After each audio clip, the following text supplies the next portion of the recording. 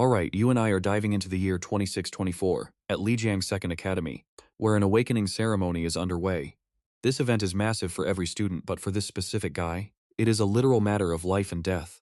A year ago, he got isekai'd into this world as Zhou Yi. Before he could even adjust to his new life, his mother passed away. Making matters worse, his younger sister, Zhou Yun, suddenly fell ill with a mysterious, incurable disease. With medical bills skyrocketing and his part-time jobs paying pennies, his back is against the wall. That is why Zhou Yi must awaken a combat class today. He needs to raid dungeons and hunt monsters just to keep his sister alive. Luckily, fate smiles on him. During the ceremony, Zhou Yi suddenly activates a system, granting him a starter pack with an extremely rare hidden class. This is an overpowered class in this world. After receiving the goddess's blessing, Zhou Yi is given 3 legendary options: Light Mage, Holy Priest, or Sacred Knight. Light Mage is pure offense, huge magic damage but almost zero defensive skills, suicidal in a world ruled by monsters. Holy Priest has amazing defense, but the combat ability is completely trash. He would have to rely on others, which does not fit his solo leveling style at all. Sacred Knight? That is a total package. Ultimate defense and crushing offensive power, all wrapped into one. Even without flashier skills, its unique aura and high-tier talents suit his survival needs perfectly. Without hesitating, Zhou Yi locks in his choice as a Sacred Knight. Congratulations on awakening as a level 1 Sacred Knight. The second his ceremony ends, his classmates immediately swarm him, trying to suck up to the new prodigy. Party up with me, man, I am a summoner, we will crush the high scores. Or take me, I am a high damage mage. Break it up, quit crowding around here. A senior student shoves the crowd aside, his eyes locked onto Zhou Yi. He says, great job today. Go home and rest up, then report to the principal's office tomorrow morning. Back in his room, Zhou Yi finally has time to check his stats. Strength is 20, Constitution 18, Agility 17, Intelligence 15, with 10 unallocated stat points left. This awakening did not just boost his base stats, it also gave him a highly valuable pool of free attribute points. He needs raw power first, then defense, because killing monsters fast is the only way to survive. Zhou Yi quickly taps his system screen, putting 6 points into strength and splitting the remaining 4 between Constitution and Agility. Now watch this, because he can literally feel raw power surging through his veins. This is the insane reality of stat points. Allocating his points triggers his very first Sacred Knight quest. It is a daily trial with massive rewards. 10 bonus stat points, plus a random piece of high-tier class gear. Accept or decline. With rewards this good, he obviously clicks accept. The system matches him with an E-rank trial field, tasking him to hunt down an E-rank Gulabi beast. Warning. Take this seriously, because dying here means dying in real life. Suddenly, he gets teleported to an eerie dark cave. Looking around cautiously, he realizes he is inside some abandoned mine.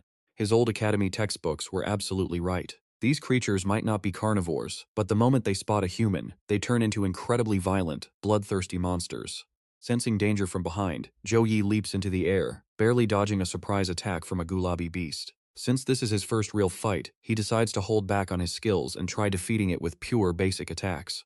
His body is way lighter and his reflexes are insanely sharp, all thanks to those newly upgraded stats. But getting cocky from dodging is a mistake. He takes a direct hit, stops showing off, and immediately activates his class skills. He casts Slow Heal level 1, regenerating health over 30 seconds. He realizes that even low-level monsters are not to be taken lightly in this deadly world.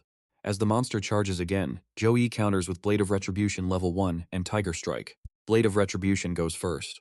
He channels holy energy through his arms, unleashing a shining cross-shaped shockwave that cuts through surrounding enemies, dealing massive light magic damage and completely stunning them. Next up is Tiger Strike level 4. He grabs the beast, slams it forward into the wall, and deals massive collision damage to completely finish it off. With a brutal finishing blow, the Gulabi beast is completely destroyed. Trial cleared with an A rank, time to choose his rewards. Now, I know what you are thinking. Skills are great, but free stat points are the ultimate power source early on. Since his skills are fine for now, taking the stat points and a random gear chest is his best bet. A solid, reliable weapon will make a massive difference in his upcoming high-level dungeons. Luckily, the system provides gear because he is way too broke to buy any. He chooses the 10 attribute points and a random weapon, instantly teleporting back to his messy room. Suddenly, his phone alarm rings, reminding him it is 5 p.m., hospital visiting time. Meanwhile, his sister Zhou Yun is sitting quietly in her hospital bed, staring blankly at the news. A head nurse walks in, slams a bill down, and loudly demands a payment of 10,000 credits. 10,000? Zhou Yun trembles, staring at the bill. Why is it suddenly so expensive? Wasn't it only 5,000 before? There has to be a mistake. Her brother already works 3 different jobs just to make 5,000. How can they afford this? The nurse scoffs. You took extra stabilizers, expensive inhibitors, and we even had to call a priest to heal you. You had 3 serious attacks in the middle of the night, making my staff work overtime to stabilize you. If you are going to be ungrateful and question our billing, go check it yourself. Zhou Yun tries to apologize, but the nurse cuts her off. Listen, if you are poor, do not get a rich person's disease. Just accept reality and stop treatment if you cannot pay. Before the nurse can finish, a heavy hand grips her shoulder, making her gasp. A voice behind her says, "Excuse me, but I think I just heard you verbally abusing a patient." A middle-aged man smiles coldly, flanked by a massive, intimidating bodyguard. He wonders aloud if she will still be this loud in the hospital director's office, instantly making the nurse sweat with fear. Sensing that this man is not someone to be messed with, she decides to back off immediately. She quickly runs off, but yells that the bill must be paid today. Zhou Yun looks at the strangers, terrified they are debt collectors. But the man smiles and hands her a business card. He says he is a friend of her brother. A moment later, Zhou Yi opens the door, holding a receipt, saying he just paid the 10,000 hospital bill. But the hospital system says their account now has 100,000 credits. Confused, he looks up, spots the 2 strange men, and immediately demands to know who they are. The middle-aged man steps forward and offers a handshake. "Hello, Zhou Yi. I am Zhou Wanbin, the mayor's personal secretary, and I am here to discuss a highly important business proposal with you." The mayor is the most powerful man in Lijiang, and his secretary speaks with absolute authority. Why would someone this important want him? Zhou Yi shakes his hand, suggesting they find a quieter place to talk. Zhou Wanbin gladly agrees, and as they leave, we see the news is already exploding with reports of Zhou Yi's hidden class. "Trust me, you and I are about to see this world turn upside down. You and I are about to watch a massive legend unfold. Take these schoolgirls gossiping near Zhou Yi's table, for instance. Did you see the trending search? First Academy just produced a crazy hidden class user. His name is apparently Zhou Yi, and his leaked school photo is already viral. He is actually pretty handsome." Hearing this, Secretary Chu Wenbin just smiles and turns to our main character. "Mr. Zhou, congratulations on unlocking the S-tier talent, Angel's Protection. In a standard awakening ceremony, pulling an S-tier skill is absolutely not something you can get with just pure luck. The mayor highly values your potential, so he personally blocked the media from bothering you." With that, he pulls out a sleek box containing a single key and keeps talking. He even secured premium training resources for your college entrance exam prep. They are locked in the Citibank vault, and this is the only key. If you need anything else, just name it. It looks like the mayor sees him as a future powerhouse, investing heavily without hesitation. It is a win-win for now. But we all know there is no such thing as a free lunch. The mayor obviously expects a massive return on this investment someday. Seeing Zhou Yi stay quiet, Wenbin drops his ultimate trump card. Starting today, a top-tier medical team will provide 24/7 care for his sick sister, Zhou Yun. Plus, the mayor already hired a level 36, second awakened priest to travel here next month just to treat her. Hearing this, Zhou Yi immediately accepts the deal. Who could say no? Once the meeting wraps up, Zhou Yi heads straight back home to share the incredible news with Zhou Yun. His sister is absolutely blown away, teasing him about how he just became a VIP overnight and asking if she can ride his coattails. He playfully taps her forehead, telling her to stop joking around and focus on resting. Now pay attention, because this is where we get to see his actual class skills. His sister asks what his abilities are, reminding him of 3 unique Holy Knight spells he unlocked. They are Pure White Blade for offense, Slow Heal for healing, and Weapon Blessing for support buffs. Since Slow Heal restores health, he decides to test it out on his sister. Zhou Yi gently places his hand on her head and activates the skill. Suddenly, she feels incredibly warm and relaxed, as if soaking in a hot spring. He asks if she feels any better. Snapping out of her blissful state, she happily tells him the pain is completely gone, and her hands are finally warm. She is totally thrilled. Looking at her with deep affection, he rejoices. Honestly, choosing the Holy Knight class was not just about gaining raw power. A huge part of it was finding a way to treat her mysterious illness. After all, Holy Knights are basically the ultimate healer class. Even if he cannot fully cure her strange condition yet, just easing her constant pain is a massive win. Next day, Principal Luo Heng personally escorts Zhou Yi. Along the way, the principal excitedly brags about how dozens of top colleges called yesterday wanting to recruit him, nearly blowing up his phone. And today, 4 recruiters from top 10 universities already reached out. He urges Zhou Yi to show off his best and secure the absolute best training resources possible. These recruiters are all second awakened elite players of level 35 or higher. Getting directly admitted there guarantees top-tier training for his future. Zhou Yi curiously asks which specific schools are actually visiting. Ocean, South Sichuan, Anji, and Hansheng University. As for the top 3 Holy Grail universities, they only accept students based on raw Gaokao exam scores. They do not care about raw talent or class rarity, so no direct admission there. But as they approach the office door, a loud argument erupts from inside. Old Chu Sichuan is over 4,000 kilometers away. Did you actually fly here on a military fighter jet? But the other recruiter scoffed, saying a fighter jet is nothing. Used an ultra-long-distance teleportation gate. That costs a whole level 30 magic core per jump. You actually spent that much? Well, South Sichuan University is definitely locking him in for sure. See whose offer is better then. Right then, Principal Luo pushes open the door, proudly announcing that their genius student, Zhou Yi, has finally arrived. He quickly introduces each recruiter to Zhou Yi, starting with Representative Zhou Tianfu of Ocean University. Then Li Bang from South Sichuan, Chu Yu from Hanqing, and Yu Yuan from Anji. Zhou Yi politely bows to greet them all. His humble attitude immediately wins them over. Despite awakening a legendary hidden class, he shows zero arrogance. Calm and respectful. Truly an excellent kid. Tianfu cuts straight to the chase, offering their deal first. Enroll with us, and you get 2 million cash plus 3 exclusive Holy Knight skill books. Zhou Yi is stunned. A normal family only makes 6,000 a month. 2 million cash plus ultra-rare skill books normal players could never dream of touching. But another recruiter suddenly laughs. Is that all? Ocean University is as stingy as ever. Li Bang sneers and counter-offers. Join South Sichuan University, and we will give you 3 million instead. Plus 3 skill books every single year, under the direct personal tutelage of a level 56, third awakened Holy Knight. That level is basically near peak on this planet, guaranteeing a legendary future. Principal Luo is speechless, but Chu Yu from Hansheng University drops an even bigger bombshell. You guys lack real sincerity. We will only offer 2 million cash. But we will instantly grant you high-level B-tier training resources. B-tier resources? Luo Heng gasps in absolute shock, staring at Zhou Yi with wild eyes that practically scream, just take the deal right now. These resources cannot be bought with money. Feed these mythical treasures to a literal pig, and it will still evolve into the ultimate boss-level beast. Now I know what you are thinking. Is he crazy? He actually rejects them all because his eyes are set on the legendary top 3 universities. Among the top 10, the big 3, Suzhou Hangzhou, Qingjing, and Magic Capital University, hold absolute godlike status. They are recognized as the supreme peaks of the entire country.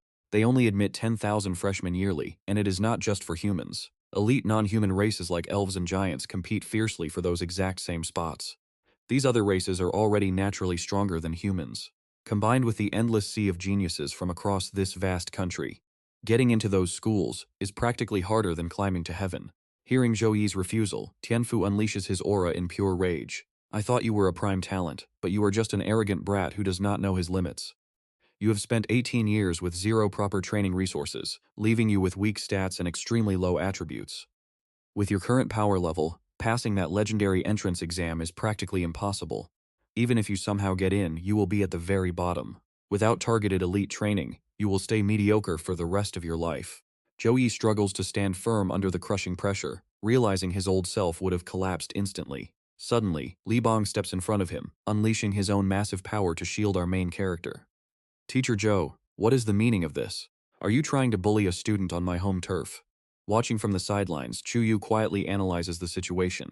Standing strong against that heavy pressure for several seconds? This kid is definitely built different.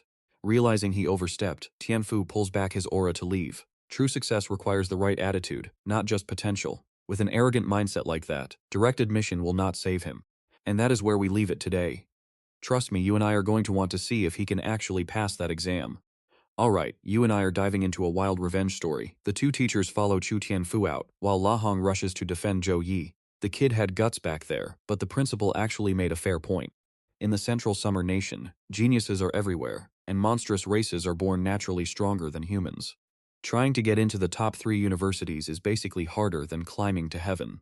Zhou Yi confidently replies that he will prove his worth with his exam scores. With 1 month left until the finals, and his cheat system active, he can definitely boost his power to terrifying levels. By then, those top 3 schools will be begging him to join. Lahang hasn't seen eyes that fierce in ages. Living in peace for too long made the older generation play it safe, creating a massive gap with these ambitious kids. Principal stares at Zhou Yi for a long moment, then turns to leave. With a slight smile, he says, "Very well. I look forward to seeing what you do on the exam. See you then, student Zhou Yi." Time flies, and in the blink of an eye, a whole month passes. Exam day has arrived, and the main hall is packed with anxious students gossiping. This year, the exam maker is the infamous Demon King Duong. We are totally doomed. Years ago, his test set a record low average. But did you hear Zhou Yi rejected the direct offer just to fight for the top 3 schools? No way, that guy is way too arrogant. Even top geniuses from the province or city wouldn't dare claim they're a shoo-in. What makes him think he can actually pull this off? Just because he got a rare hidden class, he thinks he's God. He is going to fail hard this time. A scholarship worth over $1 million? If that were me, I would have signed instantly. Right then, Zhou Yi walks in. Now, watch closely because the kid who was just talking trash completely freezes up. He stares in utter shock, muttering that Zhou Yi feels like a completely different person now. He radiates the aura of a true master. Suddenly, a loud voice announces the dungeon unlock, and the holographic screen flashes with details. The gloomy dark forest, recommended levels 10 to 13. Difficulty levels, easy, hard, and nightmare mode, required team size, 1 to 5 players. Warning: the deep forest is crawling with cat demons and bull-headed monsters. They are vicious and eat humans. Damn, I can't believe they sent us into the gloomy dark forest. Don't tell me there's swamp terrain in there too? Fast-moving cat demons, tanky bull monsters with thick hide. That demon King Duong really wants to see us dead, doesn't he? The maximum party size allowed scales with the difficulty tier. Past exams only allowed up to 3 people. But this time they are letting up to 5 join a team. As the candidates start to panic, Li Wangduang steps up and warns them loudly to know their own limits. If anyone faces mortal danger inside, use your return scroll to escape immediately. If you die in the dungeon, you die in real life. Failing the exam is better than losing your life. Time is up, everyone prepare to enter the dungeon. Soon as he finishes speaking, the candidates turn into beams of light and teleport inside. At the same time, the massive screens outside start broadcasting the live feeds. From Class 1 Tongkwang, a warrior class, running solo on normal difficulty. Also from Class 1 Mokam, an assassin class, running solo on normal difficulty. Then we have Class 1's Longfi, Wongfuang, and Tonqian, playing Elementalist, Archer, and Necromancer, on normal difficulty, entering as a 3-man party. But look at Class 5, Zhou Yi, a Paladin class, entering Nightmare difficulty as a solo runner, and Class 2, Hong Vi, Wangla Chu Tianhong Dong Nilong, playing Archer, Fire Mage, Swordsman, and Healer, running normal difficulty as a 4-man team. As expected of the Rocket class, aside from a few duos, almost everyone else is running solo. Soloing gives you all the experience points, but a higher score comes with a massive risk of death. Only the elite Rocket class dares to take such a gamble. While the crowd gossips, a girl suddenly points at the broadcast and screams, "Look, Zhou Yi is actually soloing the Nightmare Dungeon." Meanwhile, in the VIP section, Education Director Jia Dao stares at the screen, jaw dropped just like you and I. This is insane. Slamming his hand on the table, he glares at La Hong next to him and yells, "A paladin's support abilities are incredibly strong. No matter which team he joins, they would absolutely dominate. So why on earth is he running solo? Especially choosing a nightmare difficulty, with a 40% higher death rate." Principal La, the city poured massive resources into Zhou Yi this month just so he could rank high. If he dies inside, the reputation of the entire Lijiang city government will take a huge hit. His actions show zero respect for the government's investment. La Hang quickly tries to calm him down with a smile. "Director Jia, don't worry, Zhou Yi isn't reckless. He must have a few aces up his sleeve." Back in the dungeon, Zhou Yi is moving forward when he spots a fast shadow darting through the high branches. With a serious look, he pulls out his weapon and takes a defensive stance. Single-edged axe.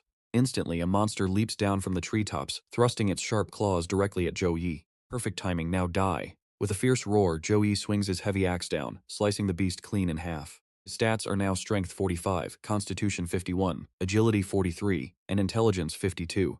Zhou Yi closes his status window with a satisfied smile. In just 1 month, even though he is only level 10, his average stats have already hit 47, matching a level 13 player. Across the entire Tuhang province, I should easily rank among the top candidates. Then Zhou Yi smiles and calls out, "Too scared to face me? Fine, then I will initiate the attack."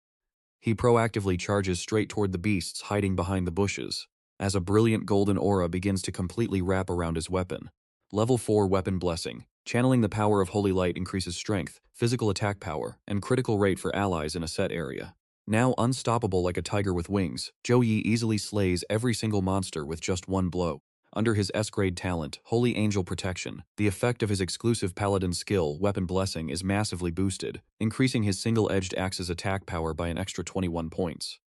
Other candidates would be incredibly jealous if they saw a massive buff this insane. After all, the university entrance exam strictly limits participants to bronze gear rated 3 stars or below. With this insane buff, my simple single-edged axe can easily rival a 5-star bronze weapon. During this crucial exam, every single stat point can mean life or death. Just then, another wave of monsters sneaks up from behind. Zhou Yi sheathes his axe, spins around and whispers, "Holy Lightblade." A glowing cross-shaped energy blast shoots from his hands, shredding the beasts into bloody pieces on the ground. I have already leveled up my Holy Lightblade to level 5. It already deals heavy light attribute damage, and with Holy Angel protection boosting it, low-level monsters do not stand a chance against me. With that thought in mind, Zhou Yi grabs a severed claw from the ground and hurls it like a javelin at the last surviving beast in the distance. The sharp, bloody claw flies through the air, piercing deep into the monster's belly and pinning its body hard against the tree behind it. Meanwhile, outside the dungeon, the crowd watching his insane performance erupts in wild cheers. Trust me, you and I are in for one hell of a ride. Oh, talk about a close call. You and I are watching a total monster in action. Senior Joe's timing is so ridiculously perfect, it's scary. He saw right through that attack. Absolutely epic, what an absolute beast. I've seen that exact battle axe in the shop before, and trust me, it's insanely heavy. But Senior Joe swings it around like a toy. Did he dump every single one of his free stat points straight into raw strength? Hearing that, Tang Tianquan frowns. As a teacher, his observation skills are way sharper than these students, and he's seeing something else entirely. No, wait, look closely everyone. Zhou Yi's actual speed is even faster than those shadow cats. It's not just his speed either. His skill activation is lightning fast, and his magical power is devastating. There's no way his intelligence stat is low. The angle of his swing, the distance control, the impact, everything is perfectly managed. The guy is a pure combat genius. With that, Tang Tianquan glares at Li Huangduang with pure jealousy, silently wondering how such a prime talent got dumped into Class 5. Meanwhile, over in the crowd, Jia Dao watches with a serious face, and mutters that Zhou Yi's battle awareness is insanely sharp. What he's doing right now is reckless. A nightmare dungeon doesn't just have strong monsters, their numbers are overwhelming. Even the best mages can run completely dry on mana here. Plus, that massive battle axe is a huge physical drain on any class.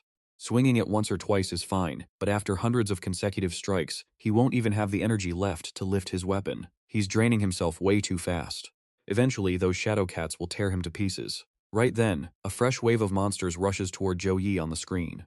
The next pack of demonic cats is already here. He doesn't even get a single second to catch his breath. This is brutal. There are at least 100 demonic cats rushing him. Can Senior Joe actually survive this wave? The entire crowd holds their breath, waiting to see how he survives. But pay attention here. Zhou Yi doesn't disappoint. He blends his weapon attacks and skills so flawlessly, shredding through the horde in seconds. As the final monster collapses, a small vortex appears right in front of Zhou Yi, slowly expanding. This is his portal to the next stage. Stepping through the portal, Zhou Yi finds a massive army of monsters waiting for him. Outside the dungeon, the host Kaka points at the screen to update the viewers, welcoming everyone to this special live stream and introducing himself as their favorite host. We are currently broadcasting the run of the Academy's most famous elite student, legendary S+ tier talent and the most brilliant paladin around, Zhou Yi. He has cleared the first stage of this nightmare-level dungeon with mind-blowing efficiency, taking just 3 minutes and 17 seconds. Are you guys hearing this? 3 minutes and 17 seconds is absolutely insane. That's a whopping 29 seconds faster than last year's provincial champion. Hyped up, Kaka practically glues his face to the camera, forcing the cameraman to sigh and beg him to stop blocking the lens. Hui, an adoring fan gasps, saying he literally ran and slashed the entire way, only catching his breath at the very end. Just how high is Senior Joe's stamina stat anyway? Huang Fifi wags her finger, saying that Director Jia's warning about wasting stamina early on might not actually apply here. Sitting in the front row, Li Huangduang quickly chides her, telling her to quiet down and just watch the match. Well, Director Jia's words might just be fake news. Chuang Fifi giggles, teasing that Mr. Li looks pretty happy himself. He quickly tells her to stop talking nonsense. Even so, Li Huangduang feels a bit exposed, touching his face and wondering if his grin was really that obvious. Suddenly, someone yells that Senior Joe is entering the gate, making everyone shut up and glue their eyes back to the giant screen. Inside the dungeon, thanks to his appraisal skill, the monster's detailed stats flash clearly in front of Zhou Yi. First up, the Minotaur level 14 Silver Tier. Its skills are Berserk, Savage Charge, War Stomp, and Iron Body. Next, the Priest Cat level 12. Skills: Light Mastery and Healing. Next, we have the Flame Cat level 13. Bronze Tier with Fire Mastery, Fireball, and Flame Breath. Finally, there is the Cursed Cat at level 11, also Bronze Tier. Skills: Dark Mastery and Curse. Zhou Yi analyzes the lineup. Basic cats act as warriors, priest cats are healers, while flame and cursed cats serve as the damage-dealing mages. Plus, a high-damage silver minotaur, a classic warrior, healer, and mage setup. You and I both know the first stage was just warm-up solo mobs, but this combo makes the threat level shoot up 100 times over. Without giving Zhou Yi a single second to think, the monster army immediately launches their coordinated attack. Melee fighters rush forward while the mages cast spells from the backline. Suddenly, dark shadowy hands erupt from the ground, binding Zhou Yi's legs so he can't even move. He is forced to take the oncoming stampede and incoming fireballs head-on. Outside, the audience gasps, shouting that Senior Zhou has been cursed by the cats. But inside the dungeon, facing this deadly crisis, Zhou Yi just smiles and remarks that their warrior charge, healer buffs, and mage support make for a pretty decent team combo. Waiting until the leading monster's claws are inches from his face, Zhou Yi raises his hands and roars, "Holy Cross!" Instantly, a massive glowing cross appears, erupting in blinding golden light that completely swallows the entire monster horde. AB tier. Level 4 Holy Cross summons Divine Light, manifesting a massive crucifix behind his back that makes his enemies scream in absolute agony. As the golden glow fades, the terrifying beast horde is gone, replaced by a literal graveyard of corpses scattered across the floor. Outside, Jia Dao drops his jaw in shock, muttering how insanely strong he is. Every single low-tier monster was instantly wiped out. Seriously, who told me paladins were just a support class? That right there is a high-damage B-tier area of effect skill. Just like talents, skills are divided into 7 tiers from low to high. The higher the tier, the stronger and rarer it is. But deep down, Jia Dao can't help but feel suspicious. The government only provides C-tier skills at best. So how on earth did he get a B-tier skill? This kid Zhou Yi is definitely hiding something. Back in the dungeon, with the rest of the horde completely wiped out, only the massive Minotaur remains standing. Zhou Yi points his heavy weapon directly at the beast, tauntingly telling it that it is the only one left. Immediately after, the audience watches as the Minotaur activates both its berserk and iron body buffs. It then unleashes a powerful war stomp, slamming its hoof to tear a massive ground fissure, straight toward where Zhou Yi stands. Reacting instantly, Zhou Yi leaps high into the air to dodge, but while he is mid-air and unable to maneuver, the Minotaur seizes the chance, using Savage Charge to rocket directly at him. Since it is in an unstoppable state, no amount of damage can interrupt its charge. But Zhou Yi has no intention of backing down, unleashing an aerial slash to meet it head-on, clashing power against power. Next, Zhou Yi crosses his arms in mid-air, activating his Pure White Blade skill, unleashing a blinding cross slash as he charges right at the beast. The strike slices deep into the Minotaur, making it roar in agonizing pain as its massive body stumbles backward to the ground. Instantly, Zhou Yi appears right in front of the beast, raising his heavy weapon high. Think you're tough. With a cold snort, he swings down, slicing the giant Minotaur completely in half. Even then, the beast clings to life in a pool of blood. Zhou Yi walks over face cold and crushes its head under his boot. And that, my friends, is how you and I know this fight is officially over.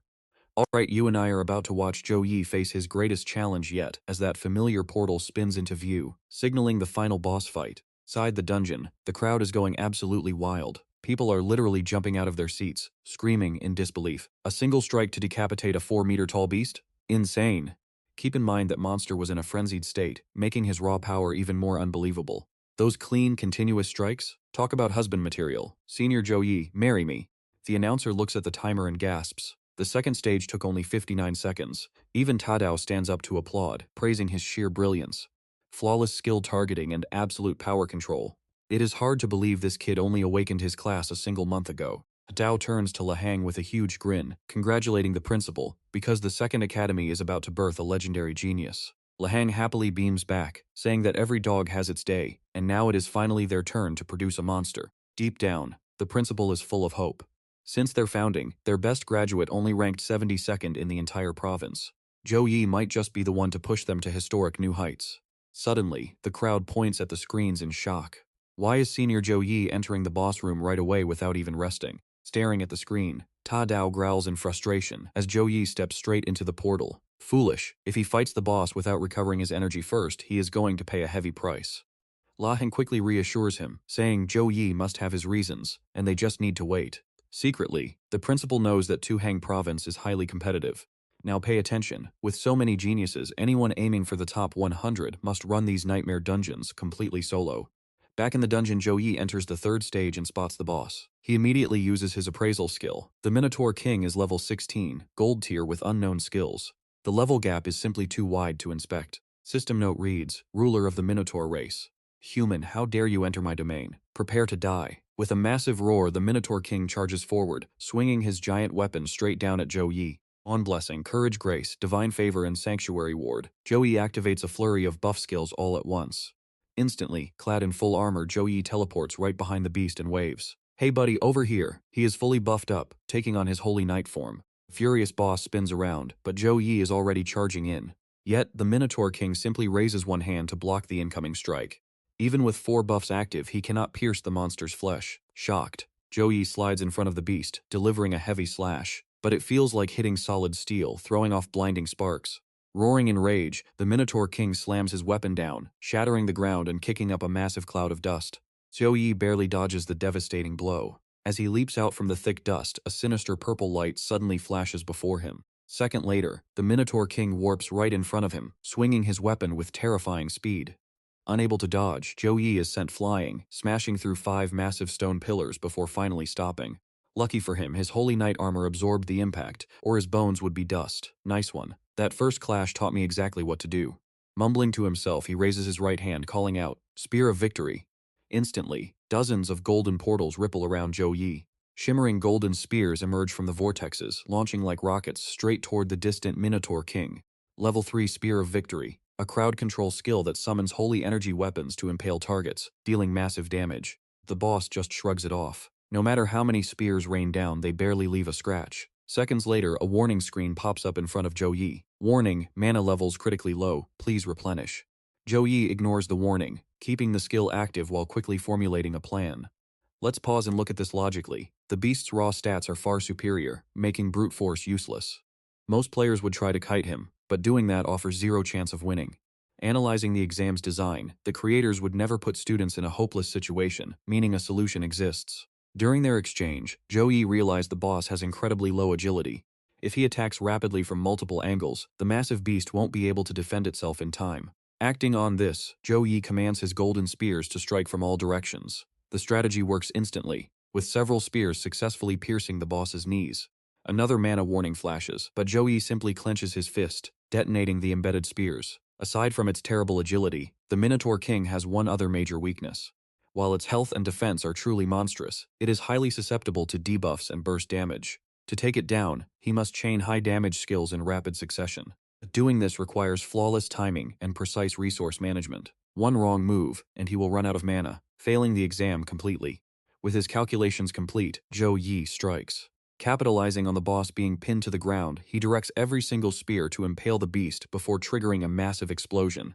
As the critical mana warning blares again, he realizes there is no time left for his ultimate move. Zhou Yi lunges forward, unsheathes his blade, and delivers a devastating final slash, splitting the boss in two. Notification: Nightmare difficulty Forest Dungeon cleared.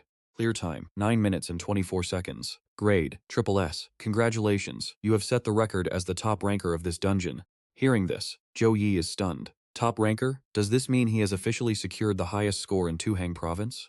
Snapping out of it, he pumps his fist with joy, whispering that he finally did it. For the past year since transmigrating, his life was pure hell. His mother passed away, his little sister Tu Van fell gravely ill, and debts piled sky high.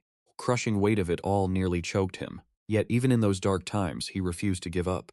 Unable to boost his stats, he trained his combat skills and willpower to the absolute limit. This system was his second chance, giving him the power to seize his own destiny.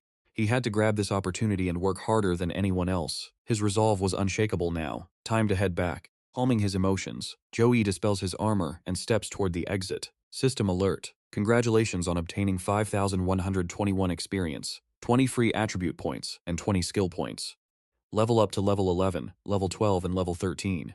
You have also received a new piece of equipment, the Rainforest Belt. Stats: Constitution plus 10, Strength plus 7. Requirement: level 10, set effect. Fighting in forest areas grants continuous buffs based on your constitution. Health, stamina, and mana recovery are tripled. Trust me, you and I won't want to miss his next move. Congratulations. You have obtained the Wilderness Ring equipment. The set effect grants a continuous buff during forest combat based on your own stats. Your respawn speed is tripled, stamina recovery is tripled, and mana recovery is tripled. Additionally, you receive 10 Zeta fruits. Note: using this item restores a certain amount of mana. You also got 1 Stalactite King Head item. This is an enchanting material. After a successful enchantment, the strength stat of your equipped gear increases by 20. Alright, stick with me as Zhou Yi steps out of the portal to a massive cheering crowd. Greetings, Senior. You are amazing. Brother Yi is too strong. God Yi, God Yi. Zhou Yi is completely startled. Before he can even process what is happening, a rapid clicking sound echoes in his ears. Zhou Yi turns his head only to see a crowd of reporters pointing their cameras at him, flashes blinking constantly. 2 prominent figures approach him. Principal Luo Heng and Director Jia Tao from the Education Bureau. Luo Heng leads the way with a bright smile. Soloing a nightmare tier dungeon in just 10 minutes is something unseen for 100 years. This is absolute glory. With years of analyzing exams, Luoheng believes Zhou Yi can easily become the top scorer in Suzhou Hangzhou. His future is incredibly bright. Zhou Yi simply smiles and responds, "You praise me too much." Just then, a sleek car pulls up, causing a massive commotion. Whose vehicle is this? Why did they drive right into the exam grounds? Is that the magic S-400, the vehicle that can switch into flight mode? Is this the legendary car that is worth an entire house in the capital? Yes, it absolutely is. The car stops close to Zhou Yi. Jiatao opens the door and speaks directly to him. The results will be out in 3 days at the latest, and we will notify you immediately. Zhou Yi replies, "Thank you, Director Jia." With that, Luoheng guides Zhou Yi toward the magic S-400. Pay attention here, because things are about to get intense. Luoheng tells him to go rest and wait for good news. Soon after, Zhou Yi arrives at the hospital to visit Xiaoyun. Following their previous conversation, Zhao Wanwan kept her promise without delay. Xiaoyun was placed in the most luxurious suite in the hospital. The moment Zhou Yi steps into the elevator, a nurse smiles and greets him. "Mr. Zhou, you are here." Zhou Yi nods. "Yes, I am visiting Xiaoyun. I have some great news for her. I heard you took your exam today, so your results must be amazing, right?" As she speaks, the nurse presses the button for the 26th floor. As the elevator rises, both of them suddenly feel the temperature dropping at a rapid pace. The nurse shivers, muttering how strange it is. "Why is it so freezing today? Did someone set the air conditioning too low?" At this moment, Zhou Yi notices freezing air seeping through the elevator doors, and his face turns serious. When the doors open on the 26th floor, the sight before them makes the nurse scream in terror. What on earth is this? The entire long hallway is completely frozen over in thick ice. And the people there are no exception, turned into frozen statues with terrified looks on their faces. Panicking for Xiaoyun, Zhou Yi rushes toward her room, leaving the nurse behind as she desperately calls out his name, "Mr. Zhou." The nurse tries to shout, but before she can finish, she gets frozen solid too. Meanwhile, Zhou Yi smashes through the ice wall of Xiaoyun's room, bursting inside and screaming her name. A second later, the shocking scene completely stuns him. Xiaoyun is lying on her bed in absolute agony. Freezing energy keeps pouring from her body, condensing into a massive ice dragon hovering above. Next to her bed, someone is channeling magic, desperately trying to treat her condition. Seeing Zhou Yi preparing to strike the ice dragon, the woman casting the spell quickly yells, "Xiao Yi, stop, do not attack." Hearing her warning, Zhou Yi forces himself to stand down. Sister Qing explains that if he harms it recklessly, Xiaoyun's heart meridians could easily shatter. Zhou Yi asks in confusion, "Why is there an ice dragon here?" Sister Qing replies, "Xiaoyun's cold affliction suddenly erupted, freezing everyone in its path. Right now, I can only keep the cold suppressed to this single floor. You need to leave this area immediately." Zhou Yi cries out in panic, "Then what about Xiaoyun?" Sister Qing cuts him off. "Xiao Yi, without a high-level priest, my abilities are extremely limited." Zhou Yi calms down slightly, murmuring that he understands. You are probably wondering if his skills are enough. Zhou Yi orders the system to upgrade his slow healing skill to level 4. And boosts slow healing all the way to level 10. This allows allies within range to recover gradually, while boosting their stamina and mana for a set duration. Without wasting a second, Zhou Yi casts slow healing on Xiaoyun. Sister Qing gasps in absolute shock. The mana packed into this paladin's healing skill is insanely powerful. It even surpasses her own output as a level 23 priest. Keeping the skill active, Zhou Yi urges her, "Sister Qing, I can hold the line here. Go tell Secretary Zhao that he must find and bring a high-level priest immediately." Sister Qing replies, "The high-level priest's schedule is completely packed. Secretary Zhao booked her for next week, so even if we beg her now, she won't arrive in time." Zhou Yi turns around, his expression dead serious. "Tell Secretary Zhao that if he gets the high-level priest here, I will owe him an unconditional favor in the future, whenever he wants. That is a promise." Sister Qing stares at him silently for a brief moment before nodding, running off to find Secretary Zhao. Zhou Yi turns back to heal Xiaoyun. This brutal cold flare-up is something she has endured every single night for the past year. Under this freezing torment, her entire body suffers agonizing pain, a fate truly worse than death. Recently, the cold has grown far more severe, but he never expected it to leak out and affect the surroundings. Lost in thought, Zhou Yi grits his teeth and keeps healing her, even as frostbite begins to creep onto his own hands. Just as his mana is about to run completely dry, a mysterious green orb flies into the room. Bouncing around like a rubber ball, it repeatedly strikes the ice dragon, cracking its frozen body. Seeing Xiaoyun's face contorted in pain, Zhou Yi screams, "Stop, do not touch her." But suddenly, the green orb slams straight into Zhou Yi, blasting him backward. A girl carrying a massive brush like a staff enters the room, waving her hand to taunt the ice dragon. Roaring furiously, the beast lunges right at her. The girl swings her brush like a staff, striking the dragon's head before painting strange glowing characters on its body. Suddenly, her eyes flash with a green light, and she slams the brush down onto the beast.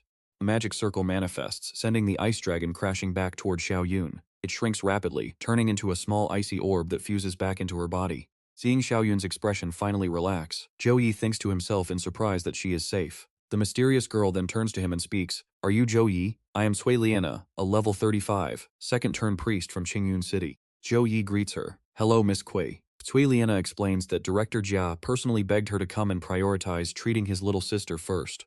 Sizing him up, Cui Liana thinks to herself that she never would have broken her own rules if Director Jia hadn't mentioned, this kid might be the top provincial scorer. Since he resisted that frost energy for so long, Director Jia definitely was not lying. Zhou Yi speaks up, "Miss Kui, what kind of illness does my sister have? Is it curable?" Liana answers that the leaking frost is actually due to a bloodline awakening. Zhou Yi is stunned. A bloodline awakening. He knows that when the game Eternity first merged, many players chose races like elves, giants, or demons. Once the game merged with reality, these non-human players began showing distinct physical traits of their chosen races. For instance, those with elf bloodlines developed glowing eyes and long pointed ears. Those with giant blood easily grew up to 4 meters tall. Over 2 centuries, these diverse races intermarried with humans, and as you and I can guess, over many generations, these legendary bloodlines and distinct abilities slowly faded away. Except in rare cases like a bloodline awakening. As Choi Lianna explains, an awakening can be a blessing or a curse. Alright, you and I are about to see why this awakening is high risk. Success brings unmatched power, but failure means death. His little sister is suffering from intense cold energy, simply because her fragile body cannot handle this overwhelming bloodline force. She likely awakened a frost bloodline, and only a legendary treasure like the extreme ice lotus can save her. But here is the catch. This item is incredibly rare. It last appeared at an auction 30 years ago, bought by a mysterious buyer for 13 billion. In 3 months, the icy energy inside his sister will completely explode out of control. The other option is a grand sealing spell to lock the bloodline away. Contact me once you decide, but keep in mind, doing this means she can never level up again. Once she leaves, Zhou Yi stares at the communication token, completely lost in deep thought. 5 days later, right after finishing his daily quest, a glowing system screen suddenly pops up. Normally, players use a balanced 2-3-3-2 attribute point build. Balanced growth means having 0 weaknesses. While he is analyzing his build, another notification screen flashes open. Zing. System check complete. Exam results are officially out and the achievement quest is done. Congratulations on taking the #1 spot in the province. Here are your epic rewards. Congratulations. You have received the S-Rank God-level Divine Tree skill, the S-Rank Resurrection Cross item, a one-time God-level God Descent technique, and the incredibly rare Light Barrier skill. You have also received 30 free attribute points. Pay attention here, because this is where our main character becomes an overnight sensation. After his legendary exam performance, the media and the news are absolutely blowing up. The principal shamelessly takes all the credit on television, boasting about his own sharp vision in guiding the genius. Watching him, a group of students can only stare in sheer disbelief. Our top scorer is actually a holy knight? Is that not just a heavy support class? Do not play with me. Support classes are notoriously slow at clearing dungeons. A level 10 clearing a nightmare dungeon? He must be cheating. But one girl pulls out her phone to show her actual recording of the run. Skeptics are instantly blown away by his raw power. His holy light cross does more damage than magic, and his triple blessings are absolutely insane. Seriously, can anyone count how many buffs this guy is running right now? Meanwhile, a red-haired guy in a luxury apartment watches the run closely. 9 minutes and 24 seconds, 20 seconds faster than me? Zhou Yi, you are interesting. He blasts a hole in the wall with a sinister smile. Anyone who dares to steal my glory will only find death. The next morning, on his way to see his sister, his phone buzzes with a massive bank transfer from the government. Calling the chief secretary, he hears, "Mr. Zhou, for your outstanding exam performance, you are rewarded 5 million in cash and a luxury villa. Any preferred neighborhood, or should we pick?" I definitely know he is the top scorer. Before he can finish his reply, he spots visitors arriving. He turns to see a smiling recruiter handing over a business card, introducing himself from Rongyang University. You and I both know they were talking trash earlier, right? But now, look who comes crawling back, begging him to join after realizing how wrong they were. The Rongyang recruiter looks up to see a muscular man hanging from a helicopter rope ladder. Realizing he was blind to greatness, the embarrassed Rongyang recruiter immediately offers Zhou Yi 4 million in cash just to choose their university. Whatever Rongyang offers, Magic City University will double it. We are taking Zhou Yi, so the rest of you can leave now. The muscular man lands with supreme confidence, leaving the first recruiter furious. Suddenly, a female voice whispers, "Have you asked Beijing University yet?" Before the buff recruiter can grab him, a purple-haired girl with angel wings scoops Zhou Yi up into the sky. Holding Zhou Yi all to herself, she whispers that Beijing University has endless resources, offering him A-rank cultivation materials every year. Suddenly, a magic circle opens behind her and sucks her inside. A female recruiter dressed in black appears, coldly warning that stealing the top student requires serious resources. Money and fame? Anything Beijing University can offer, Suzhou University can match. Kidnapping him is just cheap. Drop him right now, or do not blame me for getting violent. Muscular recruiter flies up too. No fair play. Choose Magic City University and we will give you annual A-rank resources plus a full set of gold-tier gear. Outmatched and furious, the winged recruiter slowly lowers Zhou Yi back to the ground with a fake smile. I was not kidnapping him, just having a friendly chat. Now, choose. The black-clothed recruiter introduces herself as Su Mir from Suzhou University. Suzhou University, raw strength is king. Rank high enough on our school leaderboards, and we will grant you S-rank cultivation resources instead of just A-rank. We have also won the freshman exchange competition 4 years straight. Our student training is unmatched. The winged recruiter asks angrily, Su-mei, what do you mean by that? Bragging over a few wins? Our victory is an undeniable fact. Perhaps you should tell your Beijing students to try a little harder. While the two recruiters argue intensely, Zhou Yi seriously weighs his options. The special offers from all three top universities are virtually identical, but since his priority is gaining the strongest combat experience, he decides that Suzhou University fits him best. Thrilled by his choice, Su Mir immediately pulls out a glowing scroll, presenting their special admission contract. Just look it over and sign. And just like that, you and I watch the disappointed buff teacher regret losing another genius. Beijing recruiter refuses to give up, offering a transfer anytime. Su Mir responds with a cold glare, casting a void barrier, a high-level spell for advanced mages. Reading the contract, a shocked Zhou Yi asks her class level. She calmly replies, level 42, second turn mage. Alright, you and I are diving into a world where our main character, Zhou Yi, is about to realize how massive the universe really is, especially with Suheng University on the horizon. He cannot wait to meet stronger rivals. Zhou Yi responds with pure excitement. Lately, he has had absolutely no rivals his own age, so finding worthy opponents at the university sounds like a dream. Once the contract is officially signed and sealed, Su Mir takes the papers back with a smirk. She tells him he has exactly 1 week to pack his bags before she returns to pick him up.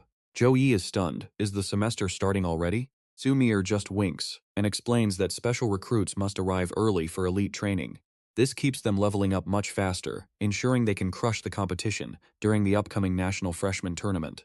The grind starts immediately. 1 week flies by and Zhou Yi finally gets his sister Zhou Yun settled into their luxurious new villa. Before he leaves, he asks Secretary Zhao to watch over his sister while he is gone. After giving his sister a million protective warnings, he finally climbs into Su Mir's waiting car. Seeing how hard it is for him to say goodbye, Su Mir smiles and asks if this is his first time leaving home. He nods, and she warns him to brace himself. Before he can even process her words, the car passes straight through a massive portal, revealing the Grand Jiangning University city. Zhou Yi is stunned, saying they did not need to use a costly teleportation circle. Looking around, he sees countless vehicles flying out of magic arrays and feels totally shocked. Normally, teleportation circles are strictly controlled by the military, and even small public ones require official government approval before anyone can use them. Su Mir explains that their university partners directly with the military district, allowing them to build this massive portal near campus for ultimate convenience and safety. She points ahead with a confident nod, announcing that they have finally arrived at the campus. Zhou Yi gapes at the breathtaking view, muttering that the school is way too majestic. But as he looks around, something suddenly flies right past his face. It turns out to be some guy getting launched through the air by a brutal kick. A fierce, white-haired girl is glaring at him with pure rage. She coldly warns the guy that she has zero interest in meeting him, and that the kick was just a warning. If he tries anything again, she will show no mercy. With that, she turns and walks away. Watching crowd bursts into laughter, mocking the guy for finally running into a real demoness. Apparently, this rich kid tries to hit on pretty freshmen every single year, so he definitely deserved that brutal reality check. Zhou Yi watches her leave, noticing the distinct magic crests on her skin. She has a demon bloodline. Knowing his dark past, Su Mir notices his reaction and offers a gentle warning. Many students and teachers here carry non-human bloodlines, so he must keep his composure and avoid showing any shock or hostility when meeting them. Zhou Yi reassures her, stating that as long as they stand with humanity, he has no hatred. He is not irrational enough to blame the entire demon race for his father's tragic death. She nods in relief, handing over his student identity card. Zhou Yi quickly glances at the card, seeing section fields for ranking and academic credits. Su-mi begins explaining the school rules, starting with the ranking system where greater power guarantees you a much higher spot. Freshman rankings are determined by entrance exam scores. Since he got first place, he is technically the strongest freshman, though she warns him this title is only temporary. Watch closely right here, because a massive freshman tournament is happening in 1 month to finalize those ranks. He is officially a target for everyone now, but he confidently vows that since he is number 1, nobody is taking his crown. Zhou Yi replies with sheer confidence. Smiling, Su-mi leads him further inside to continue their campus tour, transitioning to the next important topic, which is the school's unique credit system. Freshmen receive baseline credits according to their ranks. These credits function as currency to buy meals, top-tier equipment, recovery potions, powerful skill books, and anything else they might need. As long as you have enough credits, you can purchase absolutely anything, including rare S-rank skills and resources. Besides maintaining your rank, there are 2 main ways to earn more. First, you can browse and accept various quests online using your student identity card, and completing them rewards you with credits. Second, you can secure a guaranteed monthly payout of credits based on your standing on the prestigious Earth and Heaven leaderboards. With nearly 1,000 students fighting for those board spots, competition is fierce, so arrogance is a fatal mistake. Additionally, the university hosts 3 special secret dungeons for training. The first dungeon is the Goblin Underground City, restricted to levels 17 through 21. The second and then the third dungeon is Purgatory, which has a strict level requirement of 28 to 31. Keep in mind that players must not only meet the level gap, but also pay a substantial credit fee to enter. Before hitting those levels, you can grind in the training grounds. There, you can choose to duel real opponents or spar against advanced combat robots. Strong rule this place and claim the best resources. That is the survival law. Let's pause for a moment, because a group of students is heading directly toward our duo. The group's leader greets Su-mi politely. But as they walk past Zhou Yi, several students stare and start whispering to each other, wondering who this random guy is to be personally escorted by a teacher. Yeah, we are all guided by upperclassmen in groups of 10, so is he pulling strings? A knowledgeable student named Wang Li speaks up, explaining that the top entrance exam scorer is always personally handled by a teacher to get settled. This helps them adapt to the school environment immediately, while making the university look highly attractive to future top scorers who are choosing a college. They joke that he is a real know-it-all and demand to hear his background. The freshmen, including that white-haired girl, eagerly wait for answers. He reveals that it is Zhou Yi, the top scorer of Suhong, a level 13 Holy Knight. Just like anyone else, they are completely shocked to hear his class. They ask if there is a mistake, because a Holy Knight is typically just a basic support class. They point out that the runner-up is Shen Lingfeng, a level 14 berserker. How on earth could a mere support class bypass a powerhouse damage dealer like that? Wang Li insists his information is absolutely flawless. Meanwhile, one girl cannot help but swoon over Zhou Yi's looks, whispering that he is handsome enough to become a famous celebrity. White-haired girl looks over, genuinely intrigued by this top-ranking freshman's profile. Nearby, a student named Lu Jing spots his crush staring intensely at Zhou Yi and immediately gets consumed by burning jealousy. He scoffs loudly, claiming that the top rank is just an empty title with no real strength. Zhou Yi hears this insult and immediately turns his head toward the voice. Liu Jing steps forward from the crowd, boldly challenging him. He introduces himself as a level 13, Retribution Knight ranked 38th, claiming Zhou Yi does not deserve first place and demanding an immediate duel. The group leader pats Liu Jing's shoulder, warning him that duels are private and he shouldn't waste everyone's time, while secretly cursing him out as a total idiot. He complains that guiding these freshmen earns him 1 credit, so Liu Jing should stop causing trouble. Brushing him off, Liu Jing promises he will keep things under control. The leader argues that the rankings were decided collectively by the principal and teachers from 5 major academies, so there is absolutely no way they made a mistake. Hearing this, the other freshmen get super excited for some drama, begging the leader to pause the tour so they can watch. Liu Jing clearly wants to use this fight against the top scorer as a stepping stone to boost his own reputation. Since Holy Knight is usually a weak class, it is no surprise others want his spot. Zhou Yi crosses his arms indifferently, asking why he should even bother accepting, and that is where we leave it. You are going to want to see what happens next. Alright, you and I are jumping into a crazy bet. 100 credits on the line, absolutely no risk for you. Zhou Yi looks at Liu Jing's cocky face, then at the watching freshman. He realizes that to secure his future peace, he has to accept this challenge. But since he wants to make an absolute example out of this guy, the penalty has to be way heavier. That is the only way these freshmen will never forget it. So Zhou Yi ups the ante, 300 credits, and we fight. Hearing this, Liu Jing's face instantly pales, while the surrounding students start whispering in shock. One student mutters that being ranked 40 only gets them 400 credits. Since Liu Jing is 38th, losing 300 would totally ruin him. Picking a fight on the very first day. Is this guy just some brainless side character from a manhwa? Liu Jing actually feels a bit hesitant, but seeing Claude still staring intensely at Zhou Yi, sheer jealousy completely blinds him. He swallows his fear and accepts the brutal terms. 300 it is. Let us head to the arena, Liu Jing yells. Zhou Yi smiles. You have some guts, but we do not even need the arena. Within 3 moves, if you are not on your knees, I lose. Despite the threat, they still head to the arena. With Tumini acting as referee, the 3-second countdown ends, and Liu Jing instantly charges forward. He calculates his chances. Both Retribution Knight and Holy Knight are hidden classes, but Retribution focuses on explosive burst damage, while the Holy Knight class is mainly focused on support skills. If he can end this quickly before the Holy Knight activates his buffs, victory will be easy. Liu Jing glances at the white-haired girl below, imagining her eyes finally locked on him. Stealing his resolve, Liu Jing swings his sword, unleashing his powerful blood chi /skill. How boring. Zhou Yi sighs. He actually felt a bit disappointed. He expected a real fight, but this guy goes down in literally a single move. Another student rushes over to check Liu Jing and reports to Tumini. Teacher, he has 5 broken ribs, internal bleeding, and is completely unconscious. She nods calmly. Get a priest to heal him. Tumini swipes their student cards to transfer the funds, handing Zhou Yi's back to him. 300 credits have been successfully sent to your account, she says. But internally she is shocked. How did he shatter that unstoppable blood chi slash with just one single kick? Is this really the overwhelming power of the #1 ranker? They are on completely different levels. Their strength attributes must differ by at least 20 points. White-haired girl cannot sit still anymore, stepping forward to challenge Zhou Yi to a duel. As she gets closer, he senses that she carries not only a demon bloodline, but also extremely rare legacy equipment. Seeing legacy gear for the first time, he is eager to witness its true power. Zhou Yi activates his appraisal skill to inspect his opponent, revealing a 3-star legacy item. Race requirement human, class requirement swordsman, special effects unknown. After a brief pause, Zhou Yi smiles and agrees. Another intense clash is about to begin, and he knows this opponent is no joke. So Zhou Yi decides to draw his profound light warhammer to face her. This golden 3-star SSR weapon grants him a massive bonus of +18 to his physical constitution. It also adds 24 to intelligence, while boosting all light attribute skills of B rank and below by 1 full level.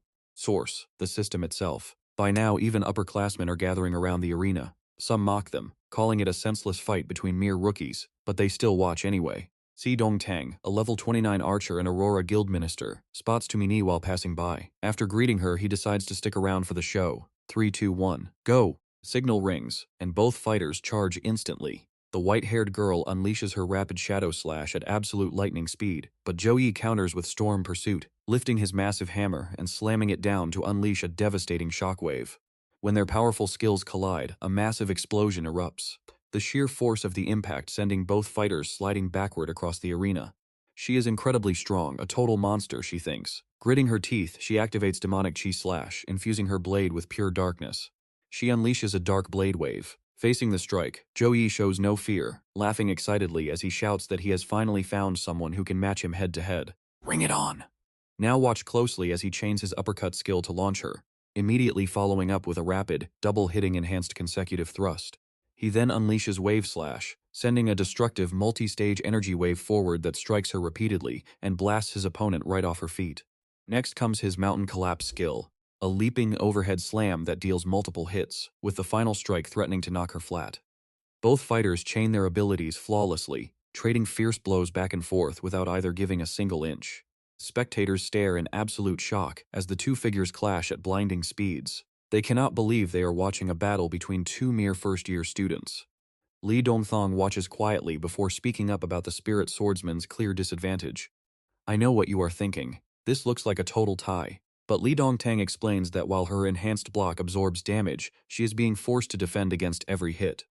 Now every time the Holy Knight strikes, she is forced to block directly. Fighting against such massive weapons normally requires conserving stamina by only parrying when absolutely necessary.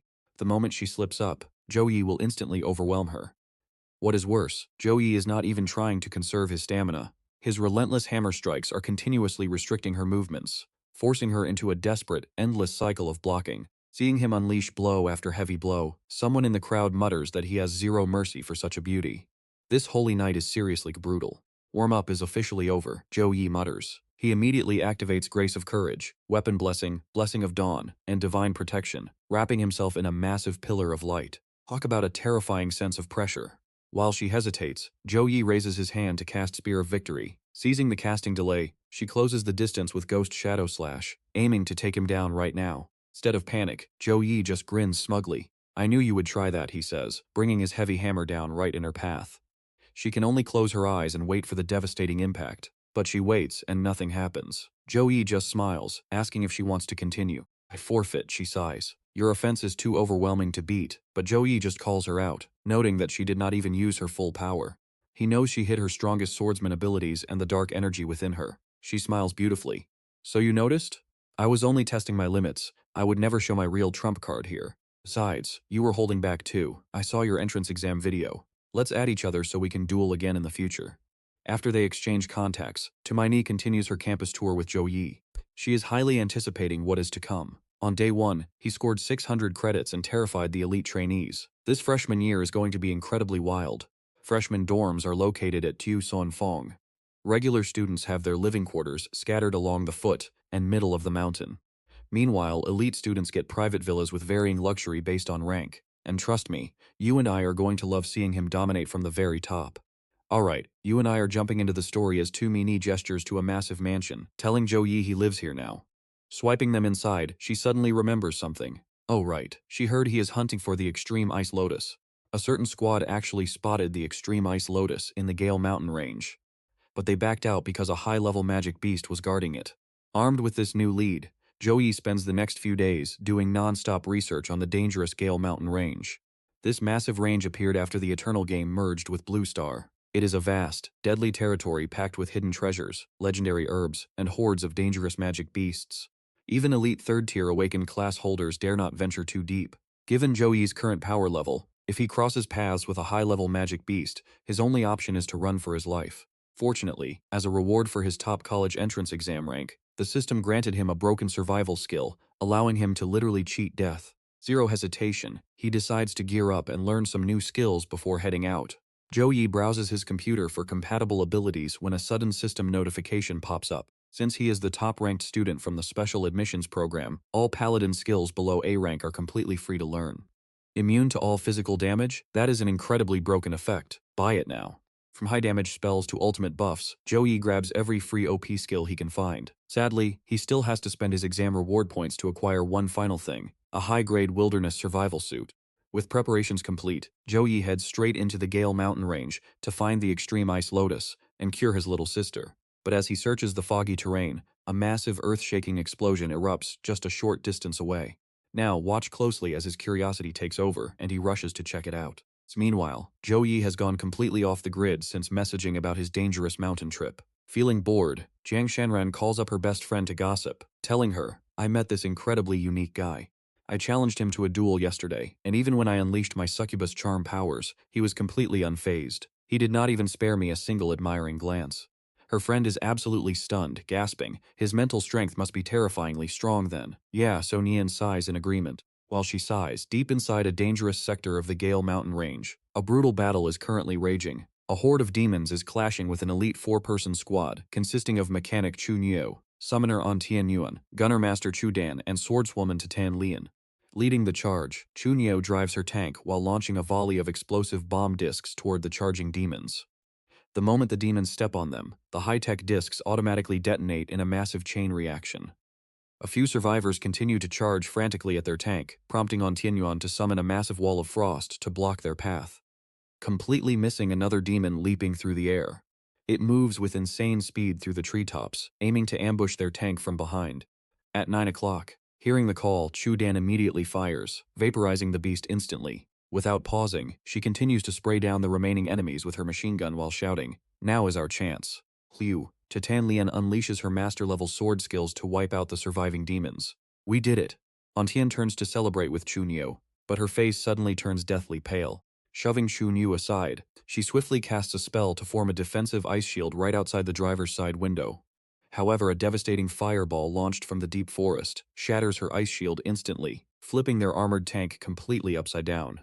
Are you guys alright? Tatan Lian rushes over in a panic, but Auntie Yuan desperately screams a warning to look out right behind her. The other three whip around, only to see another group of bloodthirsty demons charging relentlessly, ready to roast them alive with high-level fire magic. Their squad had to use every single trump card just to kill 4 demons. Are they truly going to die in this place today? But wait, did you think this was the end? Out of nowhere, Zhou Yi bursts from the trees riding a white wolf, unleashing holy storm to trap the demons. Where light gathers, the storm descends. As Zhou Yi finishes his chant, an colossal divine sword plunges straight down from the heavens, slamming violently into the earth. The entire area instantly erupts into a sea of flames. Zhou Yi gently pats his companion, and the white wolf inhales deeply, extinguishing the raging fire in a single breath. Stepping toward the stunned squad of 4, he casts a healing spell to mend their injuries. Holding the unconscious on Tian Yuan, Tan Lian looks up with a smile. Thank you, Junior Chao. I did not expect you to recognize me. The Cyan Luan squad is the second-ranked team in the entire academy, so of course I know you. That only makes me feel more embarrassed. She replies with a sheepish grin before turning serious. Junior Chao. Your light attribute skills are highly effective against demons, but these beasts are extremely dangerous. Why not head back to the safety of our base camp? Zhou Yi reflects that he spent a whole month searching the outer area, without finding any trace of the extreme ice lotus. With the freshman competition starting in 3 days, he must wait until it ends to resume his search. Agreeing silently, Zhou Yi nods. Alright then. Tan Lian glances at Chunyo, who nods understandingly. She begins chanting her summoning spell, screaming metal, accelerating speed, demonic roar, let the fierce mechanical spider shine. Semble. As her summoning chant concludes, a massive mechanical spider vehicle emerges from the glowing magic circle, leaving both Zhou Yi and his white wolf staring in absolute awe. Time to explain. Get inside, Chunyu urges. Watching her teammate show off, Tan Lian can only think, you are quite the dramatic actress. On the way back, Zhou Yi inquires, Senior 2, is this Gale Mountain range normally inhabited by demons? Tan Lian replies honestly, our squad has been exploring this mountain range for over 2 months now, and this is actually the first time we have encountered them. Zhou Yi analyzes this, meaning these demons either came from deep within the range, or a nearby dimensional rift recently let them loose. Exactly. We need to return to base immediately and report this to the military district. Zhou Yi is surprised. Doesn't the military have mages monitoring the entire area? Let me explain. This range is teeming with magic beasts, and the base is meant to prevent them from raiding the city. At the entrance of the Gale Mountain range, there is a military supply base where defense mages constantly track beast movements. Hearing Zhou Yi's question, Tan Lian shrugs her shoulders and replies, they might be, but these demons' power levels are just too low. Zhou Yi is even more confused. A level 30 silver-tier demon beast can hardly be considered a low-level monster. Reading his mind, Tan Lian explains that the mages primarily monitor epic and legendary beasts in the deepest zones of the mountain range. Since the otherworldly energy on these low-level demons is far below the sensor threshold, they completely slipped past the military's detection system. At this point, doubts begin to cloud her own mind as she wonders, but if there really is a dimensional rift, why send only low-level demons? The military would wipe them out the moment they are spotted, even if the rift could support more. Sending weak fodder like this is not only a suicide mission, but it also completely exposes the rift's location to us. Whatever, this is way beyond our pay grade. We just need to deliver the intel back safely. Suddenly, a terrifying chorus of demonic shrieks echoes. Food. As a blinding beam slams down, causing a massive explosion near their vehicle, you and I are left waiting to see how they survive this. You and I are diving straight into the action. Zhou Yi senses a dark presence and yells, go on ahead, I will catch up in a second. Ignoring his friend's warnings, he immediately rushes toward the massive explosion on his giant beast. He could never forget this specific energy signature. Why on earth is she here? It turns out another squad also noticed the commotion. Seeing the danger, one member hesitantly speaks up. That is a level 20 silver demon beast. She will not last long. Should we go help her? A heavy silence falls over them. Finally, someone speaks up. It is better not to interfere. We are trapped ourselves and cannot even guarantee our own survival. If she somehow survives this nightmare and defeats those demons all by herself, she is destined to become an absolute prodigy. But, unfortunately, they can only stare toward the terrifying explosion with deep worry. Covered in wounds, Jiang Suran is desperately fighting for her life against the monsters. She grits her teeth, realizing their cruel strategy. They know my powered-up state has a strict time limit. They are just surrounding me to wear me down. These monsters are scattered across the plains in groups of 10. Even if she defeats the 8 right in front of her, the others will instantly close in, leaving her absolutely no escape path back to base. If her half-demon power runs out before she can break free, she is finished. Realizing this, her gaze turns incredibly cold and sharp. Now pay attention. because right as she prepares her final technique, massive bolts of lightning crash down from the sky, vaporizing the surrounding monsters instantly.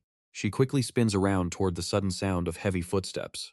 Zhou Yi charges in like a total boss riding his white wolf. Wait, not a horse, a giant wolf, yelling to the completely stunned girl, Jiang Soran, watch out, get out of the way. Meanwhile, the demon behind her lets out a deafening, ear-piercing screech that echoes across the battlefield. The sheer volume forces her to cover her ears in absolute agony. Demons activate their blazing firebody berserk state, roaring as they launch a coordinated attack. Soran screams in panic, Zhou Yi, run away, get out of here quickly. That is the demon race's berserk state. She thinks if she self-destructs, she has a 90% chance to kill them and protect him. Suddenly, Zhou Yi swoops in behind her, grabs her by the waist, and pulls her onto his white wolf. Soran gasps in surprise, shouting his name. Right then, a demon lunges forward with a massive punch, but the agile white wolf leaps out of the way just in time. Zhou Yi looks back from his mount, stretching out his hand to cast Holy Punishment. Instantly, a massive storm of lightning crashes down from above, absolutely obliterating the entire area in front of him. He grins and says, no wonder everyone wants to class change into a mage. This feeling of blasting monsters from a safe distance is honestly pretty great. Okay, I know what you are thinking. That flashy attack was way too loud. Sure enough, it attracted every single demon on the plane, trapping them inside a massive circle. With 180 monsters closing in, he needs a massive area of effect skill, but they are too scattered right now. With a plan in mind, Zhou Yi gently places 2 fingers directly onto her forehead. Soran, go lure those demons over to the left side. Before she can even ask him anything, he silent casts a massive sequence of high-tier buffs on her. Slow Healing, Dawn Blessing, Weapon Blessing, and Divine Gift. Shocked by this incredible Paladin Army level blessing, she quickly opens up her personal status screen to check. Her level is 16, class is Swordsman, and status is Demonic Human Form. Seeing her strength, speed, physical stats, and intelligence all boosted by 25% makes her jaw drop in complete disbelief. But Zhou Yi has no time to stand around and admire her shocked reaction. Before she can even speak, he leaps off the wolf, draws his weapon, targets the closest pack of monsters, and slams his hammer down, blowing the entire area to pieces. Right behind him, Soran also slides down from the wolf, staring at him in absolute awe. He is amazing. A 25% stat boost basically doubles her combat power. As far as she knows, no level 16 paladin, in fact, not even a level 20 paladin could achieve something this broken. At that moment, a group of monsters begins closing in on her position. Without waiting for orders, the white wolf charges forward and bites a monster. She shakes her head. Knowing now is not the time to overthink things, she needs to follow his plan. Focusing her mind, her expression turns dead serious as she draws her weapon and enters the fray. Meanwhile, Zhou Yi is moving like a blur, crushing several monsters with every single swing of his hammer. Suddenly, a sneaky monster manages to slip behind Zhou Yi, raising its blade to slice his head off. But just as the strike is about to land, a glowing purple whip lashes out, disarming the beast and saving him from disaster. He glances back only to see Soran masterfully controlling that purple whip, unleashing furious attacks on the surrounding monsters. That is her Shadow Whip skill, which gathers demonic energy to crush enemies with massive dark damage. Moving alongside a Holy Light user has gathered every single demon on the plane right to this spot, making it the perfect time for his ultimate move. Zhou Yi quickly casts Holy Protection on Soran and his White Wolf, trapping them inside a brilliant protective barrier, before warning her, Soran, make sure you stay right inside this dome. This is his level 7 Holy Protection, shielding all party members within its range inside a sacred halo and granting them absolute immunity to all physical attacks. The invincibility lasts for a limited time. Next, he prepares his Holy Cross skill, summoning a giant cross of light behind him that burns all nearby enemies with continuous light attribute fire damage. At level 7, the range is a whopping 200 meters. The massive golden cross summoned by Zhou Yi begins radiating an intense holy light directly onto the horde. A second later, holy golden flames erupt, engulfing the monsters and reducing them to screaming ash. Soran can only stare in sheer wonder, her eyes sparkling at the sight. Once the heavy smoke clears, only the most tanky high defense monsters remain standing. He calmly declares that all darkness must vanish under the holy light. Gathering of light, let the storm descend. His Divine Light Storm skill summons a powerful tempest of pure holy energy at a target location, dealing consistent magic damage to all targets in its path. As he speaks, massive, glowing spears of holy light condense in the sky. They crash down into the earth, forming a giant circle that traps the monsters. A second later, a massive tornado erupts in the center, dragging the beasts in and shredding them to pieces. Hiding in the nearby bushes, another squad is watching this jaw-dropping battle with their mouths wide open. Is he even human, boss? Should we go over and introduce ourselves to this guy? Hearing his team, the leader hesitates. Our entire squad only has me at level 26, while everyone else is level 24. Forget the duel, even 6 against 1, we would get totally crushed. This guy is simply too terrifying, especially considering how young he is. Ultimately, the captain decides to lead his squad out to meet him, thinking they absolutely must become friends. But before they can even make a move, a massive mechanical vehicle speeds over from a distance toward Zhou Yi. Once it stops, Zhou Dan along with 3 of his companions are revealed on top. Zhou Dan waves, calling out, "Junior Zhou, we came to back you up." But as they look around at the decimated battlefield, all 4 of them freeze in complete shock. Zhou Yi glances back at them while casually chugging down a recovery potion. Suddenly, the system announces, "Congratulations, you have successfully leveled up to level 17. You receive 15 stat points and 15 skill points. Congratulations, you reached level 18, gaining 15 more of each. Trust me, you and I cannot wait to see what Zhou Yi does next." Alright, let's dive into some crazy stats. Level 18, ranked 1324 out of 42,000, strength 160, stamina 162, intelligence 172. Zhou Yi counts his massive haul, 180 demons, 60,000 experience points. It is a shame class users have level-capped experience limits, otherwise this massive battle would have granted him way more. Staring at the empty mana potion, Zhou Yi realizes that even with his boosted energy, spamming high-level skills burns through it instantly. He will have to ask his academy teacher for a fix once he gets back. Meanwhile, Chu Dan and the others finally snap out of their shock, exiting their mechs to approach Zhou Yi. Su Qinglian asks in disbelief, "Zhou Yi, did you really do all of this yourself?" Zhou Dan agrees, admitting his power is far beyond anything she ever imagined. But before he can even reply, Jiang Shiran suddenly collapses straight onto the dirt, making the other girls rush over in a panic. Zhou Yi explains she is just suffering from severe exhaustion. As the girls tend to her, Su Qinglian keeps her eyes locked on Zhou Yi, asking him if he encountered any particularly troublesome high-tier demons while wiping out the horde. Zhou Yi rubs his chin, thinking for a moment, before replying that the strongest beast he killed was only a gold-tier level 23, and none of them really put up a decent fight. Asking if something is wrong, Su Qinglian frowns and explains that like human armies, demon hordes always have a commander. If they cannot find the leader here, they are in danger and must return to base immediately. Zhou Yi quickly nods in agreement, hidden in the nearby bushes. Another squad watches Zhou Yi's group prepare to leave. One of the scouts whispers to his captain, asking if they should finally make their move and show themselves. Now pay attention, this is where everything goes south. An invisible heavy pressure suddenly slams down on them, paralyzing their bodies in absolute terror as they gasp out, wondering what is happening. Leader looks up, his face pale as he points toward the sky, shouting about a demon. Above them, the horizon has turned into a bloody red hue as a massive energy barrier seals off the entire area. Suddenly, a rift tears open in the barrier, allowing a massive dragon to fly through. Riding on its back is a humanoid fiend radiating overwhelming dark energy. Using appraisal, the terrifying stats of both monsters instantly flash before their eyes. First, a legendary grade level 30 demon with hidden skills, and right below it, a gold-tier fire dragon, level 24, wielding a deadly blazing strike skill. Meanwhile, back at the military headquarters, all the monitoring screens suddenly flash with a crimson warning. Warning, state of emergency. Otherworld energy signature has exceeded safe limits. Data analysis is complete, confirming a level 4 dimensional invasion. Target location locked at the east of the Gale Mountains. Longitude 111.45, 4, latitude 15.305. Terrified by the readings, the operator grabs his radio to alert the entire base.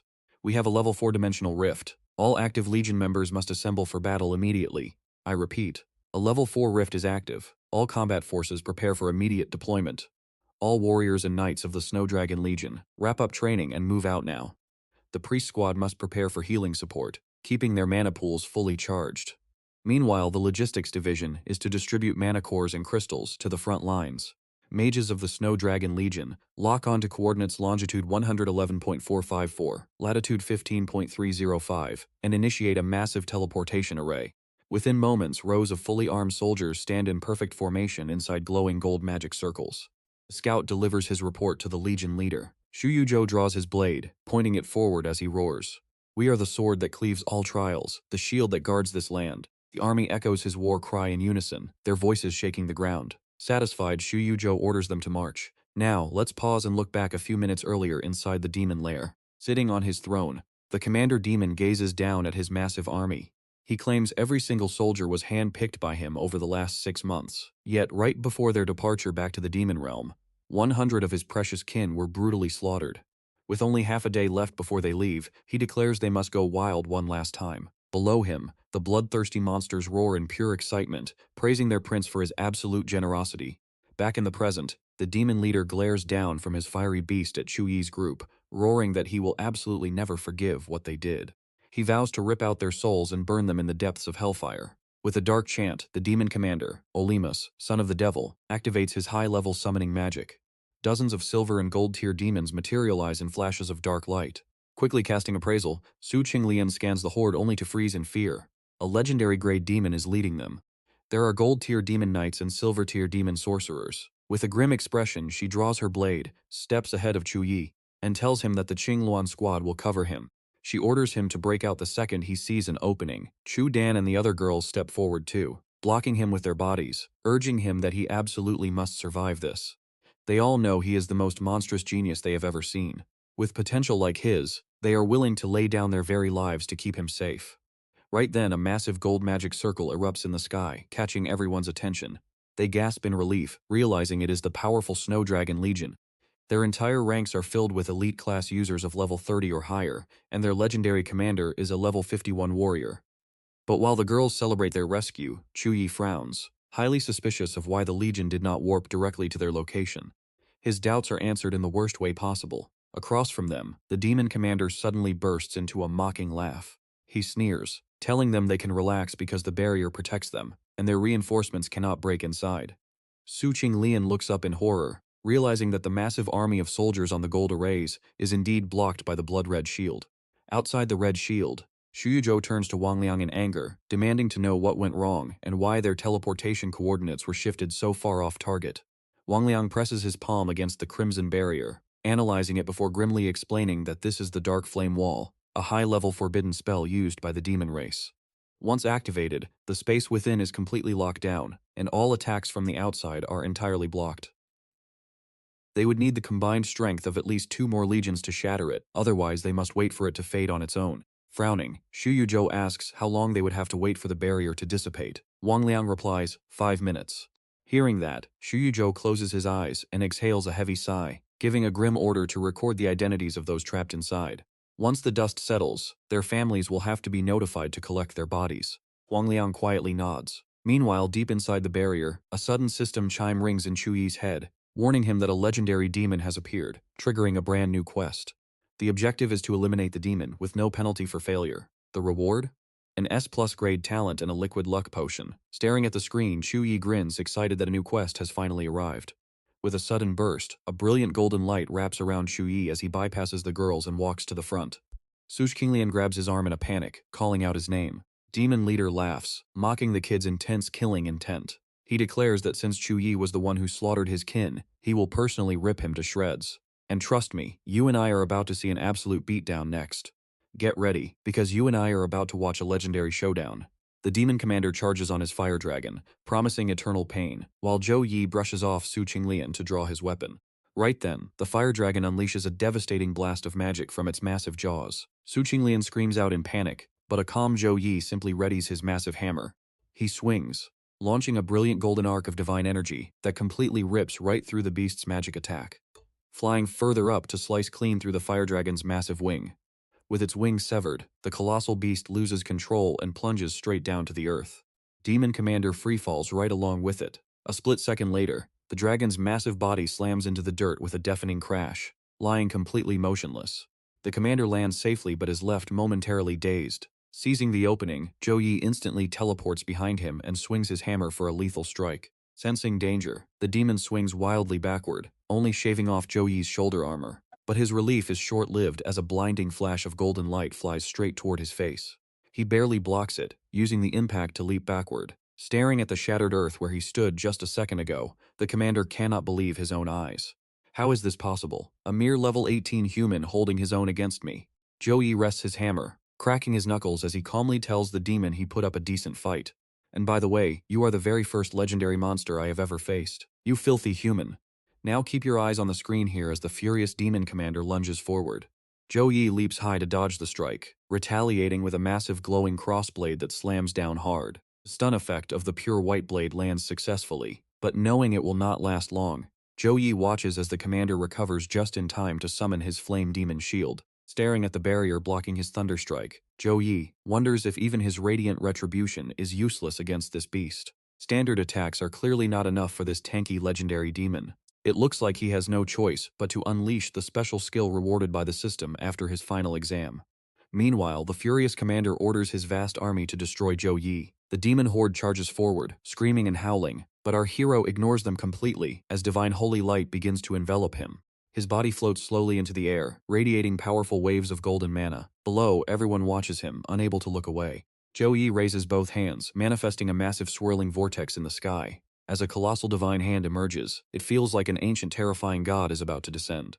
As the entire area turns a brilliant gold, the giant hand slams down onto the demon army. The earth shatters, leaving massive cracks and unleashing violent winds everywhere. Su Qinglian whispers in shock, questioning if she is dreaming, while Jiang Soran feels the succubus bloodline inside her body trembling with absolute terror. Outside the barrier, Xu Yuzhou notes the power matches a magic crystal cannon. Wang Liang confirms the survivors are university students, and the caster is the top graduate, Paladin Zhou Yi. Xu Yuzhou sighs with regret. The top scorer? It is a pity the level difference between them is still too massive. With just a little more time to grow, that single skill would have completely erased the demon. Sure enough, the commander survived that devastating blast. His entire body now leaks an even more terrifying demonic energy. Furious, the commander orders his flame demons and casters to assault. Instantly, monsters swarm Zhou Yi from every direction. Turning to his healer, the commander sneers that Zhou Yi is merely a level 18 paladin after all. The healing demon confidently agrees, adding that after so many brutal battles, the human's mana pool must have run completely dry by now. Without any mana left, facing our army of 300, sheer numbers alone will be more than enough to beat him half to death. And yeah, I know what you are thinking, but things look incredibly bad for our hero.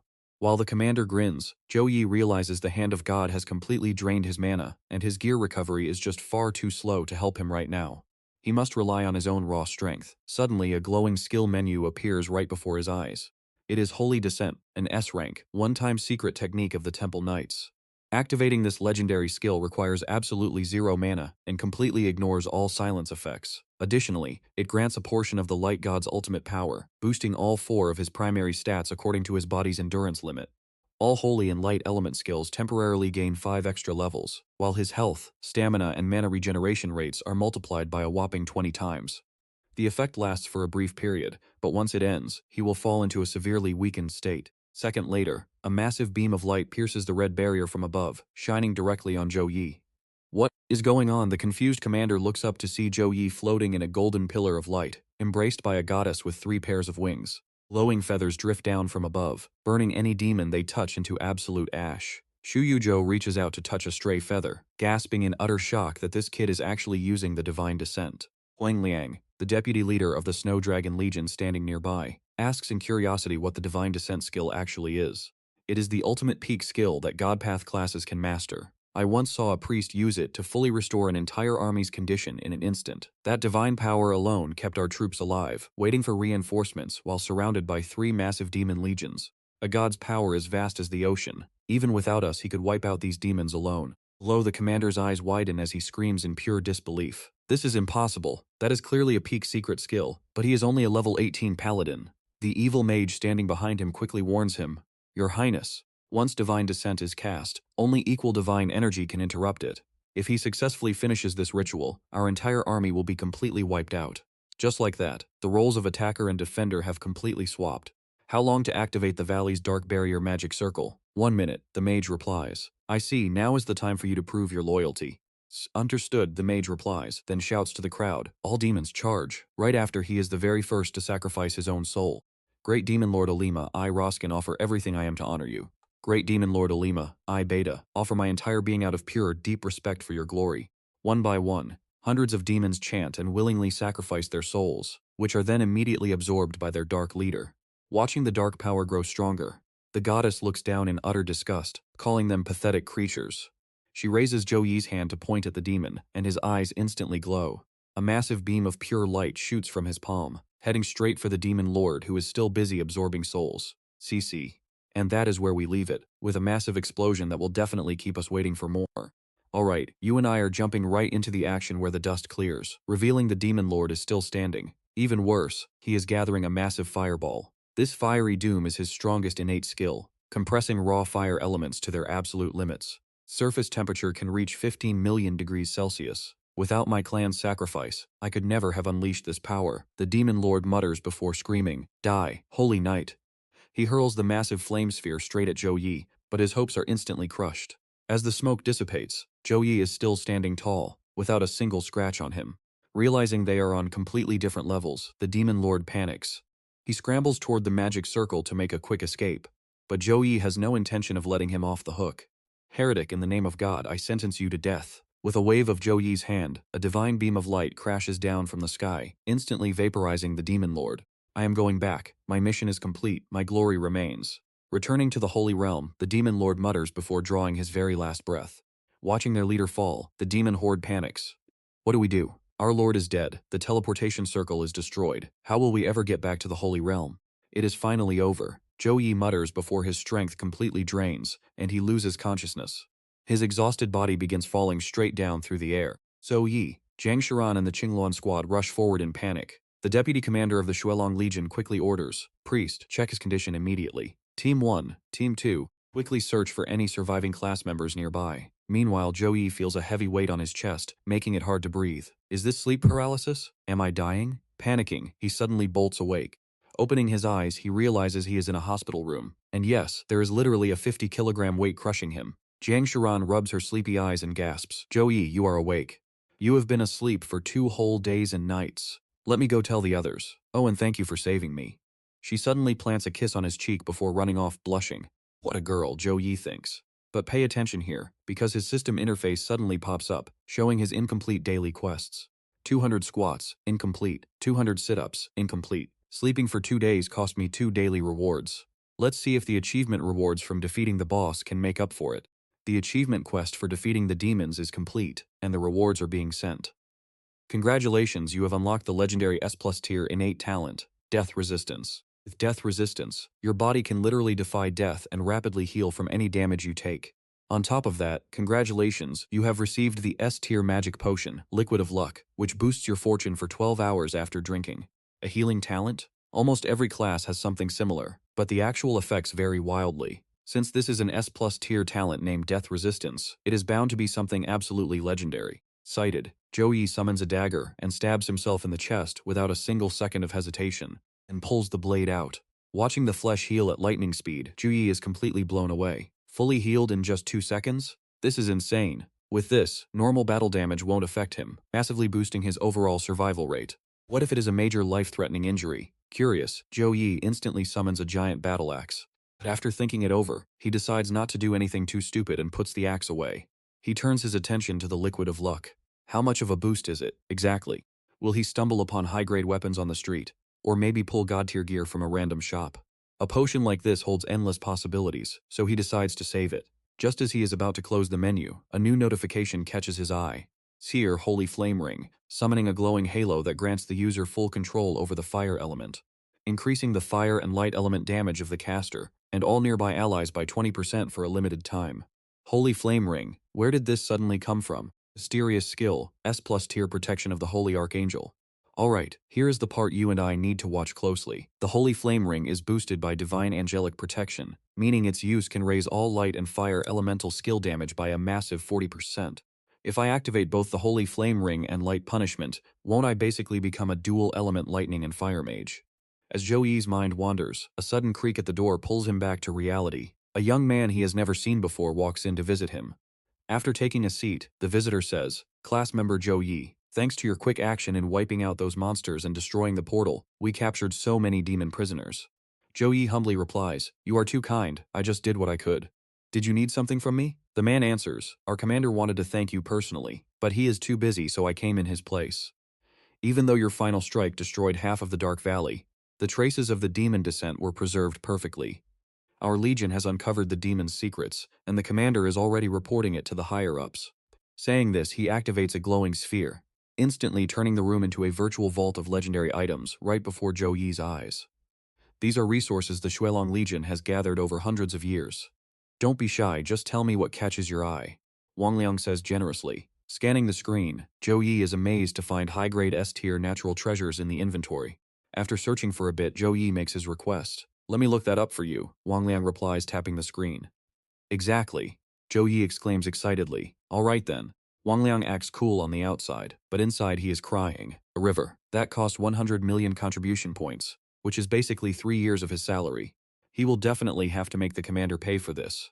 The Arctic Ice Lotus is at headquarters, so you will need to wait a few days. If you get bored, I can arrange a team to hunt monsters with you in the mountains.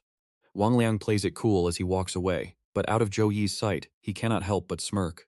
Getting the Legion's youth to hunt monsters with Zhou Yi will definitely build a strong bond between them. As Zhou Yi becomes a top-tier powerhouse, the Shuilong Legion will share in his glory. His master plan is flawless, but just as Wang Liang's feeling smug, Zhou Yi's next words pour cold water all over him. Sorry, I have to head back tomorrow for the freshman competition. Just send the Arctic Ice Lotus to my dorm. Wang Liang sighs, having completely forgotten the kid is still a student. With a sigh, Wang Liang replies, the Arctic Ice Lotus will be delivered to your place at Suzhou University, Dorm 001 in 2 days. If you ever face trouble in the Gale Mountain Range, make sure to contact the Shuilong Legion. With that, he leaves. Zhou Yi collapses onto the sofa with a huge smile, knowing that Xiao Yun is finally saved. He actually needs to thank that demon. Without its attack, he would never have had the chance to get the Arctic Ice Lotus from the Legion's vault. Glancing at the clock, Zhou Yi mutters, it is almost midnight, time to finish today's daily quest. Over at the Qingluan squad, Su Qingling barely steps out of the shower before her teammates swarm her with pleas. Captain, can we invite Zhou Yi to join our team? Su Qingling calmly replies that he probably won't, and that's where we leave it. Trust me, with insane power like his, hunting solo is way more efficient. Let's jump right back in as Judan smiles, saying you never know unless you try, especially since the captain wants him on the team too. Xin Tianren chimes in, teasing that he saw her visiting Zhou Yi in secret. Su Qinglian stays quiet, remembering that visit. She actually did ask him to join her squad back then, but the talented young man politely turned her down. Although Su Qinglian felt disappointed, she did not push him. Still, right before leaving, she could not help but say, "Oh, to thank you for saving us back in the Gale Mountain Range. This is a very special thank you just for you." With that, she plants a quick kiss on his cheek and walks away with a radiant smile. Zhou Yi suddenly recalls Zhang Shiran doing the exact same thing and blushes. A special reward, a special thank you. Man, girls these days are getting way too bold. In another scene, Xu Yuzhou is reporting to his high-level superiors. According to the investigation, during this recent Demon Realm invasion compared to 3 years ago, they took turns appearing in the Gale Mountain Range. The shocking results show that these demons have already mastered the method of traveling through medium-sized spatial cracks. Are you absolutely sure about this? Do you even realize what this report actually means? Xu Yuzhou confidently confirms it. Until now, because large spatial rifts are extremely rare, the threat of an invasion from the demon realm was never considered a major crisis. But medium-sized rifts on Earth are countless. If these monsters can invade through them, our entire planet will face a devastating mutation crisis. That is why they double-checked these investigation results over and over again to be absolutely certain. Fortunately, we discovered that only level 30 otherworldly creatures are actually able to pass through these medium-sized cracks. Hearing this, the high-ranking leader with horns immediately gives his orders. Since that is the case, we must quickly draw up a defense strategy. Representative Yang, go notify the major armies nationwide to immediately investigate all medium-sized spatial cracks within their active garrison areas right away. Representative Zhang, please attend the upcoming International United Congress to report this discovery and observe the reactions of other countries. Meanwhile, Wang Wei, the principal of Suzhou University, asks Commander Xu if this critical intelligence actually came from an 18-year-old teenager. That is correct. Xu Yuzhou projects Zhou Yi's picture onto the screen. This young hero is Zhou Yi, a rising holy knight and the top scorer of Suzhou Province's college entrance exam. He cast the powerful Holy Descent spell to defeat the demon and destroyed their teleportation array, which saved us from a total disaster. The others are shocked to hear this. A holy knight becoming the top scorer is incredibly rare. Being from Suzhou Province and having the surname Zhou, could he be a descendant of the legendary Frost Zhou family? The high-ranking official then turns to Wang Wei and asks Representative Wang to personally keep an eye on Zhou Yi once he returns to the university. Sure, if he is a promising young talent, make sure to let us know. Xu Yuzhou secretly admires Zhou Yi, knowing that winning the favor of these top national powerhouses is huge. His future will absolutely skyrocket to the heavens. 2 days later, the freshman tournament officially begins, as a flying robot patrols the entire Suzhou University campus, announcing that the competition for new students will start at 10 a.m. All students must quickly gather at the gymnasium right away.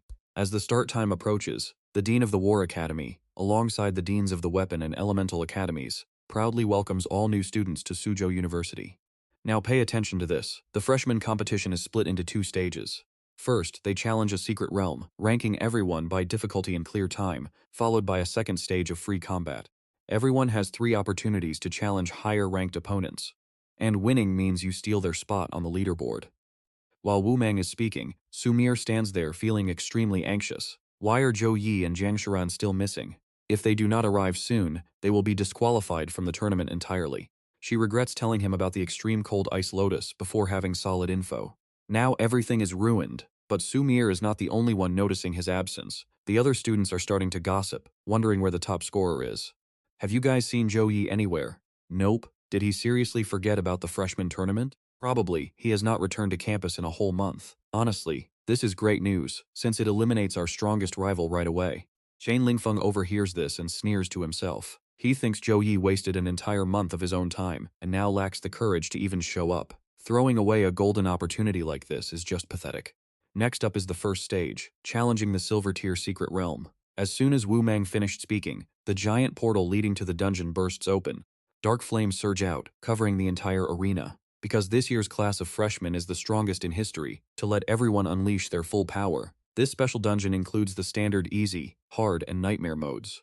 And they have even unlocked the terrifying abyss difficulty. One student gets incredibly excited, shouting that they actually opened the legendary abyss mode this year. No wonder the portal is covered in such wild flames.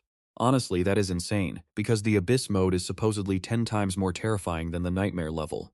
This is going to be one hell of a show.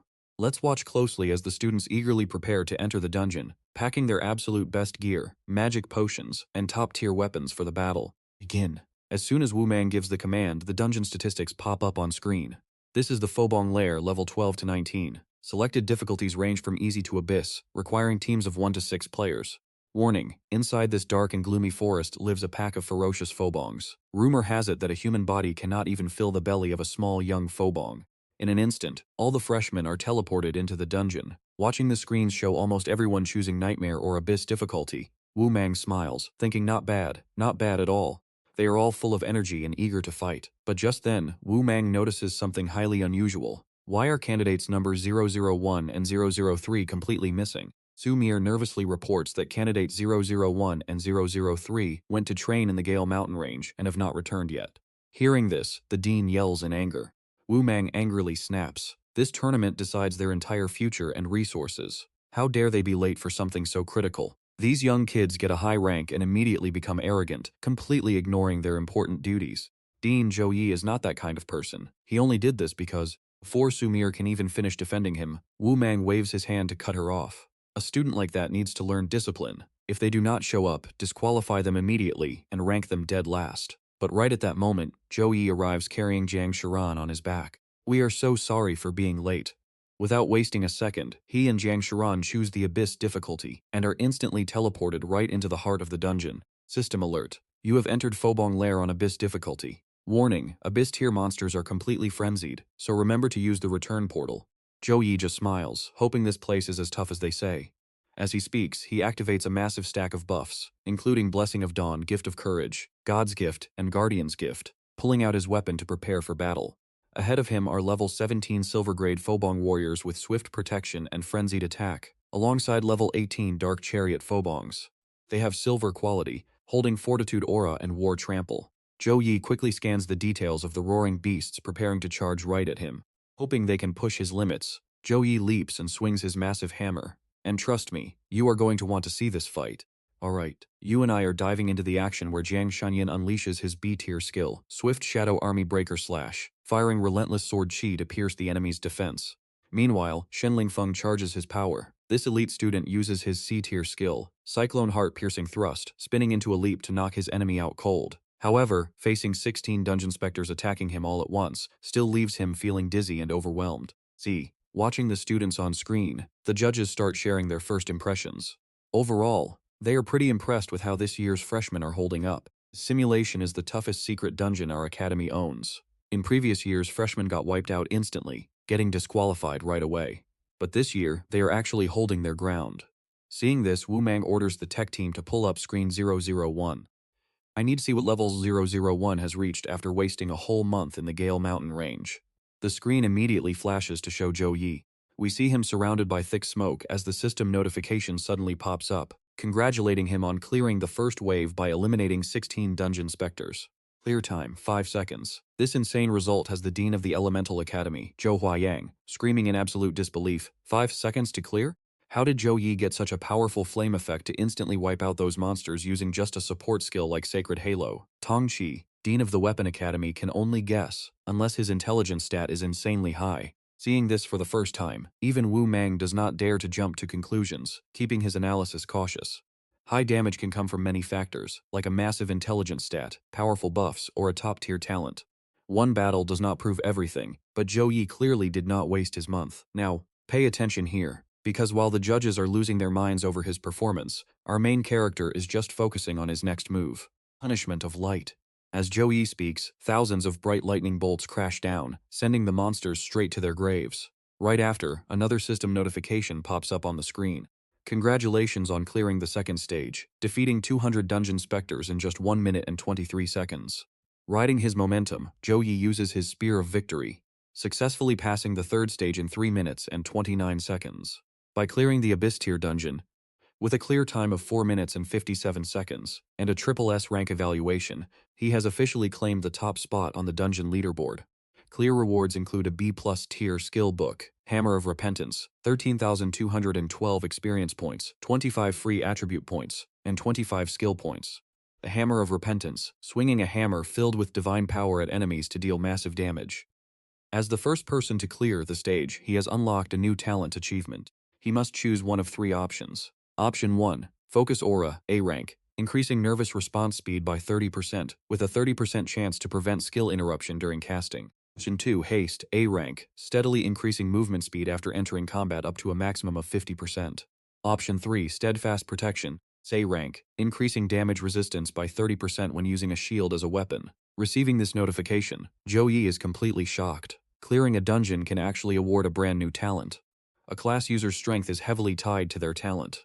Back then, it was thanks to his S+ rank talent that he successfully awakened and activated his class transition to a Holy Knight. This has to be a special perk for silver tier dungeons and above. After all, even though he set new records in the bronze tier competition dungeons, he never got rewards like this. This 3-in-1 choice is pretty generous, meaning he doesn't have to worry about getting a useless talent. Thinking about this, Zhou Yi begins to calculate. Steadfast Protection is great for defensive Holy Knights, but I do not have much use for that. Haste is not bad either, but it is slightly inferior to Focus Aura. In real combat, reacting and launching a counterattack the moment you see an enemy takes precious time. Combat is always unpredictable, so the Focus Aura can reduce the danger of skill interruption, turning the tide of battle. Okay, I know what you're thinking. This is an absolutely busted skill.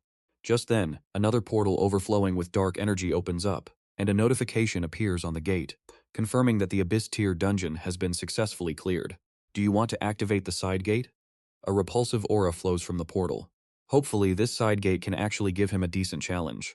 Filled with anticipation, Zhou Yi steps through the portal without hesitation. Outside, his incredible performance has the judges evaluating him based on their expertise, praising his ruthless combat style and perfect control over elemental energy.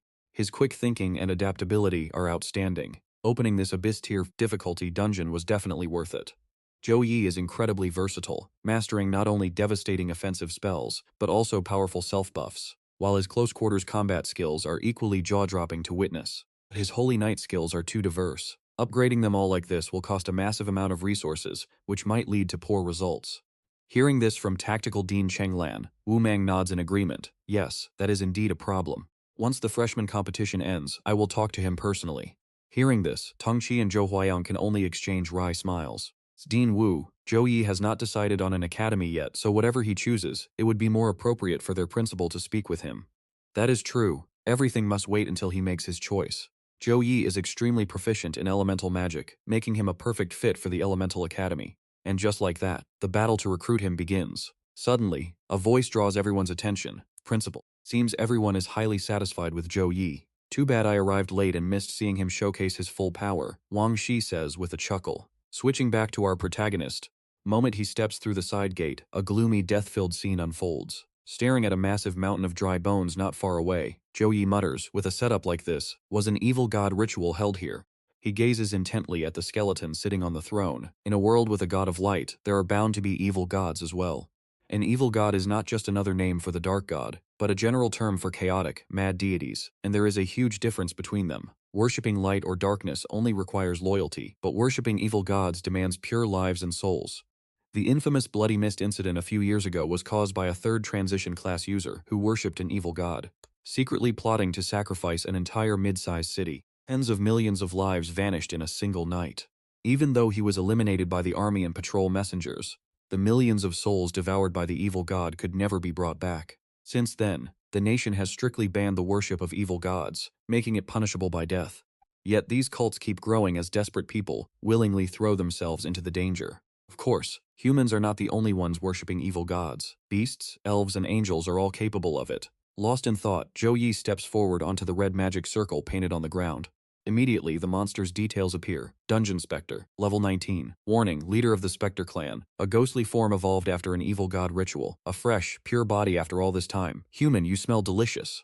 Who would have thought it is an undead creature immune to physical damage? If physical fighters ran into this final boss, they would probably faint right on the spot. Slinging his hammer over his shoulder, Zhou Yi tells the boss with pure excitement, "All right, bring it on." Then, he unleashes Divine Storm, a tempest of holy light that deals massive magic damage to all enemies nearby. Trust me, you and I both know this boss is about to have a very bad day. Like an egg hitting a rock. The boss barely finishes speaking before being sucked into the vortex and instantly crushed to pieces. Welcome back, because you and I are jumping right into a crazy battle where the boss suddenly fully regenerates and praises our human main character.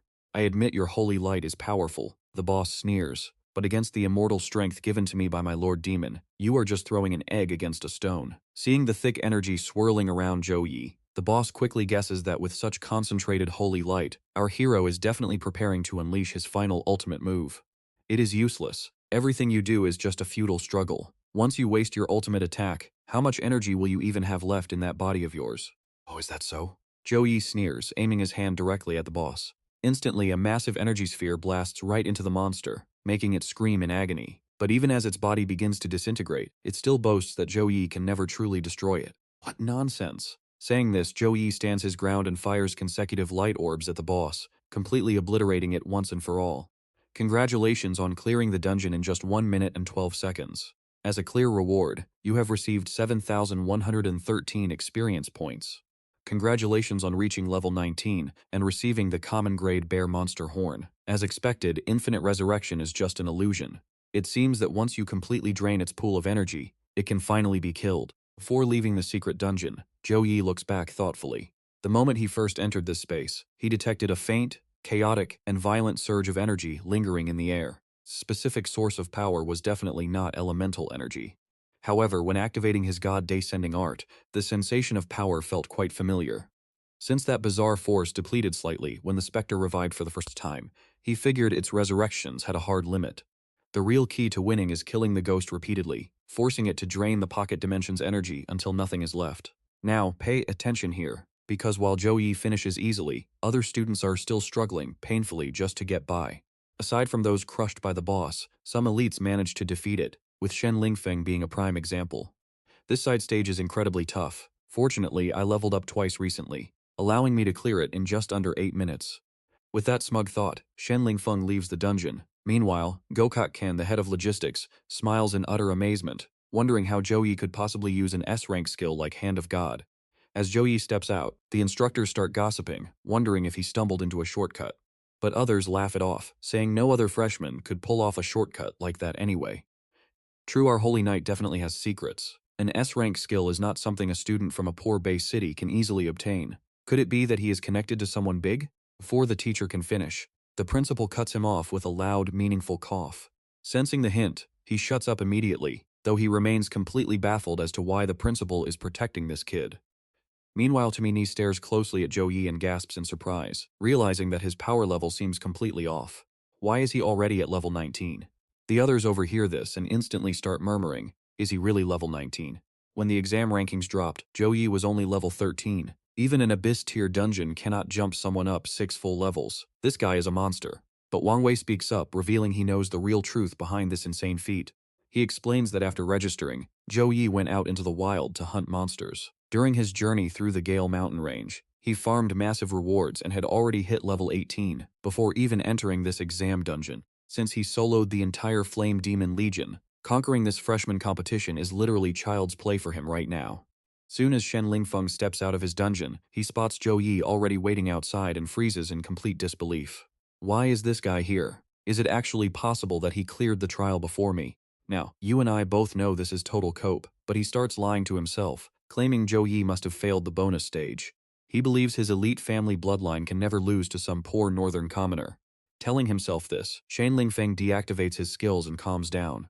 He then glares at Zhou Yi and walks right past him without a word, leaving our hero totally confused. Why is he so angry? Did he fail the dungeon run or something? Right then, a loud scream echoes nearby.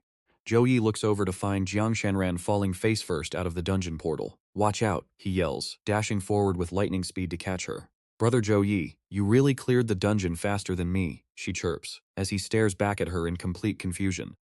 "Well, you are a few months older than me, so shouldn't I call you brother?" Jiang Shanran replies casually. Fair enough, since it is a minor thing, Zhou Yi just lets it go. But right then, a bunch of other students start tumbling out of the portal, except they are definitely not lucky enough to be caught by a handsome guy.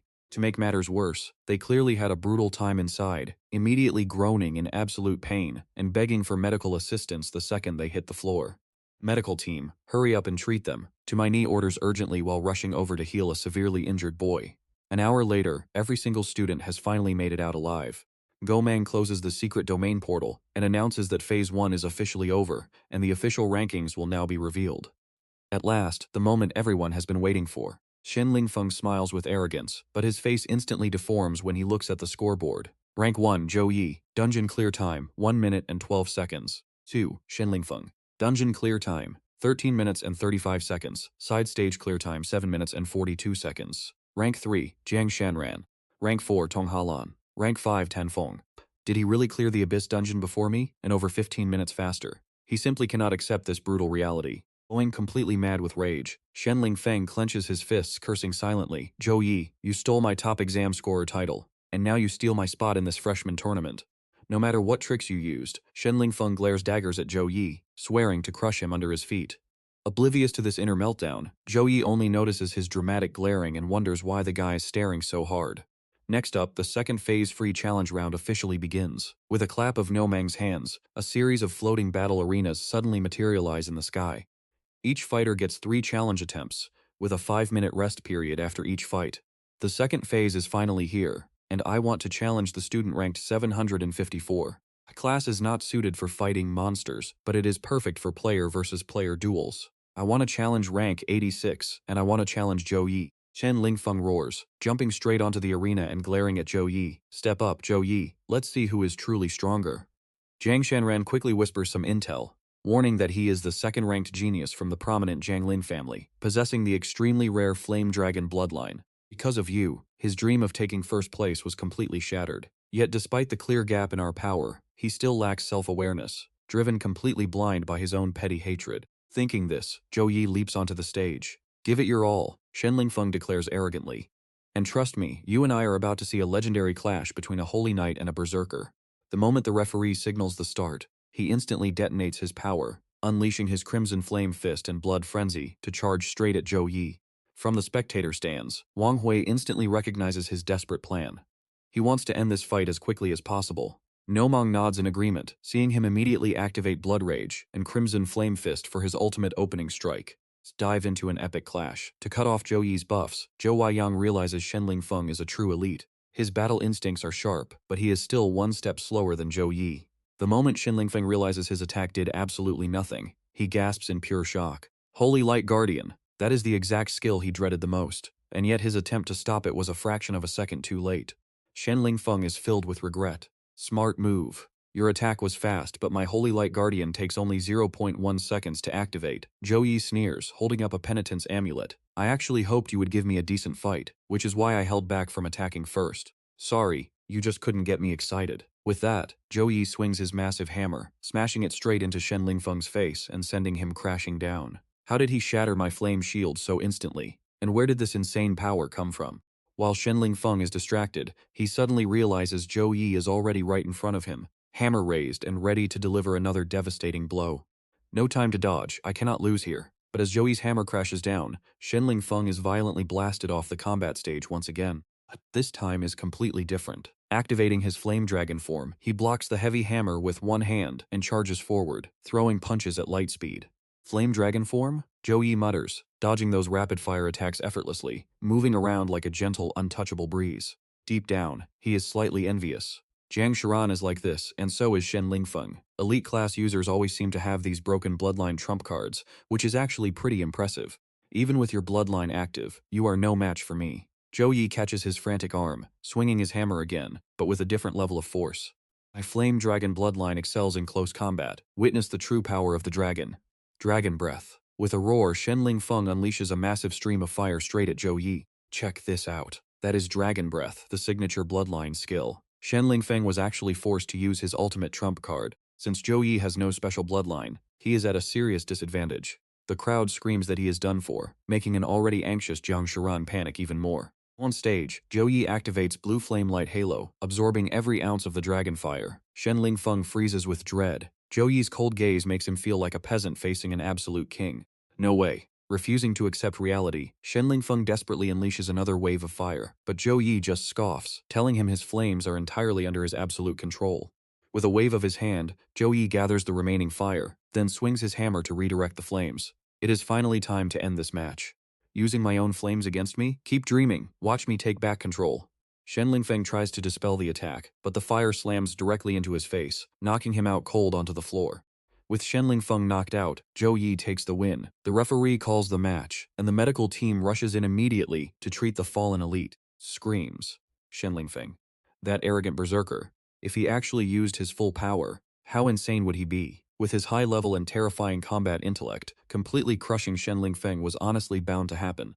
You and I both know level 19 in a month is crazy, right? As the crowd gossips, Yuma points toward the stage with a grin. Look over there. Another top-tier prodigy steps up, a petite girl in Taoist robes challenging Zhou Yi. I am Song Xiaolin, level 17 Spirit Taoist. Let's have a good fight. The Spirit Taoist is a super rare class in the Xia Kingdom, specializing in magical talismans and powerful sealing techniques.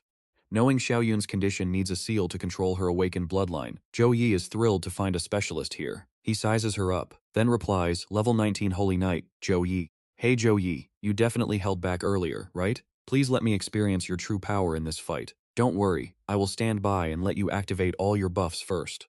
Under the stage, the students gasps in disbelief. When did Zhou Yi reach level 19? No wonder my appraisal skill failed to inspect him. He is 3 levels ahead of me. Exactly. He did not even use his buffs when crushing Shen Lingfeng. That is just absolute madness. Isn't she from the prestigious Tong family of Guiyun? Zhou Yi smiles, highly intrigued by her confidence. Then it is settled. Tong Halan giggles, bowing respectfully as their match officially kicks off. Zhou Yi activates Dawn Blessing, Grace of Courage, and Guardian Grace back to back, leaving Tong Halan completely speechless in shock. This is my absolute peak state. Let's enjoy our battle. Zhou Yi waves his hand, launching a beam of light straight at her. Since it has come to this, I must go all out. Looking serious, Tong Halan activates the Barrier of Penitence. Dozens of talismans swirl in the air, forming a defensive barrier to block Zhou Yi's oncoming light blast. Grabbing another talisman, she chants a quick spell, causing the trapped beam of light to detonate safely. Using the thick smoke screen, Tong Halan retreats only to realize Zhou Yi has completely vanished. As she frantically looks around, his voice whispers right behind her. Did you really think running away would save you from me? Zhou Yi swings his heavy hammer. Reacting instantly, Tong Halan spins around and summons a talisman shield to block. She successfully evades his surprise strike, but one terrifying question lingers in her mind. When did he get behind me? He is insanely strong. Even with her automatic defenses active, she barely survived his strike. Determined to turn the tide, she launches fireballs to buy time, chanting a summon spell. It is the legendary Taoist skill, spilling beans into soldiers. Under her command, a massive army of summoned soldiers charges forward.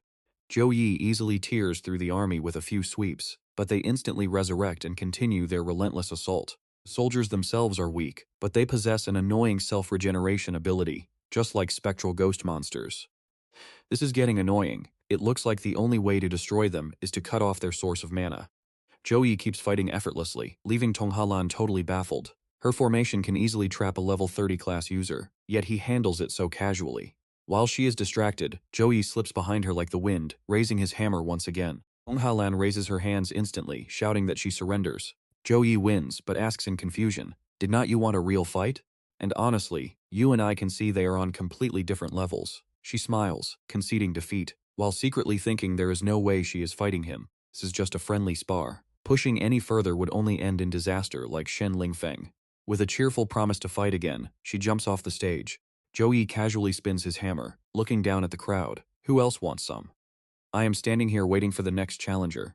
Alright, you and I are about to see everyone desperately making up excuses to avoid fighting Zhou Yi. Even Jiang Shanran looks up at him with a massive grin, saying, as expected of big brother Zhou Yi. Sumi Ni also stares at Zhou Yi, completely captivated. With physical strength that crushes warriors and magic stats that outclass top mages, Zhou Yi is just operating on a level way beyond anyone's wildest dreams.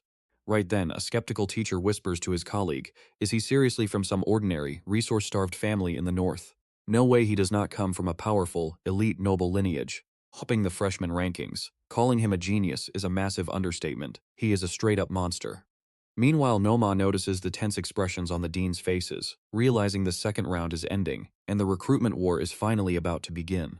Obviously, Zhou Yi is going to be the ultimate prize everyone fights over. Ni realizes this too, turning to whisper a quick question to Ngoma. Dean, what about us? Relax, I have already prepared for this. Zhou Yi must join us no matter what. Meanwhile, on the other side of the arena, exploiting the fact that Shen Lingfeng was heavily injured from his clash with Zhou Yi, tons of students challenge him to boost their own ranks, sending his ranking into a total free fall. Furious but completely helpless, Shen Lingfeng can only curse silently. Just wait until my wounds are fully healed. I will make every single one of you regret this deeply. Half an hour later, the second round of free challenges finally wraps up, with Zhou Yi, Jiang Shanran, and Tong Halan securing the top 3 spots. And that officially concludes the freshman tournament. With the rankings finalized, student housing and credits will be distributed accordingly. But even if you ended up near the bottom with barely any points, there is no need to panic just yet. Now pay attention here, because this is where the real game begins. The school has tons of ways to earn credits if you work hard. But first, the 5 deans are stepping up to pitch their academy's philosophies. Xioma takes the stage first to introduce his own war academy. Even though the dark, terrifying era of alien invasions is behind us, dangerous threats still loom every single year. Because of this, the War Academy aims to forge elite combat skills, ensuring every student has the highest survival rate possible on the battlefield. Extreme and brutal, that is the slogan of our War Academy. Next up, the Elemental Academy only admits students focused on mastering devastating elemental magic. I will guide you to uncover the ultimate truth of elemental force. Then we have the Weapon Academy, which focuses on raw mastery of weapons rather than just relying on generic skills. So come join our Weapon Academy. Meanwhile, the Tactical Academy is built to train brilliant leaders and combat coordinators. Regardless of your class, you should definitely sign up for our Tactical Academy. As everyone knows, in real warfare, elite tacticians drastically lower the casualty rates of entire armies. Furthermore, a powerful bulletproof logistical system is the absolute foundation of any successful operation. Welcome, all lifestyle class users. Please choose our Logistics Academy. Here, although we are not famous for frontline combat, you will learn highly valuable practical knowledge. Once we fully grow and develop, even the strongest frontline warriors will be begging us for help. Haha. The Logistics Dean laughs heartily and slaps his belly, leaving the other deans looking completely embarrassed and wishing they did not know him at all. Goma clears his throat to wrap things up, saying all necessary academy details have been fully shared. Now every student can finally log into the system and select their favorite academy. Brother Zhou Yi, which academy are you going to choose? Jiang Shanran whispers. Zhou Yi stays completely silent, keeping his eyes glued to his phone screen. Right then, Goma pitches directly to Zhou Yi. If you join the War Academy, I will personally become your private tutor. A private tutor? Zhou Yi asks curiously. Goma explains that each mentor can recruit one top elite student to guide personally, and all the resources that mentor controls will be prioritized for that student. Plus, I have prepared some epic welcome gifts, including 3 A-rank skill books and an A-rank resource token. Seeing this, the other deans immediately jump into the race to secure him. Ziyi, choosing a private tutor is a huge deal. You must think carefully. If you join our Elemental Academy, I personally guarantee to deck you out in a legendary gear set. Weapon Academy Dean, who was just standing right next to Ngoma, actually teleports directly in front of Zhou Yi to make his pitch. Join us, and any external resources that help boost your overall call combat power will be completely free for you to choose. Hey, I got to him first, Goma yells down in annoyance, but the others scoff. How can you even bring up first come, first served for this? It is all about showing real sincerity. Zhou Yi scratches his chin, feeling like he has seen this all before. And honestly, you and I would feel just as insanely jealous as the other students watching this unfold. 3 powerful deans personally fighting over Zhou Yi. Is this the insane red carpet treatment for the top scorer? It is so unfair. Becoming a private disciple is like being a clan's direct successor, giving you total priority over all your mentor's resources. Do you not think the offers from these 3 deans are way too generous? An A-rank skill book is already incredibly rare on its own. The Elemental Academy Dean is on another level, offering a whole legendary gear set. Weapon Academy makes sense, but why does the Elemental Academy even want a Holy Knight?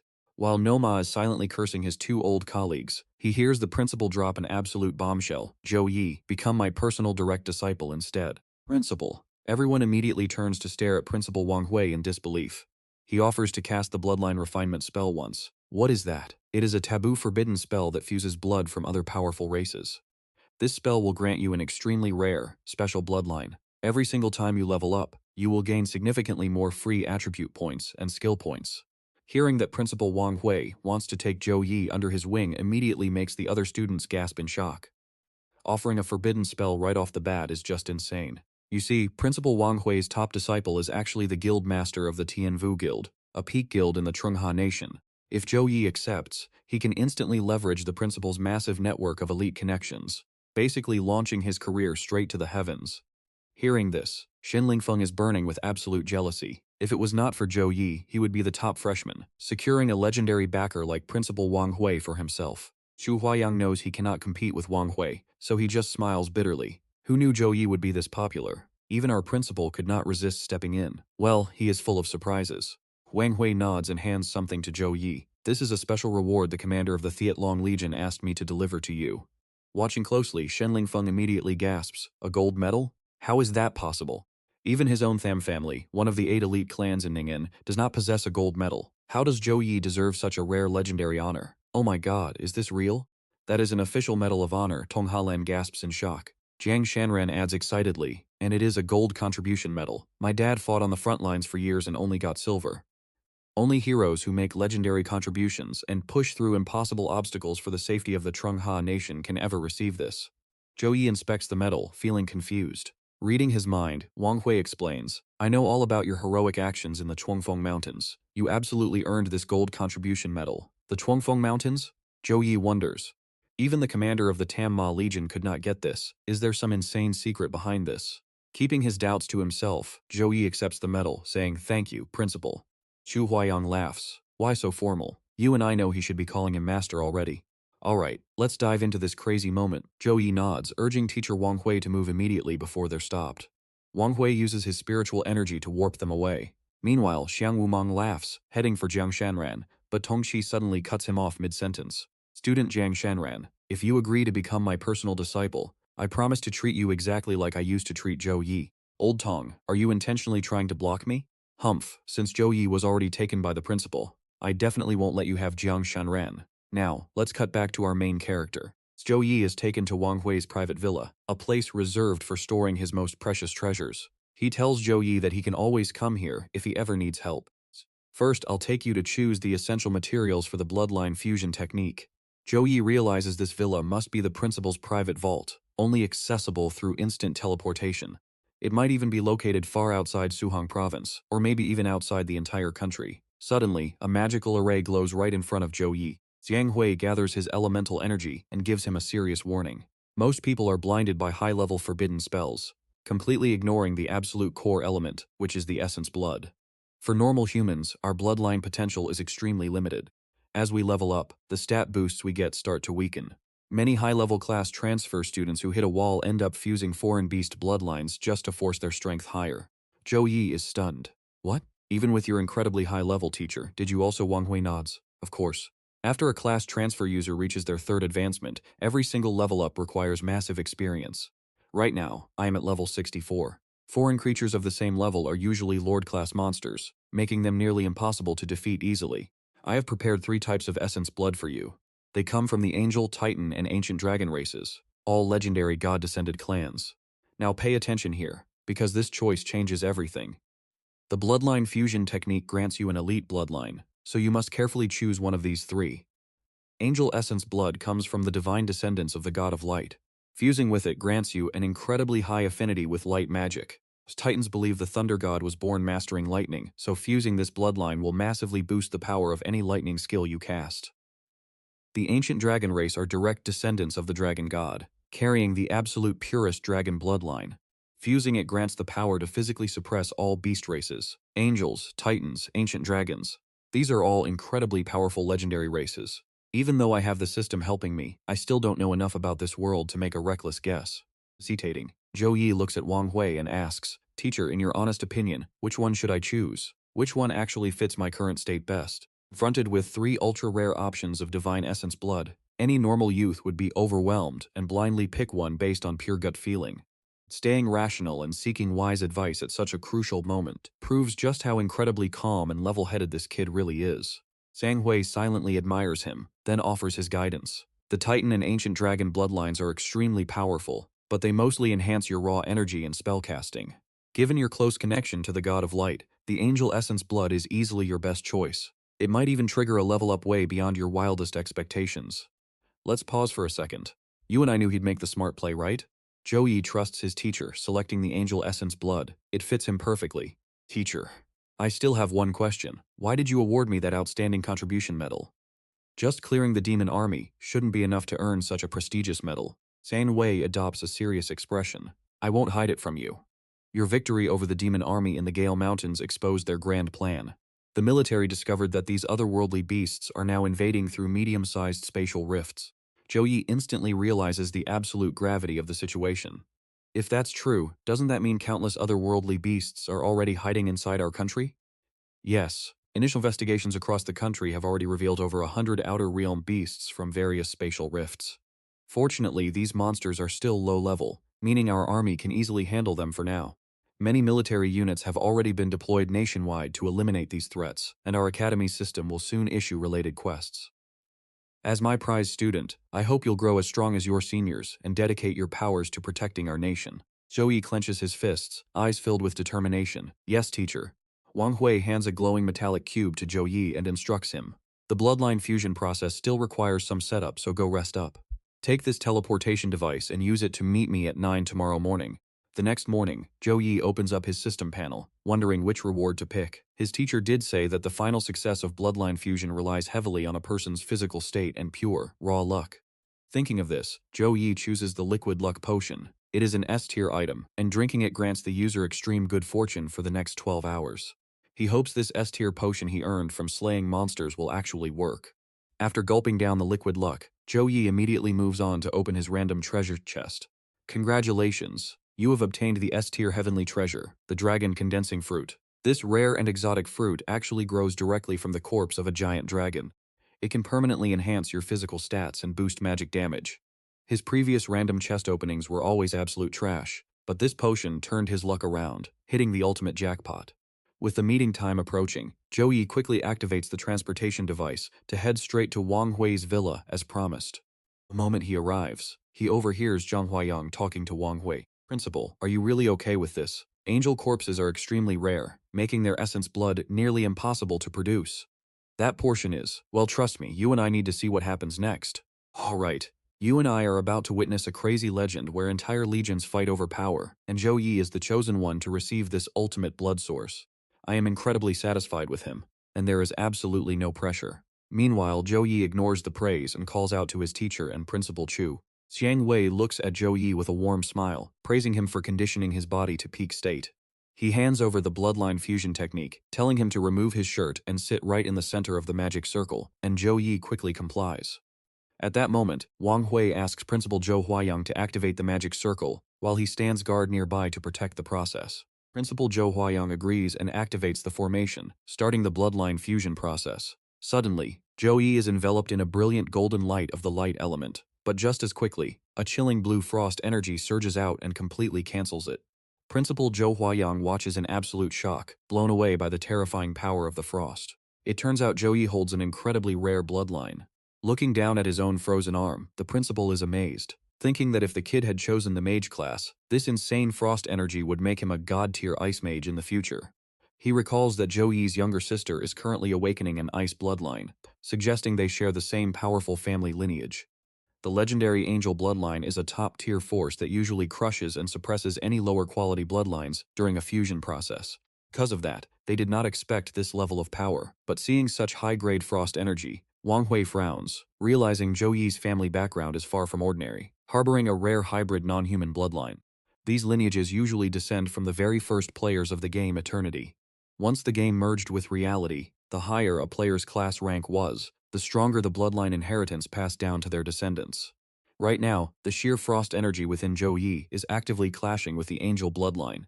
This confirms his ancestor was a legendary high-ranking player in the world of Eternity.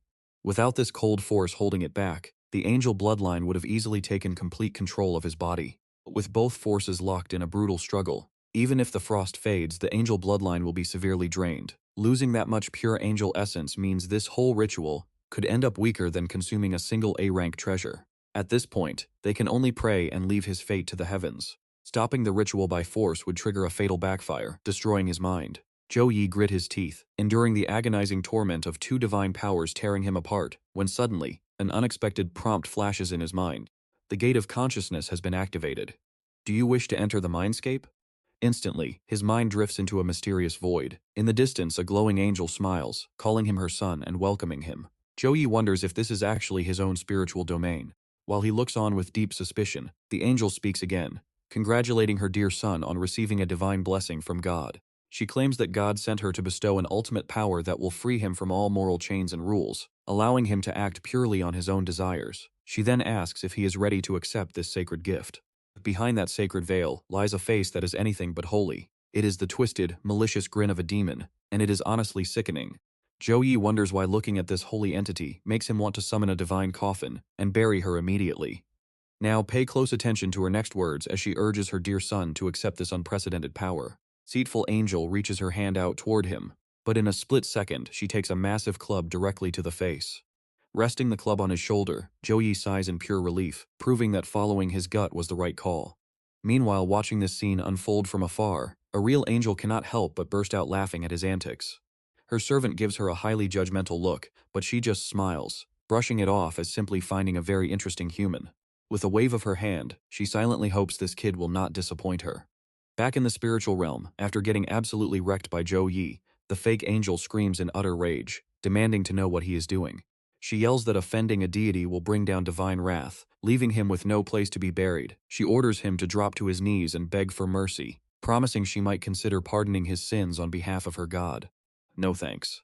Zhou Yi raises his weapon right at the fake angel, declaring war. The furious creature sneers, calling him an ungrateful little brat. Wicked grin returns to her face as she stretches out a clawed hand, clenching her fist. Instantly, thousands of dark chains whip out to bind Zhou Yi, while countless glowing red eyes materialize in the darkness around him. Cackling with satisfaction, she calls his struggles music to her ears, warning him this is the price of disrespecting Lord XCA. Zhou Yi quickly realizes she is just a minion of an evil god. But before he can finish, he gets struck hard. The monster screams that he has successfully caught her master's attention, and she was sent here to purge him of his sins. She tells him to pray as Lord XCA guides him, while a dark malevolent energy begins to rapidly corrode Zhou Yi's mind.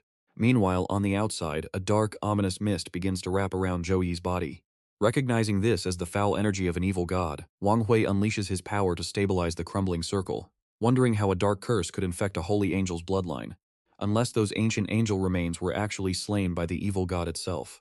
He watches as his own supportive energy is rejected by the magic circle, realizing the dark entity is bent on destroying the angel's power. But suddenly, Wang Hui gasps in surprise, telling himself to wait. Instead of weakening, the angel power inside Zhou Yi is actually surging.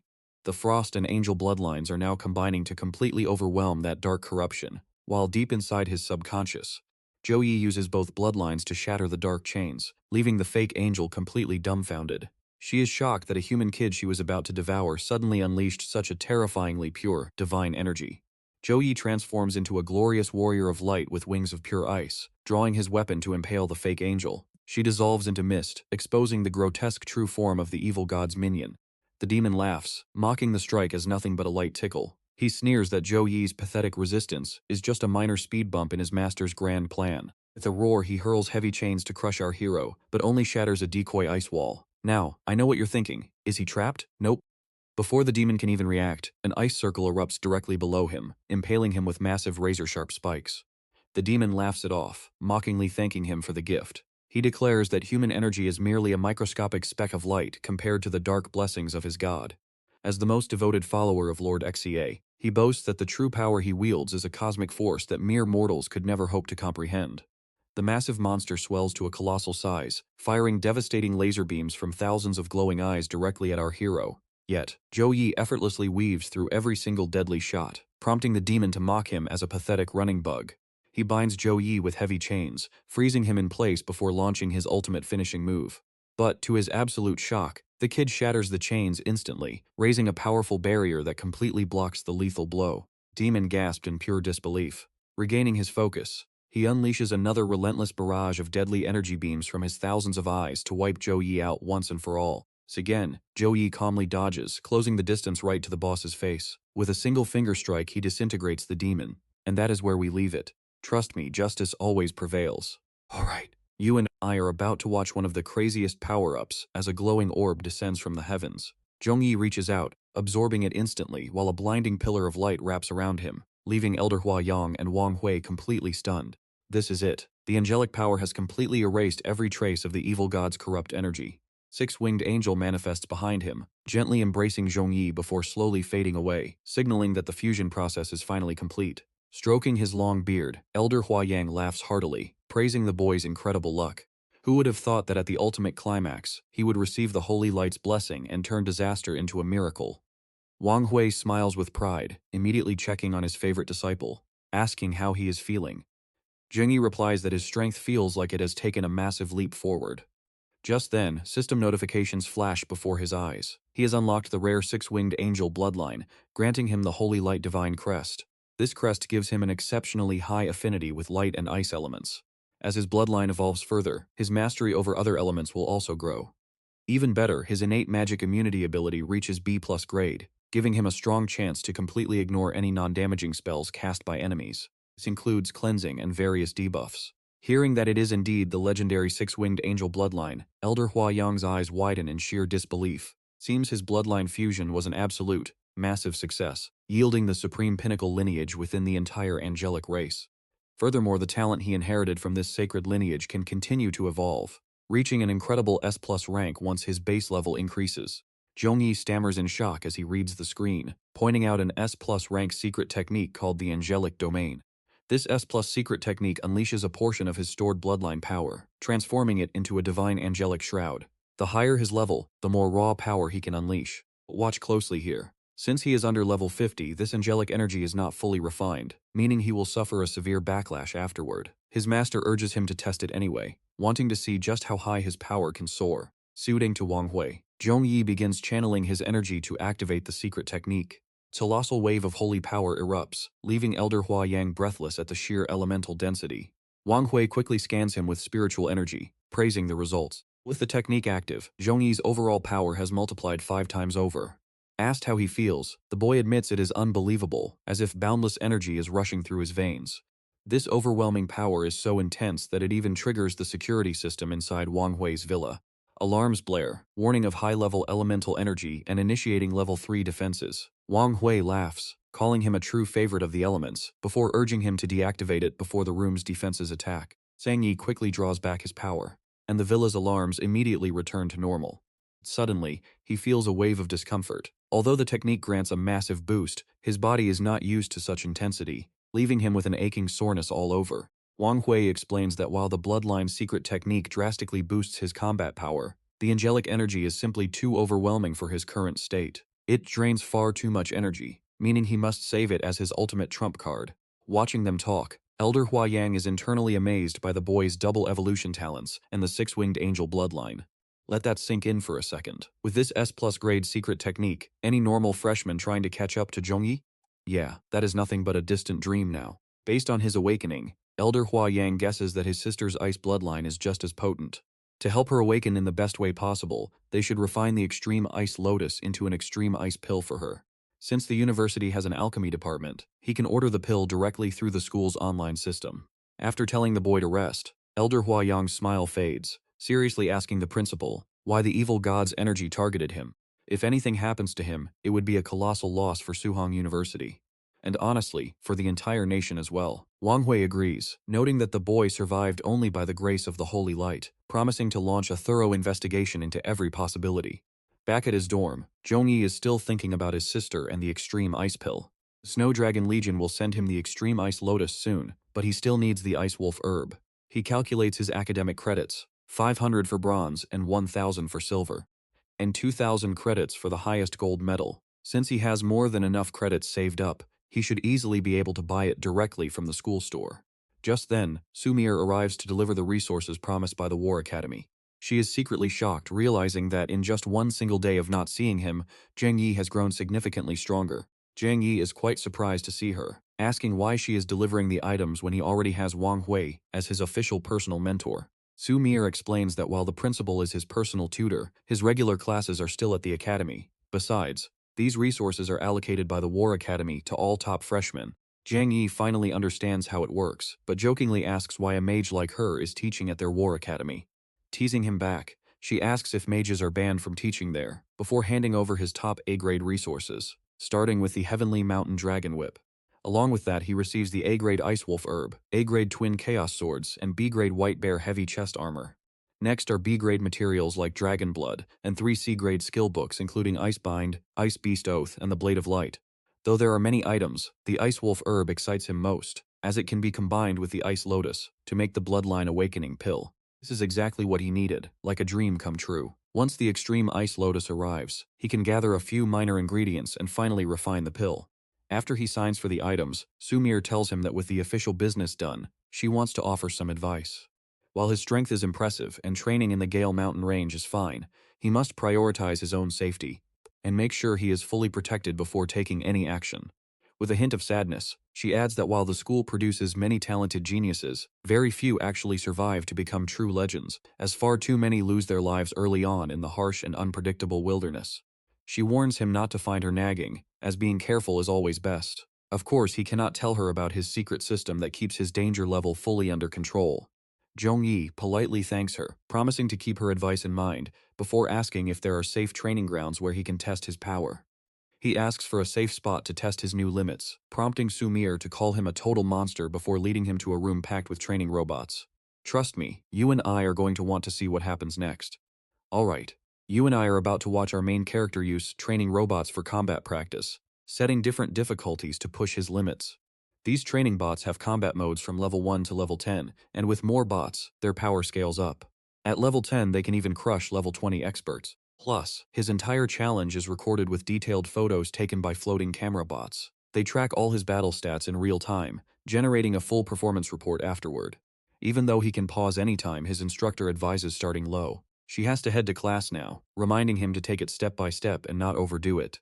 All that is left is to issue the command. The moment his instructor leaves, Zhou Yi immediately gives the order. System, activate level 7 combat mode. Instantly, the program responds. Combat monitoring begins as 50 training robots are deployed into the arena, ready for action. Warning, level 7 combat mode is officially starting. Before the system can even finish the announcement, a literal storm of bullets rains down on Zhou Yi. But for an absolute dodging master like him, this is child's play. Slipping past the onslaught, Zhou Yi counterattacks with his newly fused ice bloodline power, completely crushing a giant robot with a single, devastating punch. His ice power is pretty handy, he thinks with a smug grin. Next, he unleashes an epic ice storm, wiping out the entire robot army in one single move. Zhou Yi, congrats on clearing the level 7 test. Battle stats show 50 level 7 robots defeated in just 3 minutes and 40 seconds, a complete sweep.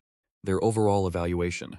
Excellent. If level 7 was this easy, he wonders if the maximum difficulty can finally force him to go all out. After a brief moment of thought, he decides to test his limits. System, initiate level 10 combat mode immediately. Detecting extreme damage to the training units, level 10 combat mode activates its backup protocol. Suddenly, the remaining robots begin upgrading and shifting forms. Level 10 combat mode has officially activated. Transcendent grade robots are now deploying, with power stats matching professional warriors. If your safety is threatened at any point, please issue a ceasefire order immediately. This is exactly what Zhou Yi wanted. Pay attention, because we are about to see him fight at full power. After a 3-second countdown, a robot actually blasts him with ice power, catching him off guard. Reacting instantly, he leaps into the air to dodge, wrapping himself in protective ice energy. Using the unique properties of light and ice, he creates crystal clones of himself, making it impossible for the enemy to target the real him. He prepares to destroy it with holy light, but the machine suddenly copies his move, blasting his weapon away. How on earth is this robot copying his exact skills? Did the system sync his personal battle data directly to the bot? The interface confirms the synchronization, optimizing its weapons and bringing its combat systems fully back online. Zhou Yi watches in shock as its cannon shifts into a mechanical wolf. It can copy his wind wolf too? Looks like a head-on clash is his only option.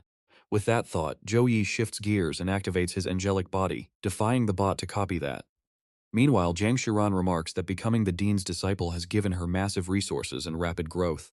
Having failed level 7 last time, she is ready to try again, but when she scans her fingerprint to enter, a sudden warning pops up.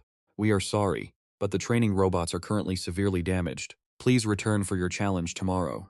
She wonders who could possibly be inside. Back in the arena, Zhou Yi utilizes his angelic body to summon holy light chains, completely binding and restricting the giant robot. Next, he uses his Eye of Truth to pinpoint the machine's weak spots, guiding his next devastating strike perfectly. Targeting the power core on its chest, he lands a heavy blow, turning the machine into scrap metal. Level 10 has officially been cleared. The room is completely wrecked. Looks like we have to wait a week for his next challenge.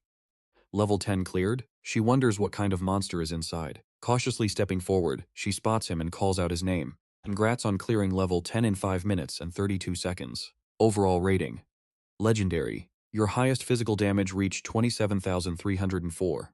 With over 56,000 magic damage and a peak skill hit of over 100,000, this victory would have been effortless without that wolf. He realizes he needs to bond with a combat pet soon. Just as he is contemplating this, a voice calls out from behind. Jiang Shiran runs over, asking excitedly if he completed his bloodline fusion. She is amazed by how strong he got in just one single day. He explains he finished the process this morning, gaining a rare 6-winged angelic bloodline. Shiran looks at him with pure admiration, calling it an incredibly rare power.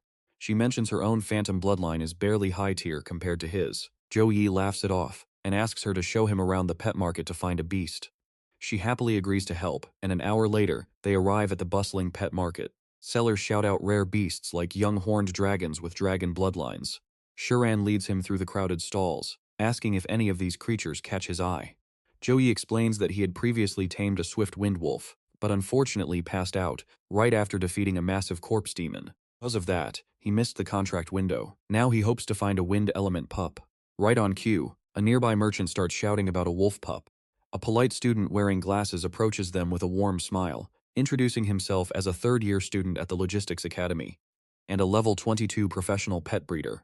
He offers them a wind wolf pup he personally raised, asking if they want to see it. Shiran whispers that breeders belong to a respectable lifestyle class, and since this guy is also a student at their university, his beasts are bound to be reliable.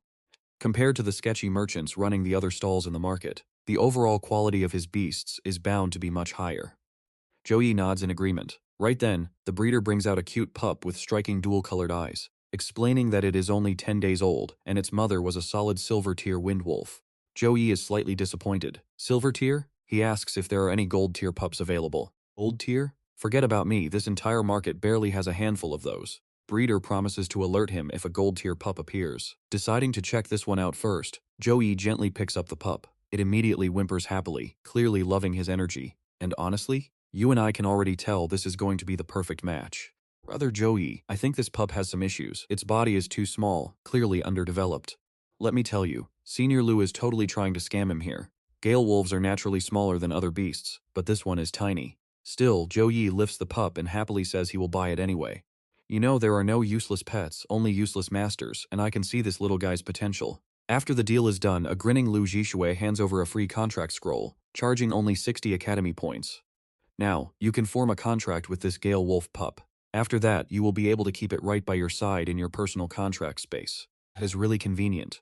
Meanwhile, Lu Zhishui is secretly celebrating because in this entire litter of Gale wolf pups, this one was in the absolute worst condition. She was worried she could never sell it, but never expected to run into such a sucker.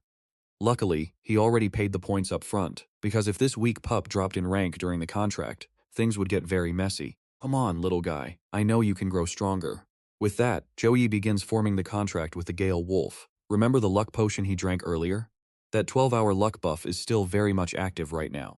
And just like that, the defective wolf pup transforms into an ultra-powerful, legendary pet, absolutely shocking everyone who is watching this unfold. Now watch this part closely. Is that a glowing purple light? Could this actually be an epic rank pet? Buying an epic rank pet here is pure insanity. Hey brother, are you selling that Gale Wolf pup? I will offer you 1,000 points for it. Seriously, Zhou Yi has incredible foresight. It turns out this little pup was actually a degenerated epic rank magic pet all along. Once the pup absorbed his magic power, it immediately restored its original epic rank potential. Zhou Yi just scratches his head with a smile, secretly thinking to himself that he definitely underestimated the insane power of that luck potion. All the gasps from the crowd make Lu Jishui grit her teeth in pure rage. Damn it! She actually sold an epic rank pet for cheap to a freshman. Just then, Jiang Chenran reminds him that he still needs to give it a name. Zhou Yi thinks about it for a moment and decides to name him Xiao Hui. But while they are happily playing with the pup, the shameless Lu Jishui completely goes back on her word and interrupts them. Due to my mistake, I accidentally sold you this pup at a basic silver rank price. If you want to keep it now, you need to pay me an extra 1,500 points. Or, you can just cancel the contract, return the pet and get a refund. You better decide fast, because if you want to play difficult, don't blame me for getting rough with you. Hearing this, the crowd starts whispering. It is totally obvious that Lu Jishui failed to check the pup's actual rank beforehand.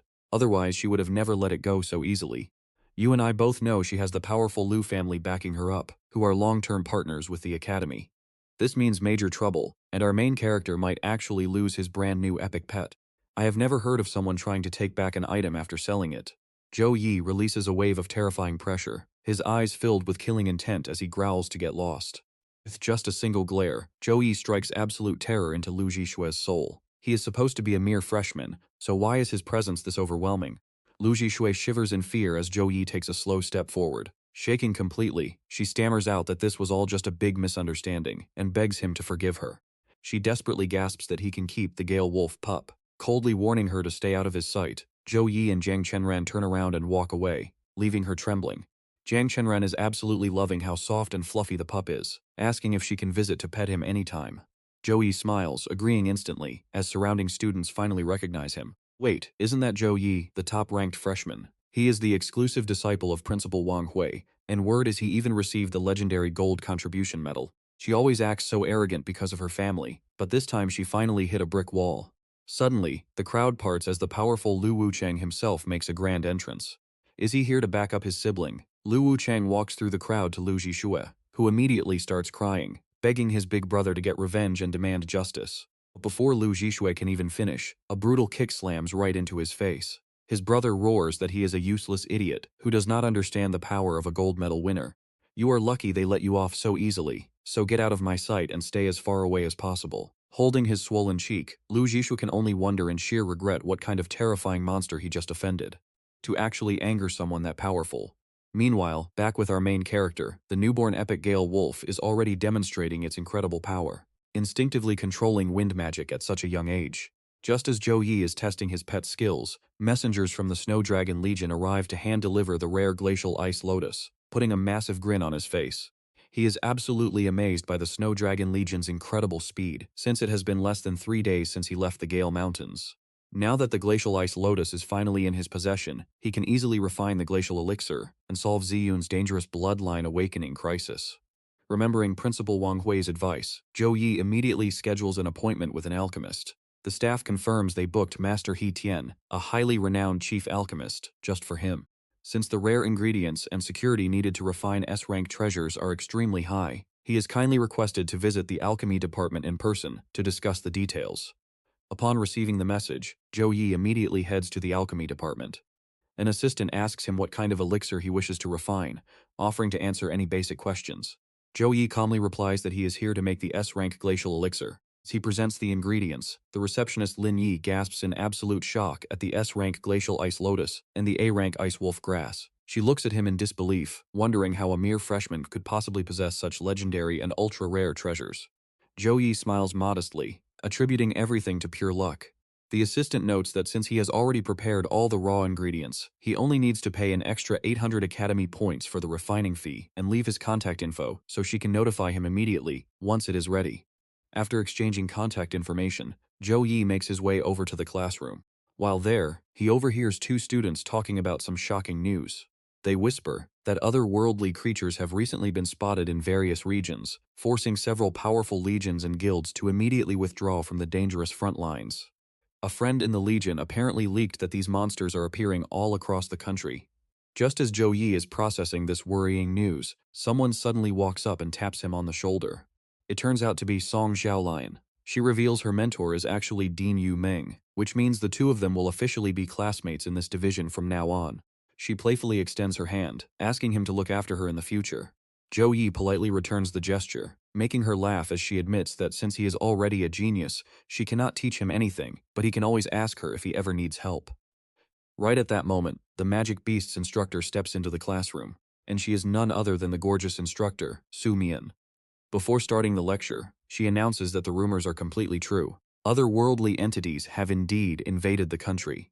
Even though these initial creatures are not exceptionally strong, the government is treating this situation with absolute, top-level seriousness. To combat this potential threat, the military is on high alert, and major academies are doubling their funding to push students to their limits. Because of this, Suhang University is boosting monthly ranking rewards by 70%. Trust me, you and I are about to see a massive power surge next.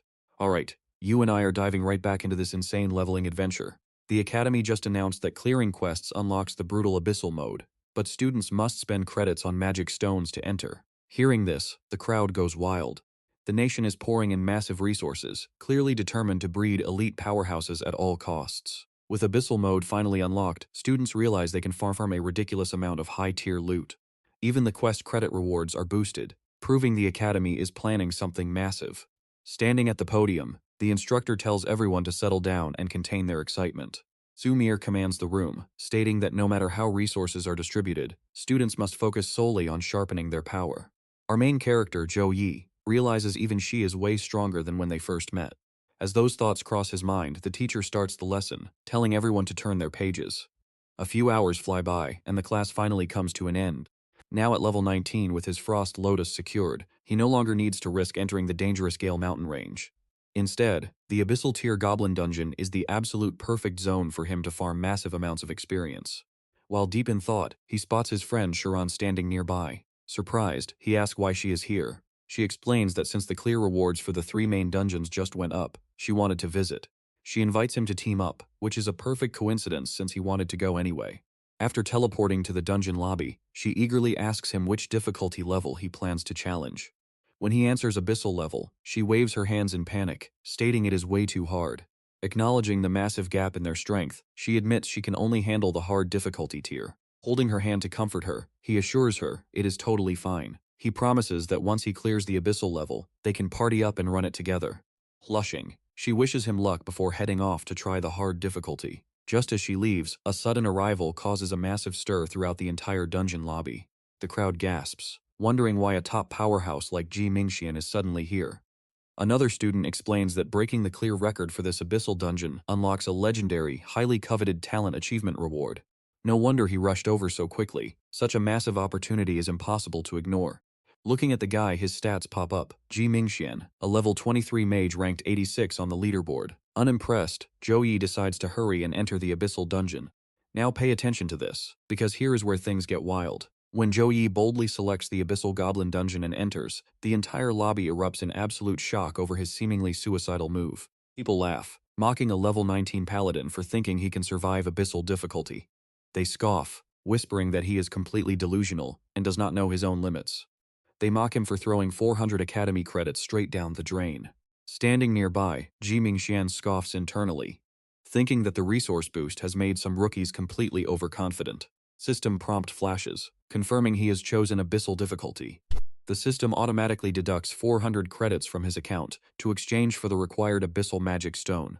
He teleports straight into the ruined goblin undercity. A system prompt warns him that monsters here are highly aggressive, advising him to crush the magic stone to escape immediately if overwhelmed. Looking around, he wonders why this place is so completely devastated. He figures all this heavy destruction is the work of the invading goblin horde. Just then, a sneaky goblin lunges at him from behind, but with one casual wave of his hand, Zhou Yi instantly obliterates the monster. Just seconds later, an entire army of furious goblins emerges from the shadows, completely surrounding him before launching a massive, coordinated attack. Stats appear. Level 22 goblin warriors of silver tier quality, armed with ambush skills. Facing the massive wave, he notes that this is a ridiculously high number of enemies. But a tougher challenge only makes the victory sweeter. With a single swing of his heavy mace, he obliterates the entire group. When another massive wave instantly spawns, he realizes he needs to plan carefully. It looks like the gimmick of this stage is to drain his energy by throwing endless waves of suicide-rushing goblin soldiers at him. He realizes he must carefully conserve his mana, ensuring he has plenty left to unleash against the final boss. With that in mind, he activates his Radiant Shadow Slash skill. He swings his weapon at blinding speed, unleashing a relentless barrage of light-speed slashes that tear through the mob. Clearing the pack rewards him 11,000 experience points. This boosts his level 19 progress to over 22,000 out of 54,000. Leveling up gets incredibly slow at higher tiers. Even clearing out hordes of mobs will only push him to level 20 at best. He can only hope that the boss clear reward provides enough experience for a major breakthrough. Pushing deeper into the Dark Ruins, he quickly confronts the area boss. This is the level 24 Goblin Great King, an epic tier threat with completely unknown combat skills. I know what you are thinking, but this boss is in for a rude awakening. It barks out, welcoming this puny human brat to the tomb it has prepared for him. Enraged by the slaughter of its tribe, the monster swings its massive club downward in fury. Zhou Yi acts instantly, leaping high into the air to avoid the devastating smash.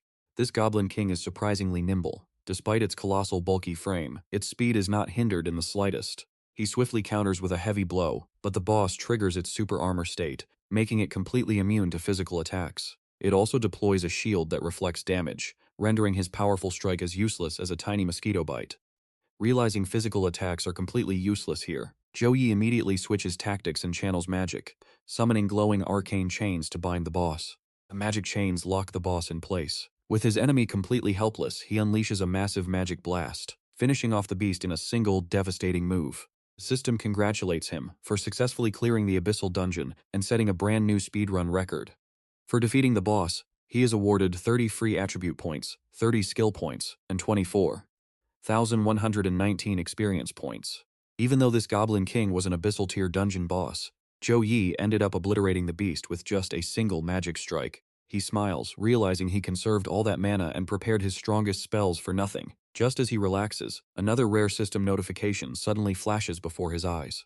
By shattering the speedrun record, he successfully unlocks a brand new talent called Rapid Casting, rated at A tier. This passive ability dramatically increases his spellcasting speed, allowing him to cast low-level magic almost instantly. It turns out that breaking the record in an Abyssal tier dungeon actually rewards players with highly coveted talents. With this incredible new A-tier speed casting boost, his overall combat power has reached an entirely new, devastating level. It is time to leave, though he is slightly disappointed to only be near level 20. Since he is rich in academy credits now, he plans on carrying Sharon through these abyssal dungeons later. Meanwhile, back in the main lobby, many top students are emerging empty-handed, completely unable to handle the intense difficulty. Students crowd around the leaderboard, gossiping about the lack of progress. They complain that nobody has cleared the abyssal difficulty yet, lamenting that the challenge is just way too brutal for normal players. One survivor shivers, recalling how he was instantly swarmed by hundreds of silver-tier goblins upon entering. He barely escaped with his life, proving that the terrifying intensity of this abyssal difficulty is absolutely no joke. Sigh, realizing only top leaderboard rankers, like Ji Mingxian, actually stand a chance in there. Standing in the crowd, Sharon listens quietly, feeling incredibly relieved that she chose the easier difficulty for a smooth clear. She can only hope Zhou Yi makes it out safely, and that is where we leave things today. Trust me, you are going to want to see how this freshman competition unfolds next. Alright, you and I are about to dive into a wild story. Just how many prodigies can one academy have? Apparently, a level 19 holy knight named Zhou Yi is leading the freshmen and setting massive new records. As two guys are chatting, someone suddenly screams that the dungeon record was just shattered. One of them points at the leaderboard in absolute disbelief, his eyes wide as he speaks. Is that really Zhou Yi sitting at rank 1? Check it out. Number 1. Zhou Yi, Abyss difficulty, 100% cleared in just 10 minutes and 56 seconds. This is officially confirmed as the fastest clearance of the Goblin Dungeon on Abyss difficulty. Hearing this, the surrounding crowd completely explodes with excitement. Someone finally beat the Abyss difficulty. But wait, who is this Zhou Yi anyway? I have never even heard his name before. Is he some top senior, or what? Actually, he is the number 1 freshman. But even if he is strong, there is no way he soloed the level 24 Epic Goblin King on his own. After all, I am also a freshman competing in this trial. It has only been a few days, so how did Zhou Yi get this strong so fast? Just wait, Brother Hian probably entered the dungeon a bit later, which is why he is taking longer. One guy laughs confidently, thinking to himself that once Brother Hien steps out of that dungeon with a brand new record, Zhou Yi's name will be pushed straight down the rankings. But right then, Jiming Hien stumbles out of the portal looking absolutely battered. His fanboy rushes over in a panic to help him, as Hien mutters about how insanely hard the Abyss difficulty is. I wasted so much gold tier equipment, yet I still failed. Hien curses under his breath, suddenly realizing the crowd is ignoring him completely. Just a few minutes ago they were chanting his name, but now they are crowded around the board. Confused, he shrugs it off and pulls out a potion to heal. But when his lackey tells him that Zhou Yi cleared the Abyss difficulty in an unbelievably fast time, he completely chokes on his healing potion in pure shock. Watch closely everyone, Zhou Yi is finally out. No way. He is just a level 19 freshman, so how on earth did he clear the Abyss dungeon? How could I be weaker than him? I need to go get some real answers right now. Coming out only now? He probably cheated his way through. Minghian angrily slams his potion bottle down, puts on a fake smile, and walks over to strike up a conversation with Zhou Yi. But before he can even finish his sentence, Zhou Yi completely ignores him and walks straight to Jiang Shanyin. She congratulates him on his run, sadly admitting she barely cleared the hard difficulty and feels like she is being left behind. Zhou Yi pats her head gently to comfort her, telling her not to worry because the Goblin King is actually easy to beat. He promises to show her all the tricks to clear it. Plus, since he has plenty of academy points now, he offers to carry her through a few runs until she masters the mechanics and can conquer the Abyss difficulty herself. While the two of them share a sweet moment, the crowd continues to shower Zhou Yi with praise. Meanwhile, Minghian sits miserably in a corner, forced to accept that his spotlight is gone and he is now a washed-up star. Keeping his promise, Zhou Yi takes Shangyan to conquer the Abyss level. During the battles, he buffs her strength and points out the goblin's weak spots so she can destroy them with ease. Everything goes perfectly smoothly until they finally face the massive boss. Challenging an Abyss-level boss is absolutely no joke. Shangyan wonders out loud, asking how Zhou Yi managed to beat it so easily. It looks intimidating, but its magic resistance is actually super weak, meaning powerful spells can destroy it. Hearing this, Shangyan confidently steps forward to take on the boss herself. Since the boss is weak to magic, Shangyan decides to unleash the power of her succubus bloodline, triggering her demon blade skill to launch a massive, glowing wave of energy. The demonic energy in her strike is supposed to explode on impact, dealing massive dark damage to the enemy. But instead of killing the boss, this attack backfires, buffing the monster with extra magic power and making it stronger. The empowered boss immediately stomps the ground, triggering violent earthquakes and dangerous shockwaves everywhere.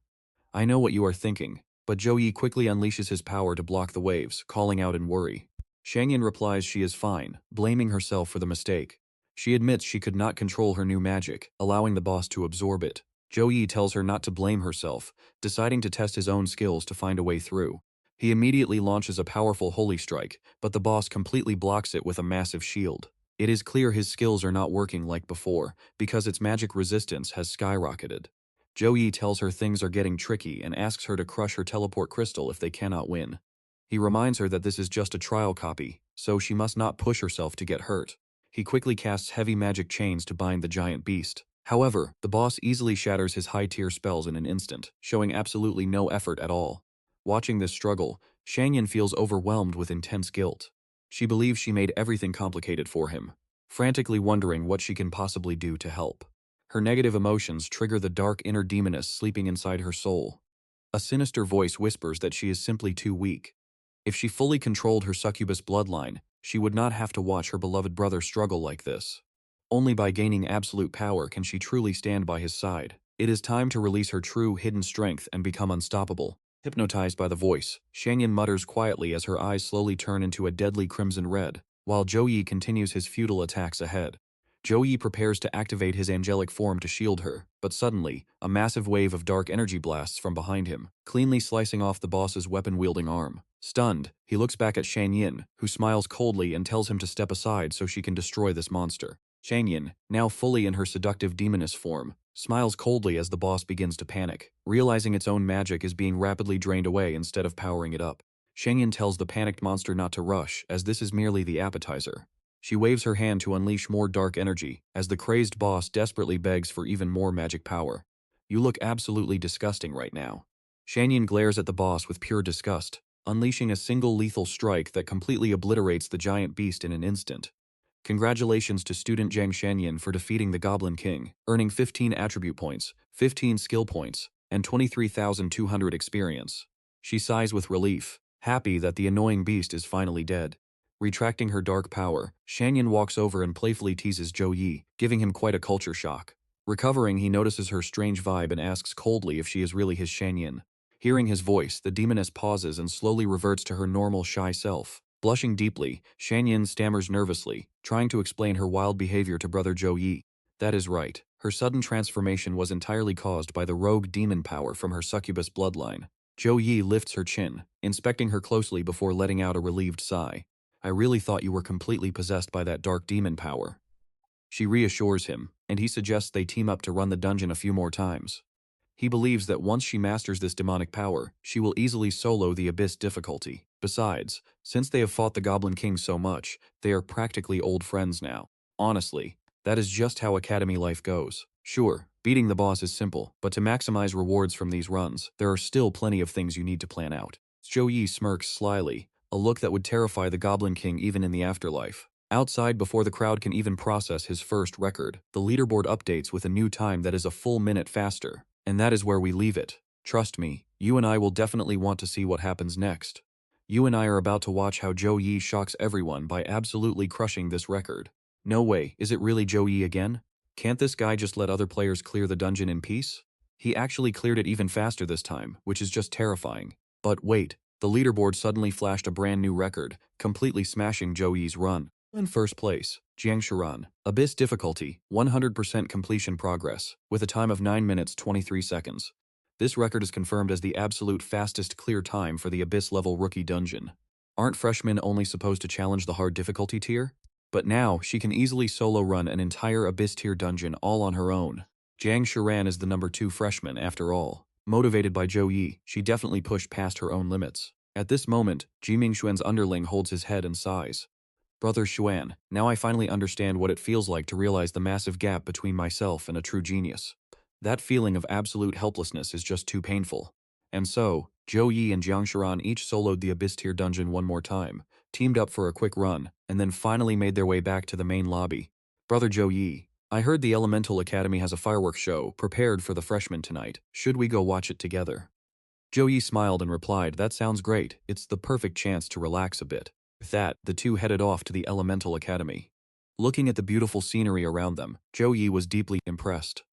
As expected of this place, even the streetlights are completely powered by magic. I didn't even realize they'd be grinding dungeons until nightfall. But, pay attention here. Conquering this Abyss tier dungeon brought them a massive harvest, and she admits it was only possible with his help. Your contribution was the key. I was just there to support you. Zhou Yi smiled in response. Suddenly, he spotted a colossal statue nearby and couldn't help but stop, asking, what is this statue? Oh, this is Mage Wei Yang, famously known as the Guardian. He once single-handedly blocked a massive, incredibly fierce assault from an otherworldly army, which is why his heroic tales are still celebrated to this day. Unfortunately, during the final decisive battle, he was ambushed by a Lord-class demon and ultimately met a glorious end. Since his soul was completely obliterated, there was absolutely no way to resurrect him. He truly was a legendary hero. I still have so much to learn about history, so could you briefly explain the Dark Era to me? Of course I can, Jiang Shiran replies. To truly understand this history, we have to start all the way back in the year 2544. As many gifted classes emerged one after another, which is why that year is known as the Golden Age. Famous legends like the Gale Sword Saint, Chang Pinghai, and the Azure Flame Blade, Qingli Xiaoyang, are still holding the front lines of the battlefield even today. But just as everyone was full of hope and preparing to fight back, the Dark Era suddenly arrived, bringing the most frantic invasion of otherworldly monsters the world had ever seen. Facing this terrifying threat from the otherworldly creatures, the powerhouses of the Golden Age fought a brutal struggle lasting over 30 years. After hundreds of millions of brave class holders heroically sacrificed their lives, we finally secured the peaceful era we live in today. Now, it seems like another otherworldly invasion is looming over us once again. I hope this is just my imagination, but don't worry too much, Zhou Yi says, patting her head to comfort her. This massive invasion is only happening through small space cracks, so their overall strength isn't that high. Besides, we're not as weak as we used to be. Even if darkness descends again, this time those monsters will be the ones suffering. Jiang Shiran was genuinely amused by Zhou Yi's reassuring words. That's right. We've spent so much time building our strength. We are fully prepared to fight those monsters again. Right then, brilliant fireworks shot up, lighting up the sky. Sighted, Jiang Shiran drags Zhou Yi towards the viewpoint, and trust me, you're going to love this sweet side of him. The next day, he immediately boards a train to head back and visit his sick little sister. Sister Ching, why isn't Big Brother home yet? Don't worry, he just called and said he'll be here very soon. Welcome home.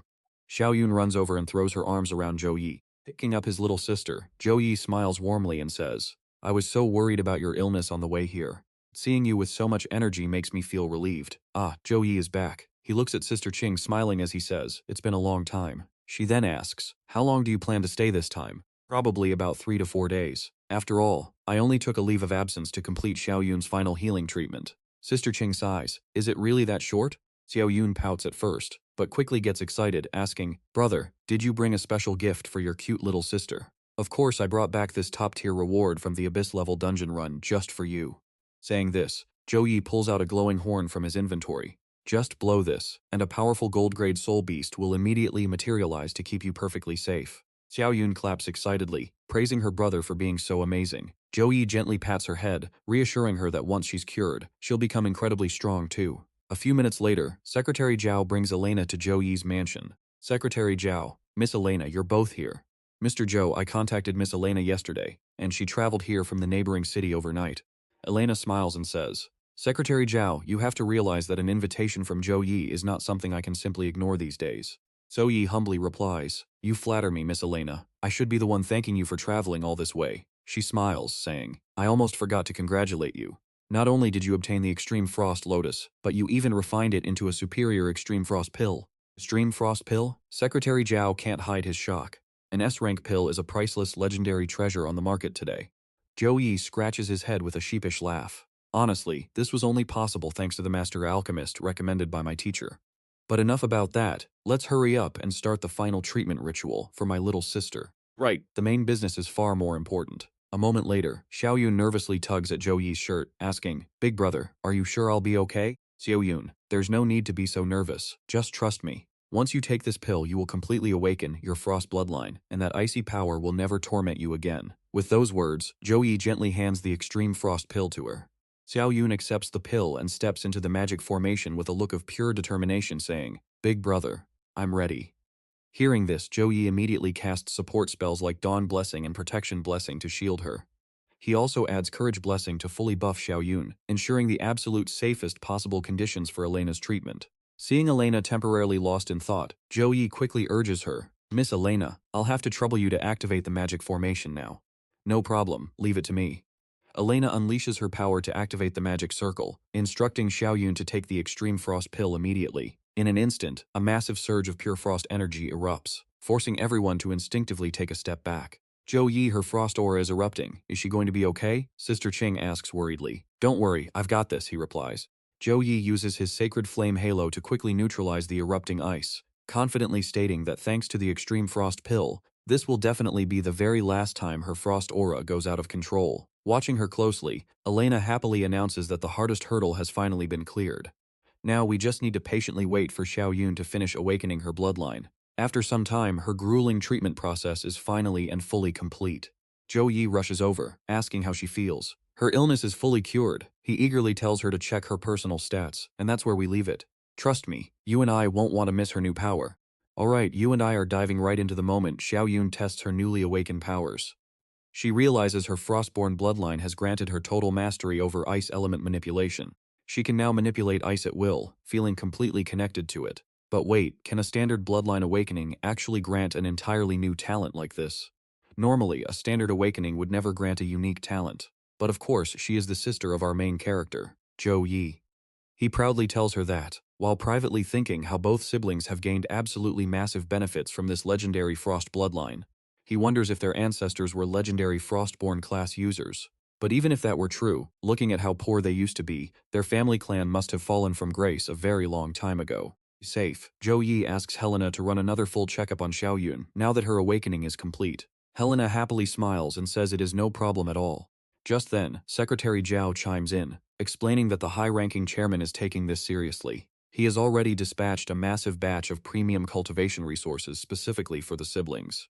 Zhou Yi shakes his hand in deep gratitude. He explains that he will be returning to his academy soon, so he must entrust his sister's safety to the secretary, who politely replies it is his absolute honor. Watching his sister laugh and chat with Ah Tin, Zhou Yi asks what class she wants to pursue in the future. Without a single second of hesitation, she proudly shouts, "A mage, of course." Zhou Yi nods, agreeing that the role fits her perfectly. He promises that once she hits level 10, he will track down an incredibly rare hidden class book to upgrade her into a special mage. Xiu Yun is absolutely thrilled, dramatically claiming she can already feel a dark, ancient power awakening deep inside her soul.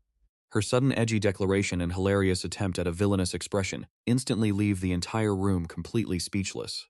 Now, check out how Helena reacts. She panics and rushes over to examine her, terrified that she somehow missed a dark corruption during her initial checkup. Zhou Yi suddenly remembers their childhood, when they used to run around role-playing as superheroes saving the world. Back then, a 3-year-old Xiaoyun would scream, "Brother, do not let the dark side consume you. We must seal it to protect peace." But cut back to reality, seeing that she is about to deliver another insanely cringe Chunibyu speech, Zhou Yi immediately steps in and drags his sister away, claiming it is time to train with real ice. She dramatically screams for help, accusing her brother of domestic violence. Zhao just chuckles, noting that her wild personality will make her a legendary figure, while a sweat-dropping Zhou Yi groans that she is not normally this crazy. While the others laugh off her childish antics, Helena stares in absolute silence, her expression turning surprisingly serious as she contemplates those words. "Dark power?" Right after the awakening process finishes, Zhou Yi suggests a friendly sparring match. Xiaoyun hypes herself up, claiming she will summon spirits to freeze anyone who dares to stand in her way. She immediately blasts a wave of elemental frost right at him. However, his holy guardian shield blocks it effortlessly. Smiling, Zhou Yi notes that her physical health has clearly made a full and complete recovery. Seeing his overwhelming defense, Xiaoyun immediately tries to play the victim card, crying out that her cold illness is acting up again, and she simply cannot endure another second of training. Zhou Yi is a ruthless instructor, forcing her straight into a grueling workout. After the high-intensity session, she collapses onto the dirt like a wet noodle, groaning that she had absolutely no idea cultivating could be this exhausting. She sighs that the heavy burden of saving the world is now his alone. Zhou Yi can only shake his head, completely defeated by his sister's dramatics. Amused, he summons Little Grey, the demon pet he recently formed a contract with, telling her that the beast will be her training partner. He warns her that if she ends up losing to a tiny pet, she will never live it down. She confidently agrees, instantly falling in love with the cute creature. As she happily pets the little wolf, she promises to train her absolute hardest from now on.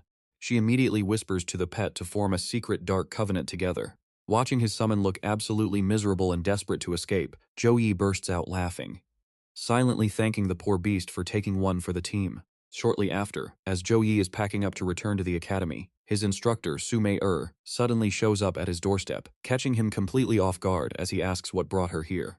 She explains that the highly anticipated National Freshman Tournament is about to begin, and the team battle portion requires a group of exactly 5 students to register. And hey, you and I both know who the leader has to be. Since he completely dominated the freshman tournament as the rank 1 champion, the massive responsibility of leading the team to victory naturally falls directly onto his shoulders. Furthermore, assembling the roster is entirely up to him. He readily accepts, prompting her to hand over a profile sheet containing details on the top 10 freshmen in the academy rankings. She tells him to pick 4 teammates. Without even pausing to think, Zhou Yi instantly replies that he will simply take the next 4 top-ranked geniuses in the school. Su Mei scolds him, explaining that team battles often turn into grueling wars of attrition. Since these matches test the long-term endurance of a squad, having a dedicated priest to constantly heal and buff the team is an absolute necessity for victory.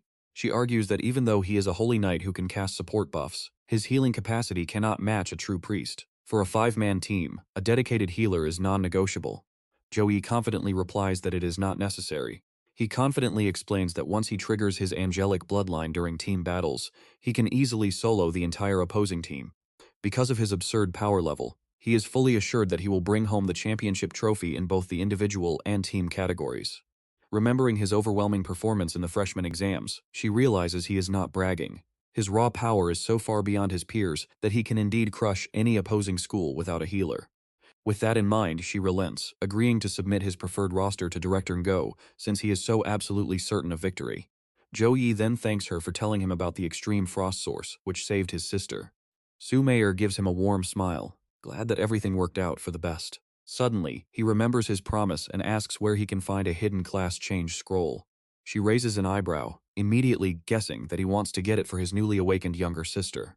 Zhou Yi honestly admits that after seeing otherworldly monsters invading through dimensional rifts, he is starting to feel an ominous, growing sense of danger looming over their world. He explains that his sister needs powerful skills to protect herself.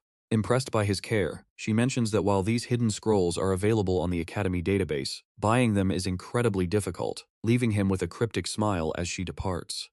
Left slightly confused, Zhou Yi immediately pulls up the Academy website to search. The moment he opens the database, the harsh requirements for hidden class scrolls finally make total sense.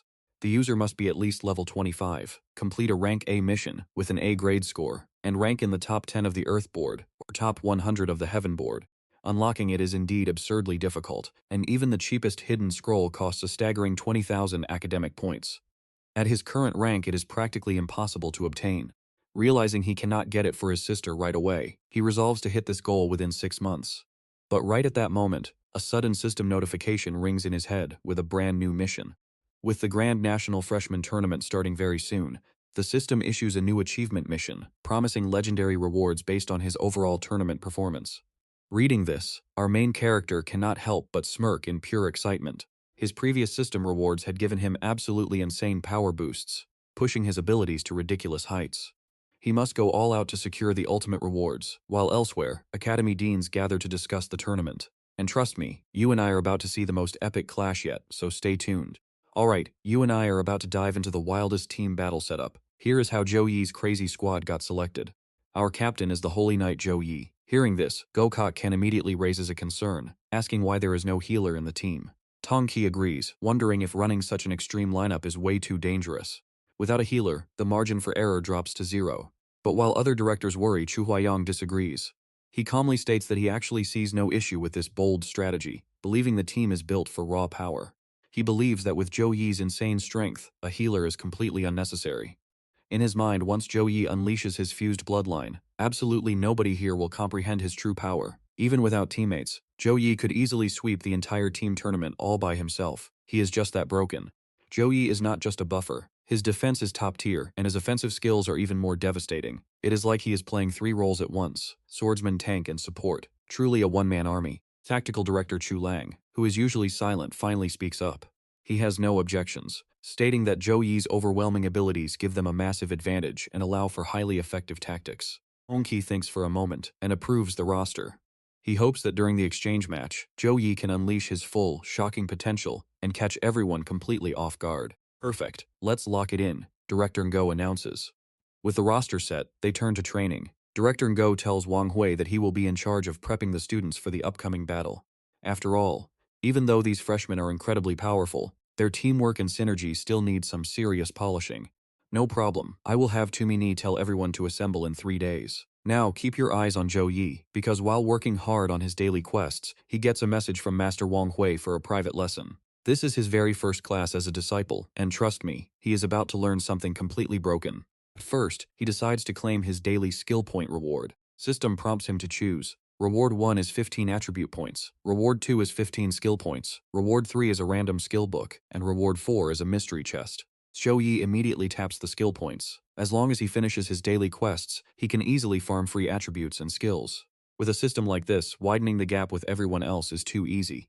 Day, Wang Hui takes Zhou Yi to the training grounds. Staring at the level 23 demon wolves, Zhou Yi asks, "Master, do you want me to clear these wolves out? This is the mid-forest area. My Tianyu guild established a leveling spot here, so there is no need to worry." Right on cue, an epic dragon suddenly roars in the sky, terrifying the wolves into a chaotic retreat. Seeing Zhou Yi's shocked face, Wang Hui explains that the level 62 epic dragon belongs to Master Huyin. It is usually tasked with keeping the entire forest area under absolute control. If even his pet dragon is this strong, Master Huyin must be on another level. Wang Hui smiles proudly, mentioning that Master Huyin was originally his equal, now sitting at level 64. But his actual combat ability is even higher than mine. That is why I felt completely safe handing the Tianyu guild over to him. Zhou Yi is in awe. Over the years, Wang Hui has seen countless class users, but Zhou Yi is by far the most talented. He tells him to work hard, believing Zhou Yi's future achievements will easily surpass even Master Huyin. Alright, my disciple, watch closely. I am going to demonstrate a very special skill for you to learn.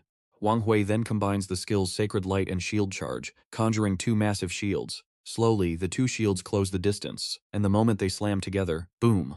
A massive, earth-shattering explosion completely flattens the vast landscape. Afterward, Wang Hui hands Zhou Yi a skill book, explaining that this is the first special technique he will teach him. He just needs to link his consciousness to the pages and use his skill points to learn it.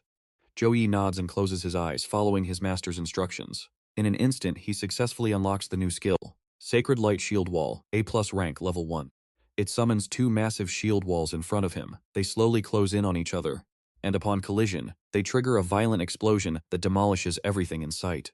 This inflicts massive holy magic damage on all enemies. While allies can walk right through the magic shield walls, enemies are completely blocked. Note that this is a rare, legacy paladin skill. Reading this, Zhou Yi cannot help but ask in curiosity how his master knows a paladin legacy skill. Wang Hui explains that Sacred Light Shield Wall was actually self-created by Zhou Yi's senior sister, back when she was still a triple awakened paladin. I inherited this skill from her years ago, and now I am passing it down to you. You have learned it, right? Show me what you can do. Zhou Yi executes the skill exactly as taught. Although the raw power is not huge yet, Wang Hui is highly impressed, praising him because achieving this at level 1 is already amazing. This skill was custom-made for your squad battle. We both know how deadly this will be. Now that you have got the basics down, it is time for a real combat test. Right as Wang Hui finishes speaking, a giant dragon suddenly descends right behind him. Laran will command all the surrounding beasts to launch an all-out attack on you. How much raw experience you can farm from defeating them depends entirely on your own effort. No problem, master. With Zhou Yi's confident nod, Wang Hui signals the dragon. Laran lets out a deafening roar, sending all the nearby beasts into a frenzy as they lock their eyes on Zhou Yi as their target. A beast lurking in the bushes behind Zhou Yi lunges forward to ambush him, but he anticipates the move. With one swift basic slash, he sends it straight to the graveyard. From there, Zhou Yi unleashes a deadly combo of all his skills, stacking light buffs and ice elements to slaughter every single monster. He fights relentlessly all night long until the sun finally rises. Seeing Zhou Yi completely out of breath, Wang Hui teases him with a smile. Did you really have to go that hard? You actually burned through every last drop of your stamina and mana. Zhou Yi smiles, chugging a recovery potion, while thinking how amazing it feels to farm this much experience. The system congratulates him on reaching level 22, rewarding him with 20 free attribute points and 20 skill points. Zhou Yi immediately dumps all his new points to upgrade Sacred Light Shield Wall from level 1 to level 3. Not bad at all. I initially expected you to defeat around 100 monsters, but you ended up slaughtering nearly 400. Zhou Yi thanks him, noting that without his master's incredible guidance, leveling up like this would have taken months. Sang Hui then warns him that since he formed a healerless squad for the upcoming tournament, he must remember he is his disciple. At critical moments, he must remain calm and absolutely never let his guard down. Do not worry, master. With me on the team, this year's championship is definitely ours. At the Windy Forest rest stop, the speakers loudly announce that the National Freshman Exchange Tournament is about to begin. With 218 colleges competing, everyone wonders which school will ultimately take the crown. Am I seeing this right? Only low-tier schools would use such an extreme, unbalanced team composition, right? Chu Niao and Chu Dan walk past and overhear the girls talking, so they check the roster. Zhou Yi is indeed the captain, with Jiang Shanran as the vice-captain. Scrolling through the comments, Chu Dan bursts out laughing. Some online trolls are actually claiming our team will lose just because we do not have a healer. You and I can only laugh at how wrong they are. Trust me, they have no idea what is coming next. Those two girls glared at them with judgmental eyes, asking angrily, "Who do you think you are?" Sitting nearby, Tatan watched the bickering start and whispered to Antian Luan, "Please tell the waiter that their bill today is on me." In her heart, she believed that with Zhou Yi on their side, they did not even need a healer. This year's championship was absolutely going to be theirs. Back to the main action after his training with Wang Hui. Zhou Yi spent his days sparring on the training field. Trust me, ever since he reached level 22, fighting that training robot Johnson became way too easy for him, and the training was barely even helping. Just as Zhou Yi wanted to ask Tu Mini for her advice, she called him to announce that Principal Ngo was starting special training today for the inter-school battle. He needed to head to the War Academy Hall immediately to meet up. Besides Jiang Shanran and Tong Halan, whom he already knew, 2 more people joined them in the hall, including V. Thiet Tam, a level 18 shield warrior. While the students introduced themselves, Zhou Mang used his appraisal skill to scan Zhou Yi. It was honestly mind-blowing how fast Zhou Yi had leveled up under the guidance of Principal Wang Hui. Hearing this, Jiang Shenran looked at Zhou Yi in pure shock, asking if he had really leveled up again. He humbly replied that with his teacher's help, he just got lucky. Alright, time is running out, so let me keep this brief.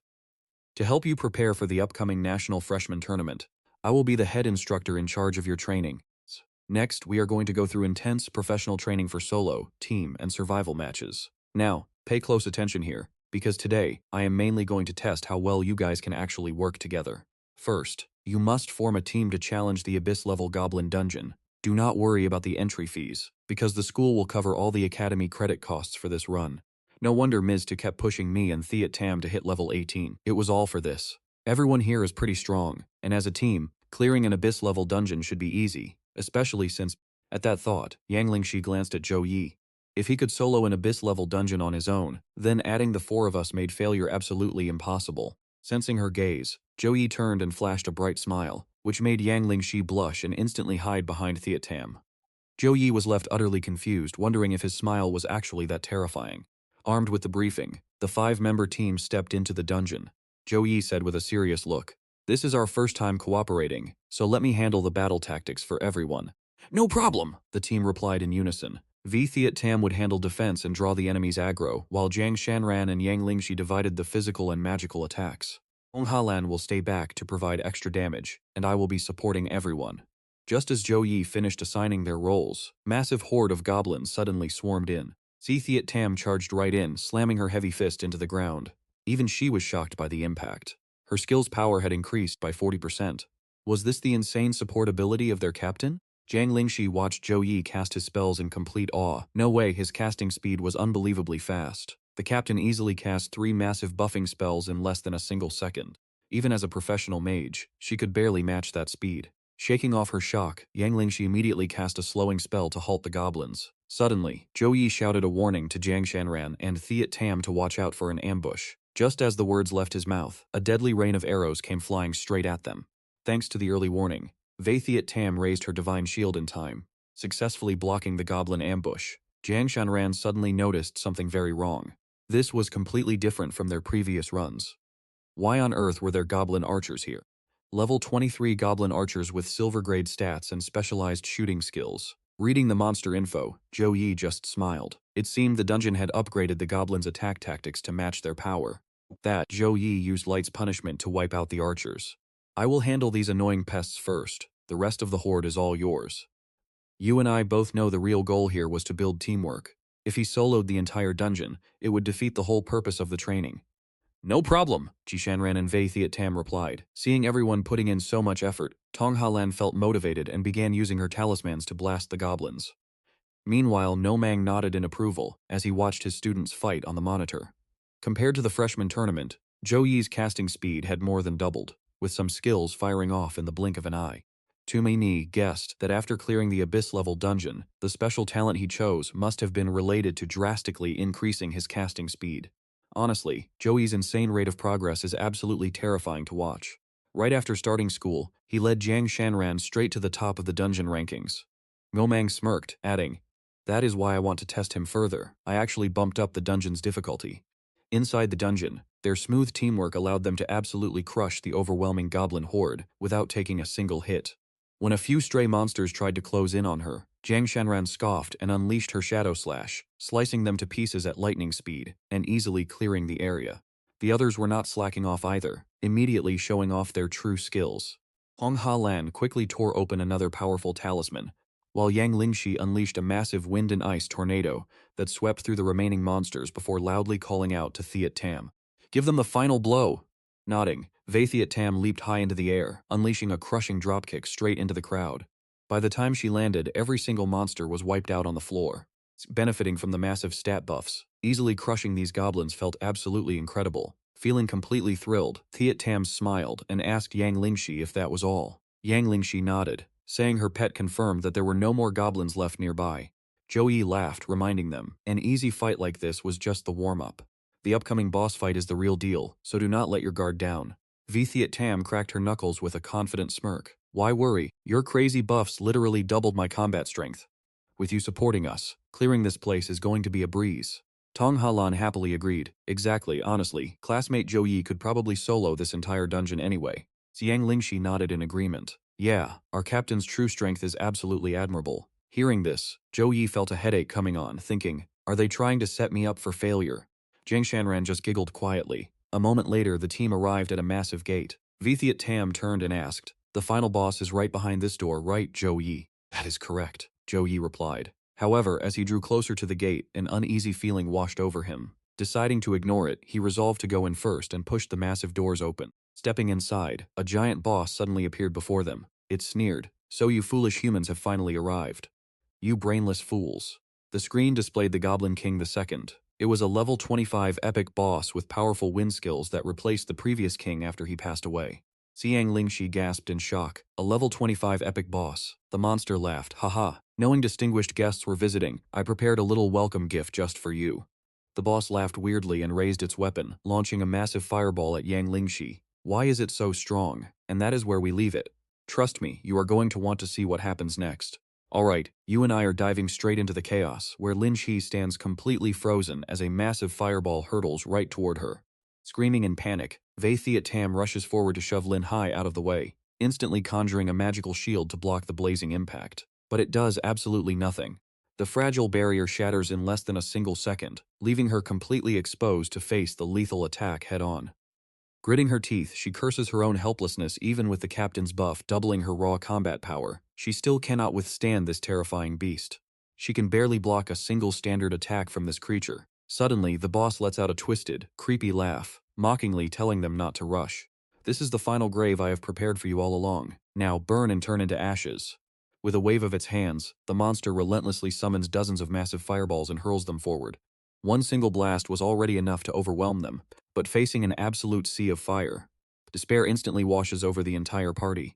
This is exactly when a true captain proves his worth. Ordering everyone to fall back, Zhou Yi steps to the front. Harnessing his pure frost energy, he conjures a massive ice wall far thicker than any shield, ready to absorb the oncoming fiery onslaught. Ling Hai screams a warning that this is no ordinary fire magic, but the attacks are already hitting. Surprisingly, the massive fireballs are instantly absorbed, and the residual sparks are pulled directly into the palm of Zhou Yi's hand. He crushes the remaining energy with his bare fist, casually muttering that this boss is actually quite troublesome. Its raw strength completely eclipses the previous monster they hunted. Hearing this, Song Xiaolan steps up, volunteering to lead the charge and strike first. Swiftly weaving hand signs, Song Xiaolan summons a storm of glowing talismans that swarm around the massive boss. She chants her spell, ordering the sacred runes to align and prepare for detonation. Now watch this closely. As she commands them to explode, a massive inferno erupts, completely swallowing the boss. But just a second later, the beast literally inhales the entire explosion. It casually crushes the remaining paper seals in its palm, completely unharmed. Song Xiaolan cries out in utter shock, unable to believe her strongest attack did absolutely zero damage. With a deadly serious expression, Ling Hai steps up, telling her sister to stand back and let her try a different spell. Unleashing her high-tier fire magic, she rains down a relentless barrage of blazing arrows. At the exact same time, Jiang Shuran leaps forward, activating her demonic blade skill to send devastating energy slashes directly at the giant beast. Their combined attacks fuse together, triggering an epic explosion that sends powerful shockwaves rippling through the area. Yet, as the smoke clears, the monster is totally unscathed, safely shielded inside a dense sphere of purple energy. Blocking their efforts, the boss decides it is time to end the fight. Opening its jaws wide, a dark purple sphere begins to condense, rapidly absorbing the surrounding energy and swelling to a terrifying size. Sihe cries out in absolute despair, realizing the level gap is simply too massive. Just as the party prepares for the worst, Zhou Yi steps up to the front line once again. Telling them not to fear because he is still standing, he deploys a glowing golden barrier that easily intercepts the incoming blast. A single word, the boss's ultimate attack completely vanishes into thin air. Witnessing this, Wei Thiet Tam eagerly asks if he can charge in for a close-range physical strike next. Zhou Yi smiles, resting a hand on his shoulder, while explaining that an epic level 25 boss is definitely too much for them right now. He tells them to leave the rest to him, then activates his true sight of light skill on the monster. This overpowered ability instantly exposes the enemy's weaknesses and guides his next lethal moves. Even though this creature is only one level higher than the previous one, its base stats have actually doubled. But if he uses his S-Rank Bloodline secret art, he can boost his own strength tenfold. Sensing this is a test, he decides to seize the moment and put on a show. Let's pause and appreciate this majestic moment. He transforms into his celestial archangel form, channeling holy light in his left hand and freezing frost magic in his right. Watching from outside the dungeon, Zhou Yi asks the director with deep concern if setting such an extreme difficulty was really necessary. He calmly explains that while their team is incredibly strong, rival academies also possess absolute monster-class geniuses who are just as formidable. With rivals from Mado and Qingjing universities waiting, he wanted this defeat to teach them about the harsh reality of competitive combat. But hearing this, she chuckles softly, telling the director that he is seriously underestimating the sheer broken power of Zhou Yi. The director smiles, hoping the young man actually proves him completely wrong. Meanwhile, back inside the dungeon, the boss stares at Zhou Yi's angelic form with great amusement, mocking him for turning into a flashy, glowing little bird. The beast challenges him to unleash everything he has got. Happy to oblige, Zhou Yi immediately fires a massive beam of radiant light straight at the monster. The boss sneers at his arrogance, reminding him who the real power is here, before retaliating with a world-destroying hellfire attack of its own. Their massive techniques clash head-on, triggering a violent explosion that sends shockwaves everywhere. Jiang Shuran quickly stabs her sword into the ground, raising a barrier to shelter her teammates from the destructive aftermath. Xiaolan watches in absolute awe, finally realizing the harsh truth. Zhou Yi is not just slightly stronger than them, he exists on an entirely different level of power. She turns to Shuran, asking if Zhou Yi has ever revealed this majestic form before. Smiling, Shuran admits it is her first time seeing it too, meaning he is finally taking this battle seriously. After their initial clash, both fighters emerge completely unscathed. Grinning mockingly, the boss sneers, asking the brat if this pathetic showing is really all he can do. No matter what flashy form you take, you can never defeat me. Zhou Yi calmly replies, is that so? With a faint smirk, he summons chains of holy light that instantly bind the boss's limbs. Before the monster can even react, Zhou Yi follows up by summoning a barrage of divine spears, raining them down from the heavens. Declaring that the tide of battle has officially turned, he unleashes a blinding light storm, trapping the giant beast inside a swirling vortex of holy fire. No longer holding back, his flawless combo sequence inflicts an absolutely devastating amount of damage. Screaming in absolute agony, the boss curses in rage. Seeing this, Zhou Yi simply smirks, telling the beast to hold on because he is not done yet. Rushing forward with lightning speed, he thrusts his hand directly into the monster's open mouth to detonate a concentrated burst of pure light energy. As the smoke clears, the heavily bleeding boss gasps weakly, realizing that its opponent is still hiding his true power. Apologizing for not being a better challenge, Zhou Yi chuckles and agrees that it is indeed a pity. He wanted to test his ultimate skill in his six-winged form, but that will have to wait for next time. Seeing the beast taking its final breath, he decides to end its suffering. Pointing two fingers, he fires a final beam to finish it off. Outside the dungeon, the shocked director can only gasp in disbelief, calling him an absolute monster. He gasps that even level 26 players would struggle to survive against this buffed-up boss. Zhou Yi's current combat power is just completely out of this world. Turning to the instructor, the director asks if she has the young man's official training combat records on hand. Smiling, she confirms he easily cleared the extreme level 10 combat trial in just 6 minutes and 12 seconds before coming here. Hearing this, the director laughs, finally understanding their confidence. And that's where we leave it. With a monster like him on the team, they are definitely going to dominate the upcoming matches. Tamini just smiles back, but trust me, we are about to see Zhou Yi prove his real power to everyone. Back inside the dungeon, the boss dissolves into dust after Zhou Yi lands his massive ultimate strike. Instantly, a system notification pops up on screen. Congratulations on clearing the Abyss-level dungeon. Their clear time is 21 minutes and 16 seconds, and rewards start rolling in. Suddenly, a level-up light wraps around Yang Lingxi as she gasps, wait, did I just get 8,000 experience points? Fei Thiet Tam is just as shocked, shouting that he also received 8,000 experience points. Clearing this Abyss-level dungeon just once actually gave them more loot than an entire week of grinding out in the wild. As for Zhou Yi, he deactivates his beast transformation and reverts to his normal human form. Right next to him, a notification flashes. Congratulations, you have received 11,236 experience points. Watching this, Zhou Yi thinks to himself that if they keep grinding like this, he will level up again in no time. Just then, Kwang Sun runs over to check on him, asking if he got hurt. Zhou Yi stands up, brushing the dust off his clothes, and replies that he is fine, just totally exhausted from using so much energy. He suggests they go check out the loot dropped by the boss. Agreeing, the group walks over to the spot where the boss fell, only to find a glowing golden chest waiting for them. Opening it, a wave of rare items fills their vision. There is a gold tier staff requiring level 24, and a gold tier fire spirit shield, which also requires level 24. Along with a gold tier magic ring requiring level 24. Vithiat Tam shouts with pure joy, saying these rewards are absolutely insane. Everything is gold tier. You really secured us some crazy loot, brother Zhou Yi. Zhou Yi smiles, admitting their luck was actually quite good today. He asks if any of them can use these 3 items. The other 4 shake their heads, starting with Phi Thiet Tam, who points out that the level requirement is way too high for him. Jiang Lingxi adds that the fire attribute boosts do not match her build. Then, Jiang Shenran mentions that none of this gear fits her class, or Helan's class either. Halan suggests that since Zhou Yi carried the entire raid, he should keep all of it. Not wanting to waste time, Zhou Yi accepts, picking up the loot while smiling and saying he will hold on to them for now. He promises to sell them back at school and split the academy points evenly, but watch how isekai'd Tam immediately shuts that idea down. He insists Zhou Yi deserves at least 70% of the cut because they would have failed without him. Tong Halan agrees shyly, admitting she barely contributed to the fight. She feels bad since he did all the work defeating the boss. But Zhou Yi just laughs it off, saying an equal split means none of them will have to worry about school credits for a long time. Jiang Shanran smiles and tells them to just accept it, teasing that out of everyone here, Zhou Yi is the one who needs academy points the least. Since she put it that way, they stop arguing and gladly accept their generous share. Once the loot is fully distributed, Zhou Yi smiles and reminds them that their ultimate goal is not just winning the championship, but defending their academy's honor. isekai'd Tam declares with absolute determination that he will not let him down, promising to work twice as hard during their upcoming training sessions. Halan promises to give it her all too, and the rest quickly echo their agreement. Zhou Yi nods in satisfaction, telling them that their collective determination is the true key to their success. He is confident their squad will achieve a glorious victory at the exchange match. But as they step out of the dungeon, they are greeted by a loud round of applause from Principal Ngoma. He warmly congratulates them on successfully clearing the custom Abyss-level dungeon he had prepared.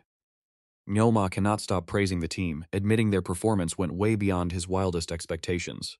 He singles out Zhou Yi for delivering the biggest surprise of all. Zhou Yi just laughs sheepishly, scratching his head as he says he only did what needed to be done. When asked about their chances, Zhou Yi clenches his fist, confidently declaring that first place is already theirs. Ngoma laughs, saying that exact confidence is what it takes to win a championship. Tumaini chimes in, suggesting that since Zhou Yi is highly versatile in both offense and support, they can actually design two separate battle plans. They could start him as a support to hide his true power. Then, at the critical moment, he can unleash his full power to catch their opponents off guard. Now check this out, we are about to watch their victory become absolutely guaranteed. Ma smiles in agreement, calling it a brilliant plan to show those old fools what Zhou Yi is truly capable of. Even among elite geniuses, there is always a clear pecking order. Tumini notes that their overall teamwork still lacks a bit of synergy, meaning they need a lot more practice. Ngoma agrees, deciding that they will target these weaknesses during a special training session tomorrow. He calls it a day and sends everyone home to rest, but teases that they have prepared some special tricks to keep their training interesting. Zhou Yi instantly asks if the principal can give them a tiny hint. Suma chuckles, saying it would ruin the surprise before he and Tumaini turn to leave. Zhou Yi tries to call out to Miss Tu, but it is already too late. She vanishes from sight within a few quick steps, leaving Zhou Yi and his teammates standing there completely empty-handed. Shrugging it off, Zhou Yi tells his teammates they must continue training hard to prepare for the upcoming exchange tournament. They all shout in agreement as time quickly passes, bringing us to a busy day at the dungeon plaza. An adventurer sighs about how impossible the nightmare-level goblin dungeon is. His friend agrees, complaining that he already failed twice and still cannot find a way to clear the stage. They both agree that if nightmare mode is this brutal, then the insane abyss difficulty must be completely impossible. But just then they overhear a voice nearby, asking Ling He if they can finish their next abyss level run. In under 10 minutes this time around, she hums in response. Two bystanders gasp in shock, turning around to see a group of 5 students walking past. The speaker is the black-haired girl in the group, which is actually Zhou Yi and his team arriving for a dungeon run. Responding to isekai'd Tam, Yang Lingxi smiles, saying that with all their training and their captain's insane buffs, finishing in under 10 minutes should be an absolute breeze. isekai'd Tam agrees, adding that the principal even gave him and So Nian some invaluable personal pointers just yesterday.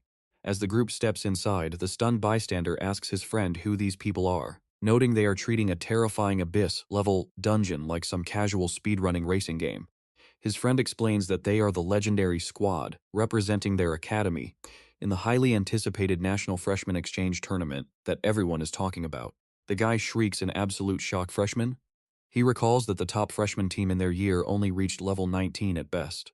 His friend points up to the leaderboard, sighing in disbelief. He tells him to look up there because Zhou Yi holds the absolute #1 spot for the fastest dungeon clear. Another bystander overhears this and looks up in curiosity. You and I are going to love seeing everyone realize Zhou Yi is the legendary monster no high ranker can ever surpass. Just 7 minutes later inside the dungeon, the boss roars, telling the little devils to die as it unleashes a massive storm of falling fireballs straight at Zhou Yi's party. Alright, you and I are about to watch our heroes absolutely crush a massive dungeon boss. Yi Tishin charges ahead, her fists wrapped in crimson energy, as she completely shatters the beast's attack into absolute dust. She silently thanks her master for the brutal training, confident she can block any strike. But the boss just snarls, declaring that the weak will always remain beneath his feet. Do not think a little progress gives you the right to act arrogant in my presence. Zixin gasps as a giant fist suddenly looms inches from her face, but before it connects, Zhou Yi yells for her to step back, leaping forward to clash directly with the monster's massive punch. A split second, the boss's entire arm is completely shredded, making it scream in agony. Zhou Yi turns back with a casual smile, telling Tisin she did an amazing job blocking that first strike. Now let us combine our strength and finish this thing together. Tang Lingxi chimed in with a grin, telling Tisin to take a quick breather while they handle the rest of the fight. The boss roars in pure rage, swearing to rip them all to shreds. But before it can even take a step, glowing golden chains erupt from the ground, locking it tightly in place. Violent surges of lightning tear through the chains, frying the beast and forcing another agonizing scream. Joey grips the chain with a smirk, mocking the monster for finally feeling real pain. Don't worry though, no amount of screaming is going to save you now. Song Halan steps forward with a cold glare, her hands rapidly weaving hand seals to unleash her sealing magic. A massive wave of talismans flies out, plastering themselves all over the beast. Next, Tang Lingxi steps up, shouting for the monster to prepare itself for a shocking taste of her power. Now watch closely as a colossal bolt of lightning crashes down, completely engulfing the beast, right before Jiang Shanyin rushes in like a flash to deliver the finishing blow. With one incredibly clean, powerful slash, she sends the monster's head flying high into the air. Immediately, the system congratulates their team for clearing the Abyss-class dungeon in just 8 minutes and 36 seconds. A moment later, the team exits the dungeon. Principal Wu Mang immediately approaches them with a proud smile, praising them for breaking the 9-minute barrier. He admits that even he cannot find a single flaw in their perfect run today. Zhou Yi asks in surprise why the director has personally come, and Wu Mang seriously reveals that the highly anticipated exchange tournament has been set for next week. And because of that, I will be leading all of you to the host school, Qingjing University, first thing tomorrow morning. Song Halan cheers in excitement, thrilled that the tournament is finally happening. Beside her, Jiang Sheran clenches her fists, declaring that all their brutal training was exactly for this moment. Xishan smiles too, relieved that their hard work is finally paying off in a real arena. Tang Lingxi wonders aloud, curious about what the prestigious Qingjing University actually looks like. As for Zhou Yi, he cracks his knuckles with an eager grin, thinking that he is already bored of fighting dungeon bosses. He is finally getting the chance to test himself against other top genius students. The next morning, Director Wu Mang arrives to gather the group. Before they set out, he warns them that to ensure absolute safety, they will be traveling through the Academy's secure private teleportation array. This will take them straight to the host school, Qingjing University. At the portal site, Principal Wang Wei and several other high-ranking directors are already waiting to see them off. After some quick greetings, the principal reminds the students that they represent the absolute peak of their freshman class. Having won the championship 4 times in a row, he expects them to bring home their 5th consecutive crown. With a command, the massive array is activated. In the blink of an eye, Zhou Yi, Wu Mang, and Tu Mini find themselves standing inside the boundaries of Qingjing University. I know what you're thinking. 2 million kilometers crossed in a second? Zhou Yi is just as shocked as we are, staring around in absolute disbelief at how fast they arrived. Tu Mini chuckles, explaining that they would have spent days on a train without the director's high-level spell. She adds that only legendary 3-turn mages possess the incredible power required to activate this array. Just then, a booming voice welcomes the faculty and students of Suhang Academy to Qingjing. The speaker warmly declares that hosting such prestigious guests is a massive honor for their school. Wu Mang smiles warmly and walks up to greet his old friend, Zhang Yongchun, a legendary 3-turn machinist. Jiang happily replies that since an old friend was visiting, he absolutely had to welcome them in person. He glances over at Zhou Yi's team, noting that the freshmen look exceptionally sharp this year. He mentions hearing rumors that Suhang has brought some incredibly talented rookies along. Wu Mang proudly agrees before turning to instruct his students on the schedule. He explains that the opening ceremony is set for the 10th, with the matches kicking off immediately after. After a solid month of brutal training, they have already reached their peak. He advises them to avoid any strenuous practice for the next few days and just focus on relaxing. However, he warns them that because of the massive crowds currently gathering in the city, hostile foreign spies might have snuck in. Demonic entities frequently target young human geniuses during major events like this, so everyone needs to stay highly alert. They are allowed to explore the city, but must prioritize safety above all else. Soon after, a robotic assistant guides Zhou Yi and his teammates to their comfortable private rooms. The robot politely welcomes them to the residential quarters, offering its assistance for any issue that might pop up. Zhou Yi declines, but quietly notes that the advanced service here is actually pretty impressive. Zhou Yi stands by the window, admiring the view before pulling up his game system. He dumps all his stored experience points into leveling up, reaching level 23 while securing 20 free attributes and 20 skill points. Still, level 24 feels miles away.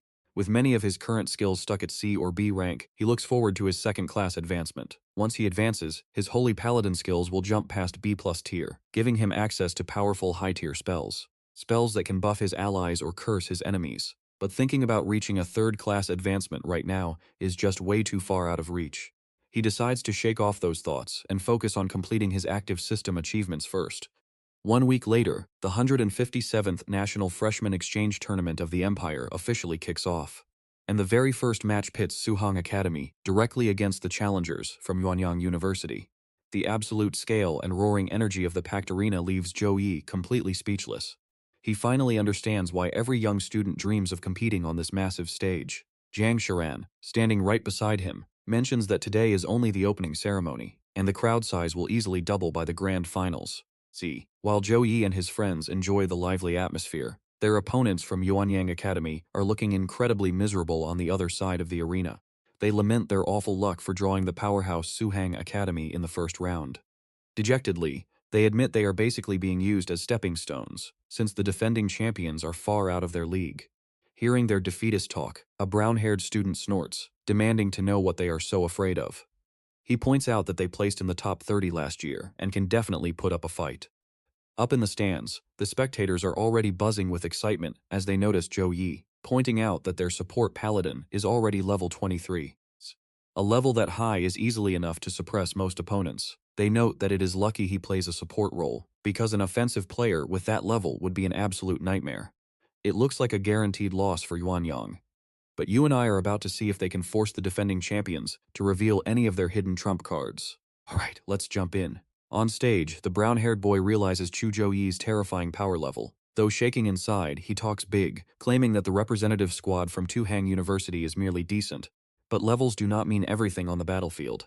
Both teams quickly take their positions, deploying defensive barriers as the arena starts constructing.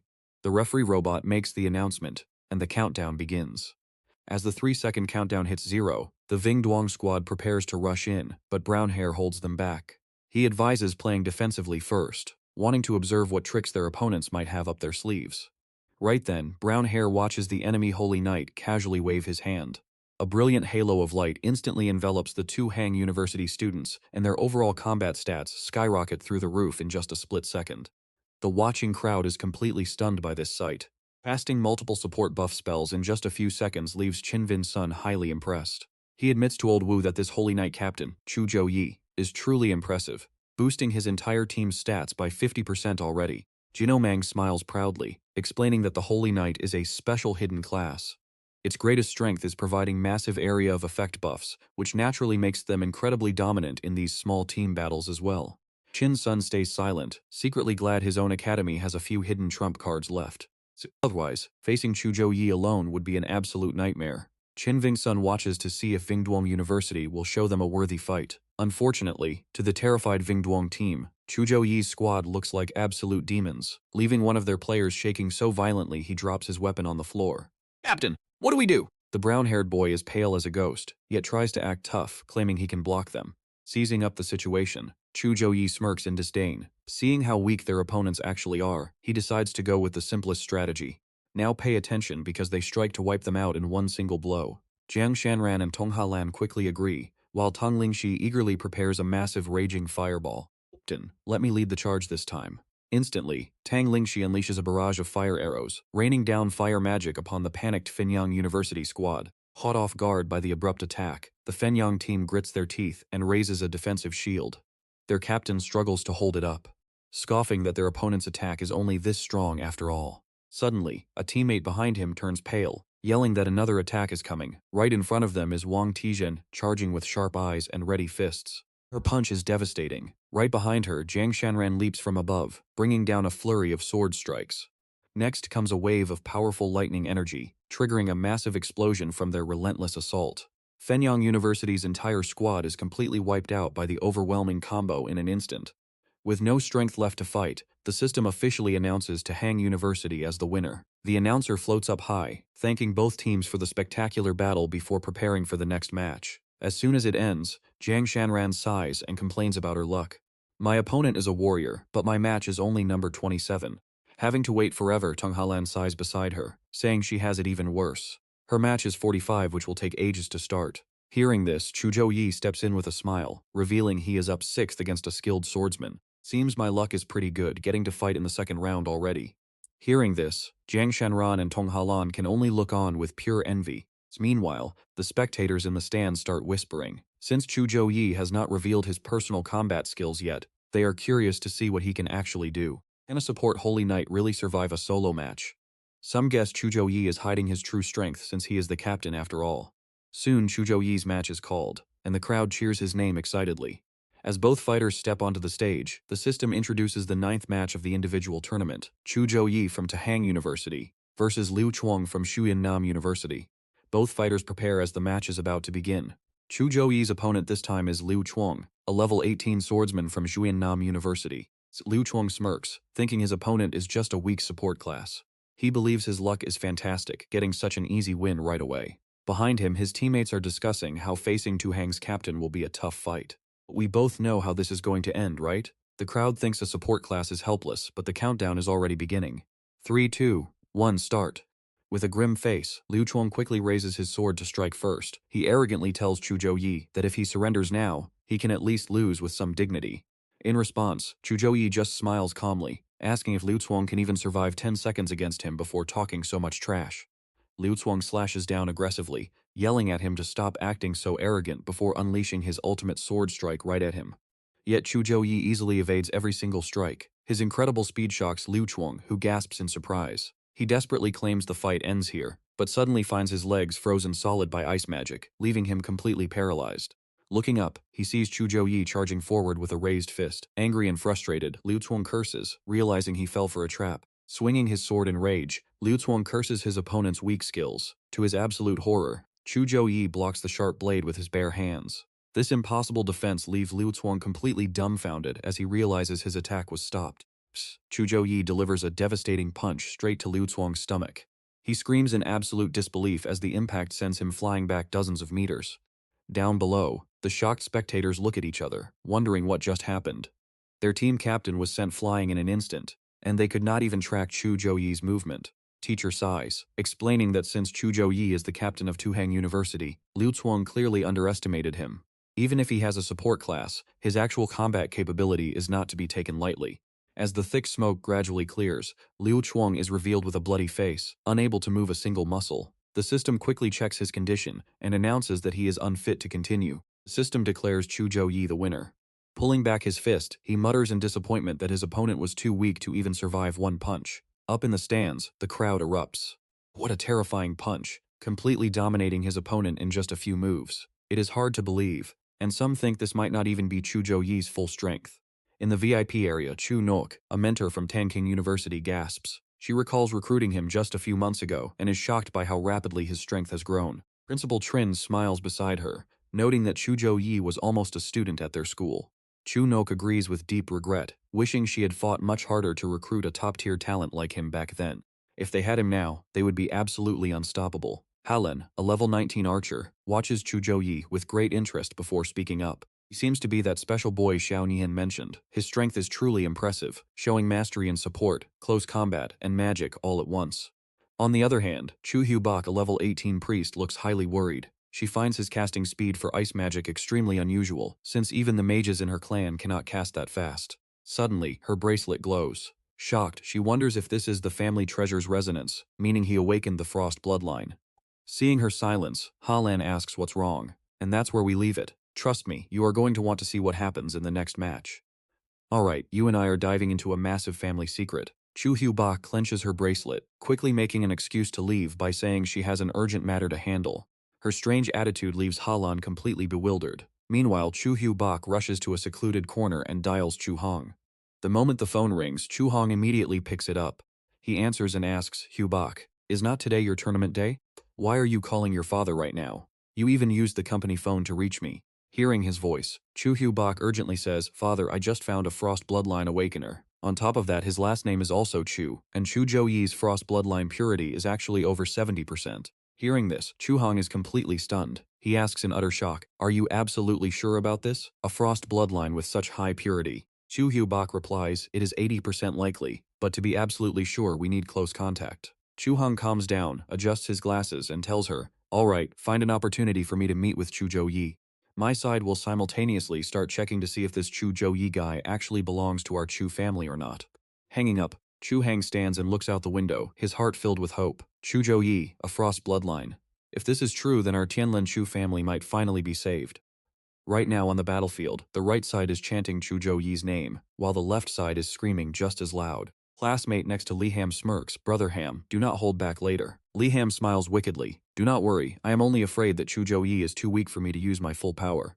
C stands nearby and warns him, Xiao Ham, you better be careful, because Zhou Yi's strength is no joke. Even I can sense an incredibly dangerous aura radiating off that guy.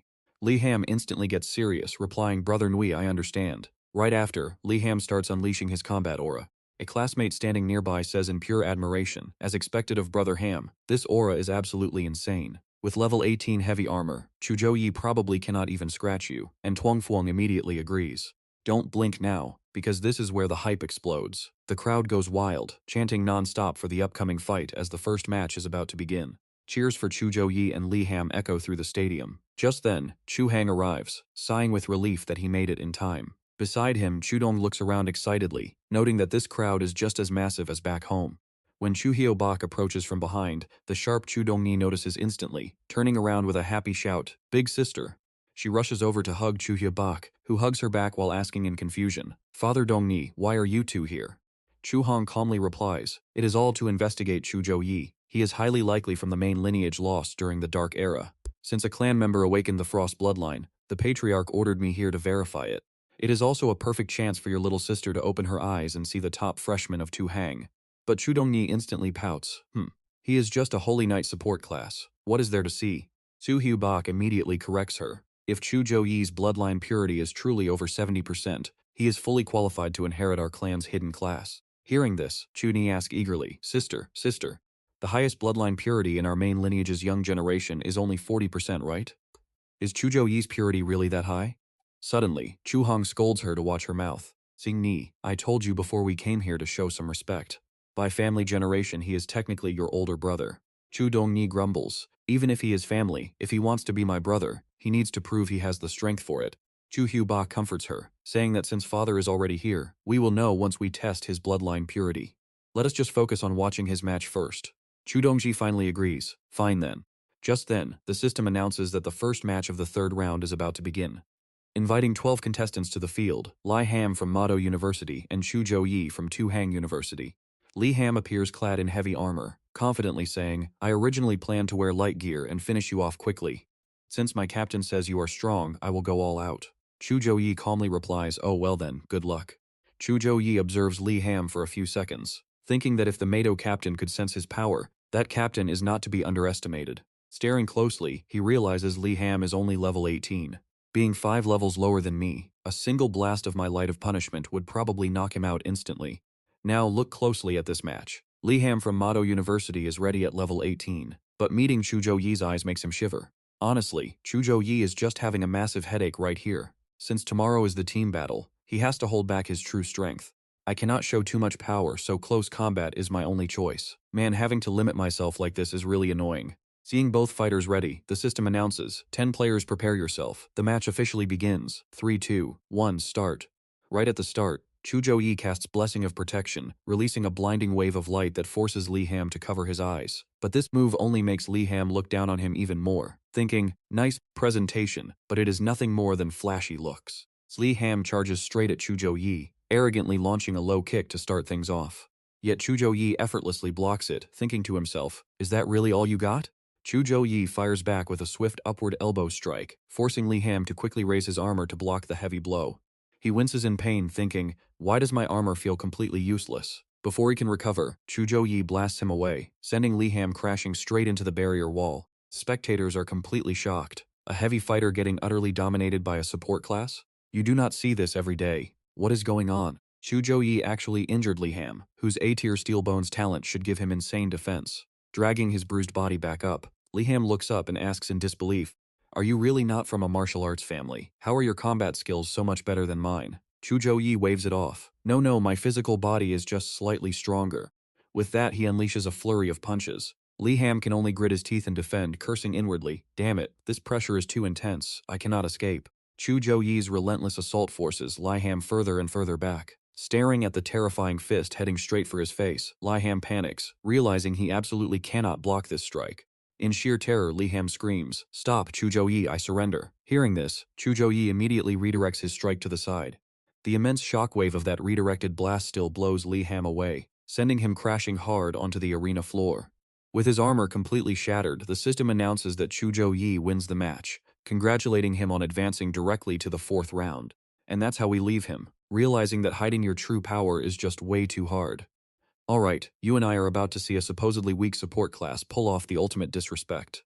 He went a bit too hard, and now the entire crowd is completely terrified, screaming that it is impossible for a support paladin to fight like this. Paladin beating a fighter with his bare hands? That makes absolutely no sense. Zhou Yi's brutal close combat power is just too terrifying to comprehend. Zhou Yi slowly walks over to Li Xin's broken body and generously heals him using holy light. As the nurses arrive, Zhou Yi apologizes, admitting he could not hold back his power because the guy surrendered way too late. Passing by the nurse, Zhou Yi tells her that he already used some healing magic to stabilize the injuries, leaving the rest to them. The stunned nurse can only nod and stammer a quick yes. Looking at Li Xin, the nurse gasps in shock. Seeing his brutally battered body, she cries out that the damage is severe, while Li Xin groans in absolute agony, screaming in pain. 2 nurses rush to give first aid, and after inspecting the wounds closely, one of them whispers, "These injuries will take at least 2 to 3 days to heal." Nobody expected a support paladin like Zhou Yi to unleash such a devastating, explosive force. As the match ends, Chu Xiaobai points out that she told them Zhou Yi is incredibly strong, surpassing everyone in their clan and other geniuses his age. Having watched the fight, Chu Heng solemnly agrees, noting that sending an armored opponent flying with a single punch is pure monster-level strength. Their clan's Frost bloodline can unlock a powerful hidden class with unique elemental attributes.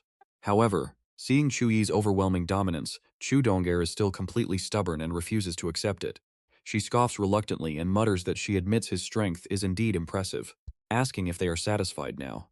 Her adorable reaction makes Chu Heng burst out laughing. Seeing Zhou Yi's undeniable talent, he turns to Chu Xiaobai and asks her to set up a private meeting with the boy, to which she happily nods.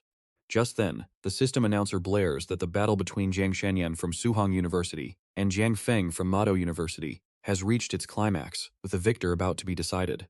As everyone watches in anticipation, Zhou Yi analyzes the fight from the sidelines, knowing that Jiang Feng is even weaker than Li Xin, meaning Jiang Shanyan should easily take the win. Now, pay attention here, because this is where the gap in strength becomes absolutely brutal. Jiang Feng feels she is at her absolute limit, unable to hold on, while Jiang Shanyan ruthlessly presses her attack to finish things quickly. The attack before her eyes fills Jiang Feng with pure terror. Her eyes widen in shock as she screams, while Jiang Shanyan unleashes a barrage of sword strikes, activating her devastating Shadow Slash. Unable to withstand the blow, Jiang Feng collapses. The system declares that Mado University's Jiang Feng is no longer able to fight. Jiang Shanyan advancing to the next round, the crowd is once again left stunned by the sheer power of Suhong University. Spectators gasp in shock, realizing that Mado's star student stood absolutely no chance. Who knew Suhong University had another monster besides Zhou Yi? Now everyone is wondering if tomorrow's team battle against the prestigious Shengjing University will turn into an absolute bloodbath. Down by the stage, Zhou Yi walks over to congratulate her, praising her amazing performance, and mentioning how incredibly cool that final move looked. Jiang Shanyan modestly replies that she just got lucky with a weak opponent, teasingly adding that if she had to face Zhou Yi, she would just surrender immediately. Zhou Yi shyly scratches his head, laughing that she must be joking, since he could never bring himself to fight her. Suddenly, someone runs up and calls out to him. Zhou Yi turns around, completely confused, and asks if she has business with him again. Out of breath, Chu Xiaobai introduces herself as a member of the Tianlan Shu family, explaining she sought him out because he awakened their legendary Frost bloodline. She mentions his incredibly high bloodline purity, leaving Zhou Yi puzzled about this Frost bloodline and the Tianlan Shu family. Standing beside him, Jiang Shanyan chimes in, saying she knows of them. She explains that just like her own Jiang family, they are a powerful, ancient clan that has dominated Tianlan province for centuries, possessing deep heritage and strength that cannot be ignored. Jiang Shanyan continues, mentioning that in recent years, fewer members of the Chu family have awakened this bloodline. Since they are desperate for Frost bloodline users, she suggests that Zhou Yi could easily secure a massive amount of valuable cultivation resources from them. I know what you are thinking, who would ever turn down a massive pile of free training resources? But our main character calmly rejects the offer, flatly demanding solid proof to show he actually belongs to her family first. Hearing his demand, Chu Xiaobai pulls out an appraisal stone, mentioning that her father has conveniently arrived as well. He brought a bloodline testing stone to verify if he is truly one of them. Zhou Yi reaches out and touches the stone, agreeing to give it a try. The moment his hand touches it, the appraisal stone unleashes a massive wave of energy, causing Chu Xiaobai to gasp in shock. Zhou Yi's frost bloodline purity actually exceeds 90%. Zhou Yi smiles calmly, admitting he does feel a strange familial connection to her. He never expected that participating in a simple school tournament would actually help him discover the true origins of his hidden bloodline. With the test finished, Chu Xiaobai corrects herself and asks if her father can have a brief meeting with him. Zhu Yi readily agrees, seeing no harm in a quick chat. Zhu Yi turns to Jiang Shanyan, telling her to head back first while he goes with Xiaobai. She smiles and reassures him not to feel any pressure about this meeting. She playfully adds that the Chu family is only big in Tianlan and cannot compare to her Jiang family, though Xiaobai quickly defends her clan's pride. Chu Xiaobai leads Zhu Yi to the meeting room, stopping at the door to let him know that her father and younger sister are already inside waiting for him. Deep down, Zhu Yi cannot help but feel bitter, remembering how they ignored his sister Xiao Yun when she was gravely ill. Now that he has awakened a powerful bloodline, they suddenly show up at his doorstep. He really does not know what to say about their hypocrisy. Suddenly, the door swings open and Chu Heng greets them, happy they finally arrived. Xiaobai introduces them, and Zhu Yi politely shakes Chu Heng's hand with a formal greeting. Chu Heng beams, saying he has heard great rumors about his young friend's talents, and seeing him now, he is truly extraordinary.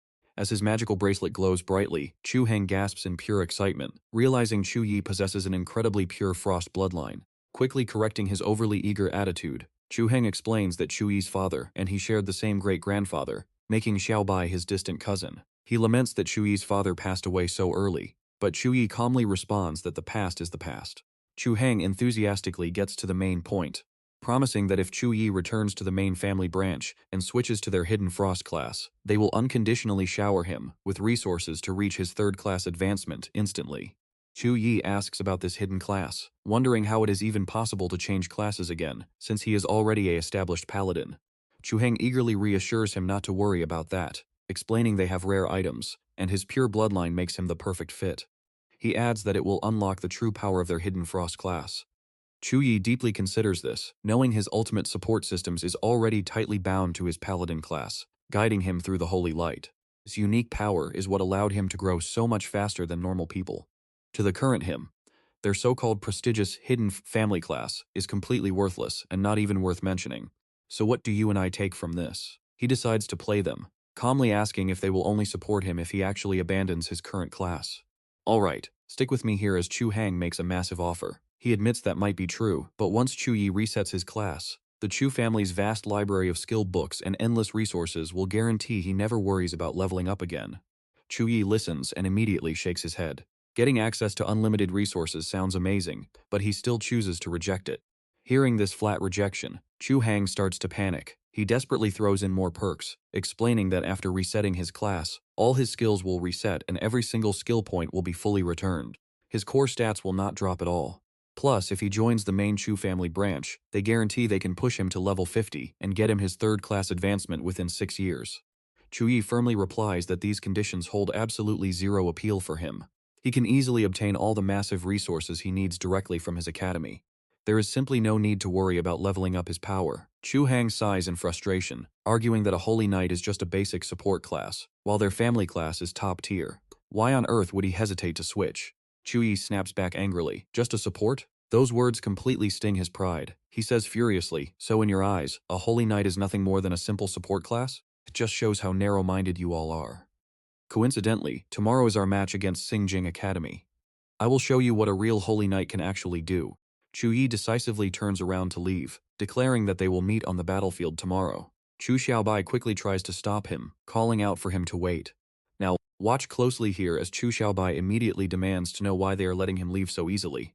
Chu Hong calmly tells him to let the boy go, since he still doesn't understand the limits of his class. Morrow, once he gets a reality check from the sheer power of your Xingjing Academy team, it won't be too late to approach him. Suddenly, Chu Donger raises her hand from behind the sofa, saying she has a different opinion. Chu Donger sits up and says, "Dad, we are being way too soft on Zhou Yi. Is it really worth putting in this much effort just to convince him to join our main family branch?" Chu Xiaobai stammers in embarrassment. "Well, it is because..." Chu Hong sighs helplessly, telling him to let his father do the explaining. He seriously explains that the ancestor of their Chu family was the very first Frost Bloodline awakened user on planet Lin Jing. Under his legendary leadership, the Chu family quickly rose to absolute power. Generations of descendants continued to successfully awaken this powerful Frost Bloodline, even producing several elite third-tier class masters. But absolutely everything changed when the terrifying Dark Era suddenly descended upon their world. Chu Hang explains that during the Dark Era, a massive horde of otherworldly demons invaded, and their ancestor immediately led the family's strongest warriors into battle. But their ancestor went missing deep in enemy territory. Without his protection, all their top-tier class elders were completely buried alongside the strongest otherworldly foes. Although 5 of their top-tier elders managed to survive through secret magic, Chu Hang sits back in his chair and sighs. He admits that ever since then, the Frost Bloodline awakening rate in their family has crashed, falling to less than 1% of before. This eternal curse is incredibly vicious. Simply passing down the bloodline cannot break it, leaving them with no worthy successor. So while the Chu family looks powerful on the outside, they are actually incredibly weak. He smiles and explains that if Zhou Yi, with his incredibly pure Frost bloodline, returns to their main family branch, he says seriously, right now Zhou Yi is riding high on his consecutive victories in solo matches. He is super confident, but once he faces the powerhouse team from Xingjing Academy, he will realize only our Chu family can help him grow truly strong. Chu Donger asks curiously, "Dad, what if Zhou Yi actually wins the match?" Chu Heng hesitates, but Chu Xiaobai quickly taps her head, teasingly asking why she is suddenly taking Zhou Yi's side when tomorrow is her own match. Chu Donger whimpers, saying she was just talking about a what-if scenario. The next day at the arena, the hyped-up crowd can barely contain their excitement. One fan asks another if they also traveled all this way specifically for the showdown between Suhang University and Xingjing Academy. Of course. This is the absolute peak of college team battles. Who would have thought the third round would feel as thrilling as the grand finals? The crowd chatters excitedly, wondering if Zhou Yi can actually keep his legendary winning streak alive against a powerhouse like Xingjing Academy. Since Xingjing is playing on home turf, many feel things are looking highly unstable for him. Chu Donger sits in the back with a worried expression. While her sister's team clearly has the upper hand, she can't help but wonder if Zhou Yi will somehow pull off another miracle win. "Alright, you and I both know this is where the real hype begins." The system announcement blares out, calling the representative teams of Xingjing and Suhang to the arena. As they step out, the crowd absolutely explodes with thunderous cheers. The moment he steps onto the battlefield, Zhou Yi instantly summons his skill, the mystical Iron Warhammer. A massive warhammer suddenly slams down, leaving the entire audience in complete shock. They never expected Suhang's captain to wield such a weapon, though as a holy knight, using different armaments isn't entirely unheard of. His entire aura has completely shifted. Even from hundreds of meters away, just looking at his silhouette brings a chilling sense of dread. Chu Donger stares in wide-eyed shock, realizing that the overwhelming pressure radiating from him today is several times stronger than anything he showed before. Chu Hang asks in disbelief, could it be that he wasn't even using his full strength before? Just then, Li Yuan, a level 22 warrior, snorts and asks what Zhou Yi is doing standing so far forward. Does he actually plan to act as their primary damage dealer? Ho Lan, a level 19 archer, replies that given his insane solo performance yesterday, acting as a damage dealer is pretty normal. Chu Xiaobai, a level 18 priest, warns them that Zhou Yi's level is actually the absolute highest among their entire class. Lu Zhou, a level 20 mage, sneers disdainfully, saying he is merely a holy knight who can deal a bit of damage. What good is a high level anyway? Zihin, a level 22 mechanic, chuckles mockingly, adding that as a captain, having only that much power is honestly pathetic. Li Yuan speaks up solemnly, reminding them that last year, they were completely suppressed by Suhang University in the team battle, losing first place. He coldly thrusts his sword straight into the ground. He strictly warns them that their opponent is still Suhang University, so they must stay fully focused. He orders them to show absolutely no mercy and crush them, even if they end up broken or crippled. The team shouts in agreement, "No problem." Outside the arena, Principal Cheng smiles and approaches Wu Mang, asking how Zhou Yi plans to manage playing both support and damage dealer at the same time. Can he actually pull it off, or is he going to drop the ball and end up losing everything in the end? Wu Meng laughs, telling him not to worry, since everything on the battlefield is decided by raw strength, and he has absolute faith in the boy. This bold confidence makes Principal Cheng secretly anxious, knowing that first-year students usually have highly limited skill points to spend. Trying to master everything usually means mastering nothing, so does this old fox have a hidden trump card up his sleeve? On the stage, Zhou Yi tells his squad, "Once the battle begins, we will follow our school training. I will initiate the first strike, and everyone else will back me up based on the situation." Wang Titong says excitedly, "Awesome. Since he is going all out, we can finally just sit back and relax. Even if our opponent is Xingjing Academy, we can easily crush them." Zhou Yi turns back and warns them to remain cautious, since their opponent was last year's runner-up. He tells them to stay close if they get hurt so he can heal them. And trust me, you and I are about to see if they can actually pull off this insane victory. Let's dive into the ultimate showdown right as the countdown hits 3, 2, 1. Battle start. And right off the bat, Zhou Yi charges forward, declaring he'll take the lead. The moment he leaps forward, a barrage of buff skills light him up. Divine Grace, Shield of Protection, Holy Blessing, and Courage of the Brave. On the massive broadcast screen, the system announcer shouts in excitement. Facing off against elite Xingjing University, Suhong University's Zhou Yi doesn't hesitate for even a single second. He chooses a direct frontal assault. The entire arena erupts in chaos. Since their power levels are almost dead even, shouldn't they start with some long-range pokes first to test the waters? This is clearly a massive display of Zhou Yi's absolute confidence in his own combat power. As he speeds ahead, Li Yan spots him and gets super hyped. With a wicked grin, he sneers, "Heh, rushing to your death already? Perfect. We have just the right long-range welcome gift waiting to tear you apart." Right behind him, Halan is already drawing her massive bow. Without missing a beat, she releases an arrow, a suffocating arrow that instantly streaks across the battlefield straight toward Zhou Yi. Staring down the deadly projectile, Zhou Yi doesn't flinch at all. As those arrows rush at him, Halan shouts in pure excitement, "This suffocating arrow is an A-rank skill. Without your team's tank to shield you, let's see how you're going to block this." Just as the arrow is about to pierce him, Zhou Yi mutters, "How annoying." In a split second, he extends his hand and crushes the high-speed projectile using raw void pressure. His terrifying defensive move leaves Halan utterly speechless. What? He crushed my suffocating arrow using void manipulation. That is an A-rank skill, and it's even been enhanced to level 8. Standing nearby, Li Yan snorts coldly and says, "Well, as a holy knight he naturally excels in high defense stats." Right then, a massive surge of elemental mana gathers on Lu Zhou's staff. Unleashing the raging energy, he shouts, "Zhou Yi, take this, my absolute strongest strike." Suddenly, a majestic fiery bird manifests, the ultimate fire phoenix. Fiery Phoenix locks onto Zhou Yi, spitting out a massive ball of fire. The sphere immediately explodes into a sea of raging flames. The Phoenix Fire Breath. Zhou Yi leaps backward at lightning speed to dodge the initial blast. But Lu Zhou isn't done yet, immediately chaining into another move. Phoenix Fire. Descending Blaze Strike. Seeing Zhou Yi not running away, Lu Zhou shouts angrily, "Still not running? Looks like I'll be the one to finish you off." Up in the stands, the crowd is going absolutely wild. He truly is the top-tier prodigy of Xingjing University. Fire Phoenix is an A+ rank skill, a spell that powerful is practically impossible to block. How is Zhou Yi going to survive this? Charging in all alone like that was way too reckless and arrogant. High up in the VIP booth, Chung Nok smiles smugly and sneers. Right now, running away is probably his smartest option. Given his speed, he might have a chance. Hearing this, Tumai bursts into laughter. Run away furious, Chung Nok snaps, "Tumai, what's so funny?" Tumai calmly replies, "Oh my bad.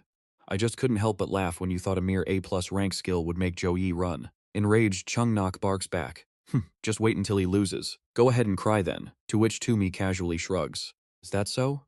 I hope you actually have the strength to back that up." Out on the field, the sight of Zhou Yi advancing leaves the entire stadium gasping in shock. Now pay attention here, this is where things get crazy. As Chung Nok watches in confusion, Zhou Yi activates his A-rank Sacred Flame Halo, allowing him to manipulate divine flames directly. It boosts his holy attribute while granting nearby allies a 20% damage buff to all fire-type skills for a set duration. Grinning arrogantly, Zhou Yi commands, "Sacred Flame Halo, absorb everything." Lu Zhou is completely flabbergasted. How is this even possible? The massive phoenix is literally being dragged toward Zhou Yi. He smirks, "Hey little firebird, get over here and become my fuel." Witnessing this jaw-dropping display, Song Halan proudly boasts, "It looks like Xingjing University has absolutely no clue what our Holy Knight captain is truly capable of." Jiang Shanjian chimes in, "Exactly. Even Shenling Feng with his fire dragon lineage couldn't lay a scratch on brother Zhou Yi, so what makes you think a generic fire spell could ever hurt him?" Clutching the tamed phoenix right in his palm, Zhou Yi chuckles. Sorry to disappoint you guys, but with my sacred flame halo active, fire elements are completely under my control. Up in the spectator stands, everyone's eyes go wide. People gasp in sheer disbelief. My god, did you feel that? That felt like the aura of a divine armament. This is terrifying. Zhou Yi actually obtained a divine vault skill? He's too overpowered, he really deserves the title of demigod. Chung Nok is just as shocked, furiously demanding, a divine vault skill? How could the Sacred Flame Halo be a divine vault skill? Even high-level 3rd transition class holders can't easily obtain something like this. How on earth did Zhou Yi get his hands on it? You and I both know too my love's triggering people. She smiles, maybe he's just lucky.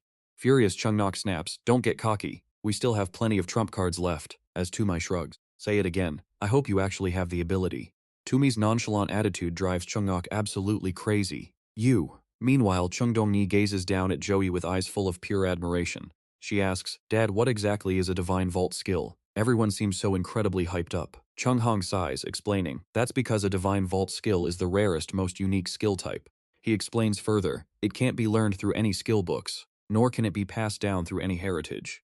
Only class holders who have received the direct blessing and grace of the gods have the right to acquire a divine vault skill. It's clear that Zhou Yi's sacred flame halo was personally bestowed by the god of light himself. Chung Hang begins to reminisce about the old days, recalling how their clan once possessed the Frost lineage, attracting countless loyal followers of the Frost goddess. Ever since their bloodline was cursed, they lost that divine favor. He sighs helplessly. That is why any class holder who receives a god's blessing possesses unfathomable potential beyond our wildest imaginations. Terms we offered before might be completely insignificant to someone like Zhou Yi. Chung Dongni turns around and whispers, so that means our trip this time was a total waste? But Chung Hong determinedly replies, no, there is still a chance. Once this battle ends, I will personally negotiate with Zhou Yi. He might be our only hope to revive the Chung clan, and I am absolutely not giving up on that.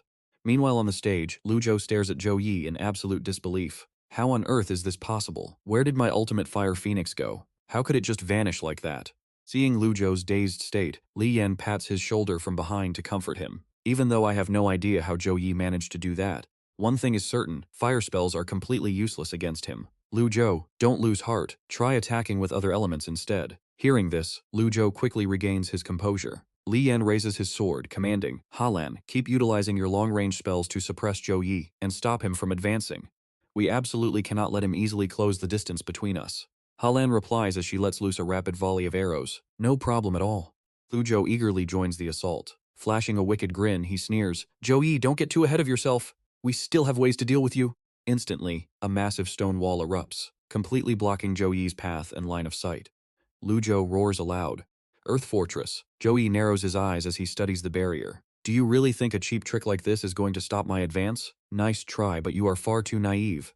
Standing completely calm, Zhou Yi simply raises his hand to cast his defense skill, Shield of Sacred Light. Instantly, a massive glowing barrier materializes, shattering every single incoming arrow to pieces. Qing Nuke looks at the screen in pure shock, gasping. That is actually the A+ rank Shield of Sacred Light. And from the looks of it, its level is incredibly high too. Even Halan praises his defense, but Zhou Yi just nods, muttering, this is ruining my battle tempo. Looks like I should use a long-range skill to completely shatter their formation. And trust me, you and I are about to see a massive counterattack in the next episode. Alright, you and I are jumping right into a high-stakes clash where everything goes wrong. Out of nowhere, Li Yuan senses danger and screams for everyone to fall back. But it is already too late. Chui unleashes a massive fire tornado called Sacred Tempest, forcing Li Yuan to leap backward, shouting for his team to retreat. Wherever that blazing vortex sweeps, absolutely nothing is left standing. Its destructive power is terrifying. He Lan quickly retreats, completely shaken. She knows that if anyone gets caught in a storm of this scale, they will be eliminated instantly. Suddenly, Li Yuan yells out, realizing Lu Zhou is missing. Is he still trapped inside? In reality, Lu is using every ounce of his strength to endure the raging flames, desperately cursing his awful luck. Is that guy really a holy knight? The elemental skills he uses are even more terrifying than mine, and I am a mage. Seeing Lu Zhou still standing, Chu Yi smirks, claiming the fire is not hot enough yet. He tells him to be patient as the ultimate fire phoenix will consume him. The flames grow fiercer, shattering Lu Zhou's shield completely. Chu Yi coldly yells for him to burn. Inside the blazing vortex, Lu Zhou screams in helpless agony. His magic staff slips from his hands and shatters to pieces. After the storm clears, Lu Zhou lies there charred black, weakly begging for someone to save him. Chu Yi gets increasingly thrilled, disappointed that he did not finish his opponent in one shot. He warns that there will not be a next time. His arrogance infuriates Li Yuan, who loudly calls for Xiao Bai. He orders her to heal Lu Zhou immediately while he handles Zhou Yi. As Xiao Bai runs off, Zhou Yi raises his massive mace, welcoming the challenge. A golden light charges straight toward Li Yuan. Just as the devastating slash strikes, Li Yuan quickly raises his shield, activating Aegis Guard. Watching the massive shield float in midair, Xiao Bai recognizes it as their captain's defense. The slash slams into the shield, triggering a massive explosion. Now here is the part we need to watch closely. Look how exhausted he is. After blocking, Li Yuan drops to one knee panting. He realizes Zhou Yi's strength is unreal, making it obvious why even a steel-type talent could not stop his heavy punches. Suddenly, Li Yuan strikes back with a ferocious rage slash. Zhou Yi casually blocks the strike with his mace, mocking him for putting on a useless flashy show. Seeing his attack shattered instantly, Li Yuan gasps in shock. He cannot believe how easily it was blocked, since that single strike usually takes down a level 20 gold tier beast. Refusing to accept defeat, Li Yuan charges with his sword, determined to break through. As Li Yuan leaps to slash downward, Zhou Yi swings his heavy mace to meet him. He vows to fight until Li Yuan yields. Their weapons collide, releasing a massive wave of energy. This intense clash gets Zhou Yi pumped. He praises Li Yuan as the first fighter his age who can go head-to-head against his raw power, proving why he is the captain. Li Yuan struggles to hold his ground, cursing under his breath. Second later, Zhou Yi disarms Li Yuan, sending his sword flying. He taunts the captain, mocking him for losing his weapon and running out of strength so quickly. Zhou Yi charges forward to finish him off. Li Yuan is completely caught off guard with no time to dodge. But just in time, a defensive barrier appears, blocking the fatal blow. Having his attack blocked completely annoys Zhou Yi. Meanwhile, he quickly spins around to activate his own defense shield, Holy Light Guardian, to fend off an incoming threat. A mechanical horn cracks his shield instantly, shattering his defense. Furious at the sudden damage, Zhou Yi lunges forward, determined to smash his opponent to pieces. Landing back on the ground, Zhou Yi analyzes the threat, realizing this stealth mechanical attack is incredibly strong. It shattered his level 9 barrier in a single hit. Panting heavily, Li Yuan stands up and thanks Wang Xuan for saving his life. Wang Xuan calmly replies that he had no choice as they were on the verge of losing. You might think they are done for, but Wang Xuan steps up to face Zhou Yi, admitting he originally saved this secret weapon for another team. He never expected Zhou Yi to push their entire squad this far. Unleashing his machine, he summons the Mechanical Hornet GX-100, a level 21 silver-grade beast. He deploys more support, the Light Rocket Robot Model S, level 21 at silver-grade tier, along with the Scout BT-200 at level 22. Zhou Yi is stunned, wondering how a level 19 summoner can control machines at levels 21 and 22. Up in the stands, Wu Mang looks over at Dean Cheng with a grin, noting that Tsinghua University has been hiding some powerful trump cards. Dean Cheng confidently agrees, proudly explaining that Wang Xuan possesses the Heart of Machinery S+ talent, allowing him to construct robots that exceed his own level. Intrigued, Wu Mang realizes that the final outcome of this entire team battle will now depend on the clash between these two powerhouses. Back on the field, Zhou Yi smirks at the massive army, his eyes blazing with excitement as he challenges Wang Xuan to show him the true power of his swarm. Infuriated, Wang Xuan orders his mechanical army to attack, warning Zhou Yi that charging in head-on is pure suicide. Instantly, the machines open fire, sending a massive hail of bullets. The robotic hornets swarm the air while heavy tanks fire relentless artillery from the back. Zhou Yi quickly raises his defense, activating his double magnetic shield to block.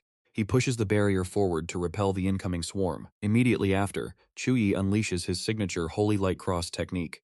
A massive glowing cross envelops him. The surrounding machines get heavily electrified and explode into pieces. Watching his army shatter, Wang Xuan curses in pure frustration. He grumbles that even his fireproof materials could not withstand the blast. Pulling out a control interface, he declares he has plenty of backups and presses a key. Dozens of new robots materialize on the field as Wang Xuan yells that his opponent's energy must run out eventually, ordering them to attack. Meanwhile, Zhou Yi's teammate easily smashes through the incoming machines with a laugh, stating Wang Xuan has no idea that handling swarms is Zhou Yi's specialty. Checking the battle interface, Zhou Yi calculates that the timing is perfect. He prepares to unleash a devastating ultimate skill, Sacred Storm. Zhang Xuan panics, shouting to stop him from casting, but it is too late. The Sacred Storm erupts, vaporizing every robot on stage as 74 critical warning alerts flash red. Gritting his teeth, Wang Xuan fumes after losing 1/3 of his army so quickly. And trust me, you and I are about to see a final move that changes the game. Realizing swarms fail, he decides to summon his absolute trump card. Wang Xuan summons a colossal machine resembling a shark primed to unleash massive energy. As the mechanical arms lock into position, he wildly screams for the HX Arbiter to merge. Alright, you and I are about to watch the ultimate power-up as HX opens a hatch for Wang Xuan to fuse, but look at this.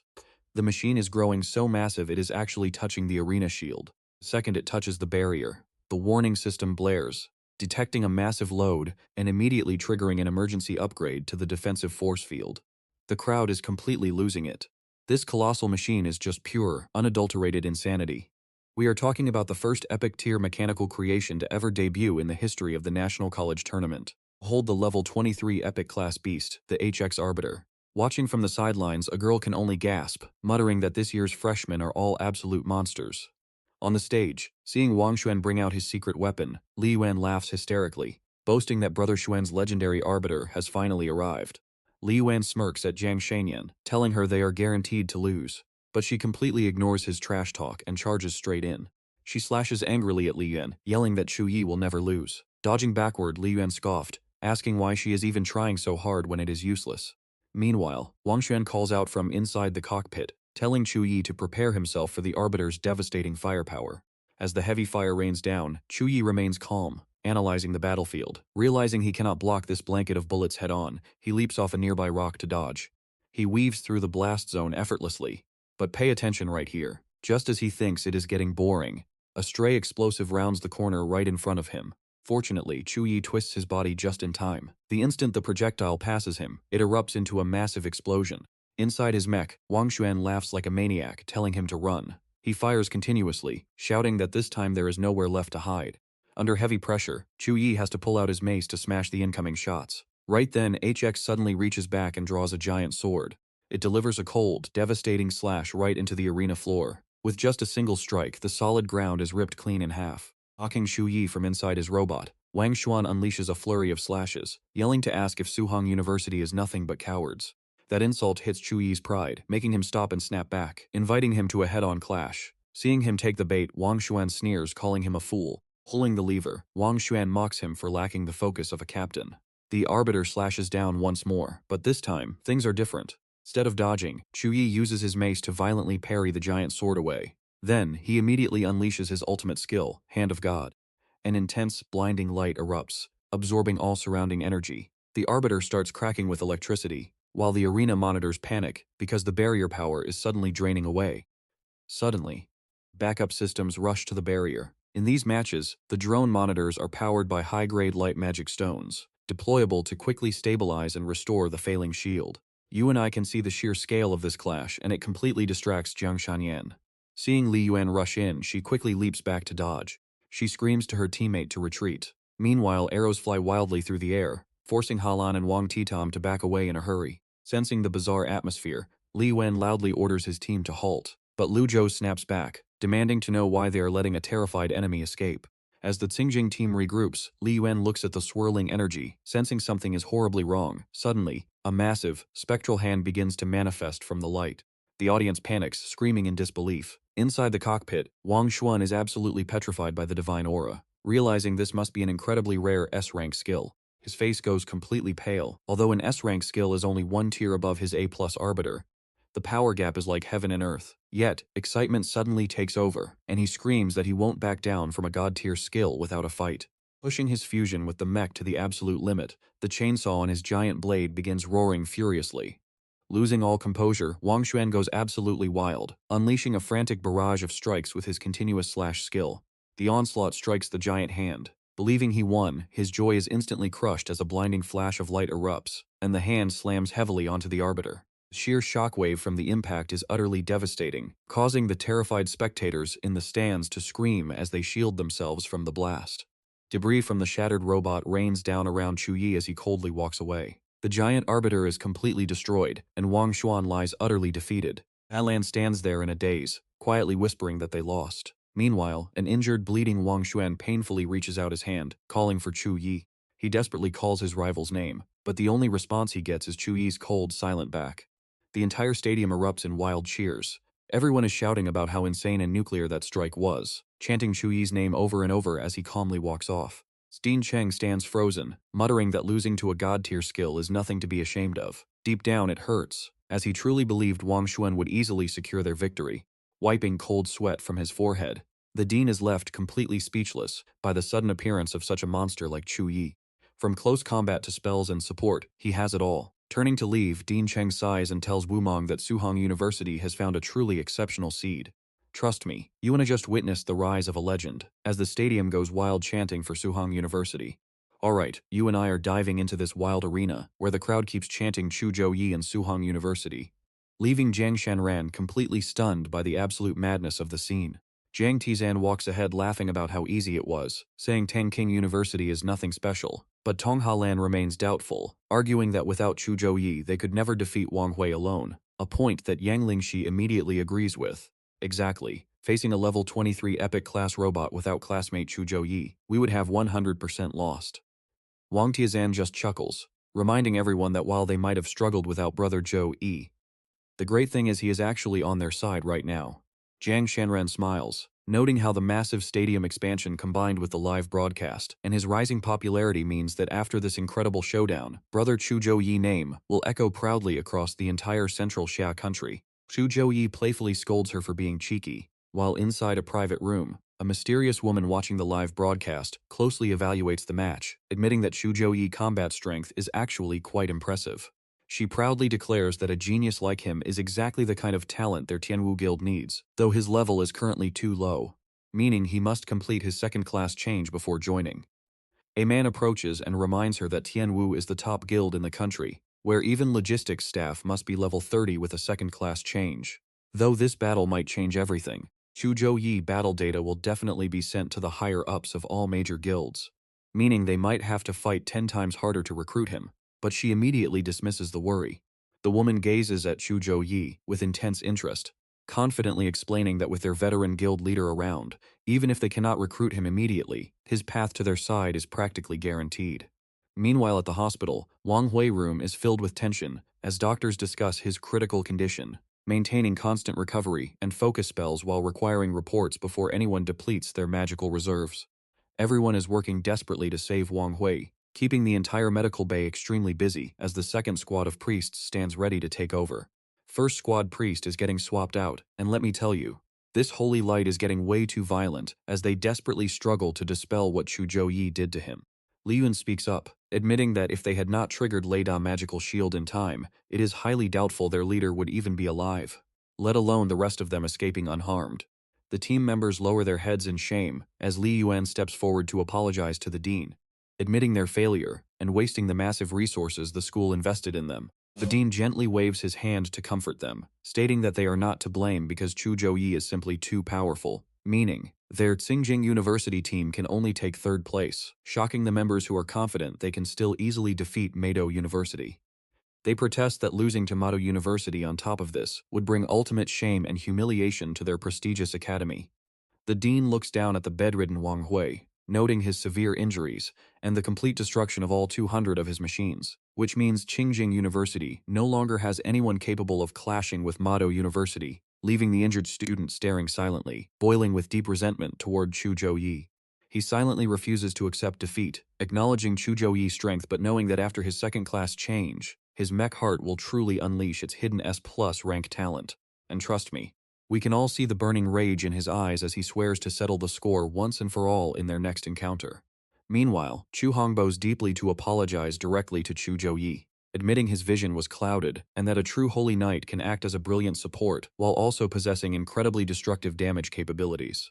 He confesses that in all his years, Zhou Yi is the only one who could pull this off, calling him an absolute genius among men, 1 in 10,000. Zhou Yi, however, remains completely unfazed, telling Mr. Chu to skip the flattery and get straight to the point, prompting Chu Hang to chuckle at how straightforward powerful people are. He explains that the clan leader and elders have officially promised to mobilize their entire family resources to fully nurture him if he returns, prompting a surprised Zhou Yi to question how the clan leader and elders are suddenly in agreement. Noting his confusion, Chu Hang explains that because the Chu clan is massive, the distribution of resources to each branch every year depends entirely on their individual merit. Everything depends on their own strength, which naturally creates intense competition among various factions within the clan.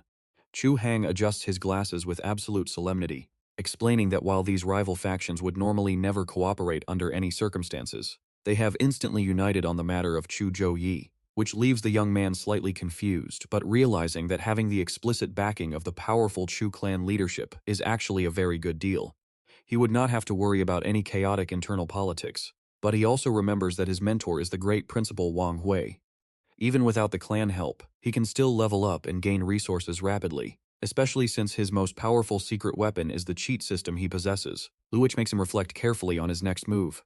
Having made up his mind, Zhou Yi politely declines, stating that he does not plan to change classes, a decision that leaves Chu Hang completely devastated as he tearfully asks if their great clan is truly doomed to never rise again. Seeing his intense sorrow, Zhou Yi offers some comfort, mentioning that he actually knows someone who possesses the rare ice bloodline, and she might consider their hidden class in the future.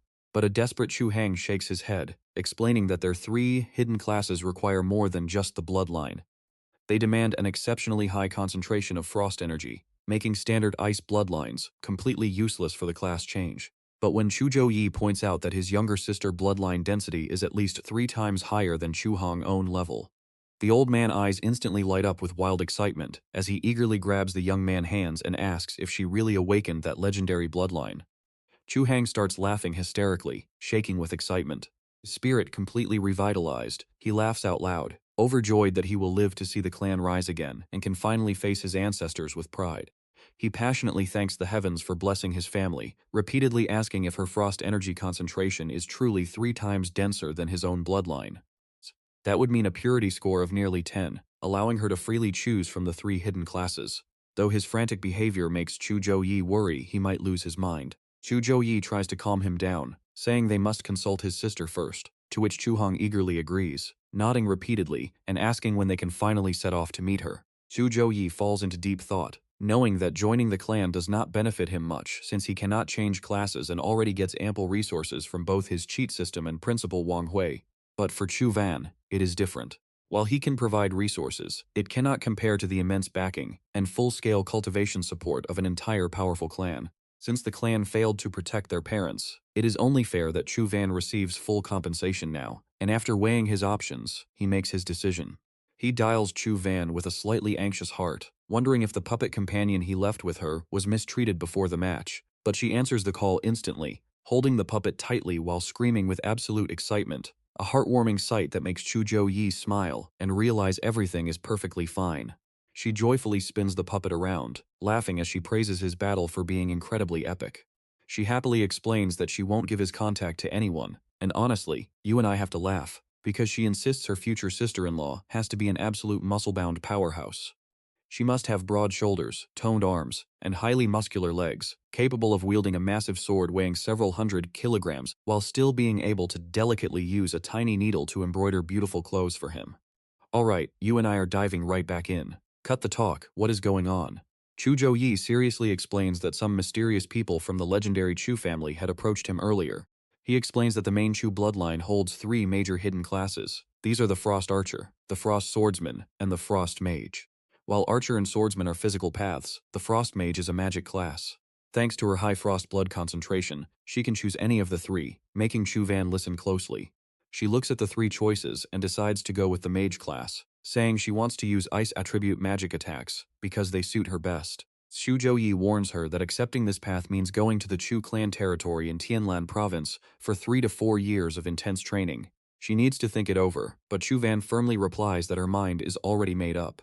Chu Van sighs with determination. Since her brother is already shining so brightly, she refuses to fall behind and be left in his shadow. By taking resources from the Chu family, she will not have to drain her brother's hard-earned assets or remain a burden to him. With her choice made, the two wrap up their conversation. After speaking with his sister, Zhou Yi heads straight back to the freshman arena, where the system loudly welcomes the crowd. Welcome everyone to round 4 of the National College Freshman Exchange Tournament. Today we will finally select the top 8 ultimate prodigies, who will advance to the 5th round of the singles bracket. The system announces that before the battles begin, the Alliance is revealing the rewards for the top 8 competitors in the singles matches. When it showcases an S-grade magic potion, the crowd goes absolutely wild, screaming in excitement over such a rare prize. As expected of the Alliance, they are incredibly generous. Even elite 3rd-tier awakened fighters would find a potion like this extremely rare. Shanyan leans over to Zhou Yi and notes that last year, even the champion only walked away with an S-grade potion. Shanyan nods in agreement, but suddenly, The system reveals even bigger rewards, announcing that the top 4 players will receive a rare S-grade source resource. It showcases a brand new weapon, revealing that the ultimate champion will claim a legendary grade weapon forged by the Alliance's Grandmaster Craftsman.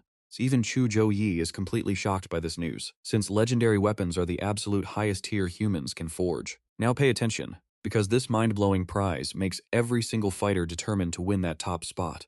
As she steps up first, Shanyan smiles and asks Zhou Yi to cheer her on, and he confidently tells her that she can definitely do it. Soon, Zhou Yi's opponent steps onto the stage, and the two face off. Armored up, Fengxiang admits he knows how strong Zhou Yi is, but swings his sword and roars that he is not going down easily. He secretly smiles to himself. While normal fighters focus on balanced stats, he knows his build is completely different. Filled with confidence, Fengxiang reminds himself that he dumped all his attribute points into pure strength, making him totally unbeatable. As the system announces the start of the match, Zhou Yi instantly charges forward, and Fengxiang rushes to meet him. He laughs mockingly, daring Zhou Yi to face him head-on. He strikes first with a violent slash, and their massive physical forces collide with a massive bang. In an instant, his sword begins to shatter under the weight. Zhou Yi's heavy weapon crushes him, forcing him to his knees as he groans in complete disbelief. He gasps, wondering how Zhou Yi's strength could totally overpower his full-strength build. Zhou Yi rests his weapon on his shoulder and sneers, asking if that is all he has. Stadium erupts in chaos as the full-strength specialist gets completely overpowered. Everyone wonders how terrifying Zhou Yi's stats really are, with some even whispering that he must be using a cheat code. His teammates from Maton College yell out in denial. Watching this, the dean mutters in shock that with his gear, Fengxiang's strength stat should be sitting around 370 points. To completely overwhelm him in a single strike, Zhou Yi's strength stat must be over 450 points. Remembering that his intelligence stat is also incredibly high, the dean realizes how truly terrifying this young monster is. Worried dean asks Wei He if he stands a chance against Zhou Yi. After a long pause, Wei He admits he only has a 30% chance. Meanwhile, back on the arena floor, Fengxiang forces himself back up, shouting that a knight dies standing rather than kneeling in defeat. Zhou Yi respects his iron will, calling him a real man, as Fengxiang charges forward with one final desperate strike. Zhou Yi meets the charge head-on, delivering a devastating counterattack. The heavy weapon smashes directly into Fengxiang, sending him flying across the arena as he screams in agony. Seeing their teammate completely broken, the opposing coaches immediately scream that they surrender, and the system officially ends the fight. Now, you and I can hear the entire stadium erupting into deafening cheers, celebrating our unstoppable main character as their absolute hero. Medical staff rush onto the field, sighing at the severe damage. They quickly prepare their spells, noting that dealing with Zhou Yi's victims is always a massive pain. Of course he is injured. He just faced Zhou Yi. They carry him away for urgent treatment, and a day later, the Tuhang University team gathers in a war room to discuss their strategy. Coach Ngomang starts by praising the team for securing 2 spots in the prestigious top 8. He congratulates Tong Ha Lan on her surprising victory, warning her that the next round will be incredibly tough, though she happily promises to give it her absolute best. Next, he turns his attention to Shanyan. He notes that with her strength, she deserved to reach the top 8, but she unfortunately had the bad luck of facing Wei He, the tournament's top seed. Gomang explains that the final 2 spots in the top 8 will be decided in the loser's bracket, urging her to seize this second chance. He then turns to Zhou Yi, telling him he has full faith in his ability to bring home the singles championship. Zhou Yi nods seriously. Gomang then explains that during tomorrow's team battles, they will face 2 opponents, both of which are just standard average schools. He looks at the substitute players and suggests they use this opportunity to gain some practical arena experience.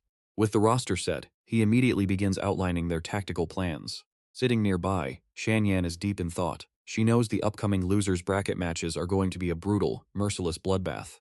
Only 2 players out of 70 will survive this brutal bracket to reach the 5th round, but doing so puts them in reach of a highly coveted S-grade source resource. She tells herself that even for elite families, powerful resources of this level are incredibly hard to come by. If she can secure that prize, her combat power will skyrocket to a whole new level. Just then, a voice suddenly breaks her train of thought. No Mang turns to Zhou Yi, smiling as he explains his strength is easily enough to single-handedly sweep the opposing schools. However, since tomorrow is meant for training the substitutes, Zhou Yi should focus on protecting his teammates and avoid stepping into the fight.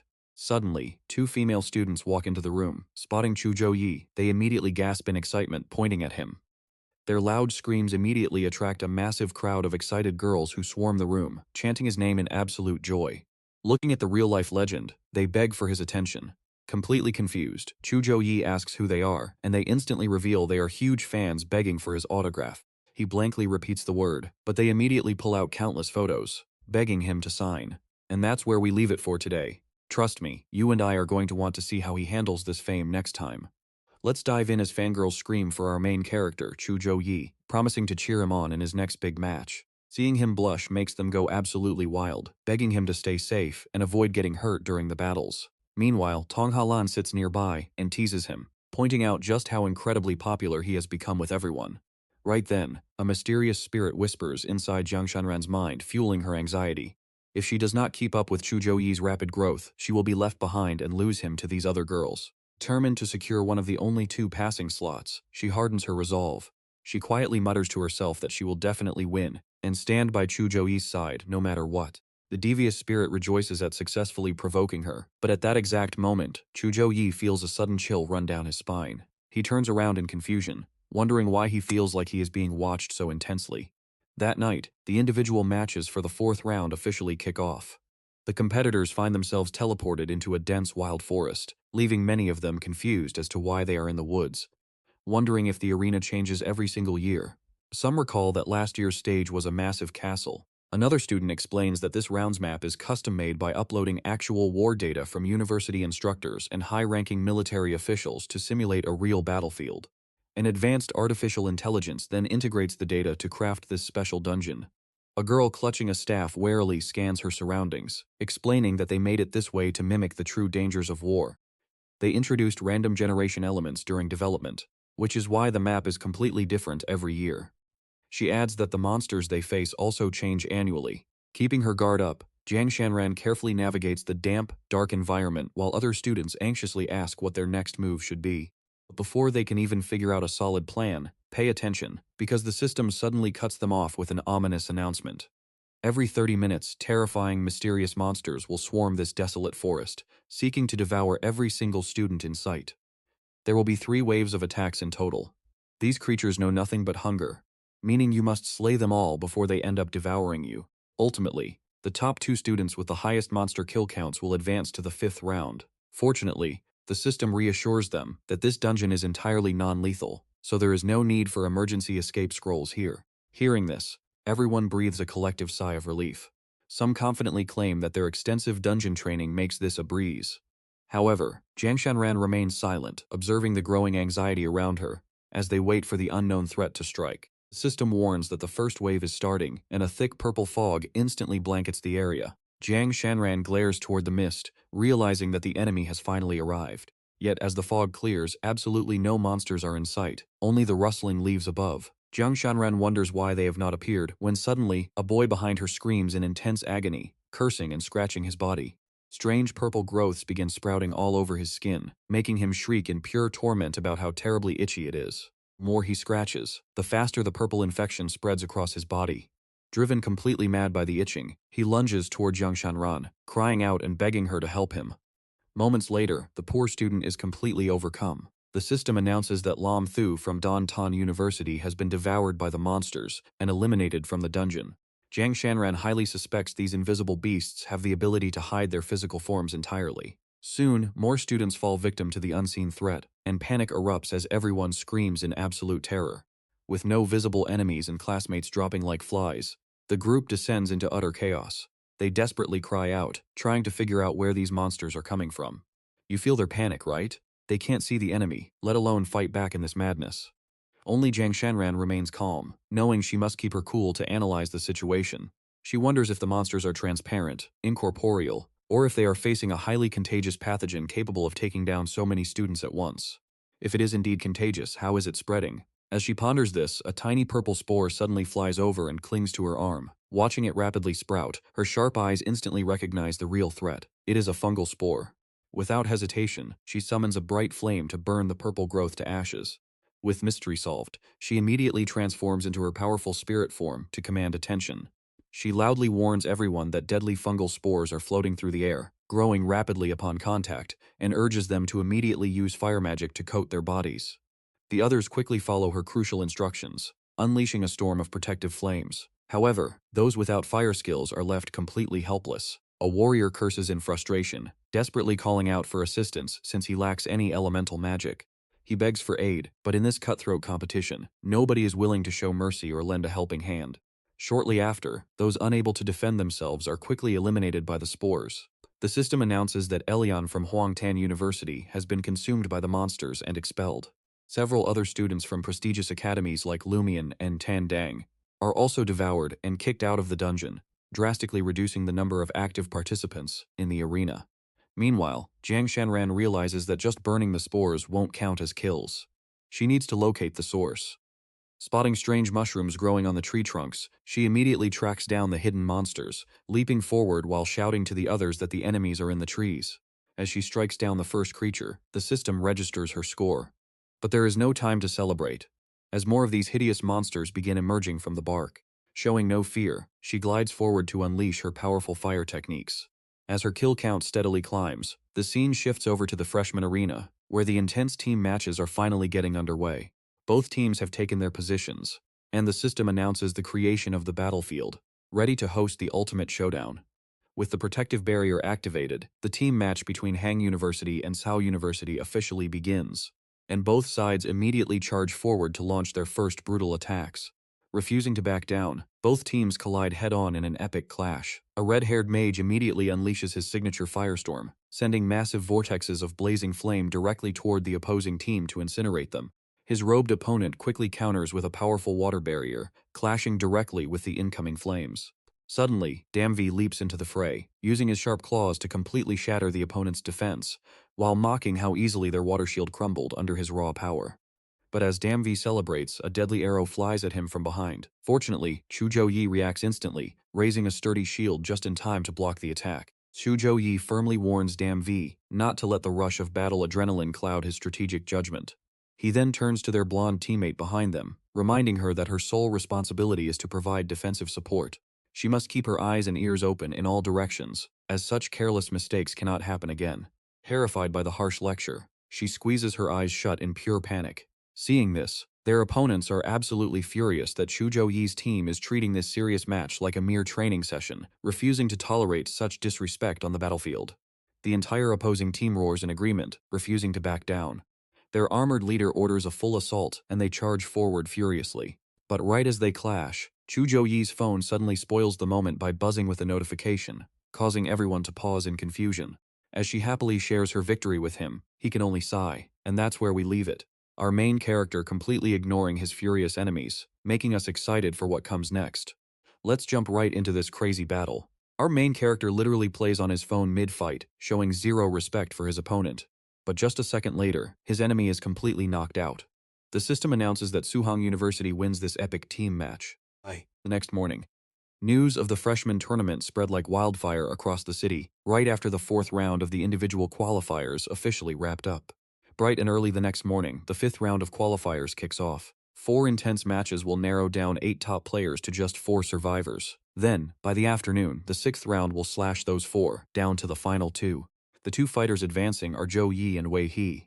A popular streamer quickly records a video to share this hot news, telling everyone that today is the long-awaited final championship showdown. The streamer even shows a dramatic, heartbroken face while talking about Zhou Yi's humble background. Having lost both his parents, he relied entirely on himself to grow stronger step by step, eventually shocking everyone as the most powerful holy knight in exam history. Then his tone shifts as he introduces Wei He, a legendary prodigy born into a top clan with a 100-year legacy. He possesses supreme talent and a rare bloodline. The streamer eagerly wonders aloud, asking who will ultimately seize the throne and become the champion of the singles division.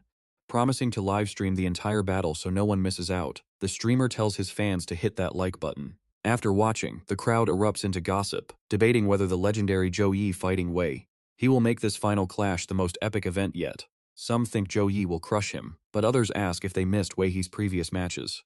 His fighting style is famously brutal, showing absolutely no mercy on the battlefield. Now watch closely here. This fight won't be easy at all. It's a real shame that Goddess Jiang had to face Wei He in the semi-finals, or we would have had an amazing All-Sahang final match. Right at that moment, the clear blue sky is suddenly split open by the roaring sound of helicopter blades. As the cabin door opens, the surrounding crowd goes completely wild, seeing the team from Suhang University step out.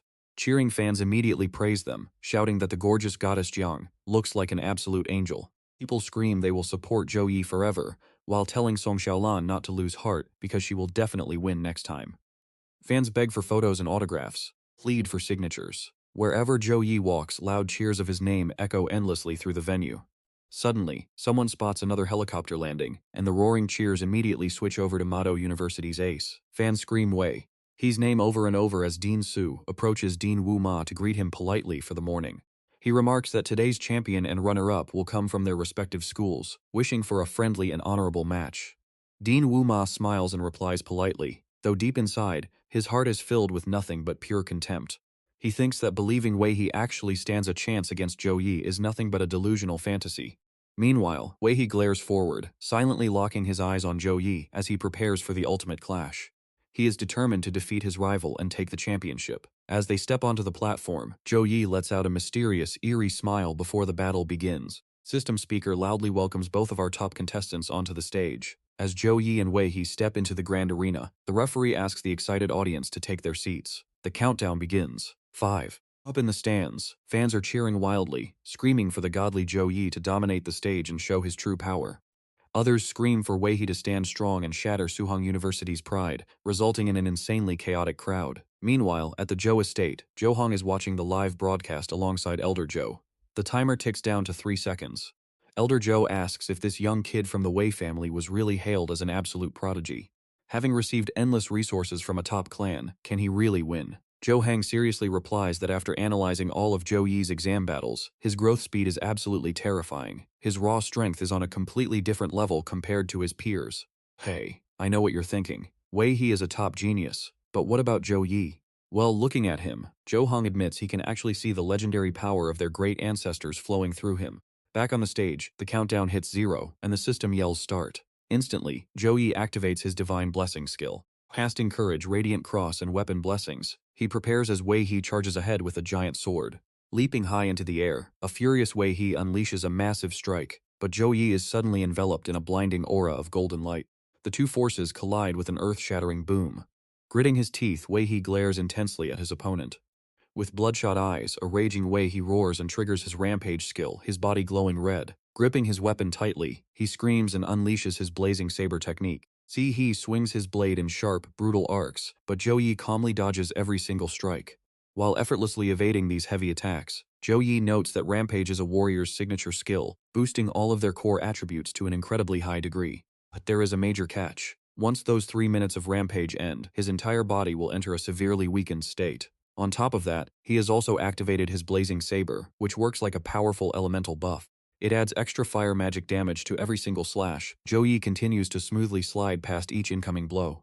Wei He charges forward like a lethal arrow. Bracing himself for impact, Zhou Yi admits this guy is truly worthy of being Mado University's top freshman. Yet with sharp eyes and zero fear, he simply continues to dodge. Fueled by pure rage, Wei He screams Thunder Slash. The higher the skill level, the greater the strength stat, and the faster the slashing speed, even matching the speed of lightning.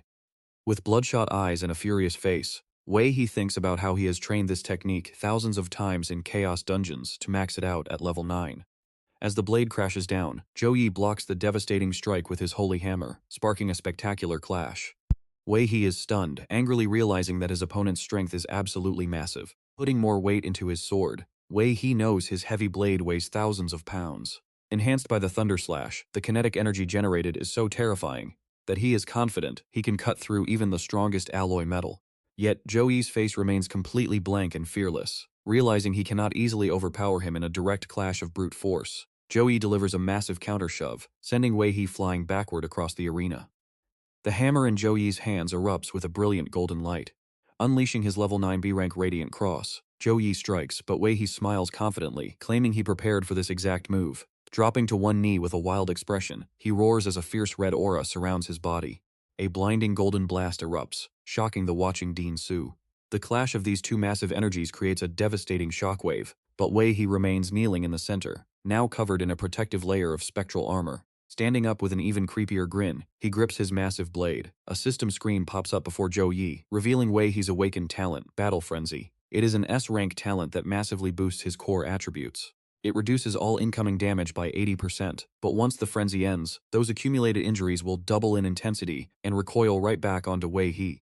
As Wei He charges straight at him, Zhou Yi realizes his opponent is trying to end things as quickly as possible. Since this S-rank Battle Frenzy talent only lasts for 2 minutes, his smartest strategy is to simply stall and run down the clock. But even with 80% damage reduction, Zhou Yi is confident he can overpower him. He raises his shield, easily blocking each of Wei He's desperate slashes. And that's where we leave it for now. With both weapons clashing in a massive shockwave, Wei He's reckless attack on a tanky, self-healing Holy Knight might actually turn out to be his most foolish mistake yet.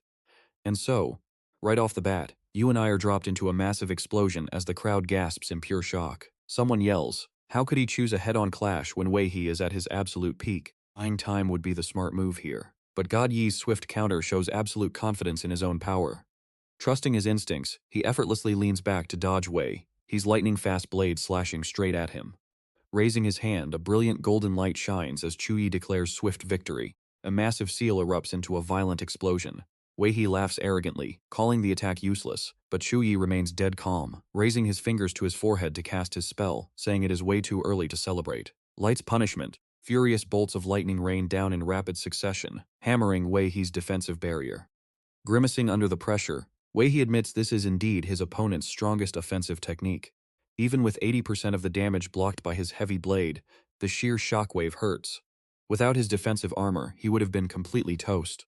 Looking up at the fading sparks, Wei He calculates his next move. He knows that Light's punishment requires at least a 1-second cooldown between strikes. Stomping his foot down, he realizes he just needs to strike right during that brief opening. Charging forward for a quick finish, he is instantly blasted back by another lightning bolt. His eyes widen in absolute horror. How is this possible? How could the cooldown of Light's punishment be this ridiculously fast? He had carefully analyzed every single skill his opponent used in past matches. Could his Light's punishment be upgraded? Another devastating blast erupts as the commentator drone screams in excitement about how brutal and savage this is. Let me remind you, we are watching the grand finals of the National Freshman Exchange Tournament, and this battle is getting insane. Spectators shield their eyes from the brutal display, while a girl screams and turns away. Meanwhile, Wangshan just smirks. Wei He howls in agony, staring at Zhou Yi in utter disbelief, his mind screaming with a single question. Why? They were only 10 meters apart, yet Zhou Yi looms over him like an absolute giant. Wei He feels so tiny as if a single finger could crush him.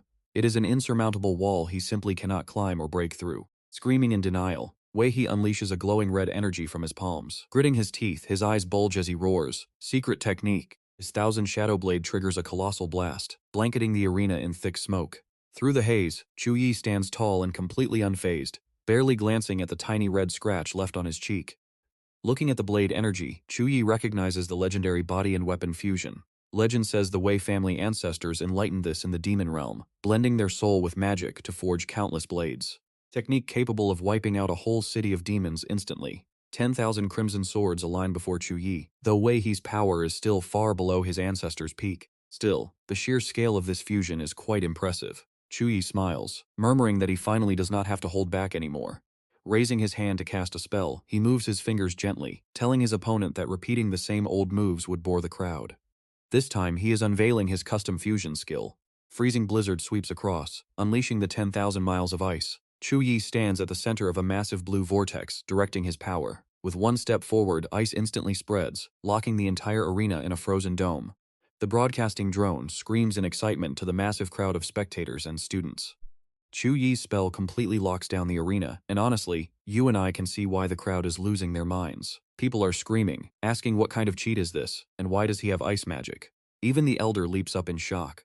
With a pale face, the elder points forward, shouting to Chu Hong if he saw that ridiculously pure ice elemental power. Zhou Yi slowly gestures, and the opponent's 10,000 floating swords begin to freeze solid. Frozen blades are bound tight by glowing golden threads. Clenching his fist with a sharp glare, Zhou Yi triggers the golden threads wrapping around his wrist pendant, shattering the enemy's formation. Ice shards detonate outward as Wei He is sent flying, slamming violently into the ground and spitting blood. As the frozen mist dissipates, the commentator announces that Wei He has completely lost consciousness. Zhou Yi claims the victory. The crowd erupts into wild cheers for the champion. The announcer shouts, "Congratulations to Zhou Yi," and a big hand for his opponent, Wei He. They have delivered an absolute masterpiece of a duel today. This is without a doubt the most spectacular showdown this exchange tournament has witnessed in the last 15 years. Let us all cheer for the undisputed top genius of this generation. Zhou Yi raises his hand, smiling beneath a sky full of fireworks, as the drone declares the solo match is officially over. Up next are the team battle and survival rounds. Watching from the stands, Wu Mang notes with a smile that the young challenger actually pulled off the Wei family secret fusion technique. In any other year, his strength would have easily secured him the #1 spot. Too bad he had to face Zhou Yi. Jiang Shenran claps excitedly by his side, laughing with joy. Watching Zhou Yi stretch and yawn, Wu Mang silently contemplates. He originally thought Zhou Yi would need his legendary angel form to win. Instead, he simply combined Light's punishment with a custom light and ice fusion skill. This kid is on another level. Zhang Xiaolan agrees, noting that although their academy dominated the team matches for 4 straight years, they have missed out on the solo championship title until today. Brother Yi really made us proud, Wang Titam adds confidently. He notes that tomorrow's team battle is against Magic Capital University, and with their star player Wei He badly injured, they pose absolutely no threat. First place in the team tournament is practically in the bag. Song Xiaolan warns him to stay humble and not get cocky, while Jiang Shenran giggles, teasing brother Zhou Yi. She mentions how little she believed Zhou Yi could easily pass off as a legendary great mage. Ling Shi blushes furiously, pulling her hood down to hide her face, as Jiang Shenran happily keeps teasing. Jiang Shenran invites him to unwind tonight, leaving Zhou Yi scratching his head. Cut to a vibrant night market. 300 years since the game Eternity merged with reality, magical beasts became part of life. The rise of unique cooking classes introduced thousands of incredible new dishes across the Blue Star. Right in the bustling East Qing district of Qingjing City, a legendary food street draws massive crowds every single night. From flying creatures to subterranean beasts, absolutely anything can be turned into gourmet delicacies to satisfy hungry customers. Nearby, a loud food vendor shouts, selling his famous Wolf King Blood Jelly. Get your Wolf King Blood Jelly to boost vitality and stay youthful. Or try the level 30 Deep Sea Monster Fish Balls, crispy and chewy to perfection. Sang Xiaolan links arms with Ling Shi, pointing out the tasty treats, while Ling Shi happily nibbles on a sweet tonghulu. Up ahead, Jiang Shenran and Zhou Yi chat away, enjoying the lively atmosphere. Watching from a distance, a Liang spots Jiang Shenran and calls her a masterpiece. Tossing his skewers to his buddy, he rates her a solid 100 points, declaring that missing a chance to chat up someone that gorgeous is a sin. His friend hesitatingly points out that she already has a boyfriend. A Liang just sneers, saying he does not care about a boyfriend. He boasts that once he makes his move, she is as good as his, but as Zhou Yi glares back with terrifying cold eyes, A Liang completely freezes in fear. His buddy jokingly asks if he is quitting already. That is definitely not his usual style, but A Liang points trembling fingers at Zhou Yi, stammering God Yi. And trust me, you and I can relate to the girls later, totally exhausted after exploring this massive food market for an hour. They have not even covered half of it yet. Song Xiaolan links arms with Wang Tiatam, explaining that there are 6 major streets connecting here. Dive into some juicy romance before the real chaos begins. Song Xiaolan pushes Wang Tidian away to leave our 2 main leads alone, telling her to stop being a third wheel. Meanwhile, they head off to grab some food, leaving the potential couple by themselves. Just to give the 2 lovebirds some quiet time alone. Stop being such a third wheel. Meanwhile, the shopkeeper warmly promotes their special fruit wine, which can actually help you level up faster. At 800 milliliters a bottle, it is a perfect treat. Jiang Shanyan gets excited and orders a bottle for them. The shopkeeper serves the bottle with 2 small cups, announcing the price is 200,000 low-grade coins. Right after asking for payment, a notification pings on the phone, confirming the transfer of the full amount. Holding her glass, Jiang Shanyan looks at Zhou Yi and congratulates him on winning the singles championship. Clinking glass against hers, Zhou Yi smiles and says he is happy to celebrate together. After taking a sip, Jiang Shanyan wonders if the alcohol content is actually low. But 10 minutes later, her face is bright red, and she drunkenly asks why she is seeing 2 of Zhou Yi in front of her. Zhou Yi looks at her, surprised she got drunk so fast. She giggles, counting 1, 2, then 3 Zhou Yis. He can only sigh, remembering she is actually a level 19 professional. Now pay attention here, because this isn't normal wine. It is actually brewed from rare spiritual olives, capable of knocking out even high-level players. Realizing this, Zhou Yi stands up, noting that it is getting late and their friends still haven't returned. He suggests going to look for them, but Jiang Shanyan reaches out, calling his name in a soft, whiny voice. She complains that she doesn't want to move, but before she can finish, a seductive voice calls out to Zhou Yi, as a gorgeous girl approaches with an empty glass. She asks him to buy her a drink. Zhou Yi glances at her, points to the table and coldly offers to sell her the leftover wine for 100,000 coins. The girl just laughs, calling him amusing. Seeing Jiang Shanian looking flustered and embarrassed with her messy hair, the woman gets even bolder. Annoyed, Jiang Shanian pushes her away, yelling that she is getting way too close. She whispers in Jiang Shanian's ear, telling the little beauty that she shouldn't ruin things. Since they aren't dating, she shouldn't be blocking the handsome guy's romantic prospects. The woman secretly knows that Zhou Yi is the strongest rookie of the year. While most people think they are a couple, she can tell they are just a dense boy and a shy girl who is only now realizing her feelings. Since it will take them ages to confess their feelings, she decides this is the perfect opportunity to make her move on him. If she can wrap Zhou Yi around her finger, all the valuable resources he earns will belong to her. She leans in close to tease him, leaving Jiang Shanian completely speechless with anger. But suddenly, she gasps as Zhou Yi grabs her hand, calmly stating he actually doesn't mind her blocking other girls. As Zhou Yi pulls Jiang Shanian away, he ruthlessly adds that the woman is too average to even count as a distraction. The woman is left completely shocked, offended by being called average. You and I both saw this confession coming, right? Hand in hand, they walk through the crowd until she suddenly stops. Looking up with a blushing face, she finally confesses that she likes him, leaving him completely stunned.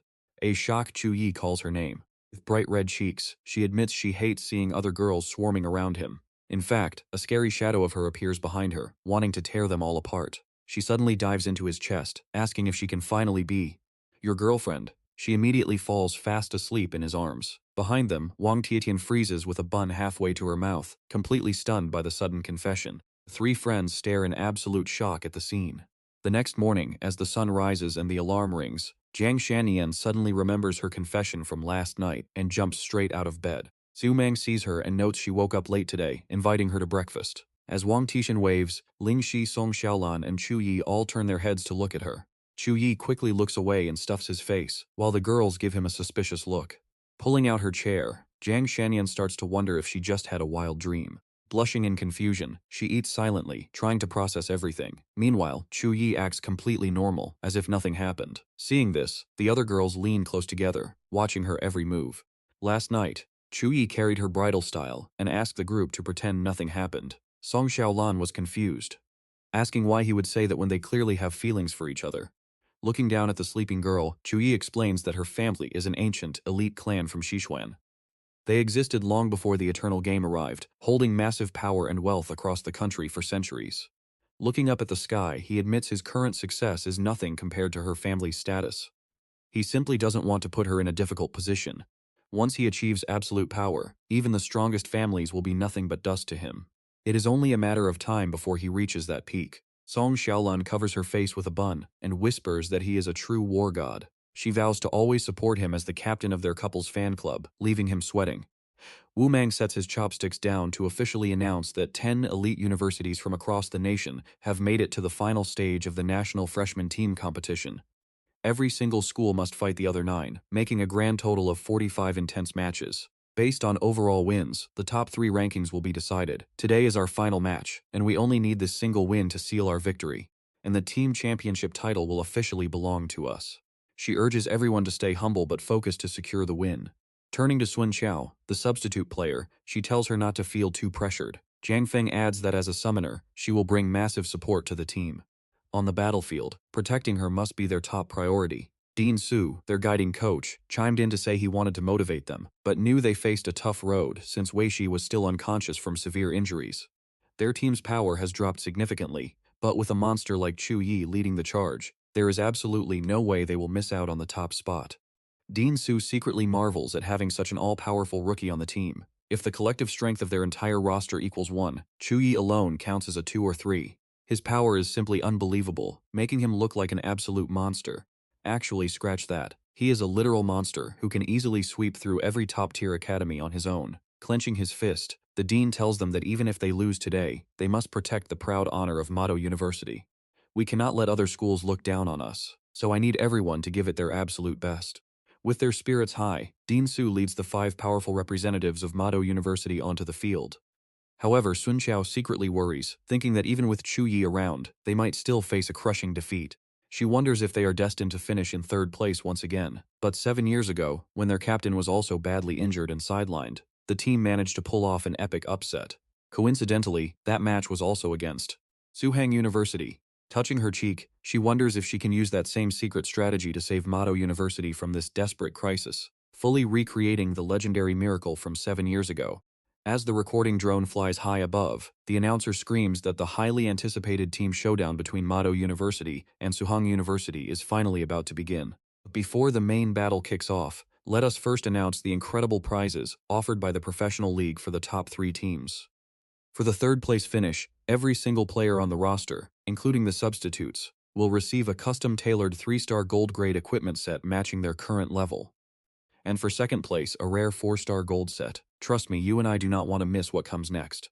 Alright, you and I are diving straight into this crazy tournament. The reward for first place? A full set of epic 2-star gear for every single team member from the Xiaoyan Alliance. The crowd is absolutely losing their minds, screaming their heads off over this massive prize. This year's reward is literally double what they gave out last year. These rich guys are out of control, but you know what? I'm ready to risk it all against these loaded opponents. Zhou Yi rests his chin in his hand, thinking deeply. The legendary solo weapon is worth way more than a single epic gear piece.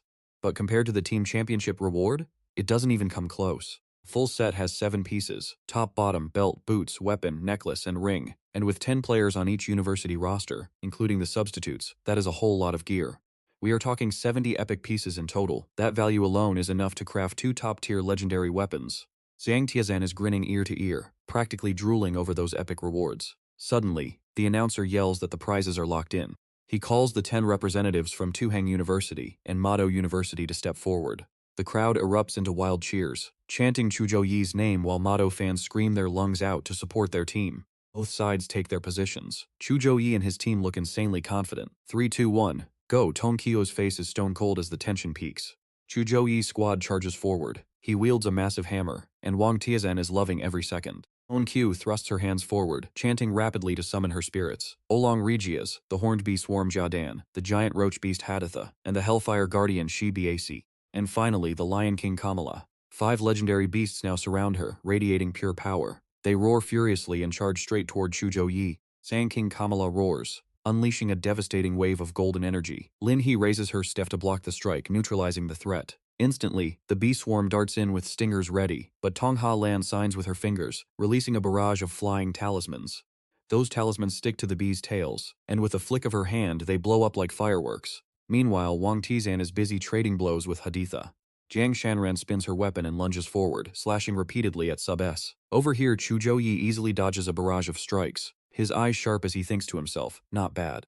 Real combat really is the best way to level up. Their teamwork has improved by at least 30%. While Tuang Fuang and the blonde girl watch in utter shock, Tong Qiu calmly continues chanting her spell. Zhou Yi clears the field with a few quick moves. He throws a heavy punch straight at Tong Qiu, but she keeps her eyes shut tight, completely focused on finishing her casting. Suddenly, her eyes snap open, glowing with sharp intensity. A massive hand manifests and intercepts his hammer. Zhou Yi frowns in frustration as Tong Qiu grit teeth, straining to hold his overwhelming power back. Now pay attention here because this is where things get completely crazy. Lang Vian Vian Tu appears with glowing red eyes, roaring as a blue circle fires a storm of projectiles. Tun Qiu panics, summoning Haditha to block, but the beast grabs Haditha by the throat. With a brutal squeeze, black blood splatters everywhere. It rips Haditha's head clean off, then glares at Tun Qiu, asking why she summoned it if she was only going to use weak tricks. Tong Qiu shields her face, trembling in absolute terror. Shaking violently, she points her finger at Zhou Yi and screams for it to defeat him. Behold Lang Vian Vian Tu, a level 24 legendary beast. This rare creature possesses innate fire mastery and is incredibly hard to find. Encountering it could be a blessing or a curse. As the beast roars, Zhou Yi stares at it, deeply analyzing this legendary threat. Beast looks back at Tong Qiu and tells her to prepare for death. Terrified, she waves her hands, crying out for it to wait. Debris flies everywhere as she covers her face. The legendary beast leaps forward. Instantly, Lin He raises her staff to cast a water shield, wrapping them in a protective blue light, forcing Lang Vian Vian Tu to dodge. Hong Halan extends her hands, chanting a powerful spell to command the earth spirits. A massive rock wall rises up. She knows the water shield is an A+ rank defense skill, especially since Lin He boosted it all the way to level 8. You and I both know how strong that defense is. It blocked consecutive attacks from top assassins in the solos. But right now it won't stand a chance. Wang Tiazan rushes in front of Tong Ha Lan, casting a red shield wall to reinforce them. Lang Vian Vian Tu leaps into the air, clasping its fists to smash down hard on the shield. Tong Ha Lan looks back, saying they are lucky to have Zhou Yi's massive buff doubling their skill power. Otherwise, the legendary beast would have shattered their defense instantly. It is just too strong. She asks Zhou Yi what they should do. Zhou Yi raises his hand, casting a protective shield as a bright sigil appears. Lang Viantu slashes at him with its razor-sharp claws. Zhou Yi glances back at Tong Halan, making Ling He and Wang Tizan shout in disbelief. Wang Tizan yells, "Are you kidding me, big brother? This isn't just some Mado student. This is a legendary beast. It has no mercy and doesn't know its own strength." Zhou Yi looks at her and asks if he seems like he is joking. He has a way to handle this beast, but once the fight starts, he won't be able to protect any of them. Jiang Shanran looks at him with worried eyes, telling him not to worry about them. Lin Hai chimes in, saying even if her power is small, she still wants to help. Tong Halan's eyes widen as she shouts that they are a team, just as the beast lands another massive punch. Zhou Yi explains that fighting a legendary beast is extremely lethal. Even if a priest revives them, they will lose 30% of their stats and suffer a 3-month weakness penalty, preventing any real training. He asks if they have actually considered those massive consequences. Zhou Yi places his hand on her head, gently patting her hair. He tells her he knows they are worried about him facing it alone, but in reality, having them nearby only distracts him. With a gentle gaze, he looks at Jiang Shanran and says it is just a single legendary beast after all. The crowd below is completely stunned. A girl shouts that this is an insane plot twist. History from 7 years ago might be repeating itself. Mado University's substitute summoner, Tone Q, has brought out a literal legendary beast. The announcer grips the microphone, asking if Zhou Yi can somehow turn this desperate situation around. Who will ultimately walk away with the team championship title? A red-haired guy laughs evilly. Just like equipment, a beast's rank is divided into bronze, silver, gold, epic, and legendary.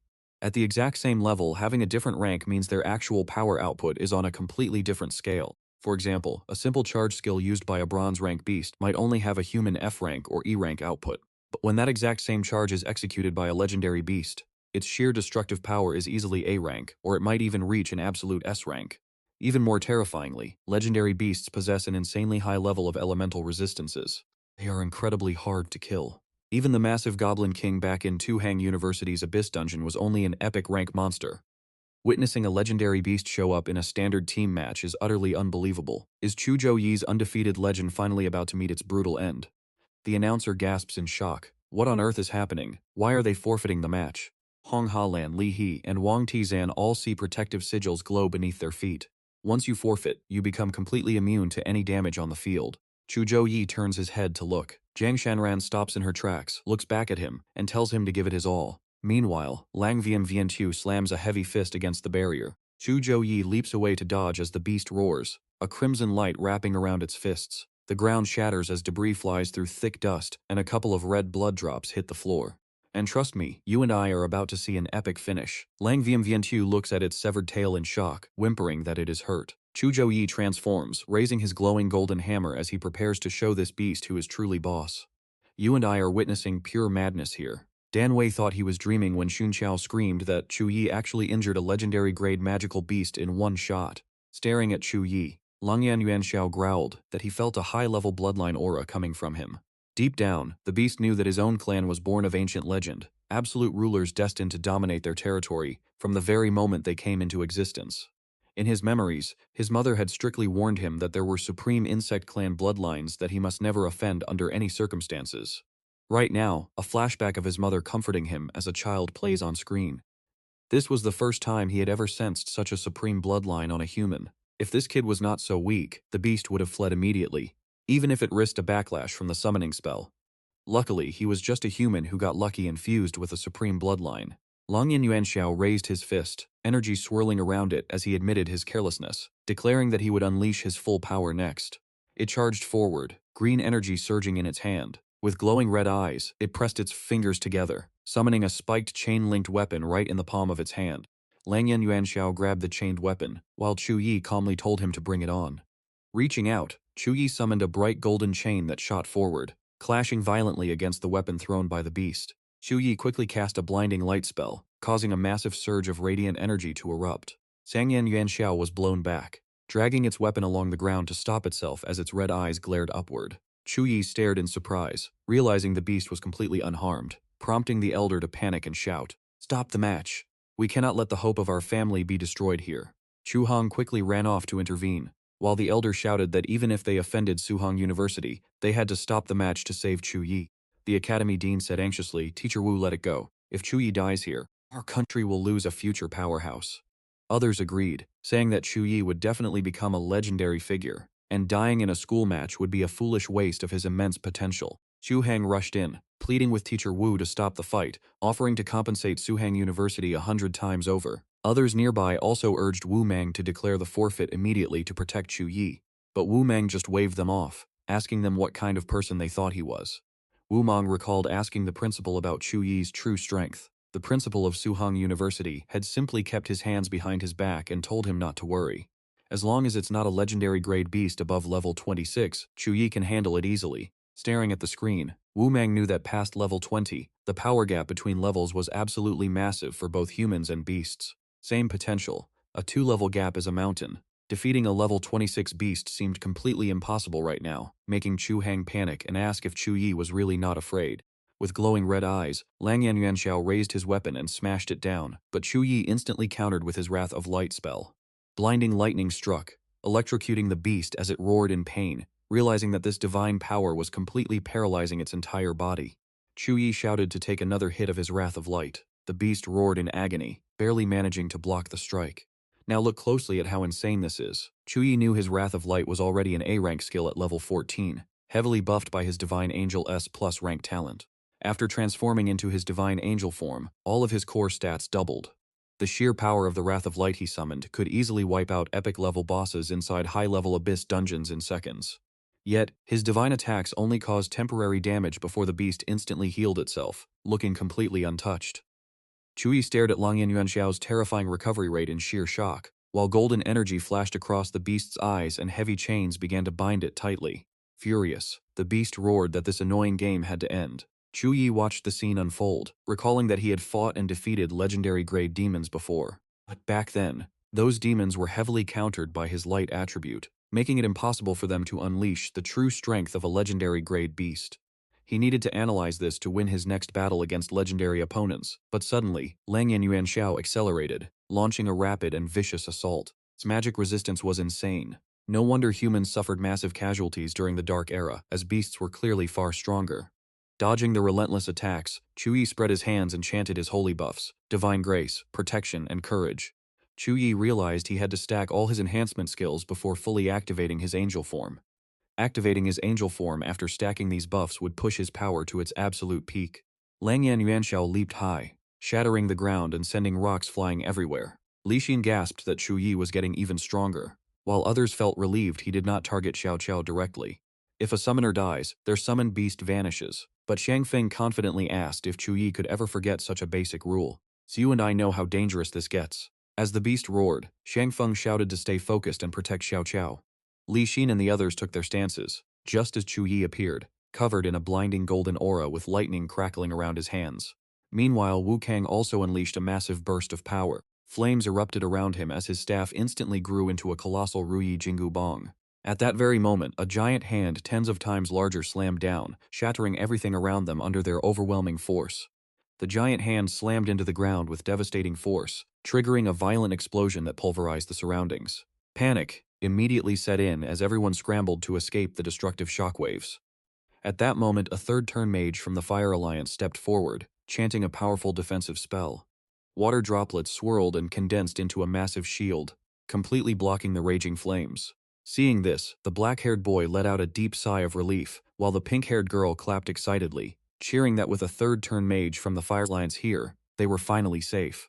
The boy wearing a t-shirt nearby stammered that he was scared half to death. He admitted he was wondering if the gymnasium priests could even resurrect them if they died there.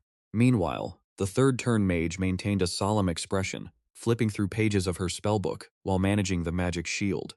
Knowing a fierce battle was coming, the Fire Alliance had raised the defensive barrier to level 7 beforehand. A level 7 barrier was normally enough to block a full-powered attack from a peak second-turn mage, but this was different. She froze, clutching her staff as she realized that one single skill from Zhou Yi had completely shattered the barrier. This kind of destructive force had never been seen in 100 years. Just then, a heavy footstep landed. 4 of them stood in shock as lightning crackled around them. A moment later, Lang Yuanxiao emerged, his face twisted in pure, bloodthirsty rage. He gnashed his teeth, breathing fire as he realized that the combination of light and ice elements was constantly tearing his flesh apart and ruining his recovery. Damned human, and cursed holy light.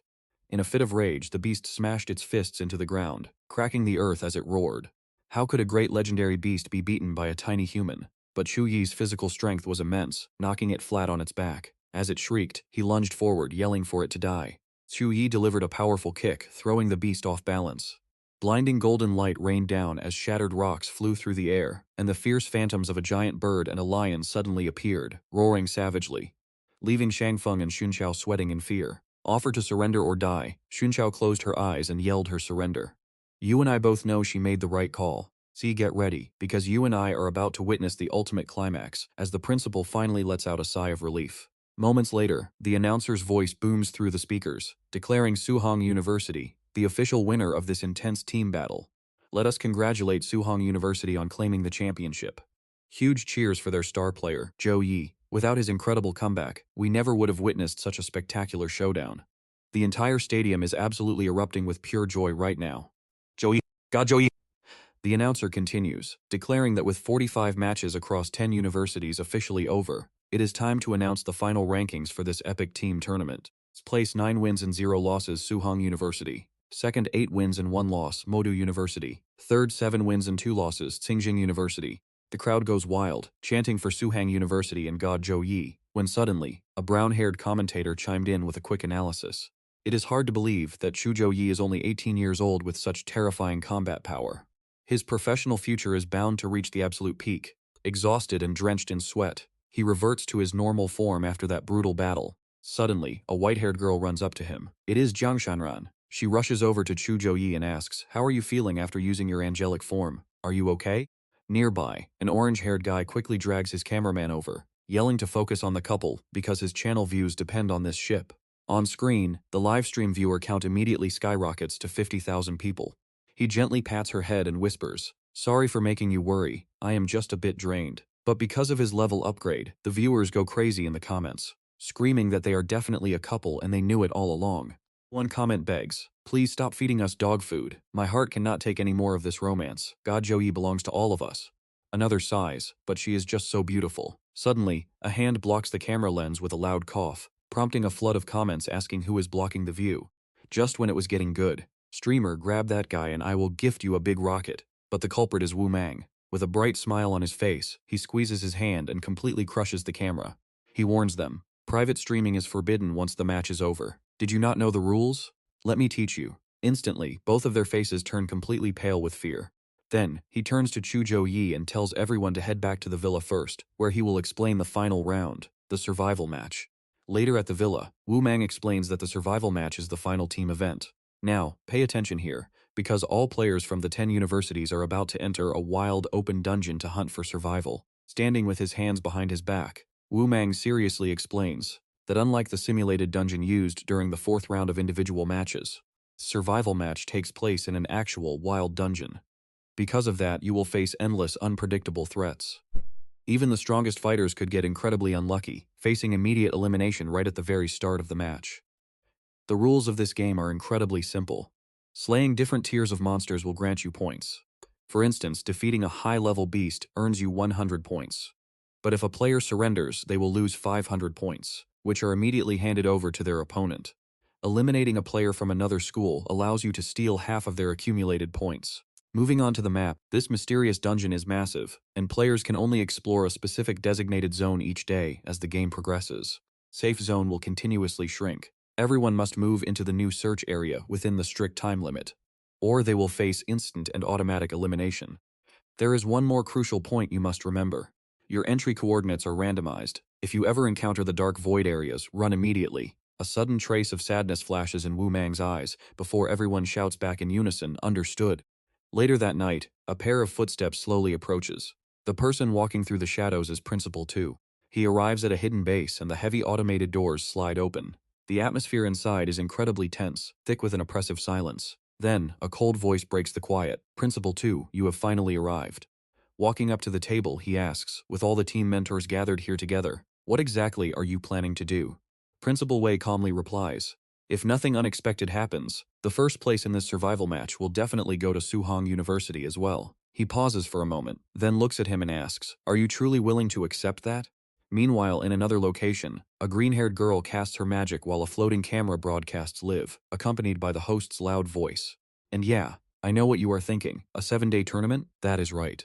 The survival match is about to begin, and it will run non-stop for 7 full days and 7 long nights. Because of this, there will be no live audience present, only an uninterrupted stream on our official app. Now, allow me to introduce the mysterious dungeon for this final match. Suddenly, a massive stone of artifact emerges from the thick smoke. This is no ordinary dungeon. According to highly reliable sources, this is an ancient battlefield of the Beast Clan, known as the Myriad Beast Ruins. Suddenly, the massive gateway reveals itself.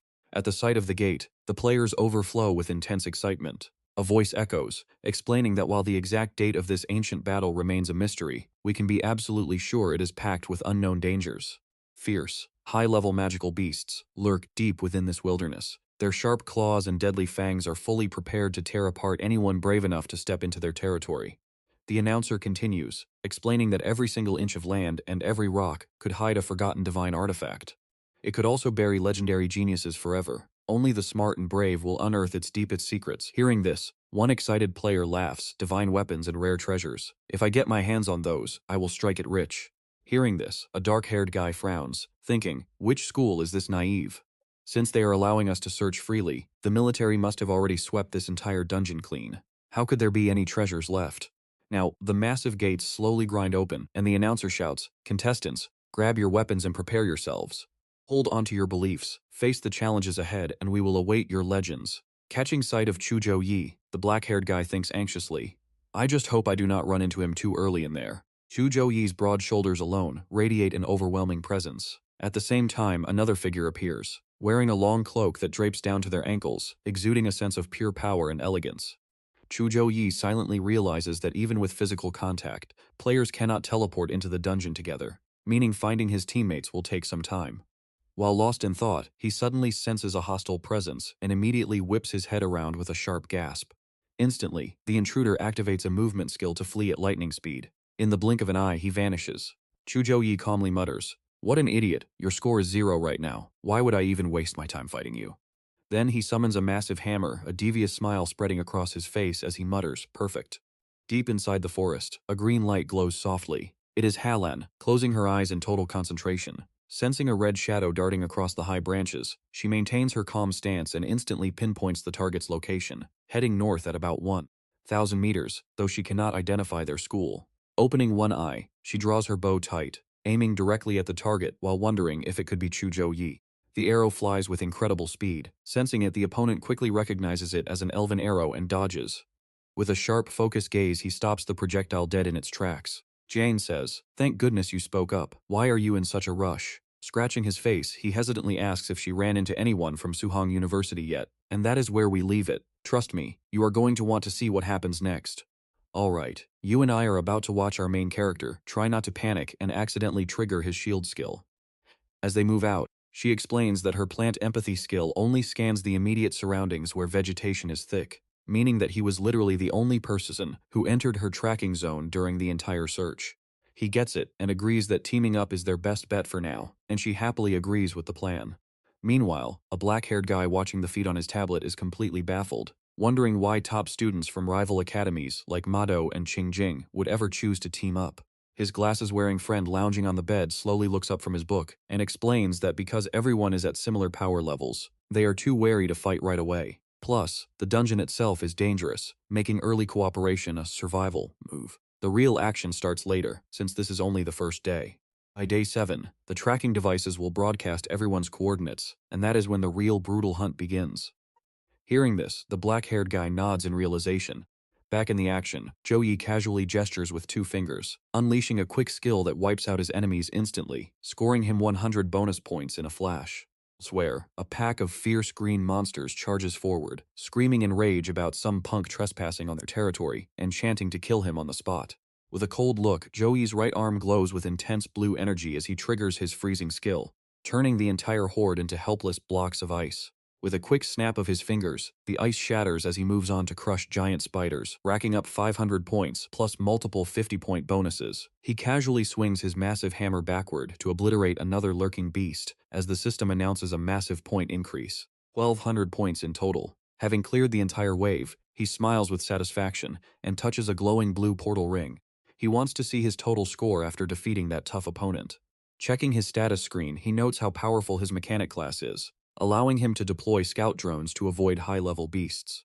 They can easily hunt low-level targets in multiple directions at once.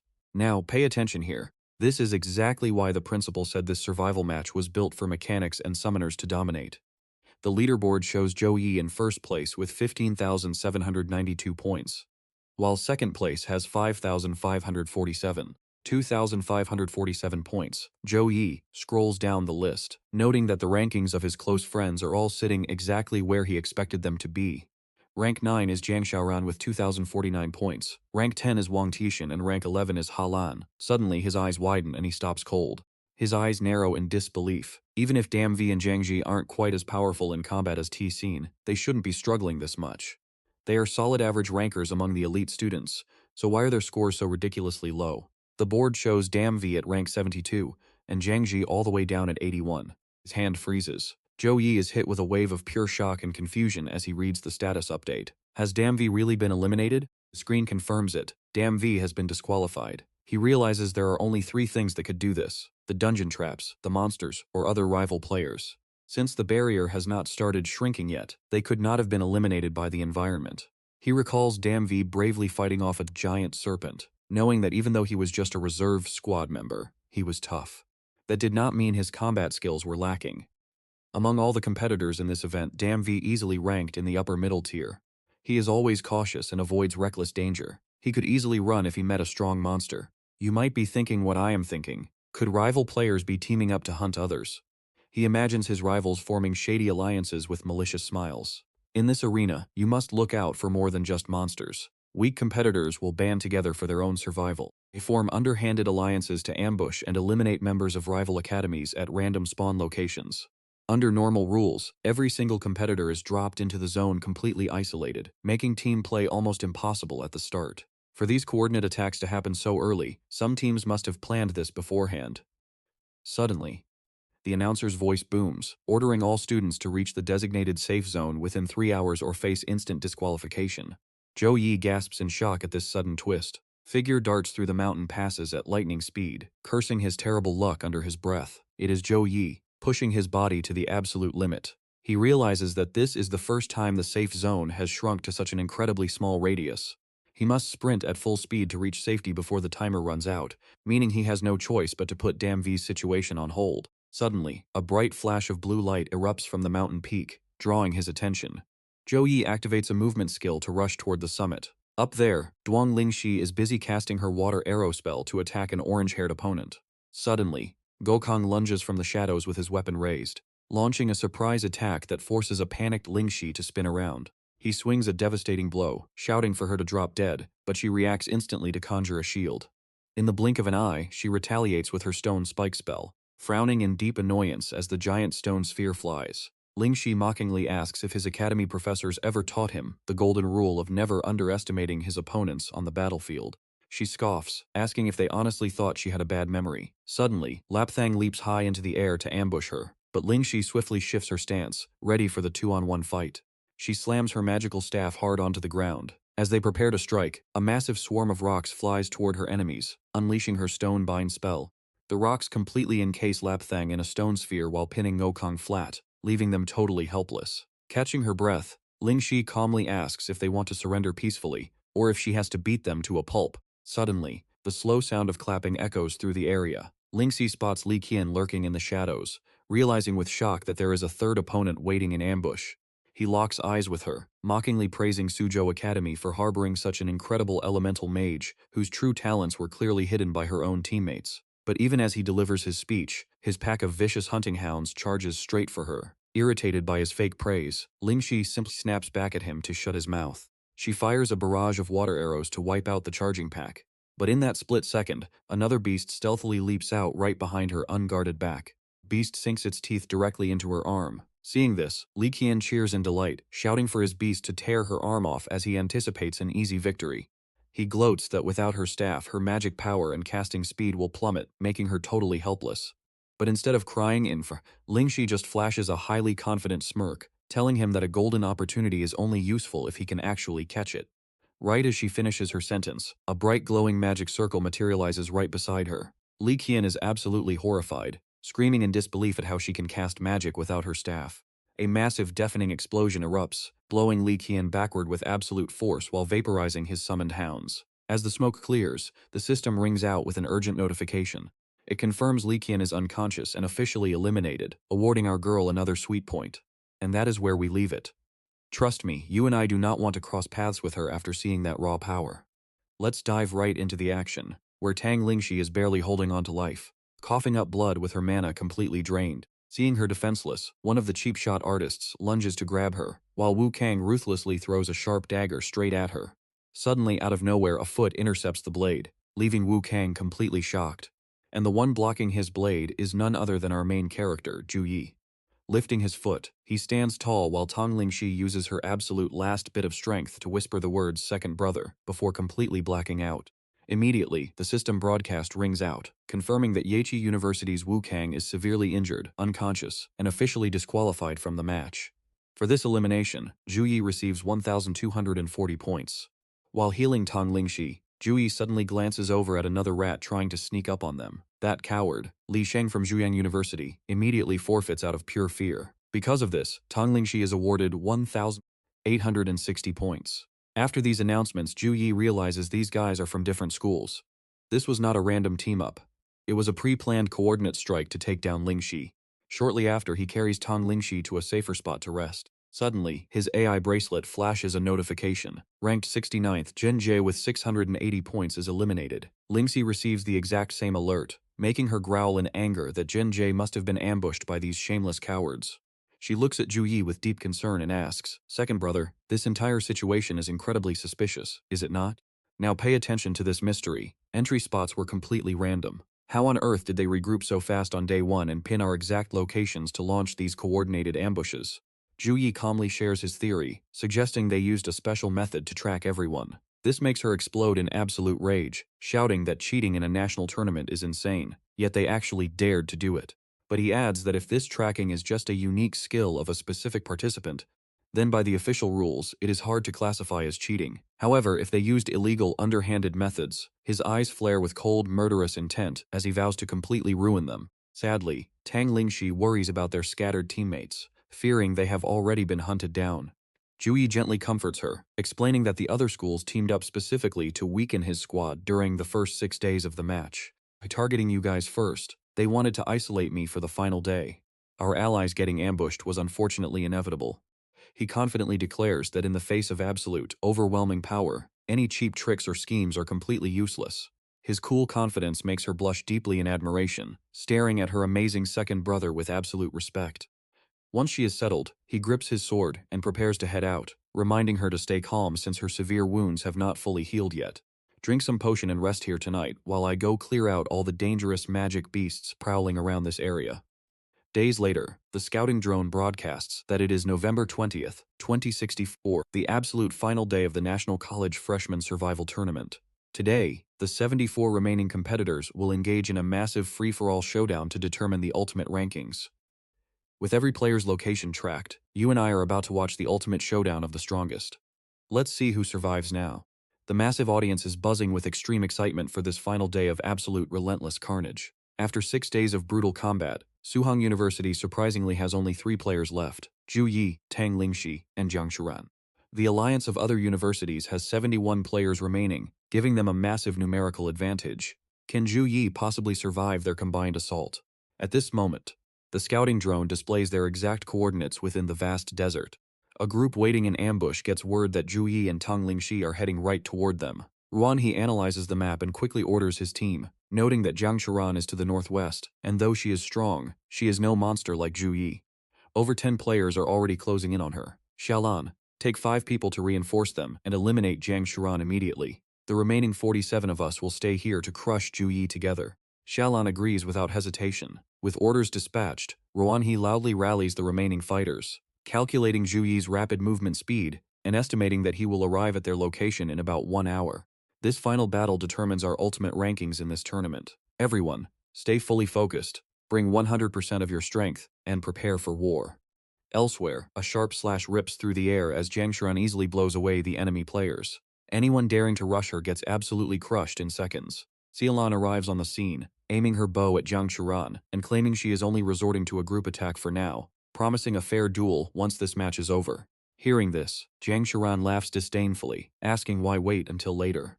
Her power begins to surge violently as she proudly declares that Zhou Yi's constant protection was the only reason they thought she was weak.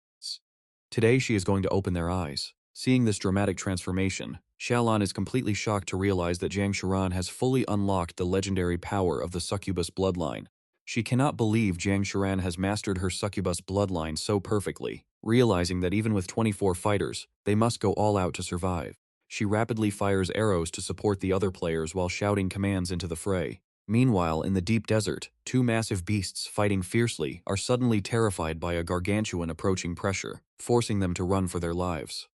Ruanhe and Wang Xuan wait patiently when a massive shockwave suddenly ripples through the desert. As violent dust storms whip up, Ruanhe instantly realizes who is coming and mutters that he has finally arrived. Standing tall on the head of a massive, lumbering giant are none other than Zhou Yi and Tong Lingxi. Spotting him, Ruanhe smugly tells Zhou Yi that he should feel incredibly honored. He boasts that they have gathered 47 of the absolute top-tier players from various colleges just to take him down.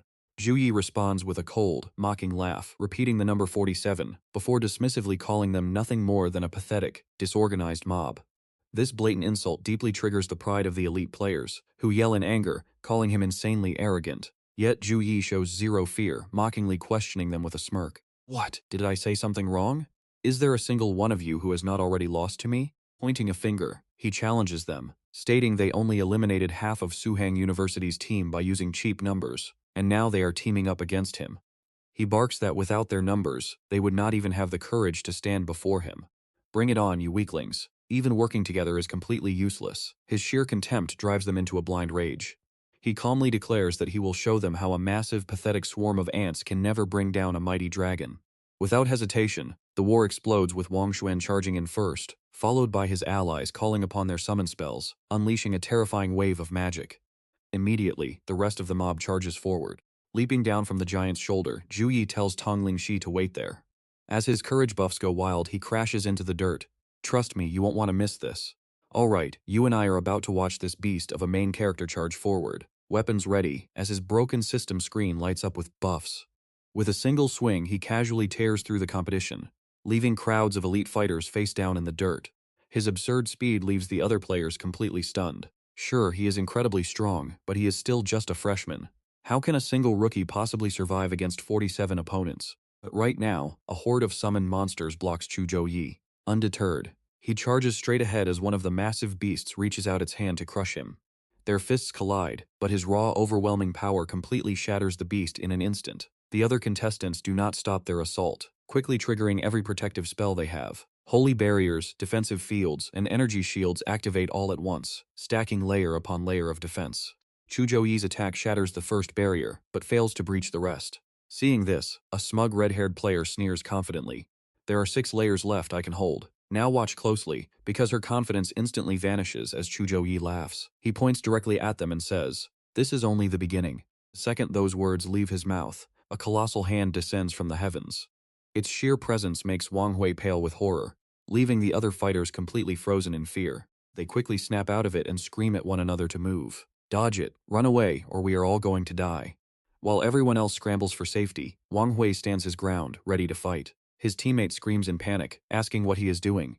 Even as his system flashes red with extreme danger alerts, Wang Hui stays determined. Even if the success rate is close to 0, he is going to take this risk.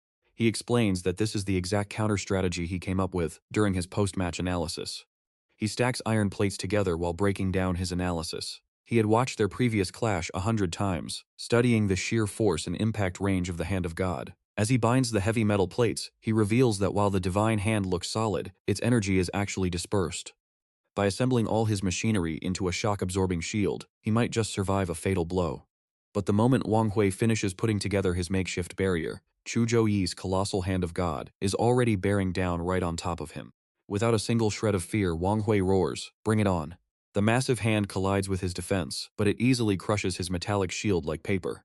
The impact shatters the ground into pieces. Standing high above like an absolute god, Zhou Yi looks down and delivers his ultimatum: "Your lives are in my hands. Surrender or be destroyed." Wei refuses to give up, screaming Zhou Yi's name as he unleashes a desperate attack. A fiery blast surges forward, carrying his roar of blazing flame. Planting heavily, Wei thinks that if Zhou Yi can block this attack, he won't have to worry about what happens next. Immediately, the other players seize the moment to swarm him together, unsheathing their silver swords and launching their swiftest gale slashes to take Zhou Yi down. Wei feels confident. With everyone prepared, even if they cannot eliminate Zhou Yi in a single strike, they can at least leave him severely injured. Watching the entire mob rush him, Zhou Yi simply sighs. Blocking their attacks with a single hand, he coldly says, "I have been far too merciful to you all. Now I know what you are thinking, surely they stand a chance, right? Well, think again." Zhou Yi instantly unleashes holy punishment, crushing everyone. Wang Wei, utterly defeated, bitterly realizes that Zhou Yi is on a completely different level now. He never expected it to be such a one-sided slaughter. If he had known it would end like this, joining forces with the 9 elite universities would have been completely pointless. Staring at the system prompt asking if he wants to surrender, he realizes with a heavy heart that they are about to become a national laughingstock. Meanwhile, No Mang laughs heartily at the broadcast screen, mockingly pointing out that Director Trin must have organized this 9-school alliance just to take down Suzhou University. Hearing this, Director Trin quickly plays dumb, acting like he has no idea what No Mang is talking about. Annoyed by his fake innocence, No Mang tells him to stop pretending since they are alone. He then lists the top players from the alliance, pointing out Nguyen Hop from Mado, Halan from Tun King, and Li Qian from Tun Thuong, along with Ngo Kong from Nat Ki and Lak Thong from Chua Duong. Unless someone is an idiot, it is incredibly obvious what you all are plotting. He then presses on, asking a sharp question that sounds more like an accusation. Ordinary schools would never jump into this messy situation unless Thang King University, the actual host, pulled the strings. After all, who else has the influence to unite 9 elite academies? Internally, Director Trin is sweating with worry. His academy was supposed to dominate, but after being utterly humiliated, this underhanded trick was his only desperate move left to salvage their pride. A flashback reveals their secret meeting to scheme against Zhou Yi, where Director Trin loudly confronted the director of Mado University. Suzhou University takes first place in all 3 major events. Where will our reputations be? The other director calmly fires back without hesitation. Director Tring, do not use that as an excuse. Our Mado University has ranked 3rd in previous years, so hitting 2nd place this year is more than enough for us. We have no interest in fighting for the top spot. To lure him into the alliance, Director Trin immediately offers an incredibly lucrative deal. If your school joins us, Tang King University is willing to share S-tier resources with you. Consider this our sincere token of cooperation. Seizing the opportunity, the Mado director boldly demands 2 shares instead of 1. After negotiating, he lays out the dirty strategy to all the directors in attendance. Their students must not eliminate each other, but cooperate closely instead. The goal is to hunt down and eliminate every single student from Suzhou University, leaving only Zhou Yi alone before the 6th day. If they encounter Zhou Yi, they must flee immediately and wait until everyone is gathered to jump him together. Back in No Mang directly questions the guilty directors who participated in this scheme. You are all highly respected figures in our society. He then turns his gaze to Director Phuong Hak, who looks startled as No Mang reminds him of his supposedly upright reputation. For someone who always acts like a man of honor, are you not afraid that participating in this shameful plot will destroy your reputation? Without a hint of shame, he quickly defends their actions, arguing that teaming up is a completely legitimate strategy. Since they did not break any official tournament rules, Gomang can only snort in pure disgust at this pathetic excuse. Xiu Mang's tone suddenly turns ice cold as he questions them. Do you honestly believe these petty tricks can stop Zhou Yi from taking the championship? It is absolutely laughable. He proudly declares that Zhou Yi's terrifying power is obvious to anyone with eyes. He is not someone your cheap tactics can handle. A true powerhouse never fears challenge, and no matter who targets them, Suzhou University will secure first place. Deep inside the dungeon, a defeated contestant desperately presses his teleport button, only for a red system alert to flash. Teleportation unavailable, please wait. Meanwhile, outside the arena, the injured contestants beaten by Zhou Yi are groaning in agony, screaming that they surrender and need a healer immediately. They keep crying out, "Why is the teleportation failing?" Wang Hui immediately senses that something is horribly wrong. In that exact moment, a bizarre rift tears open in the void, and a pair of colossal glowing eyes appears right behind Zhou Yi. Watching the broadcast, the directors freeze in absolute shock. Zhou Mang mutters in disbelief, wondering why that entity is inside the secret realm. Panicking, Director Trin screams to force extract all the students immediately as a strange anomaly hits the portal. The portal technician anxiously reports that space-time has become completely unstable, making it impossible to open the teleportation gateway. This news sends the directors into a panic. They yell out that these trapped students represent the absolute peak of the country's future elite warriors. Losing them would be a massive blow to the nation. With this being live-streamed everywhere, you and I can only watch in suspense as this crisis unfolds. Alright, you and I are diving into a wild battle where national honor is on the line. The headmasters are desperate to save the students at any cost, but suddenly, their broadcast screen glitches and cuts out completely. What on earth is going on? They yell at each other in pure panic during this critical moment. What are they doing? One asks if the other saw that bizarre magic beast sneaking up behind Zhou Yi just now, but he missed it. Hearing the warning, he spins around instantly. The giant void beast slashes right past him, but he quickly summons his weapon and retaliates, unleashing a powerful, crushing blow. It suddenly vanishes into thin air, leaving him totally confused. Where did it go? Meanwhile, down on the ground, Wang Hui has just landed in his massive robot. Safely on the ground, Zhou Yi immediately demands to know what he knows. The moment they face each other, the young man reveals the creature's true identity, calling it the Void Beast. He explains that it was sealed away in this secret realm, hidden for decades. It was merely a myth to the older generation of heroes, a creature born in the endless void, defying all common sense. Slips through space-time cracks between illusion and reality, making it nearly impossible to capture. Its most terrifying ability? Tearing space apart to unleash chaotic space-time storms. Get sucked in, and you are as good as dead. But just as he asks how this thing broke the seal, a blood-curdling scream echoes across the battlefield. Void Beast appears, sending the terrified examinees screaming and running for their lives. Zhou Yi refuses to back down, unleashing a devastating, high-powered punch straight toward the giant monster. Sensing the immense pressure of the oncoming strike, the Void Beast opens its eyes. Now watch closely as it slashes him, making him grit his teeth in pain. Suddenly, a spatial gate opens, sucking him inside, but he does not panic and prepares to strike back. His heavy blow lands directly inside the portal.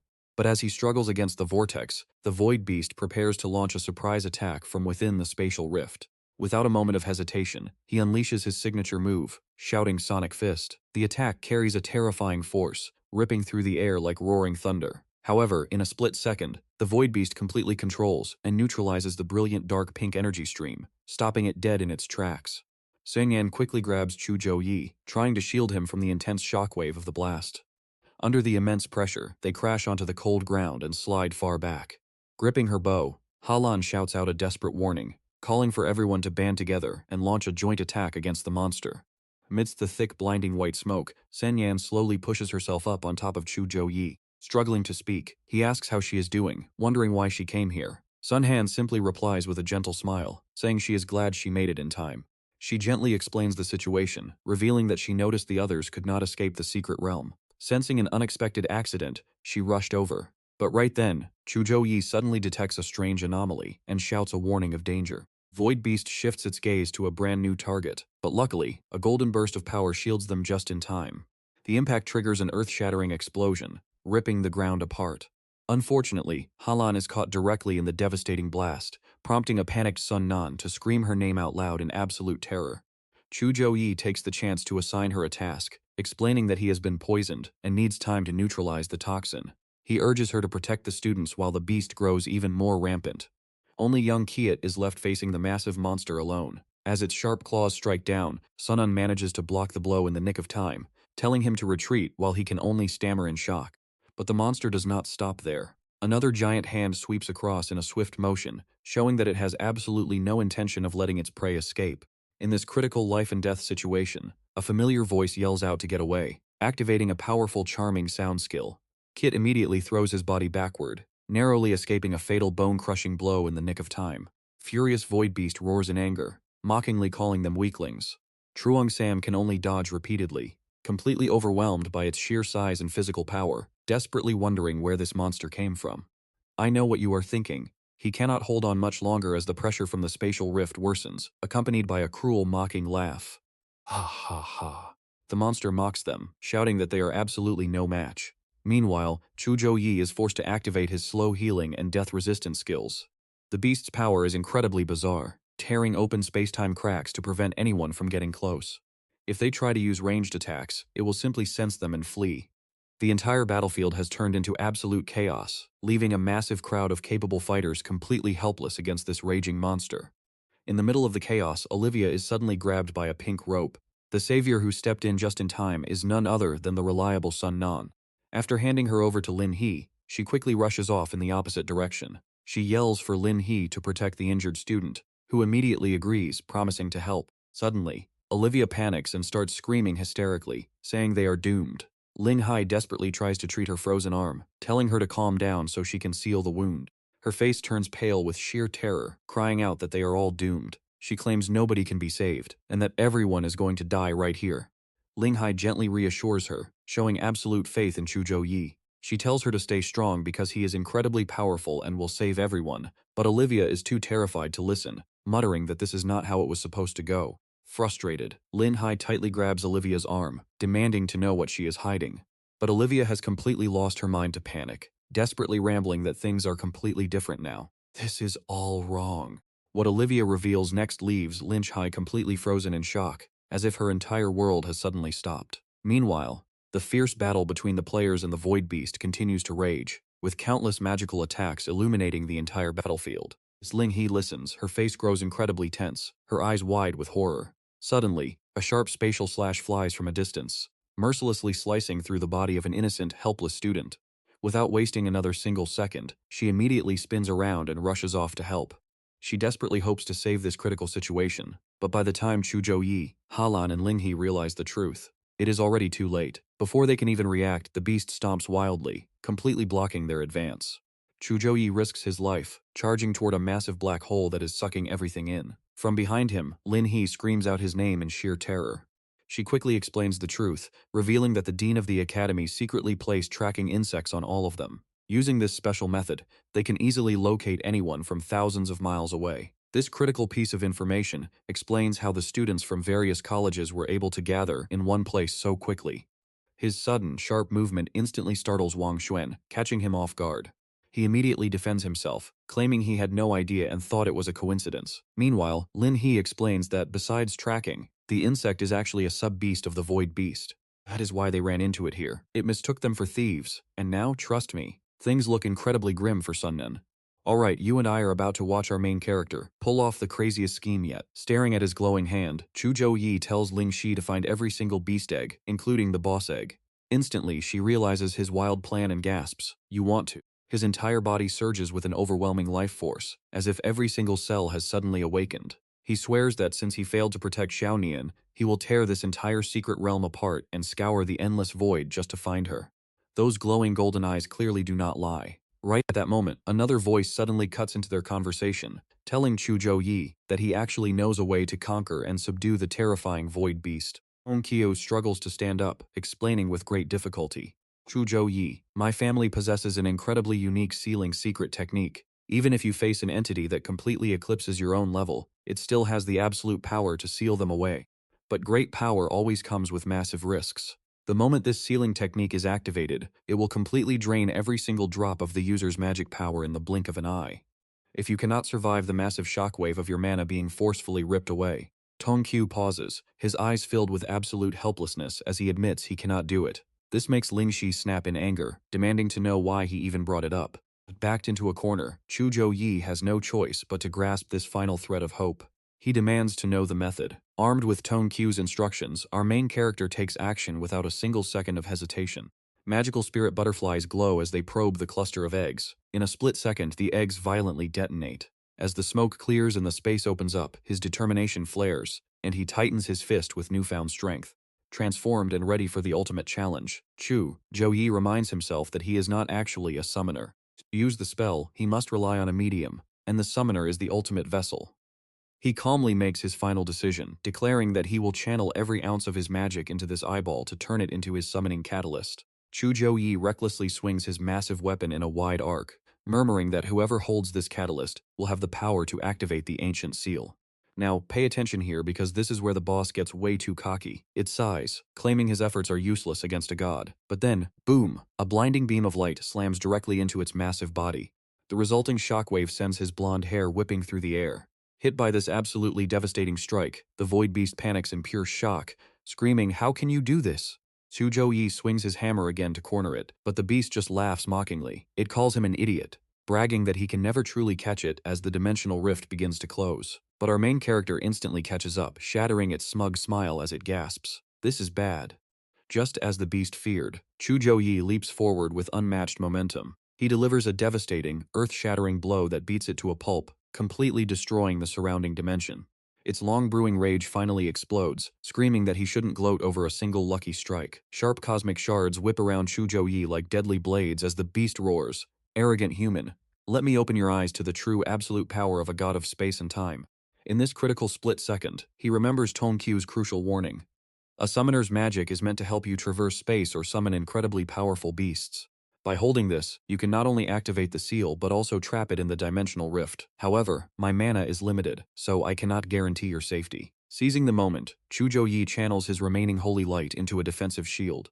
The more dangerous it gets, the faster his mind races. He knows that once he enters the chaotic void, he will have to fight for every single second. He must assault the void beast to force an opening. Even though his body is covered in wounds and racked with pain, Zhou Yi pushes through, waiting for the perfect split second to unleash the secret technique. I know what you are thinking. Is he really going to lose here? Well, the smug void beast certainly thinks so, roaring that it will tear him apart. But Zhou Yi silently raises his hand, preparing his final, desperate strike. The light's punishment skill flares to life, forcing a massive magic seal to manifest, trapping both the soul and physical body of the void beast. Its movements slow down to a crawl, rendering it unable to strike back. But this victory comes at a heavy cost. Zhou Yi is completely drained, having wasted far too much magic on his angel form earlier. A brilliant light slowly takes shape amidst quiet whispers, completely testing the absolute limits of his remaining skills and energy. Only when its body is completely paralyzed does the beast freeze in pure shock. With a twitch of his glowing finger, divine runes instantly manifest as a sacred cage to trap the void beast. It has no choice but to surrender. As his energy completely bottoms out, Zhou Yi begins to fall, his mind drifting into a sudden flashback. He remembers the heavy pressure to win 5 consecutive championships for his academy, and So Nian's gentle whispers. These vivid memories stir his sleeping heart. He sees her suddenly landing to stare at him, remembering when she was in her succubus form and gently kissed his lips. It feels as if she has just transferred a secret strength directly to him. As he pants heavily in his half-conscious state, something suddenly catches his eye. So Nian holds up the succubus heart, calling out to him, fueling his explosive strike. Channeling every bit of his remaining strength, Zhou Yi locks down the void beast, roaring for it to stay put. The beast panics, screaming, "What is this?" Glowing golden bands of energy surge forward, transforming into countless tight chains that bind the void beast. It can no longer act smug. This absolute control completely seals its fate in this battle. I surrender, I surrender, I surrender. The system notification instantly pops up. You have successfully subdued the magical beast. Do you want to make it your summoned companion? Faced with this threat, the beast desperately whispers, "Who are you?" It screams in agony as he applies pressure, yelling, "My eyes, okay, no. You are talking about that girl, right? She is totally fine and completely safe." Over in the frozen region he hasn't noticed, a mysterious flower bud suddenly twitches. Its cosmic petals gently unfold, revealing Sonhyun resting peacefully inside the flow of this space-time flower. Lingxi, who has been waiting anxiously outside, suddenly raises her head. She finally sees Zhou Yi returning completely safe and sound. The surrounding students immediately crowd around, asking, "How is Xiaonian doing?" Meanwhile, those who secretly wanted to overthrow Zhou Yi begin to hesitate. They whisper, "The teleportation is restored. Should we still make our move?" On the other side, after taking So Nian from him, she looks confused and murmurs, "Second brother." Without saying a word, he leaps forward, pointing his massive hammer straight toward the sky. Sang Wei is stunned and yells, "Zhou Yi, what is the meaning of this?" His friend next to him quickly chimes in, "What are you trying to do?" He simply replies that the battle is still ongoing, sending them into a panic as they cry, "Is this guy crazy?" Zhou Yi proudly shoulders his massive weapon. With no other choice but to yield, one of them sighs, "I really have to hand it to you. Even now you still say we were never actually enemies." Stan Q's official surrender flashes on the screen. Halan Cam steps forward to explain, "That's right, we just wanted to show some concern for you." Even the top player from Yatki University helplessly admits that our God of War's desire to win is simply too extreme. As he reaches out, Zhou Yi's points skyrocket rapidly from 10,000 to nearly 50,000. Once the crowd finally disperses, Zhou Yi's body goes limp and he collapses, terrifying her as she screams, "Second brother." Supporting So Nian, Lingxi frantically asks him about his severe injuries. In a barely audible whisper, he admits that his mana is completely depleted, and if they had taken advantage of that, he would have been helpless. His vision starts to fade, yet his resolve still burns as he declares they secured the top 3. Survival round must end with first place, and that spot rightfully belongs to Zhou Yi with nearly 36,000 points. And with that, you and I have officially reached the end of this epic showdown. Followed by Zhou Yi, he laughs, proud that he did not disgrace Tahang University. The final scoreboard updates, placing Tahang in first with 500,000 points and Tang King in second. Alright, you and I are diving into a world where third place goes to Mado University. In this national freshman exchange battle, held 183 times, legendary geniuses are born. Host passionately reminds everyone that many of these young prodigies will grow to become the true backbone of the nation. While these students represent the future hope of all humanity, they are currently just hyped about choosing epic-grade gear tomorrow. After 20 days of brutal survival battles, they are finally able to relax and enjoy life. Some dream of feasting, but our main character Zhou Yi gets straight to business. He opens his system interface and sees a massive notification. Congratulations, you received 50 free points and 50 skill points. He is absolutely ecstatic. God-tier talent, God-tier skills, and God-tier treasures. What he thought would be an impossible challenge turned out to be an incredibly sweet jackpot. The exchange matches lasted 20 days, requiring first place in every single event to complete the quest. It was way harder than his university exams, but the massive rewards were totally worth it. Zhou Yi cannot hide his thrilled smile, an S+ rank sword Dao talent, plus an S rank skill and rare natural treasures to give him limitless potential. He claims them instantly. A blinding light surges through his entire body. It is a divine sensation. Is this the power of the divine sword heart? Pure, high-level divine energy begins gathering right above Zhou Yi's head. Once he fully integrates the power, the light fades away. At dawn, Zhou Yi tests his newly upgraded strength. Even a light swing of his blade completely shatters the surrounding ground. Standing in the dust, he is stunned by the terrifying destructive force of a simple casual swing. This power is unbelievable. What is more, the divine sword heart seems to have given him another hidden ability. He examines the power closely. It is sharper than any blessed weapon. This is real sword chi. A high-level skill that normally takes professional swordsmen decades of intense, repetitive daily training to unlock. Only master swordsmen should be able to trigger sword chi, yet he already possesses it. Brilliant flash of light slices the air. Previously, he could barely pull this off. Now, he feels like a true sword master, ready to execute any high-level skill effortlessly. Take the system's sword flash skill, for instance. A normal attack combined with it deals a whopping 1800% damage, and that is only at level 1. The pressure from the slash completely shatters solid stone. Upgrading this skill will multiply his damage even further. Yet, Zhou Yi remains incredibly calm, realizing this is still just theory. He needs a real sword master to spar with. Only then can he accurately test the limits of his newly acquired divine sword heart. He immediately calls up Jiang Suren. She is a direct descendant of the prestigious Jiang family, having trained in swordsmanship since the age of 3 under legendary masters. Asking for her help is the perfect move. Her strict discipline and relentless training over 10 long years earned her the title of Genius Sword Prodigy. Suren secretly thinks to herself. While Zhou Yi is overall much stronger, she is absolutely confident in her pure sword technique. As they prepare to clash, Zhou Yi's aura completely shifts, warning her to give it everything she has. The moment he finishes speaking, Suren swings her blade with incredible, overwhelming power.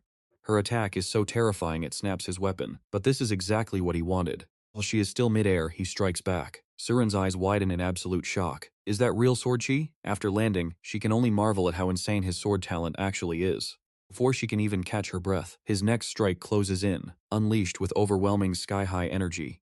They clash for over 100 exchanges, completely unaware that Principal Wu Mang has arrived. He watches in awe, wondering when Zhou Yi became such a master of the blade. Now pay attention here. He analyzes that Zhou Yi's strikes feel majestic and divine, while Suren's swordplay relies on blinding speed and highly unpredictable angles.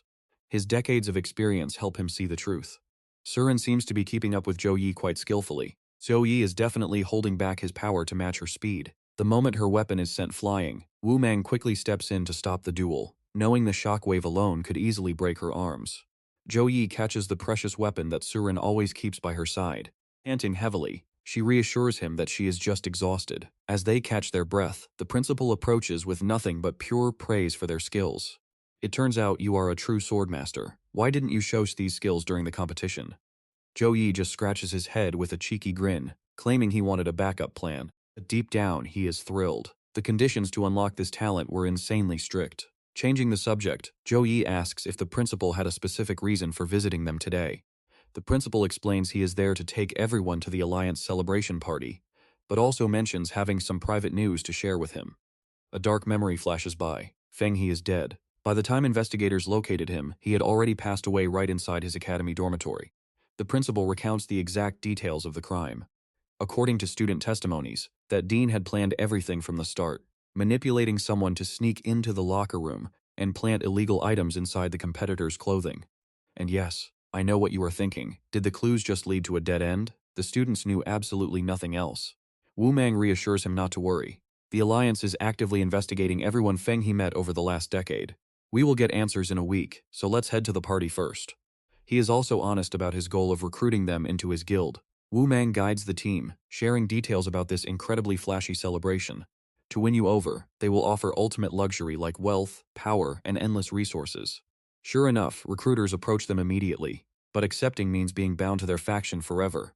As your team guide, I won't stop you from joining any faction, but you must never make this critical choice lightly. Lu Fengyu steps up to speak, praising them as the elite students from the 10 best universities in this national freshman competition. Reaching this stage was no easy task, which is why every single one of you will receive rewards from our Xiaoyan Alliance. They are handed their rewards. Each bank card in your hands contains 20 million Xia coins, provided by the Xiaoyan Professional Alliance, sparking massive curiosity. On top of that, your clearance level is officially upgraded to Elite External Member. And trust me, you and I are about to see this elite status change everything for him. Alright, let's jump into this crazy story. Feng Du is laying out some seriously massive benefits, like a sweet 20% discount on all weapons, gear and potions at literally any base across the entire country. Of course, if anyone wants to join our core circle at the Havium Alliance, they can apply directly. Hearing this grand speech, Zhou Yi can only marvel at the sheer scale of it all. 20,000 each, meaning 2 billion total for 100 players. The Havium Professional Alliance is seriously loaded. Everyone around is buzzing with excitement. 2 million Chengha currency is a fortune. With that kind of cash, you can easily buy rare B+ tier resources. This is absolutely massive. His rational mind quickly processes this, realizing it is the most direct way to flex their immense strength. Right then, the announcement rings out for the solo tournament.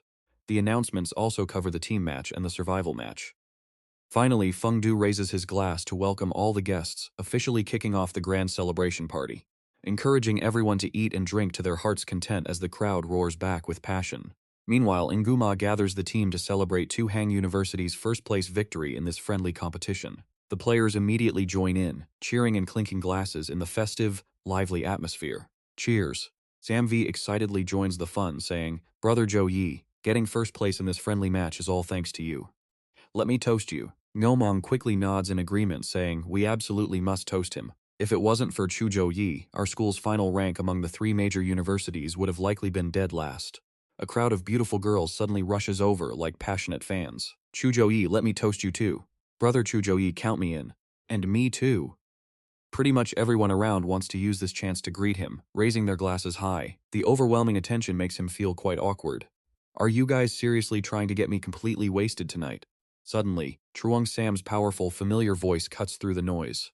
"Zhou Yi," he bows respectfully, hands clasped. "I want to thank you. If it wasn't for you, I would have died before help arrived. You saved my life. If you ever need my help in the future, I swear even death won't stand in my way."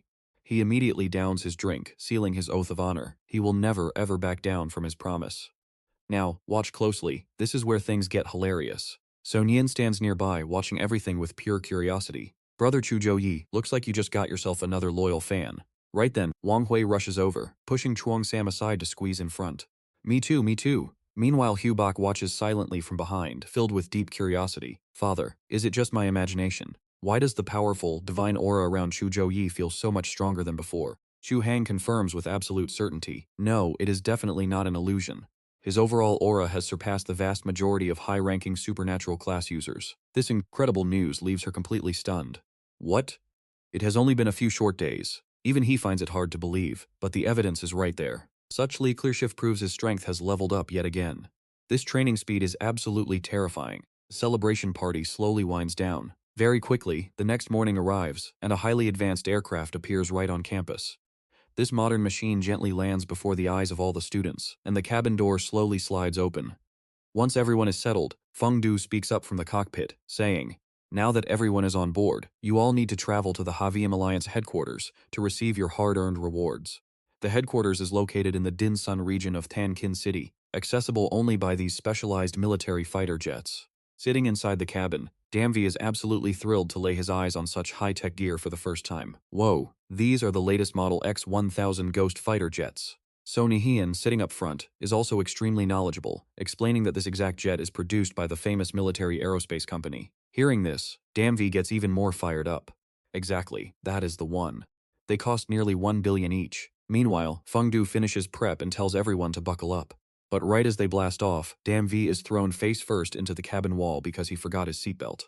You and I both know how fast an X changes their mind, but this ship is way faster. He gets tossed in every direction, leaving nothing behind but a blur of trailing light. By the time the ship finally stops, his head is spinning. Over on Sonyan's side, she experienced the exact same chaos, but somehow ended up falling right into Zhou Yi's arms. Once she regains her composure, she rushes back to her seat, blushing furiously while he awkwardly tries to play it cool. Seriously fast. Dingsun region is 20 kilometers from Tanking University. Accelerating forward, they arrive in just 20 seconds.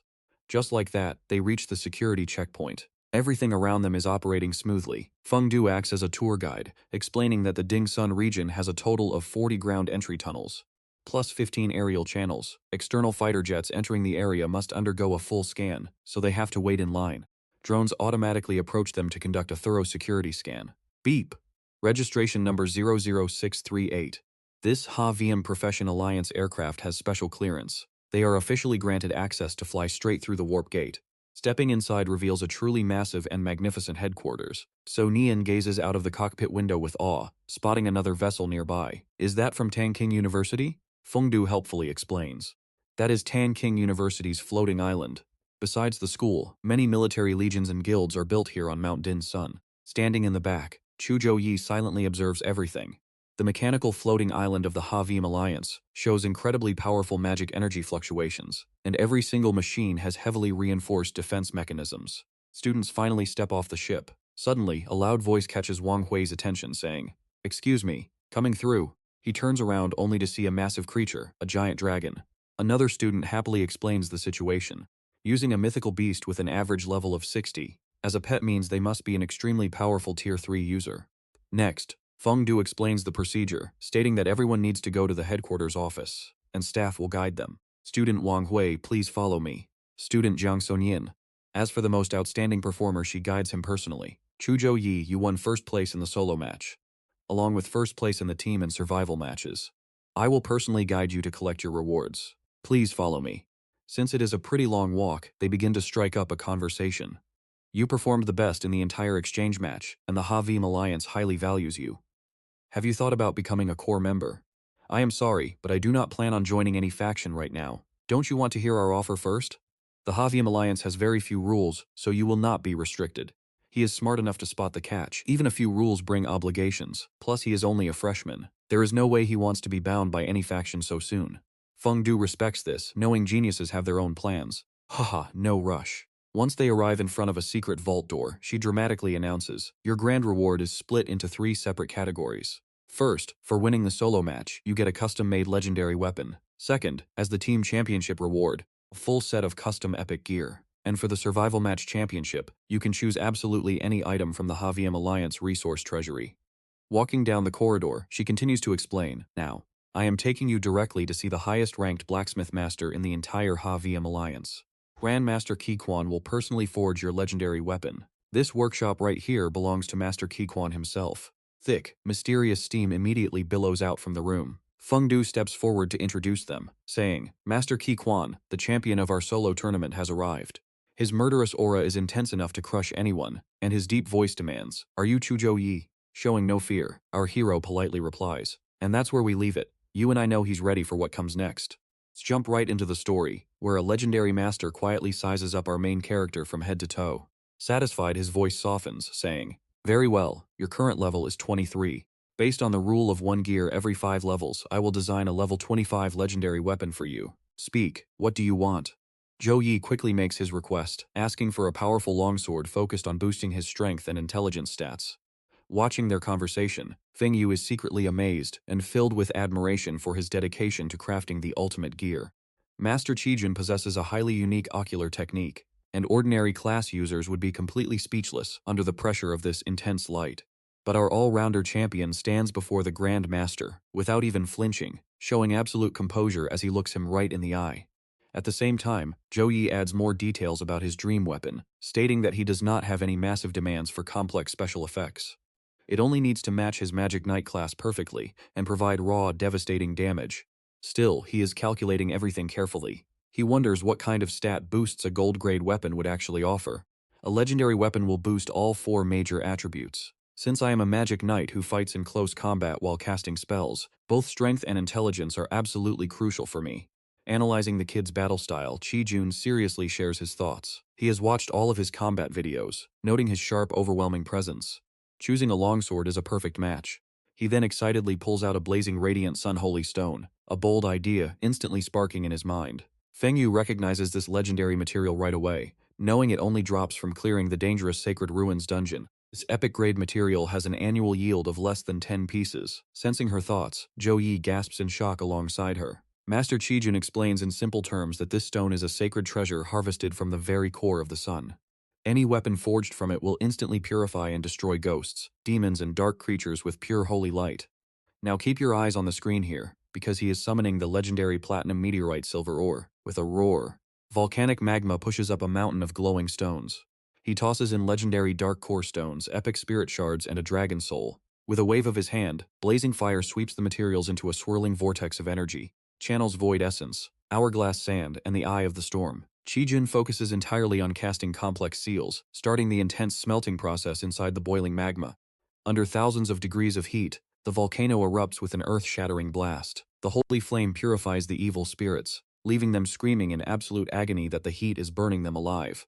Using master-level smithing, he draws the dark spirits into the weapon, coating his hammer with the raw power of the Thunder God. The energy condenses, exploding into a brilliant orange light that forces Feng Yu and Zhou Yi to shield their eyes as they witness this epic forging process. With a heavy smash, all impurities are shattered. Now Chi-Jun pours the molten ore into the mold, letting the mystical energy settle perfectly within. Once the metal solidifies, he pulls it out with heavy tongs, the blade glowing with intense heat. He strikes the surface with perfect rhythm, carving ancient runes that pulse with magical energy, shaping a weapon destined to rule all magic. Next is the quenching process, as he plunges the blazing hot blade into water for rapid cooling. The runes flash as magical power flows through the blade, infusing it with the soul of the war god. It gains an unstoppable battle intent, designed to pierce enemy defenses without drawing a single drop of blood.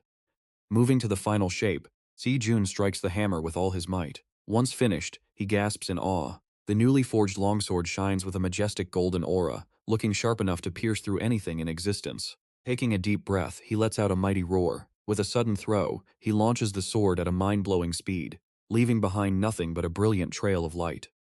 You and I both know catching a legendary sword is no easy feat, and Zhou Yi immediately feels its immense, heavy pressure. The exhausted master gasps out the final crucial instruction. A legendary weapon must recognize its master. Release your power and force it to submit.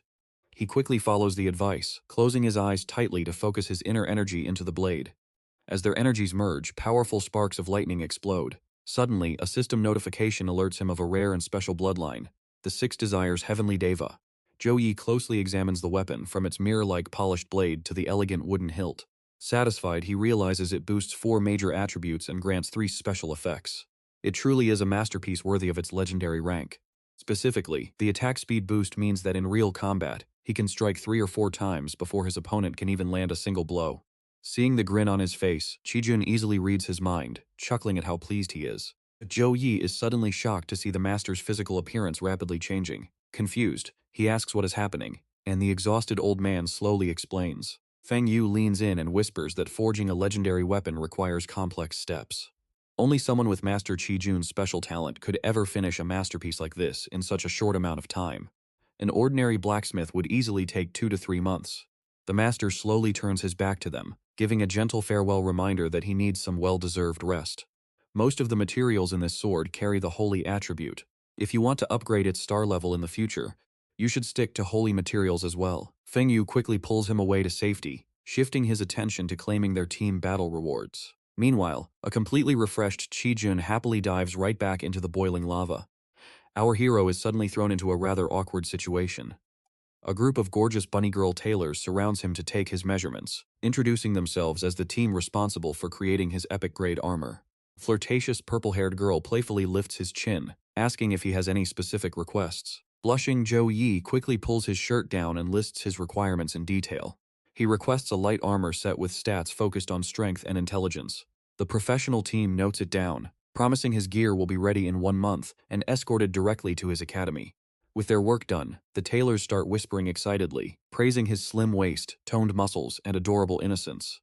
Watching this innocent lamb get completely cornered by hungry predators, Feng Yu can only sigh, amused by how easily they tease this naive student. Snap of her fingers. A holographic menu appears between them, allowing him to choose one free reward. Zhou Yi focuses, carefully reading through the massive list of rare items. Faced with endless options, he analyzes each one with absolute calm.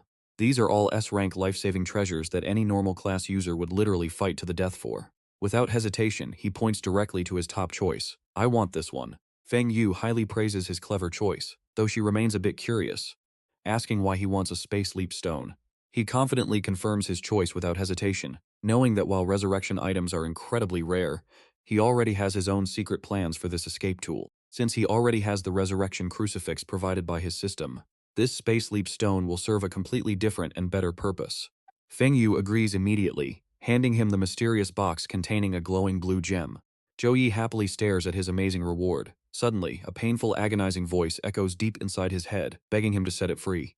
Noticing his sudden change in expression, she asks if he is all right. His face goes completely pale, but he laughs it off, claiming he just needs rest. And as she leaves her card, we can only guess what dark secret he is hiding. Trust me, you will want to see what happens next.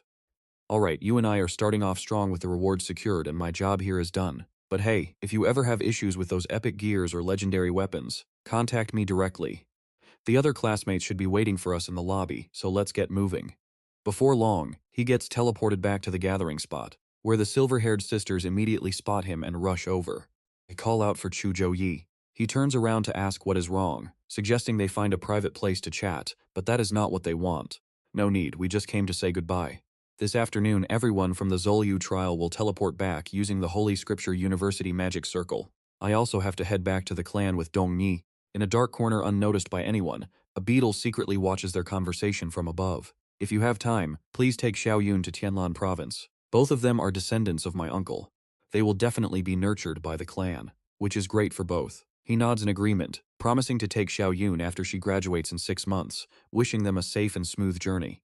After their brief meeting, Zhou Yi stands there, watching them leave.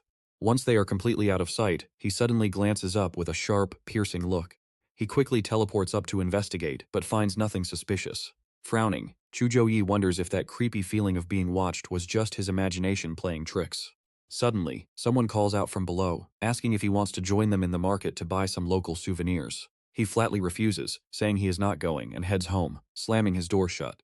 His mind is currently in absolute chaos. Is it because his previous wounds have not healed yet, or is his mental state just pushed way past its limits? Suddenly, an excruciating headache hits him, feeling as if giant teeth are chewing on his brain. Then, strange magic runes and a mysterious light burst from the ground below. Right in the center, a bizarre creature slowly materializes. Zhou Yi already knows exactly why it appeared, but he cannot help but warn it, saying there is no point in struggling since it already signed a contract with him. Void Beast roars in furious defiance, calling it ridiculous that a creature who lived for thousands of years has to take orders from a mere brat. If not for that bizarre final spell of yours, you would be no match for me. Zhou Yi spares no mercy and exposes its crimes, pointing out that it injured 63 people and sent 10 others to their graves. Now think about this. You forced the Alliance to spend a fortune treating victims and repairing the dungeon. If they find out the culprit is alive, what do you think they will do? The beast sneers, telling him he only knows how to make empty threats. Losing his patience with the stubborn beast, Zhou Yi warns that a third realm mage from the Alliance can easily erase a high-level beast's mind and turn you into a loyal puppet. Enraged by those harsh words, the beast grits its teeth and calls him utterly despicable. But right after, Zhou Yi surprisingly offers it an S-class space jump stone, saying that since it got bad luck fighting him, it needs to replenish its energy quickly. The void beast freezes for a moment, staring intensely at the stone with deep, complex emotions in its eyes. Zhou Yi suddenly makes a random proposal of 1 year. He pauses, then lays out the deal. Since its energy is useful to him, if it assists him obediently for a year, he will break the contract and set it free. Bearing massive hostility toward humans, the beast is not easily swayed, demanding to know why it should ever trust him. Instead of explaining, he just delivers a cold threat, telling the beast there are no other options left. Either trust him or face death. With that, Zhou Yi pulls out another item as a gesture of good faith, returning the beast's companion soul back to it. The beast warily accepts it, placing it on its head like a precious treasure. As he tosses the energy stone into its mouth, the creature mentions there is something he might want to know. The void beast slowly utters the shocking words told to it during the capture, revealing a terrifying truth: she is not actually human. Meanwhile, at the busy shopping district, merchants are shouting from every corner, selling items like a flame sword for just 998 gold. Customer, do not hesitate. Today is a special deal. Buy a set of battle armor and get a free nail clipper. Genuine goods with no scams. At one of the stalls, Sunan is busy trying on various pieces of jewelry while Nadia excitedly promotes them. My lady, this hairpin is embedded with frost crystals, which not only enhances your look but also provides defensive effects. She eagerly explains how the remaining embedded gems can significantly boost the magical power of a support mage. It accelerates wound healing, making it incredibly suitable for a professional fighter who is both gorgeous and powerful like you. Zhou Yi suddenly appears from behind, gently clipping the hairpin into Sunan's hair. His surprise arrival makes her wonder since he claimed he was not coming, but he smiles and explains he finished early and decided to drop by. He also wanted to buy some local gifts. Watching them act so sweet, Nadia smiles to herself. You and I can definitely see how much she is shipping them. Suddenly, a voice calls out, calling for Miss Jiang. 3 curious pairs of eyes turn around to see the speaker, who is none other than Wang Hao, boasting about how destined they are to meet here. Brushing off his awkward entrance, he formally introduces himself as Wang Hao, the grandson of Wang Batian and the second-ranked lightning element genius of the Thunder Prison family. Hearing this self-praise, Nadia cannot help but find it absolutely hilarious.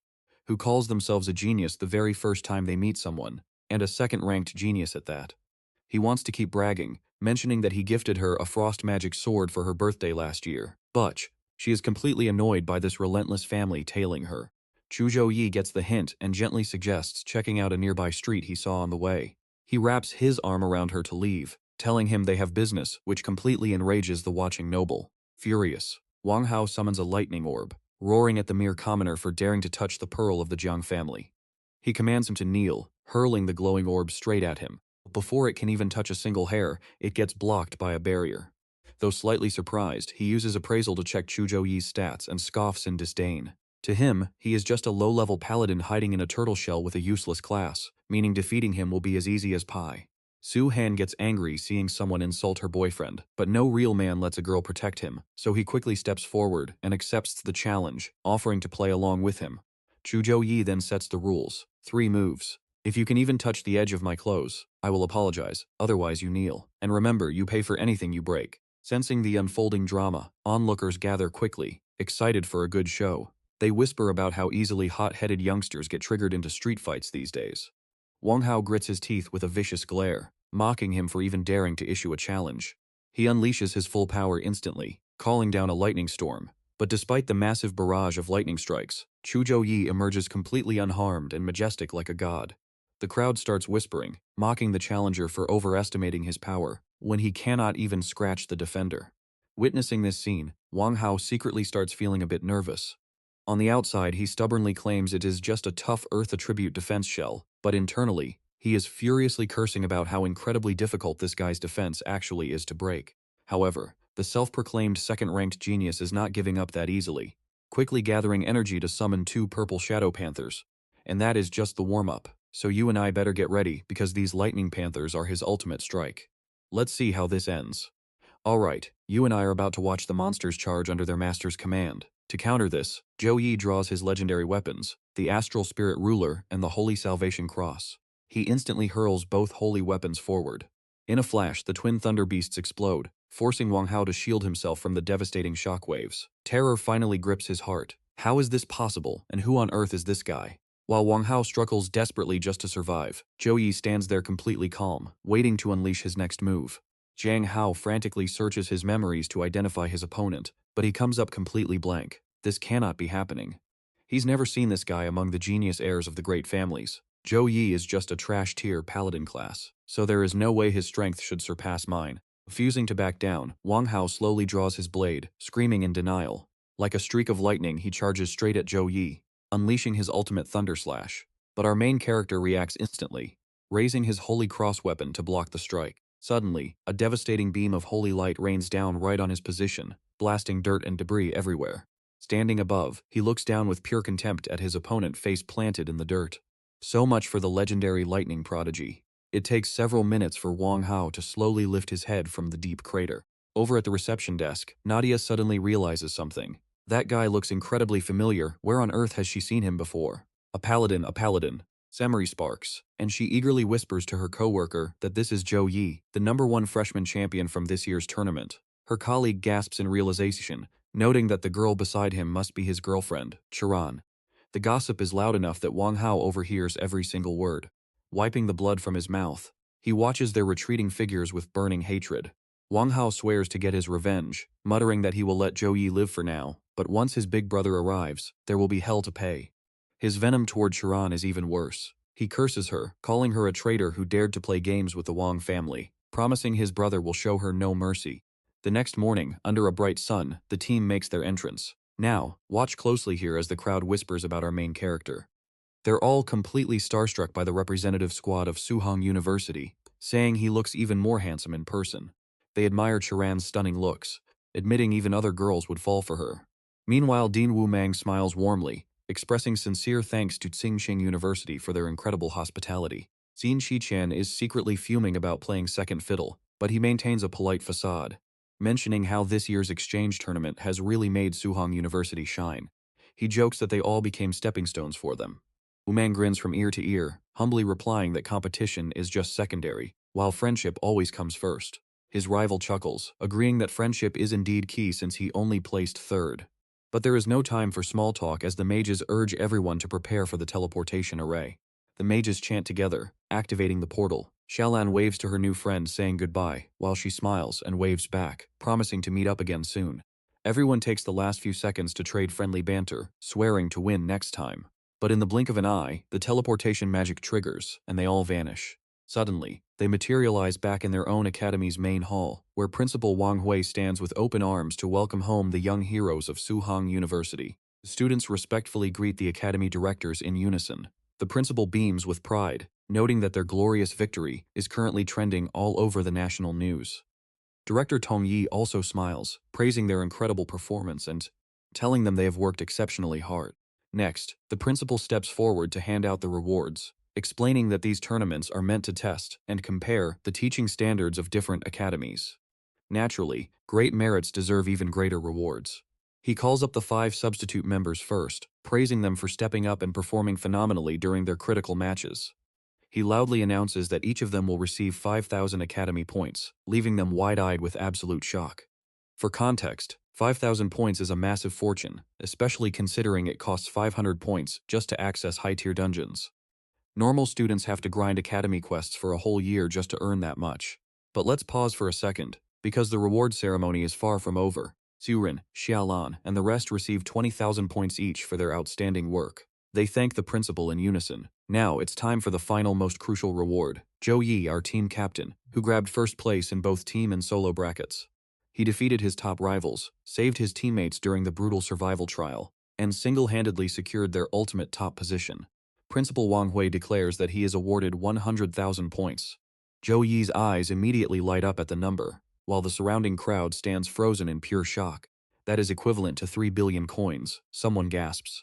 But Jiang Ji quickly shuts them down, explaining that points are far more valuable because they can buy multiple S-tier legendary skills from the vault. Huang Bin blurts out that with 100,000 points, you could turn a common pig into a high-tier magic beast. Hearing this ridiculous comparison, Xu Chang smacks him hard on the head. How could you compare our boss to a pig? He snaps. Rubbing his head in pain, Huang Bin defends himself, while another student comments that it's an insane sum, but he absolutely deserves it. Zhou Yi smiles in satisfaction, already planning how to spend his new wealth since his old points were running dangerously low. Now he does not have to worry about the upcoming dungeon. He decides to test the Academy's level 23 to 26 Twisted Forest dungeon later. With the rewards handed out, the principal dismisses the class, promising the Academy will always reward those with merit. Once the crowd disperses, Zhou Yi steps forward and calls out to his mentor, who pauses and asks what he needs. Zhou Yi hesitates before asking for guidance, but the principal already knows exactly what his student wants to discuss. It's about Feng He, the dean of Singsang Academy, and our hero slowly nods in confirmation. But Wang Hui has no intention of sharing the truth. This matter involves deep secrets that even other academy deans are completely barred from knowing. Keeping silent is his way of protecting him. However, Zhou Yi stops the principal in his tracks with a single sentence. As Wang Hui turns back, he is stunned to see him rip a tear right into the void. Zhou Yi explains that his new void beast companion revealed that the one who summoned it was not human. Does this have anything to do with Feng He? Staring at the tear in space, the principal marvels at the sight. He admits he thought Zhou Yi had barely survived and driven the void beast away, never imagining he had actually tamed it. With no more excuses, he pulls out a mysterious book. Since things have come to this, he agrees to explain, revealing that Feng He is a seed of chaos. Zhou Yi wonders at the strange term as the principal flips through ancient pages, explaining they are half-human, half-demon entities. Created by the chaotic evil god, they wear human skin but possess demonic hearts, serving as loyal monsters to their dark deity. In a serious tone, Wang Hui explains that the Void Beast rampage was orchestrated by Feng He to prove his loyalty. He adds that death and chaos are the favorite offerings of the evil god, making Zhou Yi recall the dark rumors he had heard. So he is dead, Zhou Yi mutters, but the principal shakes his head, revealing that was just the official cover story. Truth is far worse. During his investigation, he transformed into a demon thrall, attacked the agents, and fled. Wang Hui then tests his student, asking why he thinks Feng He chose to strike during the tournament of all places. He confidently answers that the tournament gathers the finest geniuses, so any disaster would cause massive chaos. And that's where we leave it. You and I know a huge storm is coming. Alright, you and I are diving straight into a massive revelation. It turns out the weakest point of the evil god's seal lies directly beneath the myriad beast desolation. He remembers the ancient legend of how this wasteland came to be. Thousands of years ago, a massive war erupted among the beast clans. But the true trigger for that brutal conflict was the sudden descent of the Chaos Lord, the evil god himself. In that desperate battle of life and death, the Chaos Lord tried to break through the Desolation Rift to conquer the human world. The beast clans sacrificed their entire civilization to seal him away forever. Zhou Yi frowns, listening intently to the warning. Besides causing chaos, Feng Hak can use the Void Beast to trace that rift. If he realizes Zhou Yi tamed it, he will definitely come back. Suddenly, a magic circle glows above them. Wang Hui reluctantly reveals that decades ago, the Heaven Feather Guild acquired an offensive skill book belonging to the Divine Angel clan. He planned to give it to him later, but they must act now. Moments later, inside the heavily guarded resource treasury at the guild headquarters, Wang Hui guides him forward, pointing out the guild's core facilities. To protect centuries of rare skills and divine weapons, the guild installed massive defenses. The entrance is guarded by 2 legendary level 60 beasts called Green Leaf Earth Crawlers. He carefully explains that the door is engraved with complex magic ward runes. Any unauthorized magic energy flowing near them will only be absorbed, making the defense even stronger. Sang Hui greets a guard cheerfully, calling out, "Old Duong, is it your turn to protect the treasury this month?" He casually replies that tomorrow is someone else's shift, so they should grab a drink. Zhou Yi silently senses his aura. Even suppressed, his power surpasses the principal's, proving he is a third transition expert. Wang Wei formally requests the Sacred Thunder skill book first. The guard immediately catches on, asking if it is for his new student. Wang Hui smiles and introduces them, explaining that this is his old comrade in arms, who fought alongside him through life and death. He tells Zhou Yi to call him Elder Duong. The young hero politely greets him, and Duong replies that he watched his battle, praising his well-deserved reputation. The boy scratches his head shyly. Duong teaches him that modesty is good, but too much of it makes you look weak, which only invites unnecessary trouble. Wang Wei steps in, joking that Duong always lectures people, which is why kids dislike him. But Elder Duong stubbornly sticks to his ways. Ignoring elders only brings trouble. He huffs, pulling a glowing book out from a bright magic circle. He hands it to Zhou Yi. Wang Wei advises him to use his spare skill points to learn it immediately. The boy accepts it respectfully. Checking his status, his daily quest grinding has left him with a massive pool of points. Looking at the book, he commands the system to start. Instantly, the pages dissolve into glowing light, rushing into his mind. An image of a 6-winged angel holding a brilliant golden sword appears. He consumes 100 skill points to learn the S-Rank skill, Heavenly Revelation Form. At level 1, this skill boosts abnormal status resistance by 50%, enhancing all his lightning-based attacks as a divine strike shatters the shadows. Next, the screen shows he spent another 100 points to learn the S-Rank Heavenly Punishment Strike, allowing him to summon lightning onto his weapon for high-speed elemental damage. Countless golden chains materialize as he spends another 100 points, successfully unlocking the S-Rank Heavenly Prison Chains skill. At level 1, this powerful ability allows him to manipulate sacred lightning to create an inescapable prison for his enemies. Check this out, guys. Suddenly, everything explodes with blinding golden lightning. This massive, unexpected blast shreds the entire area, leaving nothing but a massive cloud of thick dust. Even the golden lion roars warily at the sudden blast. He checks the system interface. The level 1 Sacred Lightning skill has perfectly fused with his Divine Sword Heart talent, boosting his lightning damage by 20%. Even he did not expect such an insane power-up.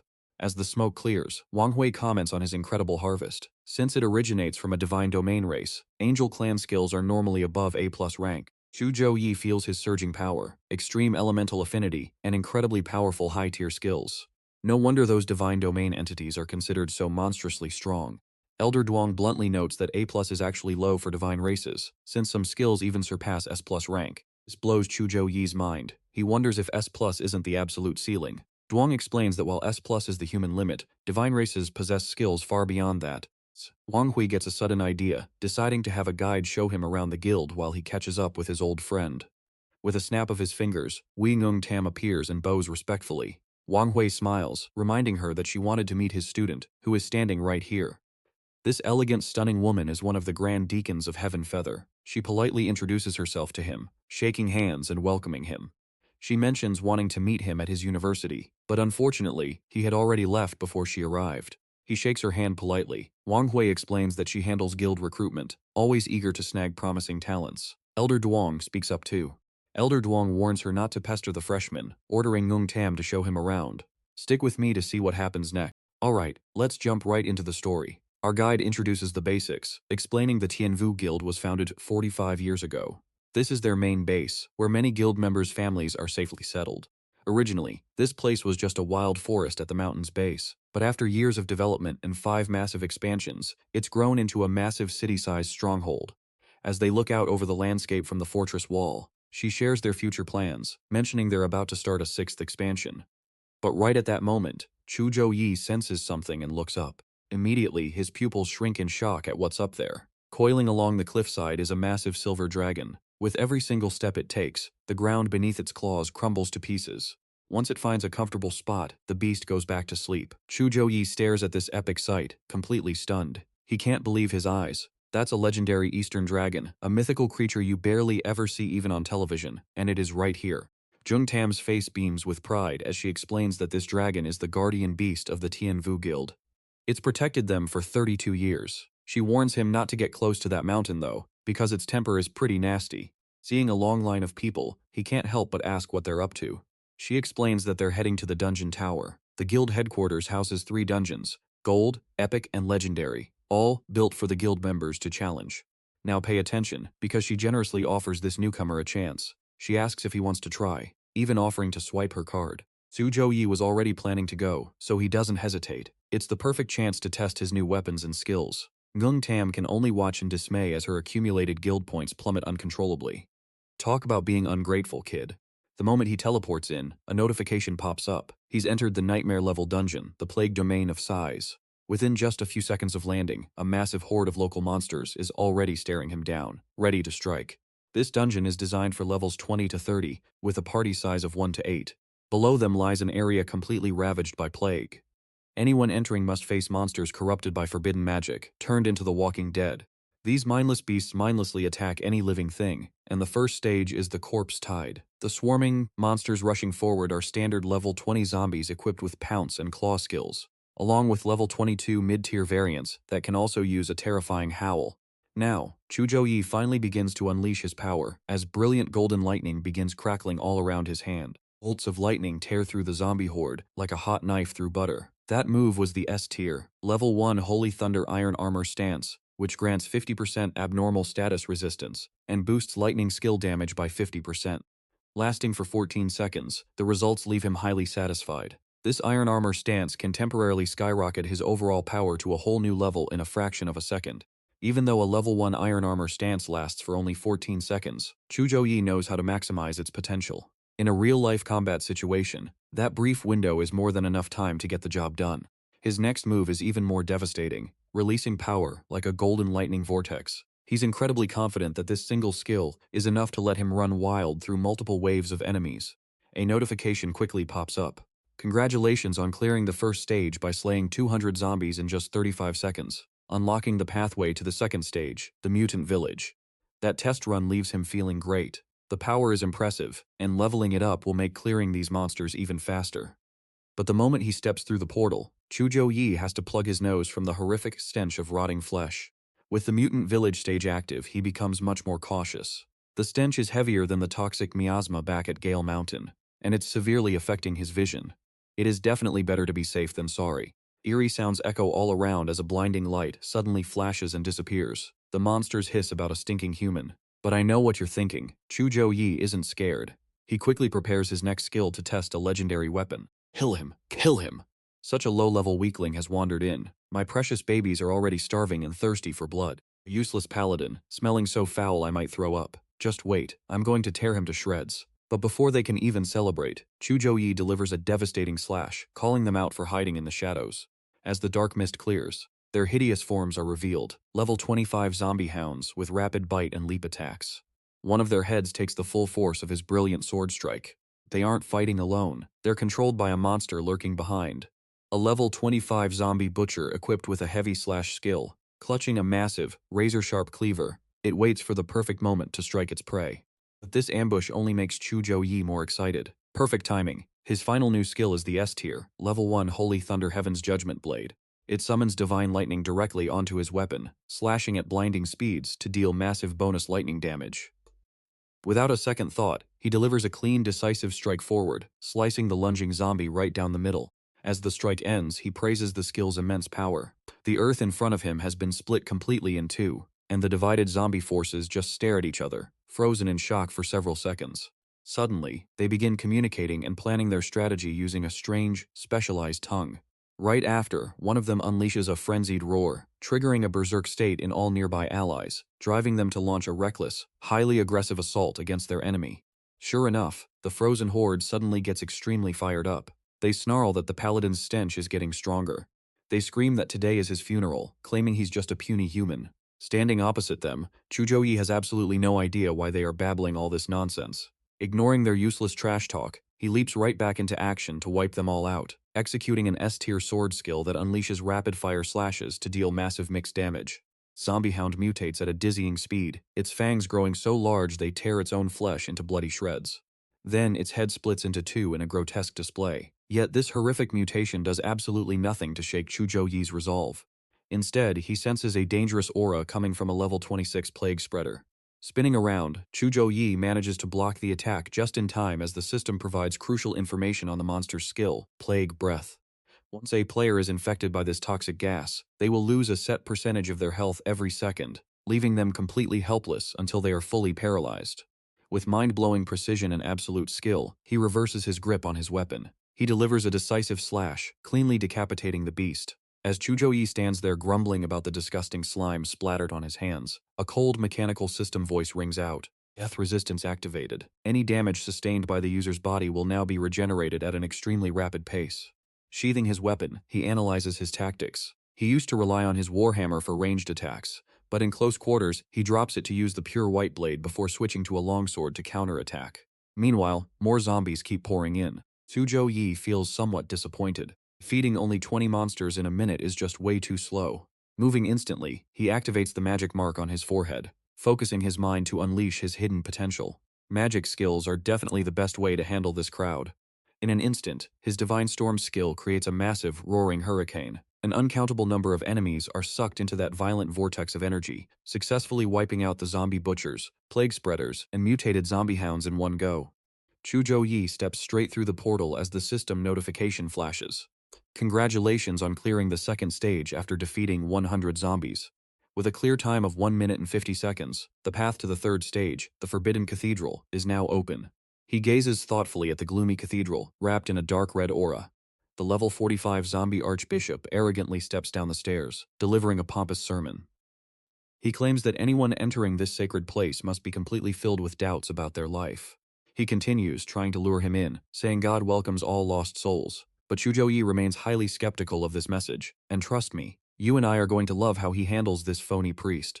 Alright, you and I are about to dive into an epic battle against a cult. This creepy priest keeps whispering about his God, claiming that under the Lord of Life and Death, we will find the ultimate truth. He spins a beautiful illusion, saying life is fragile and short, but if we follow his deity, you will be granted immortality and escape the painful cycle of reincarnation. Finally, he throws out the ultimate bait to hook a big fish. He urges our hero to drop his narrow-minded sword and join them, promising they can enjoy the endless blessings of eternal life together. It sounds tempting, but we know better. Seems like that tempting offer of immortality is tearing Zhou Yi apart inside. Seeing him hesitate, the priest flashes a calculating smile, thinking his prey is fully hooked. He tells him that this is the one golden opportunity everyone in the world desperately dreams of. Zhou Yi looks up, his eyes filled with doubt, and says he has one question. Priest smiles generously, claiming their god is always willing to listen. But he definitely did not expect a brutal slash aimed straight at his neck, accompanied by some incredibly disrespectful words from our main character. The flashing blade and Zhou Yi's mocking words expose their filthy lies, declaring that their so-called immortality is just selling one's soul. Realizing his religious preaching failed to trick anyone, the priest snaps, cursing him and calling humans foolish creatures who will regret everything. Even with his physical body torn apart, he barks out a cold command. He slowly opens his eyes, revealing a dark burning crimson glow. He formed 2 rows, raising 55 spears, ready to strike at any moment. Facing this overwhelming murderous intent, Zhou Yi excitedly grips his weapon. Sparks of fire explode around him as his ordinary wooden stick instantly transforms into an S+ tier divine sword. He swings his arm to block the incoming aerial assault from the enemy legion. Pay attention here, because this is where our main character unleashes an S-tier divine lightning spell, completely obliterating the entire group in the blink of an eye. You won't want to miss this glorious destruction. Female cultist can only watch in horror as her allies turn to ash. Screaming in pure rage, she glares up at the sky. Zhou Yi approaches her with an amused smile, realizing these monsters can actually make sound. He silences her with a swift, clean strike. Their pathetic weakness makes him laugh, noting that while they have some spirit, they are surprisingly fragile. With a single spin of his sword, he easily slaughters waves of elite zombie priestesses. His blade carves beautiful arcs through the air, severing limbs and shattering their sharp spears. The weapons slide uselessly across the tiled floor as his storm-like strikes blow away countless enemies. Watching the chaotic battle from the sidelines, the priest finally speaks, claiming that all this blood and flesh will serve to heal the deep sins of the world. Even now, the fanatic remains stubbornly delusional, shouting that their screams of agony are just sacred music offered to their god. Standing amidst the charred remains of his enemies, Zhou Yi steps over the ruined floor. His face darkens with intense coldness as he issues a direct challenge. "You are next." Priest smiles gently like he is dealing with a rebellious child, but his eyes quickly turn vicious as dark smoke gathers around him, mockingly questioning our hero. Zhou Yi pauses, observing the sudden change. Before he can react, streams of purple energy tightly bind his legs. Let's pause for a second here. Zhou Yi notices a magic circle forming around him, realizing those weak, constant attacks earlier were just a distraction to set up this trap. It makes perfect sense now. They were working in the shadows all along. Suddenly, a pale hand reaches up from the magic circle, grabbing his leg. Zhou Yi looks down in surprise, seeing countless cultists rising from the ground. His face turns incredibly serious as his body suddenly feels heavy, his strength rapidly draining away.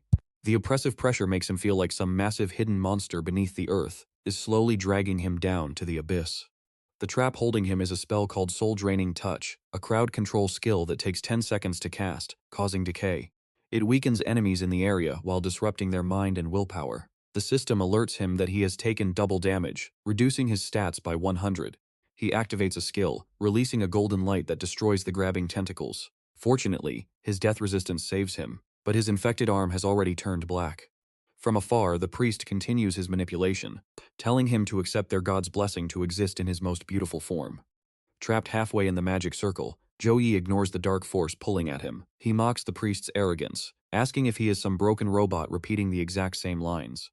A bright spark flares within the crimson light as a holy halo condenses behind his head, unleashing the divine flame skill. This boosts his fire and light elemental damage by 40%. A massive pillar of fire erupts, completely swallowing both him and the magic circle. Breaking free, Zhou Yi rises like a burning phoenix, shaking off the cultists as they burn to ash and scatter like wild fireballs. He fires a holy light arrow directly at the priest, but a dark shield blocks it, absorbing the massive damage, granting physical and magical immunity while reflecting dark energy back at him. Zhou Yi does not back down, unleashing a powerful sword slash right at the shield. Under his overwhelming pressure, the barrier begins to crack, leaving the priest absolutely speechless. The priest raises his hands, desperately screaming for the great god Asia to show his divine wrath and punish this arrogant insect. Zhou Yi freezes in pure disbelief, his eyes widening. He wonders if this Asia is the same evil god mentioned by the monsters before. How could it be here too? Gripping his divine sword, he watches the dark energy swirling around the transforming priest. He knows he cannot let this ritual succeed, regardless of what horror is about to be unleashed. Knowing the shield absorbs and reflects damage, he decides to shatter it with sheer, overwhelming force. He unleashes an ultimate lightning strike, roaring that if one strike is not enough, he will just hit him with another. He follows up with a second S-tier lightning slash, completely shattering the priest's defensive shield and cleanly severing his head from his body. The body collapses into black smoke as the severed head rolls away, its face frozen in shock. It melts into a disgusting pool of dark liquid on the floor. Keeping his guard up, Zhou Yi transforms into his angel form as the dark remains fuse together, birthing a shadowy monster with glowing red eyes that curses his defiance. Beast threatens to devour him in Asia's name. Zhou Yi just smirks, mockingly remarking that this hideous form actually looks much better than his previous face. Furious, the monster charges forward, firing dark energy spheres. Zhou Yi moves swiftly, dodging the explosive red beams that burst from the dark spheres with ease. He calmly assesses the battlefield and summons a giant holy sword from above, casting a divine spell to lock the beast down in chains of lightning. Instantly, powerful lightning bolts pin the struggling monster to the ground. Writhing in pure agony, it screams for him to let it go. Even pinned, it curses his name, begging its god for vengeance. And that is where we leave our hero today. But you and I know this fight is far from over. Alright, you and I are about to watch our main character crush this monster's dreams. He swings his hand for the final blow, activating his ultimate skill, Divine Prison Lock, as thousands of golden chains slam down to impale the formless beast. Creature screams in agony, begging for release and threatening that Lord Asia will turn him into ash.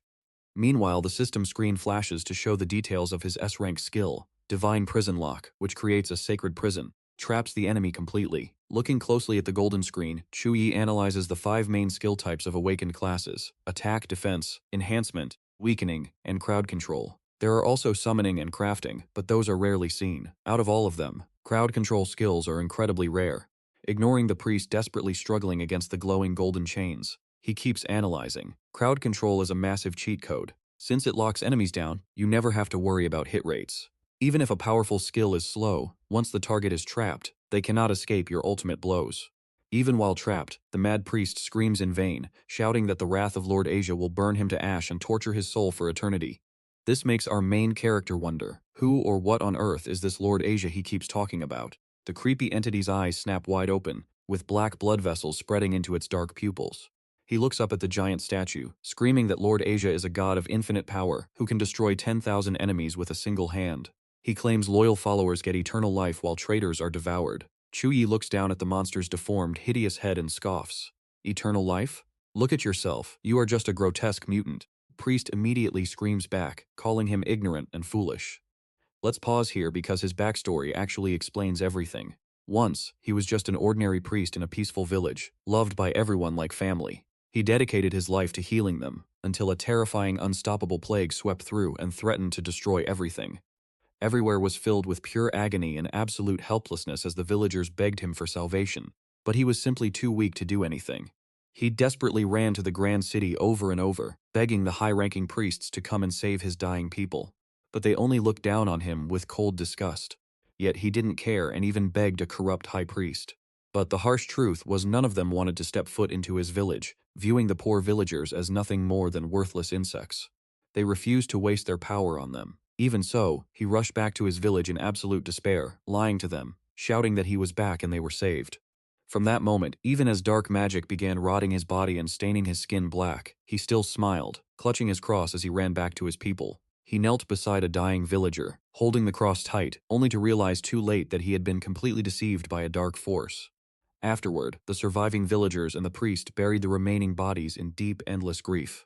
But the villagers only grew weaker and died in massive numbers, their cries constantly ringing in his ears, begging him to save them from the agonizing pain. At that moment, he grew to hate his own uselessness, and deeply despised the cold, heartless high priests who had abandoned them. Tears of utter helplessness streamed down his face, his voice trembling with pure rage. He apologized for his weakness, but in his darkest hour, a mysterious dark entity answered his prayers. With this newly granted power, he banished the plague, ending their suffering, and even brought the dead back to life. Their tormented faces smiled once more, completely free from the plague. Even though they were actually just soulless, walking corpses, he truly believed making a dark deal was the right choice. To him, transforming into a grotesque monster was just a very small price to pay. Even now, he remains a brainwashed, loyal fanatic, screaming that Lord Asia chose them. Honestly, you and I can see this guy is completely brainwashed and far beyond saving. Realizing he won't get any useful information out of him, Zhou Yi sighs in absolute disgust. With a swift, incredibly decisive slash of his blade, he slices the priest's body clean in half. Even on the very brink of death, the priest desperately prays to his dark god, begging Lord Asia to show his supreme power, rescue his loyal servant, and utterly destroy this mortal enemy. Zhou Yi looks down with a mocking, icy glare, asking if he is still relying on his fake god. He delivers a cold, harsh truth that completely crushes his illusions. Yet the priest stubbornly clings to his fanatical faith, screaming that he will drag Zhou Yi straight down to hell with him for insulting his god. With a faint, mocking smile, Zhou Yi tells him that self-destructing is not going to be that easy. Before the priest can even react, Zhou Yi throws out magic chains to completely shut down his desperate attempt. He raises his hand to summon holy light, his voice echoing like a divine judge, activating the Holy Cross seal. While the priest writhes in agony, he begs his stone statue for help, but it remains completely silent. Finally, a system notification pops up confirming the zombie bishop is dead. Zhou Yi returns to his normal state and lands gracefully on the ground. His battle rewards pop up immediately, granting him 12,323 experience points, high-level health potions, mana crystals, guardian chestplate, and guardian boots. He catches the floating loot and mutters that it is not a bad haul. Even though the experience points are not quite enough for a level up, he casually kicks his weapon up from the ground, catches it, and walks toward the giant statue. He prepares to deliver one final strike to destroy it completely, muttering that this ugly thing ends now. A blinding flash of golden light shatters the stone statue into dust. Suddenly, the system alerts him that he has destroyed an evil god statue and earned a special bonus reward, leaving him slightly surprised. Red text flashes before his eyes, showing the details of his new item, a sacred crystal, which is an ancient relic containing pure divine energy. Staring at the glowing object floating in front of him, he realizes it is his first time seeing an item related to second-class advancement. It looks like he will need to clear this dungeon a few more times. As soon as he exits, Shang-Xin walks over to praise him. She points out that clearing this difficult dungeon on his very first run in 10 minutes and 25 seconds places him right in the top 20. Zhou Yi hands her the loot and immediately tries to make a deal, offering her all the drops if she lets him enter the dungeon just one more time. Shang-Xin tries to stop him, warning him that entering again so soon is no joke since this place drains a ton of energy. But looking at the record list, Zhou Yi clenches his fist and confidently declares that his first run was just for scouting the layout. This time, he is aiming for the fastest speedrun record. Looking at the current first-place time, he is absolutely certain he can shatter it right now. She tilts her head, reminding him that the top 10 players are all level 30 elites. She advises him to wait until he reaches at least level 27, but Zhou Yi remains completely unfazed, telling her he has a solid plan and she should not worry. Realizing she cannot change his mind, she can only warn him to stay extremely careful inside and promises to let him keep all the dungeon rewards. She tells him to keep everything to defend himself. Right at that moment, Zheng Ming suddenly shows up out of nowhere, surprised to find her there. She gasps in surprise, asking when he returned. He awkwardly scratches his head, explaining that he spent 2 long months cleaning up those disgusting otherworldly creatures, and he is absolutely exhausted. Overhearing this, Zhou Yi wonders if clearing those creatures has to do with spatial rifts. As he quietly steps back into the dungeon portal, his mind races with past lessons, recalling how low-level monsters from another world can easily slip through medium-sized space rifts near the mountain range. His teacher once said. Meanwhile, Shang-Xin worriedly asks about their casualties. Jiang Ming's face completely falls as he remembers his fallen comrades, leaving you and I wondering what dangers lie ahead. Alright, you and I are diving into a brutal fantasy world where even with army protection, out of over 12 squad members, only 8 returned alive. After a few seconds of silence, she sighs deeply. Losing 1/3 of their force in a single battle is just tragic. She crosses her arms, gently scolding him. Did you call your mother yet, kid? Such a dangerous mission, and you did not say a word. He responds with a wry smile, admitting he came to find his aunt and hid the mission from his mother. If he told her now, he would get a massive scolding. She shrugs, casually stating that she cannot help him with that. He quickly clasps his hands, begging her to cover for him. Come on, aunt, look at me. I came back without a scratch, right? Instead of answering, she turns to the arriving young man and asks why he hasn't entered the dungeon yet. He calmly explains that he already cleared it and came back out. She gasps, covering her mouth in pure shock. He points to the newly reset scoreboard of the Divine Breath dungeon. It is Nightmare difficulty, cleared by a level 23 named Zhou Yi in just 1 minute and 59 seconds. She mutters in absolute disbelief, unable to comprehend how anyone could beat a Nightmare dungeon in under 2 minutes. He is only level 23, yet he immediately makes a bold request to try the Abyss difficulty. She lets out a heavy sigh, her eyes filled with helplessness and sheer awe. You really are an absolute monster. Go on, take my pass and run it as many times as you want. Meanwhile, the other student, Jiang Ming, stands there completely stunned. Wait, are you not Zhou Yi, the #1 top freshman from Suhong University? Now pay attention to this, because the students nearby are going wild as the abyss record of the Divine Breath Dungeon is completely shattered at 1 minute and 29 seconds. This is unbelievable. In 1 minute and 29 seconds, I would still be stuck on the very first stage. This is the insane power of Principal Wang's direct disciple. Someone else in the crowd agrees, asking if they saw his nightmare run from a few days ago.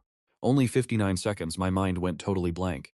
Even a second transition class transfer cannot clear dungeons this fast. Zhou Yi exits with a grin, feeling incredibly satisfied with how productive his training has been over the past 2 months. Once Principal Wang Hu found out he was farming the Tianwu Guild dungeons, he gave him his own points card to run them limitlessly. Checking his status screen, he knew that with unlimited entries, he had to grind and level up as fast as possible. After spending 2 months inside the Tianwu Guild, he finally reaches level 29 and is ready to take on his next class change quest. Planning his next moves, he decides to contact his mentor to acquire the Paladin class transfer letter. Suddenly, his phone beeps with a notification. It is a direct summon message from Principal Wang Hu himself. His phone even has a cute keychain from the trendiest magical beast blind box in Ning'an City. He spent forever trying to pull this exact design. A moment later, Zhou Yi arrives at the principal's office to greet his teacher. The moment they meet, Wang Hui praises him, saying it is exactly as he predicted. He walks over, pats his shoulder, and speaks with a mysterious smile. He explains that he could have easily boosted him to level 40 or even 50 in the wild, but asks if he knows why he did not. He answers immediately, explaining that a boosted fighter lacks basic combat experience and can never fully utilize their true potential. Zhou Yi seriously adds that only by pushing themselves through life and death battles can a warrior truly become a top-tier powerhouse.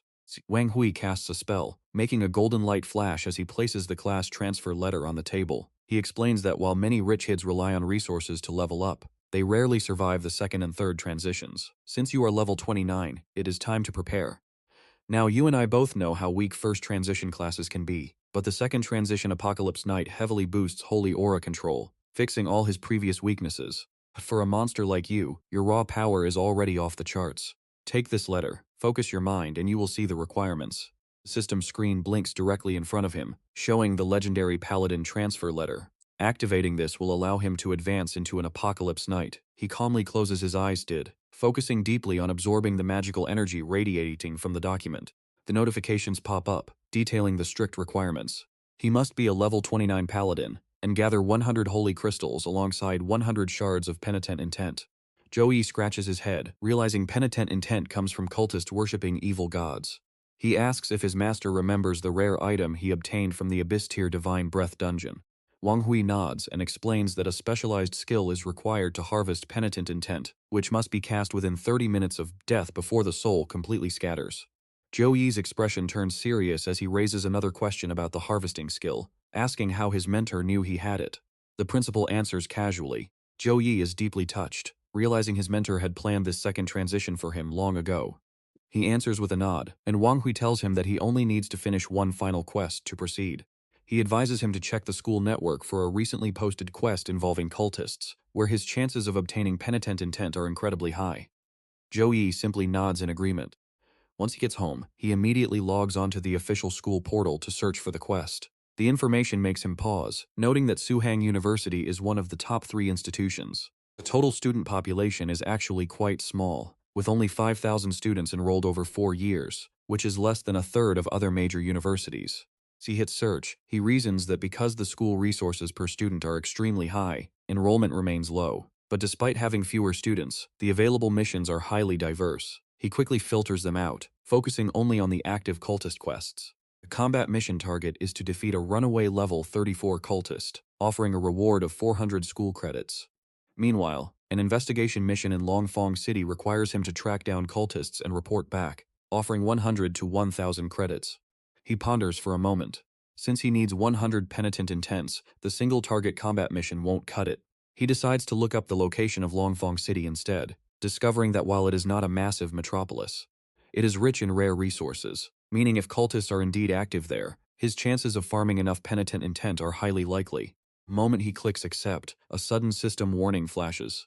This is officially classified as a high-risk mission, where 2 previous students have already gone completely missing.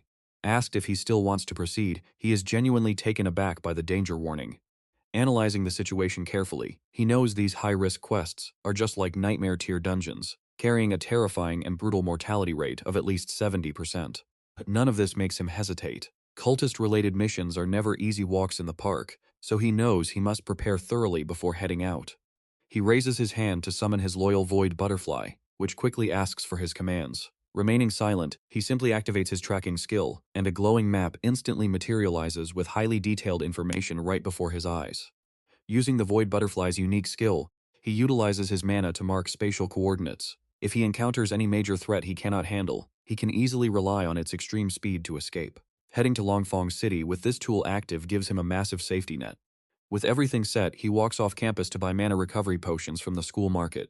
Trust me, you and I are about to see a legendary hunt unfold. You and I are starting this epic story as 2 students gasp from afar, realizing Lord Yi is still alive. The other student smiles in admiration, noting that his powerful aura truly belongs to the leader of the Golden Generation. Meanwhile, inside the exclusive alloy training room of the War Academy, Dean Wumang is easily fighting off a whole horde of training robots all by himself. Mid-combat, he turns to ask his assistant Su Mei if Zhou Yi has really taken on a high-risk mission and left the academy grounds. She immediately clears up Dean Wumang's doubt, confirming that the mission is indeed in Longfeng City of Chongshan Province, and it involves some dangerous cultists. Wu Mang smashes a few training robots away and grins. A cultist mission? It seems that Brad is already preparing for his second-class advancement, but that familiar location also makes him pause. He recalls hearing another girl mention that Longfeng City mission before. Sumei glances at the documents in her hand and confirms that this particular mission was originally rated as just a standard common tier. After 2 students of level 26 and level 28 completely lost contact, the difficulty was upgraded to a high-risk level, likely requiring a second advancement professional to solve. Wu Mang grunts while still fighting off the robots, saying that those cultists are definitely hiding something over there. For any normal student, this would be a major headache, but for Zhou Yi, it's a walk in the park. Finishing his sentence, the dean clean decapitates the robot in front of him. Now watch closely, because this is where his real strength comes in. Leaping forward, the analysis reveals that after grinding for 2 months in the dungeons, the level 29 Zhou Yi can easily hold his own against second advancement classes, thanks to his insane amount of hidden trump cards. With a single devastating strike, Wu Mang obliterates the remaining robots and makes a quick decision to put Zhou Yi on official leave, letting him handle the rest himself. Finally, he instructs Su Mei to remind the boy when he returns. Meanwhile, a high-speed bullet train is rushing along the tracks, running a direct 15-kilometer route from Suhong to Longfeng. Journey crosses multiple dangerous zones. To get there from the Ning'an University Teleportation Plaza, it takes 12 teleports and 7 high-speed train transfers just to reach Yongxiang in Chongshan Province. Zhou Yi leans his head tiredly against the window, knowing only a 2-hour subway ride remains. Suddenly, his phone buzzes with a message from an ally asking, "Brother Zhou Yi, have you arrived yet?" He quickly texts back, "Almost there. About 1 more hour." The other side instantly replies, "Perfect. Just make sure to give me a call as soon as you arrive." Sitting nearby, Baina speaks up in admiration. "Wow, is that squeaky magic beast keychain from Sen City? Are you from there too?" Zhou Yi friendly confirms, "Yes, are you as well?" With a bright smile, she happily shares, "I am actually half from Ning'an myself. My grandmother lives there, so I spent most of my childhood running around those streets. Now I only visit during summer breaks, since Suhong is so far from Chongshan. So, are you headed to Longfeng City for vacation?" Zhou Yi uses his appraisal skill while casually replying that he just has some business. "What about you guys? Are you going to Longfeng City for sightseeing?" His appraisal reveals both girls are level 13 pharmacists. Baina, completely oblivious that she is being inspected, naturally smiles and speaks. "Yeah, we are headed to Longfeng. I'm Baina, and this is my best friend Liu Ji. Your level is so high I can't even appraise you, but you look like a combat class." After Zhou Yi nods, she starts boasting. "I knew it. My 6th sense is usually spot on, and I really admire combat classes like you." To Zhou Yi, though, this flattery feels slightly awkward since the vast difference in aura between life classes and combat classes makes it incredibly obvious to spot. Hoping to make a strong connection, Baina eagerly offers her phone, saying, "Hey handsome, let's add each other. My best friend and I are both pharmacists. If you ever need any mana recovery or healing potions in the future, we'll gladly give you a 20% discount." Zhou Yi feels a bit awkward but politely agrees, saying sure thanks. Finally, the high-speed train arrives at Longfeng City. Stepping onto the platform, Baina stretches and sighs about how fast the time went. She and Liu Ji pull their luggage while waving goodbye to Zhou Yi, telling him to reach out any time. But distracted by chatting, she bumps straight into a stranger walking by. The stranger, Xie Yun, sees a pretty young girl and instantly starts promoting his cult without a shred of shame. Beautiful sister, my bad. But look, the Holy Spirit sect can bring you infinite happiness. He eagerly explains to Liu Jie that their church is hosting a special event soon to witness actual blessings from the god himself. If you are interested, why not come and check it out? He doesn't even spare Zhou Yi, calling him an extraordinary young man destined for the gods. Though Zhou Yi knows it is just cheap flattery, he still takes a quick glance at the flyer. You and I both know that look on his face. His suspicion is through the roof. With a cold grunt, Zhou Yi's terrifying gaze makes Xie Yun pale and instantly back off. He snatches the paper back and flees, muttering a quick prayer for the Holy Spirit to protect them. Meanwhile, Liu Ji, completely clueless about this cult, reads the flyer with curiosity and speaks up. Is religious culture always this popular around Longfeng City? Liu Jie asks, noticing her friend's strange expression and wondering what is wrong. Sensing her concern, Baina decides to explain the dark experience her own family went through in the past. It is natural you do not know, but my brother has worked here for years. He told me that religious activities began surfacing a year ago. Back then, the Holy Spirit sect was just a mysterious group that promised its members massive attribute boosts. They even leveled up, but soon everyone noticed that while their physical looks stayed the same, their personalities changed completely, turning them into strangers. Aina continues her chilling story, sharing how her brother's once gentle friend joined the cult and suddenly became hot-tempered and extremely violent, terrifying his family. The church claimed it was just a sign of absolute devotion, but she always felt something was deeply wrong. Hearing the story, Liu Ji wonders what these miracles actually are. But by now, Baina has already tossed the sketchy flyer straight into the trash can. Sighing with a weary face, she warns, "Why bother? We should definitely stay away from stuff like this. Who knows what is actually going on behind closed doors?" Zhou Yi folds his arms, reflecting on what just happened. Although he briefly witnessed the God of Light back at Mount Wind, miracles are rarely a good thing. This might be a clue to track the cult down, since they always masquerade as normal religions. Night quickly covers the entire city of Longfeng, and by 8:30 in the evening, the brilliant neon lights of the Huangyang shopping mall illuminate a busy street corner. A massive crowd gathers on the 9th floor, whispering in excitement, "Can we really witness a miracle tonight?" I have no idea, but that is exactly why I came here too. My neighbor said his mind attribute skyrocketed by 20 points after witnessing the miracle. Gu-man, blending into the crowd, sneers at this, muttering that using fake miracles to lure people into cult gatherings is actually a pretty clever trick. Jiang Cheng obviously notices this too, whispering, "Obviously, they became a giant sect in just a single year, so of course they have tricks. But we must stay focused on our actual mission, which is recording their entire faking process." Standing right beside them, Chu Ling softly whispers, "Gu-man, our only job is gathering evidence of their fake miracles. Don't get too deep. This is an A+ mission where any slip-up costs lives." Since a level 19 expert said so, he quickly nods. "All right, we'll only collect clues and avoid direct contact." Satisfied with his reply, she turns to their level 18 mechanic, Zheng Chang, asking if the micro-robots are in place. He grins widely and confirms they are. "Don't worry, the entire room is completely under our surveillance." But suddenly, Yu Han, who is running his appraisal skill, gasps, "Wait, why can't I see that guy's class level info?" Zhou Yi stands right in plain sight, but their scanners keep displaying error messages. The other three immediately run their appraisal systems, only to realize none of them can read his stats either. Gubianst warns he must be at least level 20, leaving Jiang Song utterly confused. "And trust me, you and I are going to have a front row seat as things get absolutely wild." "Alright, let's find out how this place attracts level 20 powerhouses." Wuhan dropped a massive bombshell, wondering if the guy carried a divine aura from the Holy Spirit cult. But as they whispered amongst themselves, Zhou Yi suddenly glared at them with a bone-chilling, icy gaze. All four panicked, their blood freezing in their veins. Chu Ling quickly ordered them to stay quiet and avoid drawing attention. Wuhan whispered a soft reply while the two men silently accepted their grim fate. While they sized him up, Zhou Yi analyzed them too. These four clearly were not ordinary citizens, but honestly, it was none of his business. His ultimate target was the Holy Spirit cult. Suddenly, a sharp bell interrupted everyone's thoughts, making the room turn dead silent. The host stepped up, warmly welcoming everyone to this grand gathering of the Holy Spirit cult. "Everyone here is blessed by the Divine Master." Watching quietly from the back, Zhou Yi noted one level 18 and two level 17 fighters, not that strong. "Let's see what they want," while Tuvian kept babbling. The Holy Spirit cult worships the Divine Master, whose teachings bring light and salvation. In his eyes, all living beings are equal.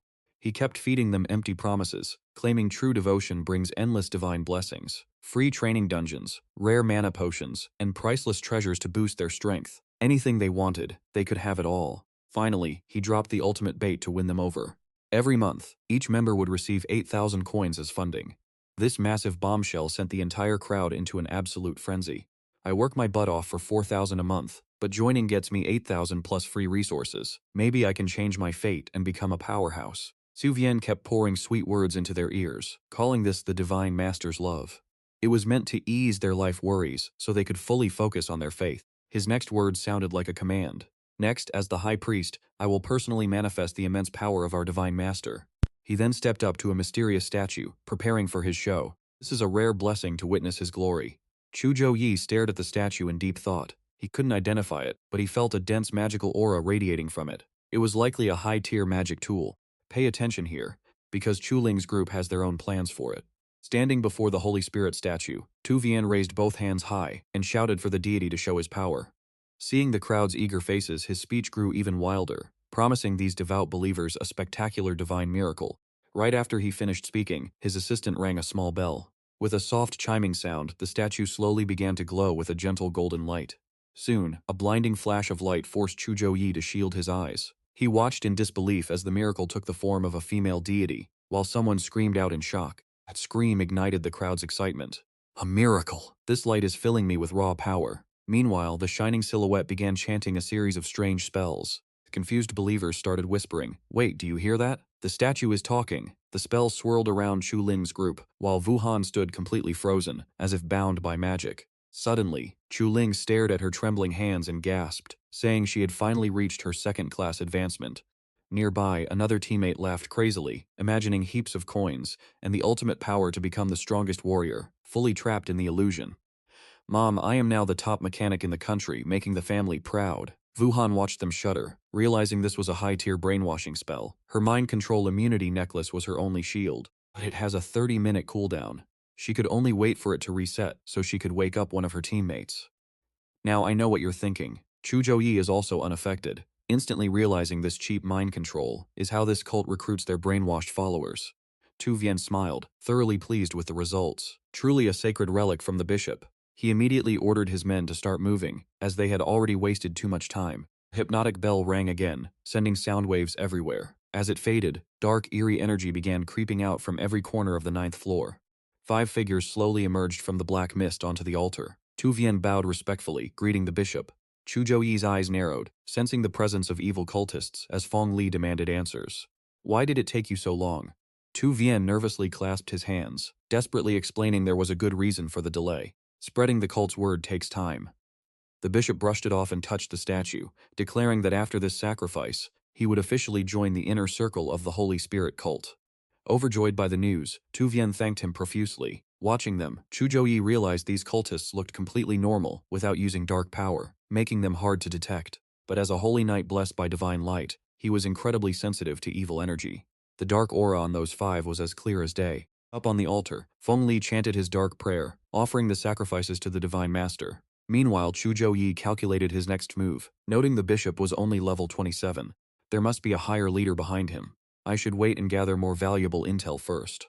After all, taking down 5 cultists is not enough. Before the glowing statue, the dark believers spread their arms, repeatedly chanting, "The Holy Spirit is eternal."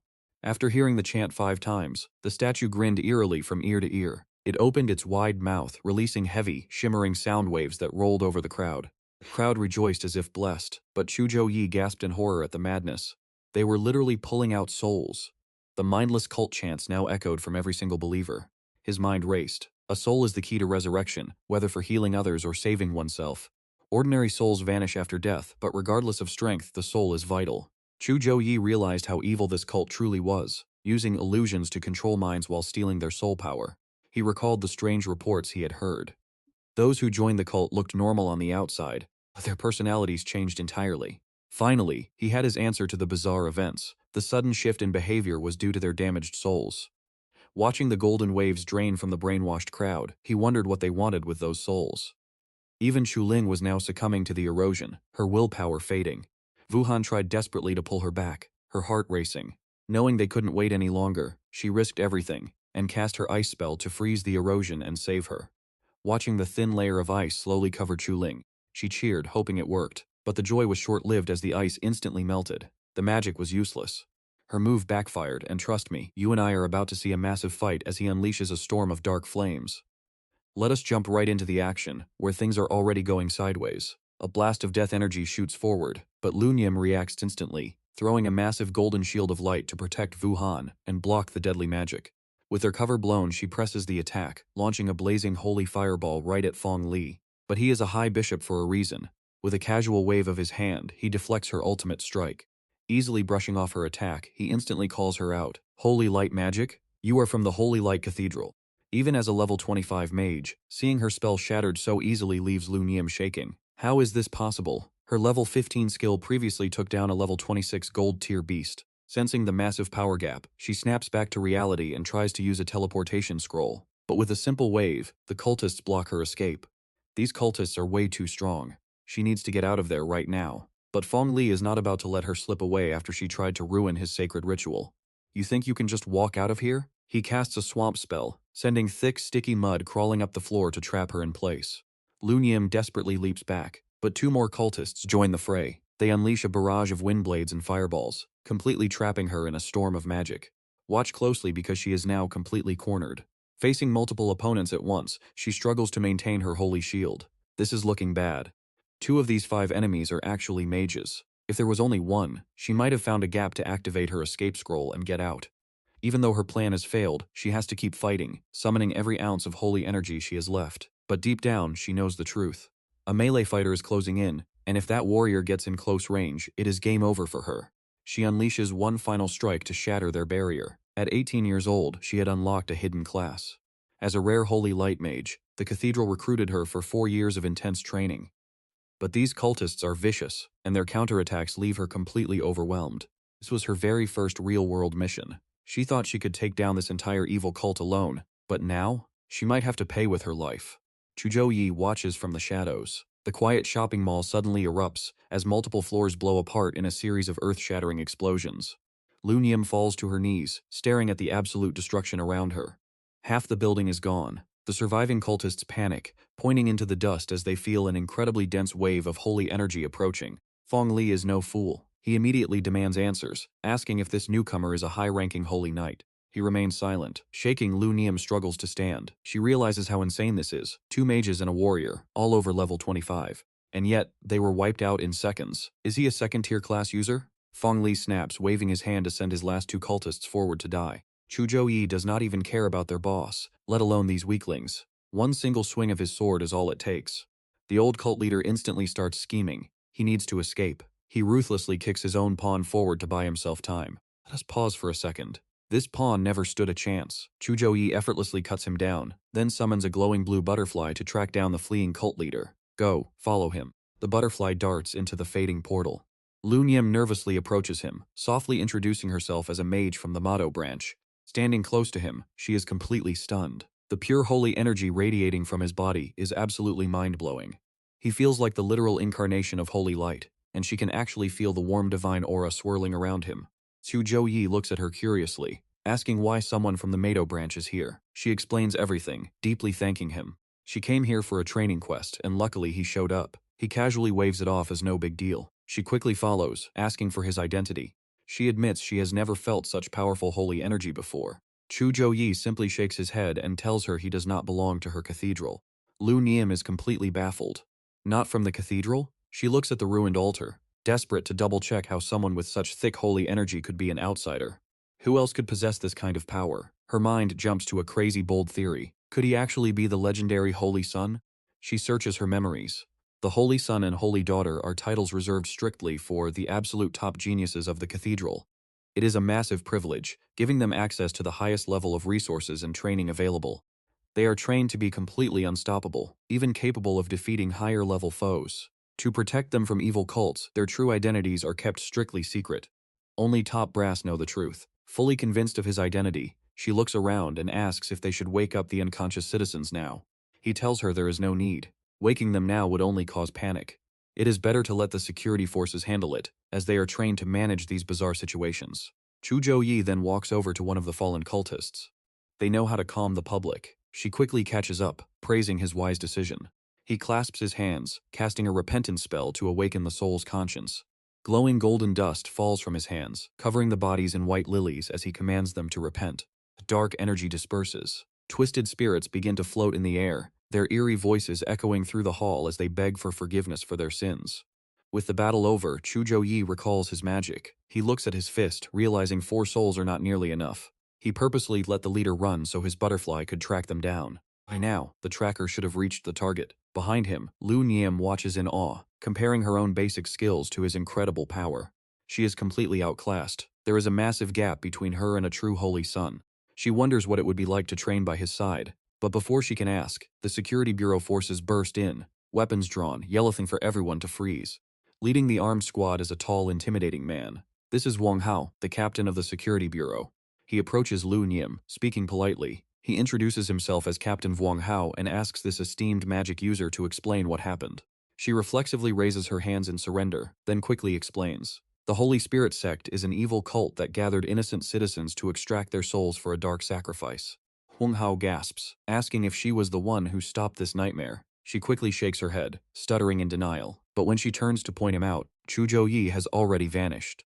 She sighs, wondering why the Holy Sun just abandoned her like that. And that is where we leave things for now. Trust me, you are going to want to see what happens next. Alright, you and I are jumping right into the action. Team 1, evacuate the citizens and keep them safe without causing panic. Team 2, search the scene, gather evidence, and don't miss a single suspicious detail. Suddenly, a hidden hand reaches out from the shadows, casting a spell. As his voice echoes through the area, Team 3 begins medical treatment, prioritizing the severely injured. Move fast and save lives. The victims of the magic immediately show signs of brainwashing. Who are you guys? What am I doing here? I want to go home. Wait, wasn't I just at a party a moment ago? Where on earth am I? Why does my entire body hurt so much? My head feels so heavy, like someone is literally hammering inside my brain. The injured survivor complains while rubbing his eyes. My head hurts so bad. After finishing his work, Zhou Yi left. No wonder the guy in front of us is so naive, Wuhan explains. What are you thinking? You were brainwashed by the spirit cult. I only escaped thanks to several magic tools, but there are 5 elite members behind them, at least level 25 or higher. Hearing this, the survivor panics completely. Level 25? How are we supposed to survive? She continues, he is a 2nd-tier divine class user who wiped out the entire cult with 1 blow. The survivor is ecstatic, like hitting a jackpot. A 2nd-tier divine class master? That is amazing. My robot must have recorded his battle. We can check it. Speaking of which, he brings out the drone to verify before everyone. But before they can watch, the ground beneath them begins to shake violently. The group stands there, frozen in shock. Meanwhile, in a dark and gloomy lair, a massive pool of sinister magical slime is bubbling. Right in the center, a dark figure is completely enveloped by it. Hong Li speaks with a voice dripping with hatred. Curse him. Who on earth is he? How could such a monster appear in Longfong City? He stumbles around, overwhelmed by questions. Could it be someone from the Holy Light sect? We have never done anything to attract the attention of the Holy Light sect's elite. Our targets were fully brainwashed without leaving a single trace. Where did we go wrong? Feng Li kicks open the heavy double doors. The sacrifice ritual was ruined, and we lost 4 loyal cultists. The master is going to be absolutely furious. Becoming more panicked by the second, he wonders what to do. Now watch closely here. Amidst the heavy magical energy, a mysterious blue butterfly appears, carrying hope to turn the tide. At the same exact moment, a strange crack begins to split the wall. Zhou Yi uses his bare hands to pry the portal open, revealing his handsome face. Through this newly formed spatial rift, he can teleport instantly to his target destination. Back in reality, Doc Fong spots a familiar figure approaching and immediately asks, Chief Priest Fong Li, you are finally back? Without wasting any time, he gets straight to the point. I felt the life force of 4 valuable cultists disappear. Tell me, what exactly happened out there? Xiang Li quickly falls to his knees to beg for mercy. Lord Dokfeng, there was an incident with the sacrifice. A powerful master with holy light magic intervened and ruined everything. He killed our men and possessed insane strength. I was simply no match for him. Dokfeng sneers, then why are you still alive? Desperately pleading for his life, Feng Li cries out, this lowly servant deserves death. Please spare me. My lord, please spare my life. I will make up for my failure by securing even more sacrifices to offset this heavy loss. Dokfeng replies coldly, you always talk big but only bring failure. Hearing this, Feng Li trembles with pure terror. My lord, I truly did my best, but that intruder was just too strong. Meanwhile, Zhou Yi has already disguised himself as a cultist, blending in and silently observing. This dark energy is incredibly dense. This has to be their headquarters. With over 100 cultists gathered, their plot is definitely about more than just stealing souls. Doc Fong decides not to waste any more time and turns a blind eye. Fine. Your excuses are completely useless anyway. Fortunately, even though the ritual was interrupted, the sacrifice is already complete. It won't affect our grand master plan. The cowardly Fong Li hesitates and asks, "My lord, do you mean the ritual was successful?" But it was clearly cut short before we could gather all the soul power our master needs. We have not fully gathered it yet. Could it be that the master has already chosen his vessel? Doc Fong snaps in anger. You absolute fool. Do you honestly believe we are conducting rituals all over the city just for some measly soul power? In sheer frustration, Doc Fong turns to another cultist to explain. Bishop Talin, tell this brainless fool what is actually going on. Taling bows and obeys. Wearing a sinister smile, Talinch begins to explain. My lord, this is our grand plan to destroy the world. Over the past 5 years, our spirit cult has successfully completed 307 sacrifices, each strategically placed at key points across Longfong City. As he explains every detail, Zhou Yi listens intently, absorbing every word. If these nodes are fully connected, they will form a massive barrier covering the entire city, called the Chaos Purgatory Formation. Pull this off, we have planted cultists across all levels of society in Longfong City to spread our influence. More secrets are revealed as they recruit greedy souls to join us and expand our army. We also slipped an odorless, tasteless magic potion into the city's water supply, slowly weakening everyone's minds to make them easier to control. Hearing this, Zhou Yi realizes why those players were brainwashed so easily. You're probably wondering the exact same thing. What's the real goal of this Chaos Purgatory Formation? Meanwhile, Talin's voice keeps echoing in his ears. He continues to reveal the timeline. Tonight, the magic formation has been activated. The souls and life force of every living being in the city are being drained, funneled directly to the sealed location of the Chaos Lord. His face twists with pure malice as he speaks. The lives and souls of everyone in this city will be offered, and the great Chaos Lord shall finally awaken. He will bring absolute chaos and endless darkness to reshape this world. The Supreme Chaos Lord is about to rise. Listening to this, Zhou Yi's expression turns dead serious. I will never allow this to happen. Meanwhile, Fong Li quickly begs. My lord, please forgive me, I knew nothing about this. Doc Fong snaps. You are so foolish. How could I ever trust you with such an important task? Mid-sentence, Doc Fong suddenly roars at the top of his lungs. Who goes there? Zhou Yi is startled, his eyes widening in shock. Doc Fong unleashes a devastating spell right at Zhou Yi's position, causing a massive explosion. Fortunately, Zhou Yi manages to defend himself just in time and escapes completely unharmed.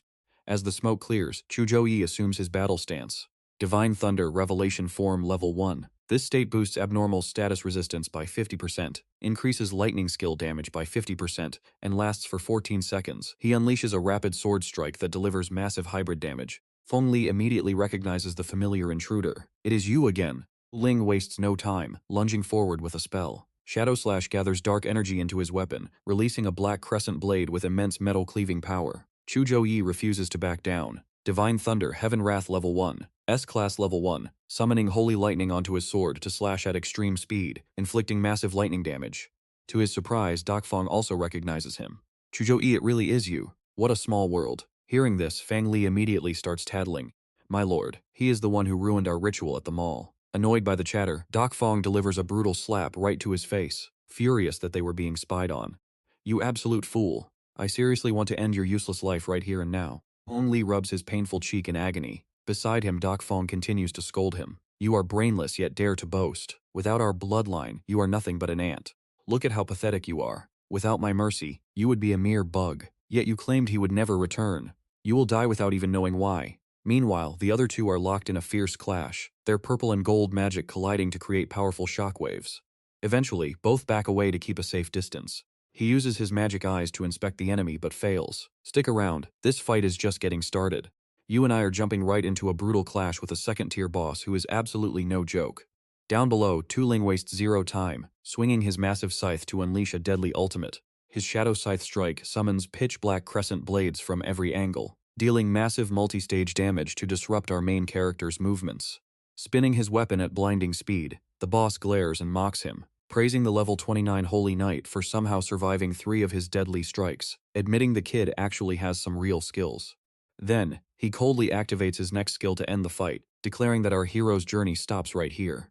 Using himself as the center, he conjures a massive vortex of dark energy. This vortex possesses a powerful gravity that pulls in all nearby life, dealing continuous decay damage, while Tu Ling's dark magic shoots outward like sharp, chaotic blades, slicing through everything in their path. With the vortex intensifying, things are looking bad. Desperate to survive, our hero quickly summons his sacred shield, the guardian of holy light, slamming his sword into the ground to anchor himself. The clash of light and dark shakes the room, shattering the earth. Tu Ling laughs in contempt, boasting that his dark vortex swallows even light itself, and that struggling is completely useless. A first-tier holy knight has some skill, but compared to a second-tier master, you are just an ant facing a dragon, 14 levels below me. He quickly realizes he is at a major disadvantage and desperately calculates his options. Although his guardian angel form can withstand most of the dark decay, this cursed black vortex is rapidly draining both his mana and his physical stamina. If this attrition keeps going, he is going to get completely sucked dry of his power. With his eyes burning with dark energy, the boss confidently issues a challenge, saying that against absolute, overwhelming power, his candle-like light will not last long. Refusing to back down, our hero fiercely snaps back that his light is more than enough to tear the villain's darkness to shreds. A brilliant light shines behind him as he devises a quick battle plan. Engaging in a prolonged war of stamina against this guy is suicide, so he must end this fast. At this moment, Tu Ling hesitates, questioning how the purity of this holy light can far surpass that of any ordinary holy knight. Could he be the secret weapon of the Church of Light? But his level is just way too low. Still, no matter where he came from, he is absolutely not leaving this place alive today. Now watch closely, because everything changes right here as our hero completes his transformation, unleashing the rank A Focus Aura, the level 11 Holy Light Wheel, and his ultimate S+ rank Secret Art, the Heavenly Angel form. Next, he summons piercing light beams aimed straight at his enemy. Watching this happen, Tu Ling is completely shaken and refuses to believe his eyes. His dark vortex is infused with primordial chaos, capable of swallowing even a level 50 powerhouse. How could it be torn apart so easily like this? It's impossible. All cultists, kill him at all costs. The boss wants to overwhelm our hero with sheer numbers. While these low-level cultists are not strong, their massive crowd can easily wear down his physical stamina and magical power. Tu Ling screams his orders, sending a volley of dark, agonizing chains flying forward to seal our hero's movements. Next, a massive water formation surges forward to drown him. Keeping his cool, our hero draws his holy sword with sharp, focused eyes, shattering the watery prison with a single, powerful slash. But the battle is far from over as the cultist mob continues to charge frantically. Facing these weaklings, our hero spreads his arms, standing as solid as a mountain, summoning dual holy shields. With his level 11 soul shield, the charging cultists are ruthlessly blasted backward. Unleashing a barrage of spectacular skills, he single-handedly decimates the entire battlefield in an epic display of power. Feeling overwhelmed, Tu Ling quickly retreats to defend before counterattacking with his triple shadow slash. Without even moving much, our hero just casually stretches, releasing a massive wave of brilliant holy magic. The shockwave blasts the boss backward, and after a moment, the chaotic battlefield finally quietens down. Tu Ling is smashed hard against the wall, making the Wind Boss curse him as a useless failure for losing to a level 29 Holy Knight. Shaking in fear, Fingli can only cry out, asking how they can possibly fight a monster like this. Clenching his fists, our hero feels immense power coursing through him, thanks to his Heavenly Angel transformation. Although his stats show he is only level 29, his actual combat strength is closer to level 40. Combined with his Holy Light's natural counter against evil, he can easily suppress high-level opponents. I know what you are thinking, but looking at that coward kneeling on the ground makes the boss absolutely furious. He bellows, demanding to know what the Wind Bishop is doing. Terrified, Fengli stutters that the opponent cannot possibly be level 29, and must be hiding his true power with some high-level masking gear. He begs to wait for an opening instead of rushing in to die. Seizing their distraction, our hero charges. But the furious boss orders him forward, calling him a cowardly piece of trash, and commanding him to block the attack. The coward only tries to run. Focusing his divine energy, our hero locks his fierce, hawk-like gaze onto the two targets. He lunges forward, gripping his weapon tightly and closing in on Fengli. Seizing the moment, the ruthless boss grabs his ally's head to use him as a meat shield. Fengli takes the full blow, coughing blood and whispering, "Father, why?" The boss coldly tosses the body aside, mocking him as useless trash. Witnessing this inhuman act, our hero demands to know if that was his own son, but the monster replies that it does not matter. Dying for the Lord of Chaos is his ultimate lifelong honor. Our hero snaps back, calling him completely insane for abandoning his own flesh and blood for some faceless dark god. The villain replies with a chilling, half-crazed tone that is deeply unsettling. "When chaos descends, all living things are my children. You are no match for me, so do not die in vain for a doomed city." Hearing his opponent speak his name, our hero is genuinely surprised. How do you know me? The boss reveals that our hero ranked first in the National College Freshman Tournament with an outstanding performance. But mid-conversation he suddenly senses something strange nearby. It is Tu Ling trying to sneak attack from behind, but our hero parries just in time. Before he can finish him, the wind boss makes a move, forcing our hero to shout in alarm. In a flash, our hero teleports out of the enemy's encirclement. He suddenly reappears right above Tu Ling, delivering a devastating surprise blow using his Void Beast teleportation skill. Following up with a barrage of thousands of invisible punches, he unleashes his level 9 B-rank Holy Fist combo, pummels the boss mercilessly. Watching this incredible display, the Wind Boss laughs out loud, mocking that our hero was the one who stole the Void Beast, making it easy to capture now. Ignoring him, our hero coldly activates his next skill, the level 16, rank a Holy Punishment. He swiftly obliterates Tu Ling, but his mind is racing with questions about how the boss knew he tamed the Void Beast. After connecting the dots, our hero confidently declares that Academy Director Feng He is the mad traitor. Realizing his cover is blown, the director steps forward and admits it. Stepping out from the magic array, Feng He declares that the Lord of Chaos will reclaim this earth, and he will rule alongside him in the glorious New World Order. His eyes burn with a maddening desire for power. Stumbling forward, he threatens our hero, claiming that if the ritual had not been disrupted, the Chaos Lord would have awakened 2 months ago. Today, both our hero and the Void Beast will serve as sacrificial fuel. And that's where we leave it, with our hero facing a massive challenge, calculating his next move. Worshipping an evil god grants insane power.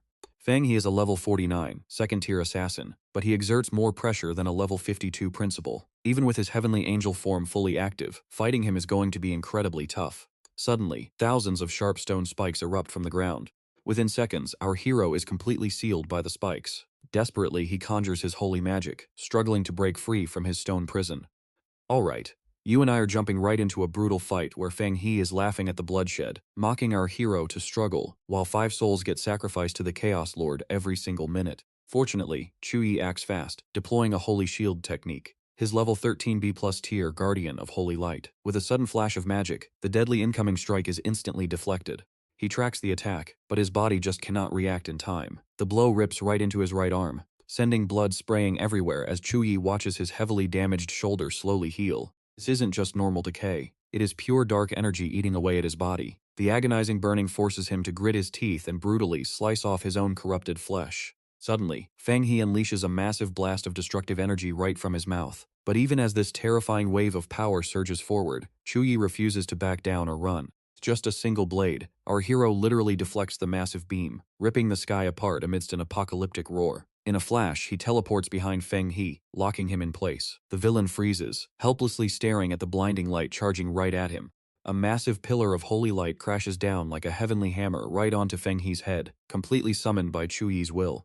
It is the level 16 C-tier skill, Light of Retribution. Luckily for the villain, his quick reflexes let him raise a shield just in time, mocking Zhou Yi for trying to lock him down and land a fatal blow. Spitting out more arrogant words, the villain sneers that Zhou Yi's tactics are textbook, but useless against the former dean of the War Academy. Suddenly, from every corner of the room, creepy red chains of energy surge forward like living souls, ready to help him turn the tables.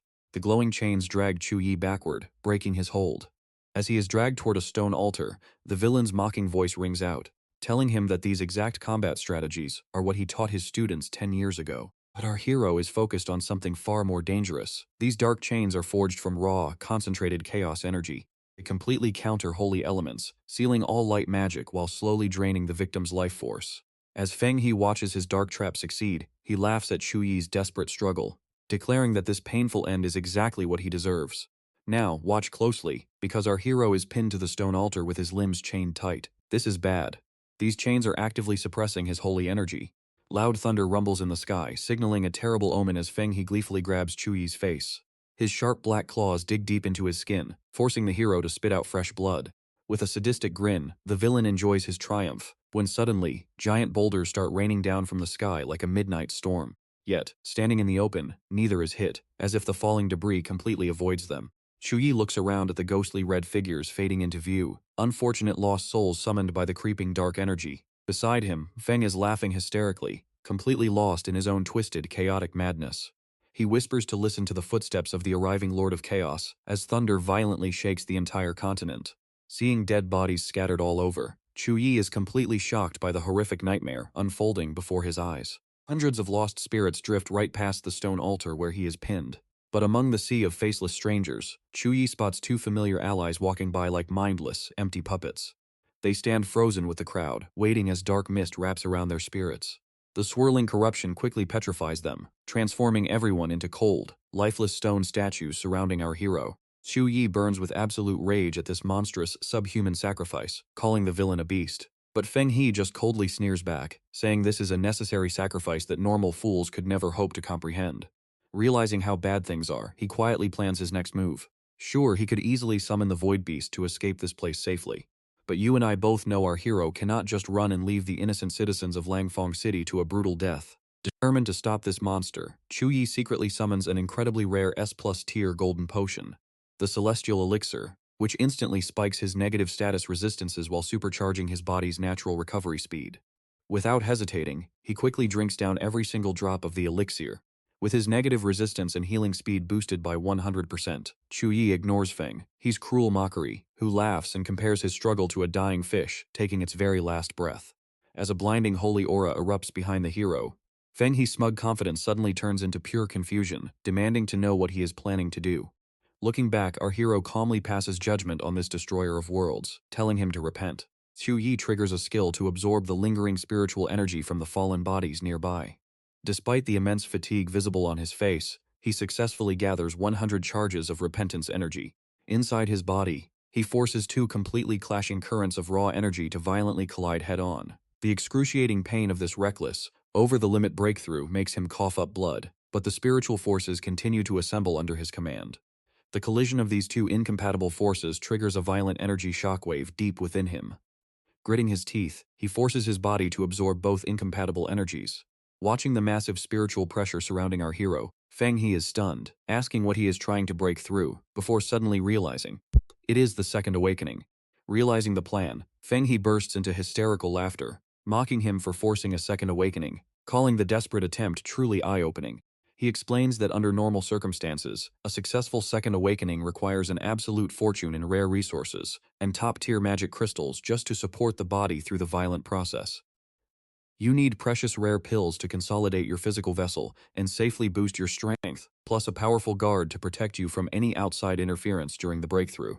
But right now you are chained up by the abyss, completely isolated without a single scrap of energy to back you up. As the opposing forces violently clash inside his meridians, the wild power is bound to spin completely out of control.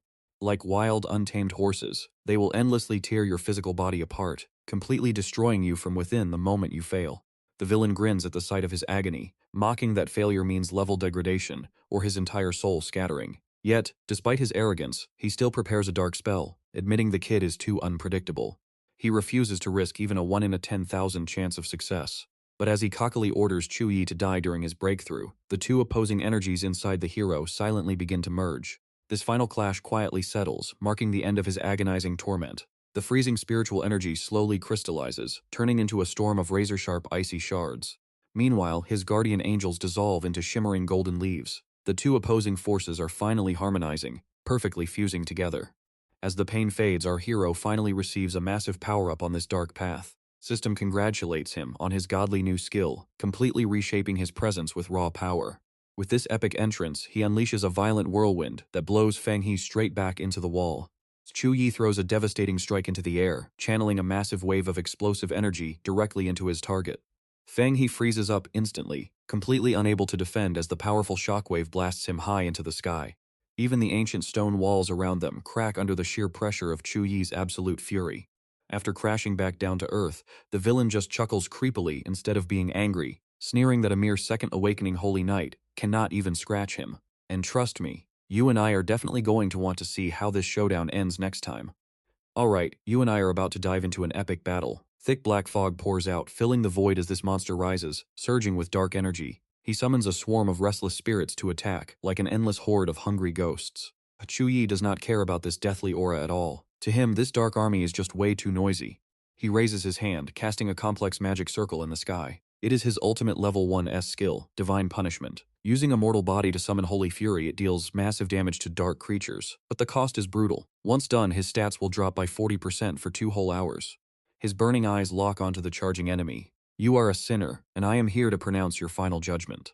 Acting as the ultimate judge, he decides the fate of this persistent cowardly rat. The sentence? Death. But as the beating continues, the enemy gets even cockier. He laughs, shouting that Zhou Yi will fail because his master's power is still active. Suddenly, the air grows heavy, making our hero pause and watch his opponent's next move with caution. Now pay attention here, because this is where things get dangerous. Just like the others, he sacrifices his soul to chaos. Black energy chains suddenly burst out, trapping Zhou Yi so fast he cannot even react. A distorted ancient voice echoes from the darkness, demanding him to submit. Chaos whispers how beautiful mutual destruction would be. Toxic energy seeps into Zhou Yi's body, making him cough up pitch-black blood. The ground collapses, exposing piles of skeletons and echoing with painful screams. This desolate place has officially turned into a living hell. Suffering is the only truth, so join us. Red eyes glow on his expressionless face. Zhou Yi has fallen into a state so dark, he does not even recognize himself anymore. Fortunately, his immense willpower helps him reclaim his mind. But chaos constricts him with massive tentacles, roaring as the holy power within Zhou Yi reacts violently, sending a wave of agonizing pain straight to his brain. With a sharp cry, he uses his master-level combat skills to break free. Empowered by a surge of holy light, Zhou Yi confidently charges forward. This corrupted consciousness is far more advanced than mere hypnosis, but he will not back down.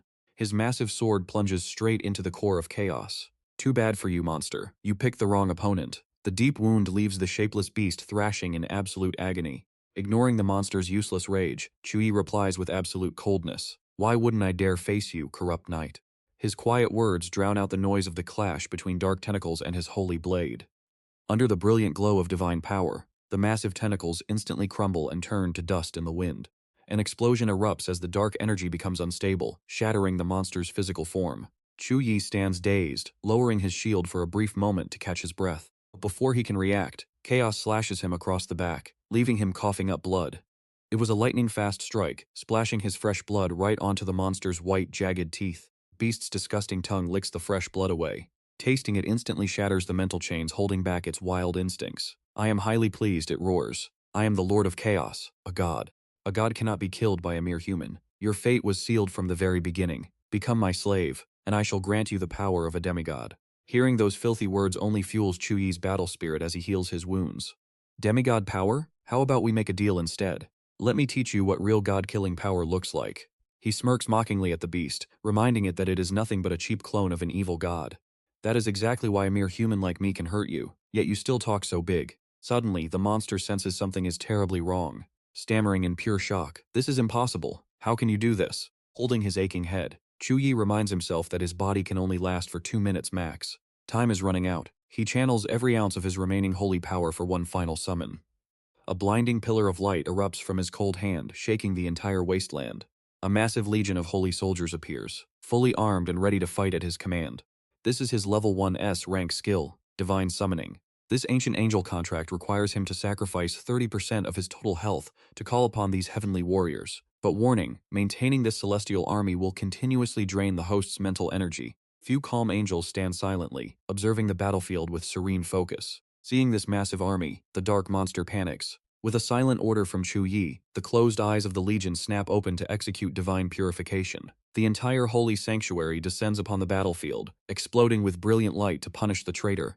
A massive, blinding explosion sweeps through everything in the surrounding area.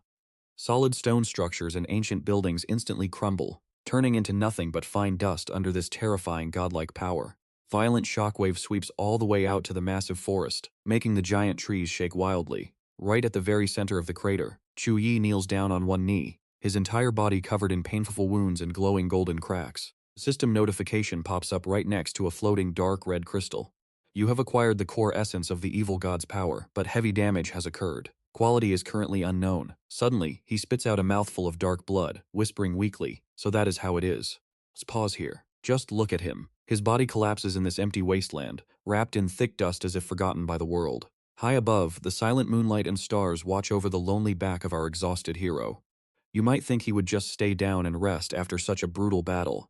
But despite his bones cracking in agonizing pain, he bravely forces his hand onto the ground to push himself back up. But in his current state, even turning over is an absolute luxury. System warning alarms keep ringing in his ears. His life signs are rapidly fading. Zhou Yi stares blankly as the system alert warns him that his vitals have breached the critical threshold. His heart rate is down to only 8 beats per minute. Blood pressure is 50/30, 17 broken bones. Internal organ damage is at 63%. Urgent treatment is required. With his very last breath, he musters all his energy to cast his final trump card. Blinding light begins to gather in his trembling hands. Divine origin, recovery. Meanwhile, in another place, Luigi desperately calls out to the unconscious girl on the bed. Na, please wake up. Fortunately, Bai Na is finally showing signs of regaining consciousness.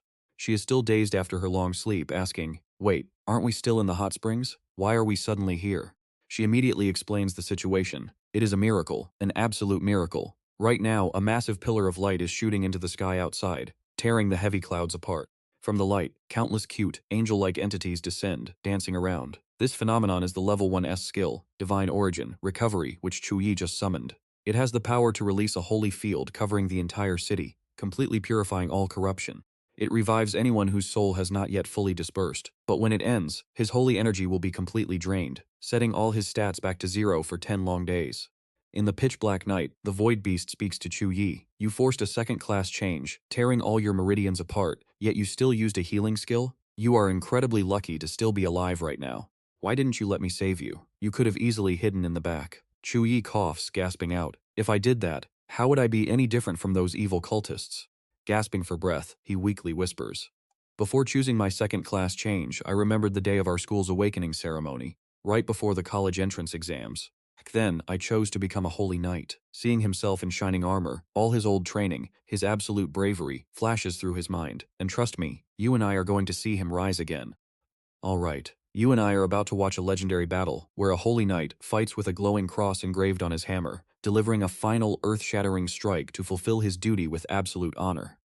Even while coughing up blood, Zhou Yi holds a deep belief in his heart to pursue justice and righteousness for his entire life, proving himself as a true holy knight.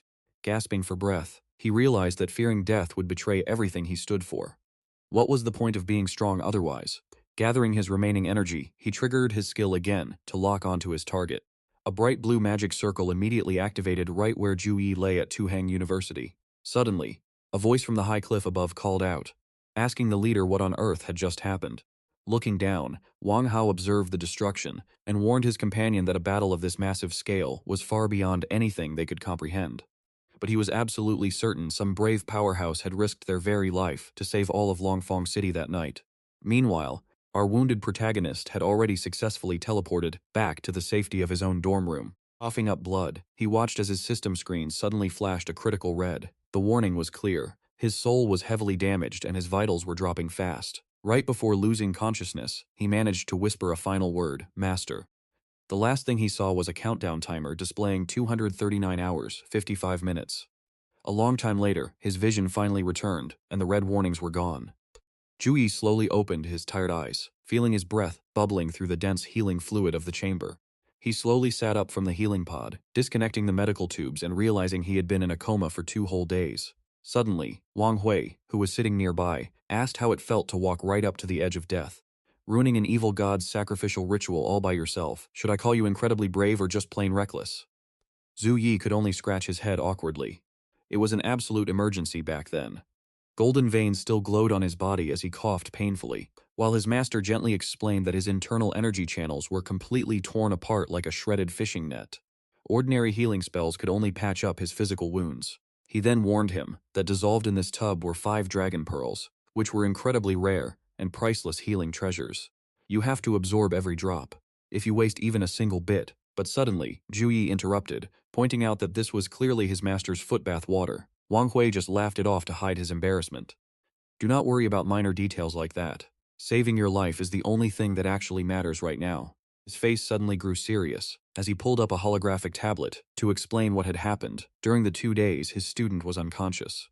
The local security bureau in Longfong City not only kept the entire battlefield perfectly preserved, but they also collected lingering trace samples of your holy light energy. They both stared at the floating holographic display, showing how the frequency of this holy power matched his energy signature. Anyone who wanted to find him could easily trace it back. That is why his identity must remain hidden. But Zhou Yi strongly disagreed with this plan. Master, I do not need to hide behind you. But Wang Hui insisted that because he was still young and low level, exposing his achievement would make him a target for the evil god cult. Those fanatical cultists never spare anyone who threatens them, which is why he had used his high-ranking authority. I have classified your file as SSS secret. Once you complete your class advancement, all this honor will rightfully return to you. Frowning in dissatisfaction, he declared, Master, after defeating the evil god, I found that its physical form was just a crystal of dark energy. Now, watch carefully as he suddenly summoned it right in front of his master to prove his point. Zhou Yi handed it over for his master to examine. This was the true face of the evil god, looking completely ordinary despite having claimed countless innocent lives. Simply touching the dark crystal revealed a horrifying mass of vengeful souls crying out in agony, trapped together in a twisted prison of raw grief and hatred. Deeply disturbed by this, Wang Hui gathered a massive surge of energy into his palm, causing the space around him to warp. With a single swift motion, he successfully cast a glowing protective barrier over the cursed crystal to seal it away. Meanwhile, the leader of the Red Ridge sect suddenly paused upon hearing a familiar name, Wang Hui. He spun around with a puzzled look, wondering why Wang Hui had gone there, while his subordinate reported the situation honestly. According to our informant, Wang Hui's personal disciple, Zhou Yi, has arrived in Hongling City.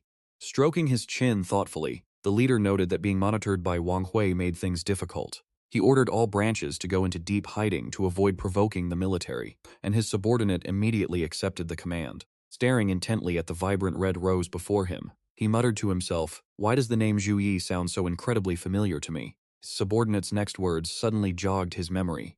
2 months ago, Zhou Yi had completely ruined their plans during the freshman tournament. Back then, they even suspected he had tamed a void beast and kept him under close watch. He finally realized who Zhou Yi was, smiling as he muttered that he remembered that surprisingly capable kid.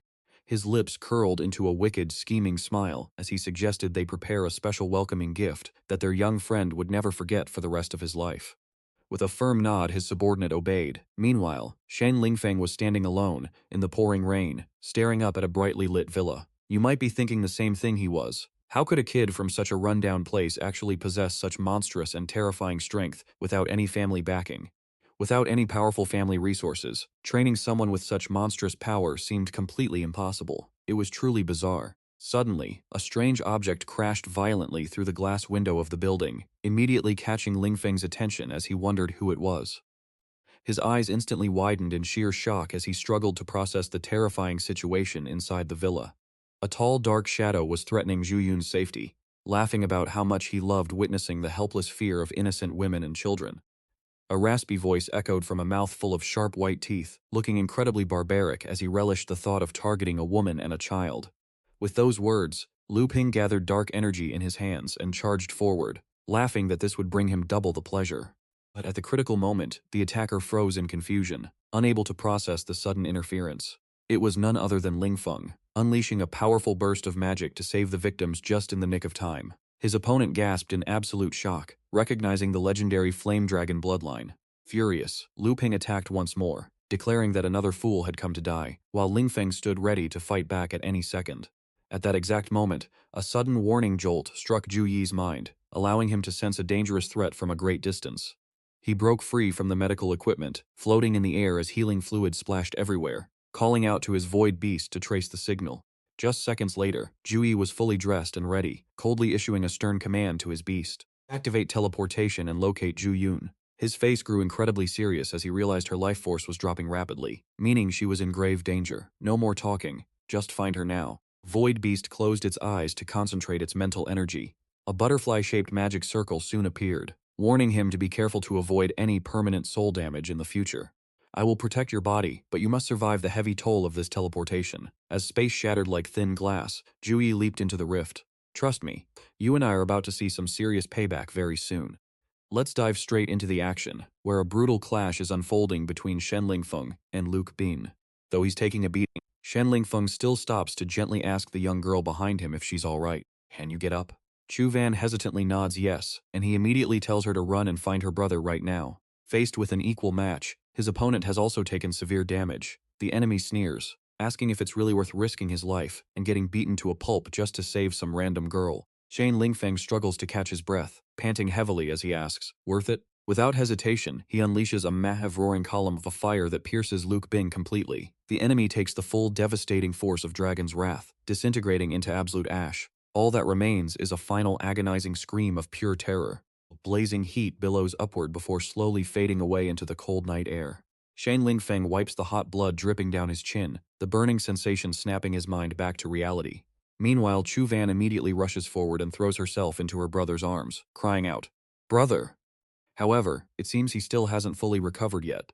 Her face pale with terror. "You're finally here. That guy was so scary he hurt little Koi." Zhou Yi gently pats his sister's head to comfort her, murmuring, "Don't worry, I'm here now." Their attention suddenly shifts to Shen Lingfeng, who is shivering and barely standing in the distance. Why on earth did Shen Lingfeng show up in a place like this? Even in his state, he still finds the strength to mock them. Well, the savior finally arrived. Your big brother is truly worthy of his reputation. I actually thought your little sister was going to end up as roasted pigeon. As Chu Van steps between them, Shen Lingfeng just gives a smirk.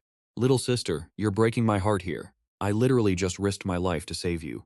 Now pay attention to her fierce loyalty. I will repay you for saving me, she says, but don't you dare talk about him like that. Ever since we were kids, my brother has always shielded me from danger. He is the best brother in the world. Clutching his bleeding chest wound, he groans. Hey you Chu kid, your sister actually knows how to show some gratitude. But from you, I haven't heard a single word of thanks.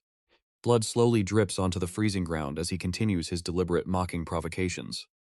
Is this really the level of manners they teach in the Holy Knight Academy? Chu Van tries to argue back, but Zhou Yi pats her shoulder to stop her. Little Van, ignore him. He's just insanely jealous that I have such an amazing sister, which is why he's talking crazy right now. Siblings play off each other flawlessly.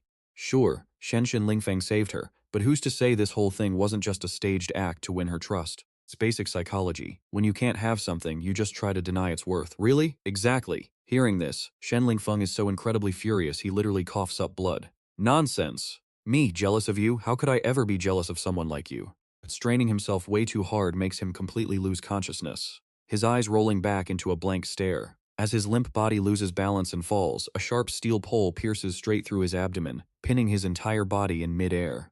Crimson blood completely stains the cold steel pole as his body slowly slides down. Zhou Yi watches this horrifying scene unfold from start to finish. He gently presses Chu Van's head against his chest to shield her from the trauma, when a weak, raspy voice suddenly calls out again. Zhou Yi, stop showing off and save me. I'm not dead yet. Don't just stand there. Zhou Yi simply responds with another dry tease. Shen Lingfeng, with injuries like that and you're still talking trash. Your wounds must be pretty light. Let's pause here. He slowly exposes Shen Lingfeng's weird behavior, asking, compared to you, I'm way more curious about why you were hanging around my house, just in time to catch Chu Van getting ambushed. Shen Lingfeng shuts his mouth, as a flood of memories starts playing backward in his mind. Did you know? Lately, there is a super popular trend called the Path of Hero Remembrance. What even is that? Well, Shen Lingfeng had overheard some hot gossip about visiting the old homes of powerful experts, just to feel the remnants of greatness they left behind. If we can pick up even a little bit of that energy, wouldn't our powers shoot up? What the hell? You're not lying to me, are you? Why would I lie to you? Tons of people are doing it. Shen Lingfeng coughs violently, trying to cover up his embarrassment. Cough, cough. Can't I just be passing by? Or do you think the whole world revolves around you? Being praised wherever you go? He complains silently about his embarrassing excuse. Suddenly, Chu Van panics as Zhou Yi's body grows heavy and collapses against her. Brother, what's wrong? What's happening to you? His vision goes completely black from total exhaustion, but he still manages one last comforting whisper. Sorry, I scared you. Gold veins crawl across his arm, oozing a thick, mysterious liquid. Terrified, she screams out with tears in her eyes. Brother! A sharp, ringing silence fills the deadly air. Seeing Zhou Yi lying completely motionless and covered in countless horrific wounds, Chu Van is paralyzed with absolute terror. She desperately forces her hand over her mouth to muffle her heavy, choking sobs as tears stream down her cheeks. In a state of pure panic, she grabs her phone like a lifeline, her voice trembling violently. What do I do now? She frantically dials the number, tears pouring down her face as she begs. Brother, please don't scare me. Suddenly, a voice speaks up from right behind her, followed by a loud click that startles her even more. Zhou Yi, this room of yours is more chaotic than a literal battlefield. It's Wang Hui. He steps inside, gently takes the phone from Chu Van's hand, and reassures her, don't panic, let me handle this. Right then, Shan Ran rushes in from outside, frantically shouting, Brother Zhou Yi. She quickly helps him sit up, handing him a mysterious flask of glowing green liquid. Hurry, take this, Brother Zhou Yi. Wang Hui doesn't waste a single second either, his hands glowing with healing energy as he complains non-stop under his breath. You really know how to torture yourself, kid. I just dragged you back from the brink of death, yet you jumped into a chaotic space-time rift without any defensive magic. Surviving is a miracle. I'm not even a healer, so I can only help you barely hold on to life for now. After pushing his power to the absolute limit, Zhou Yi finally wakes up and looks at them in confusion. Master Shanran? Why are you guys here? Wang Hui grimaces with obvious irritation before speaking. Don't you know you were half dead after passing through that chaotic rift? Once I got you here, I immediately ran to find help. I was actually with Shanran and followed her right over. This aura here, it feels just like those cultists back in Longfong County. But instead of searching for you, they ambushed Chuvan. I bet they don't know the full story of what happened there. Since you showed your face, they target Chuvan just to get revenge on you. Si Wang Wei quickly drops some serious news. The military has secretly launched a massive, nationwide purge against the Holy Spirit sect. The enemy is hidden, and we're exposed. You can't stay here anymore. You need to head to the Chu family residence immediately. Zhou Yi completely agrees. Going to the Chu family is perfect. It's the best chance to take little Van back home, where she will finally be safe. Though he is still a bit annoyed, Wang Hui is clearly worried about Zhou Yi's severe injuries. He explains that you are hurt way too badly to survive any form of teleportation. Your only option is to board the local Sky-class airship. It is a top-tier Class A vessel fully equipped with heavy defensive weapons. Within 48 hours, you'll arrive at the Chu family territory. I'll contact their people ahead of time to meet you at the Skyport. Shanran immediately speaks up, insisting on going along to protect Zhou Yi. Meanwhile, Wang Hui looks around suspiciously, scanning the shadows. Trust me, you and I are about to see just how deep the Holy Spirit sect has penetrated this world. So, you and I are jumping into this high-stakes mission where they must disguise themselves as ordinary tourists, staying completely under the radar. But suddenly, that bizarre, creepy sound echoes once again. Hey! At this moment, Wang Hui's gaze finally lands on a damp corner of the wall, where a trembling figure is crying out in despair. Hey, can you guys not see me? Am I invisible now? Have I completely disappeared? Are you treating me like air? Wang Hui walks over, inspects the crying guy, and slaps his own forehead with a laugh. Ah, look at my terrible memory. Come on, let me check out how bad your wound is. Aren't you the punk who got beaten by Zhou Yi in the freshman tournament? Hearing this, Ling Feng forces an awkward smile, saying, Thank you for your concern, Principal. Before long at the Empyrean Harbor, Zhou Yi is settled in his familiar wheelchair. Beside him are Uncle Yun, Su Ran, and that strange man they just met. Seeing Zhou Yi taking that spot so naturally, Ling Feng immediately looks incredibly annoyed. Scowling, he grumbles, On what grounds does a wheelchair-bound guy get to play the rich young master, while a flame dragon bloodline heir like me has to act as his servant? Without flinching, Su Ran glares straight into Shen Ling Feng's eyes, her voice razor-sharp as she warns him, An extra big mouth only brings extra risk. We never wanted to bring you along anyway, if you had not forced your way in. Hearing this, Shen Ling Feng instantly jumps up, completely outraged. Principal was urgently recalled and personally ordered me to join this mission. You think I actually want to be here? I am a grand. But before he can finish, Uncle Yun excitedly cuts him off, shouting, The sky vessel is here! Suddenly a thick fog rolls in, completely blocking their view. Only after a long while does the dense fog finally disperse, revealing the hidden view. Towering right before them is a massive spaceship, an incredible vessel far beyond anything they had ever imagined. From the vessel, a glowing golden tentacle slowly descends, moving gracefully like a silk ribbon now. Watch this. Uncle Yun is so thrilled that he rushes forward, shouting excitedly, while Su Ran looks on, completely amazed. Her eyes sparkle as she points ahead, calling out to Zhou Yi with excitement. Brother, look over there. Look, those tentacles are actually glowing. Hearing this, Su Ran calmly explains that it is magic energy charging up. The vessel docked here specifically to recharge, and only when the energy is fully topped up can this massive ship take off. Plus, these tentacles serve multiple purposes. They act as boarding stairs for passengers, transform into a protective shield in combat, and can even fire devastating magical energy cannons. In the blink of an eye, they step inside the vessel, which feels like a whole new world. Suddenly, an urgent announcement blares over the speakers. Attention all passengers of the Empyrean Sky vessel. The boarding gates are closing soon, so passengers who have not validated their tickets must do so immediately. Seeing that Zhou Yi looks pale, Su Ran worries about his injuries acting up, quickly supporting his arm and asking softly, Brother Zhou Yi, would you like to head to your room and rest? The ship's takeoff can cause some discomfort, but the rooms have special defensive arrays to block it out. Hearing her worry, a soft smile plays on Zhou Yi's lips as he playfully teases her. Little Ran, are you treating me like a fragile kid who needs constant protection now? This makes Su Ran blush furiously as she stammers out an explanation. I didn't mean it like that. I was just worried you'd feel sick. But Zhou Yi won't let her off that easily, teasing her further about how she constantly worries about him getting hungry, sunburned, or skipping his medicine. Zhou Yi looks straight into Su Ran's eyes, his voice gentle yet firm. I know my own body, but suddenly a flashy figure appears. A woman in a revealing outfit struts over, her eyes glowing as she gasps, so beautiful. Without any hesitation, she reaches out to caress Zhou Yi's face, purring, Look at this skin, it is whiter than snow. Her eyes are filled with pure greed, a mix of lust and fake pity. Let's pause here. Can you believe she actually tries to seduce him, saying he makes her heart ache? Why don't you come with me? I'll hire the best doctor to cure that broken body of yours. Hearing this, Zhou Yi's companions are shocked, but Suran snaps out of it first, her eyes flashing with pure rage as she lunges at the woman with terrifying speed. Furious at the shameless physical contact, Suran growls with burning eyes, "Get your filthy hands off him right now, or I will cut them off." The seductive woman admires her perfectly manicured hands and sighs dramatically. She curls her lips into a smirk, teasing them. "Oh, so the little bodyguard is actually going to get physical. I only wanted to invite the young master for tea and a chat. Tell me, handsome, is this bodyguard actually your secret lover?" Suran grits her teeth, looking ready to rip her to shreds on the spot. No wonder.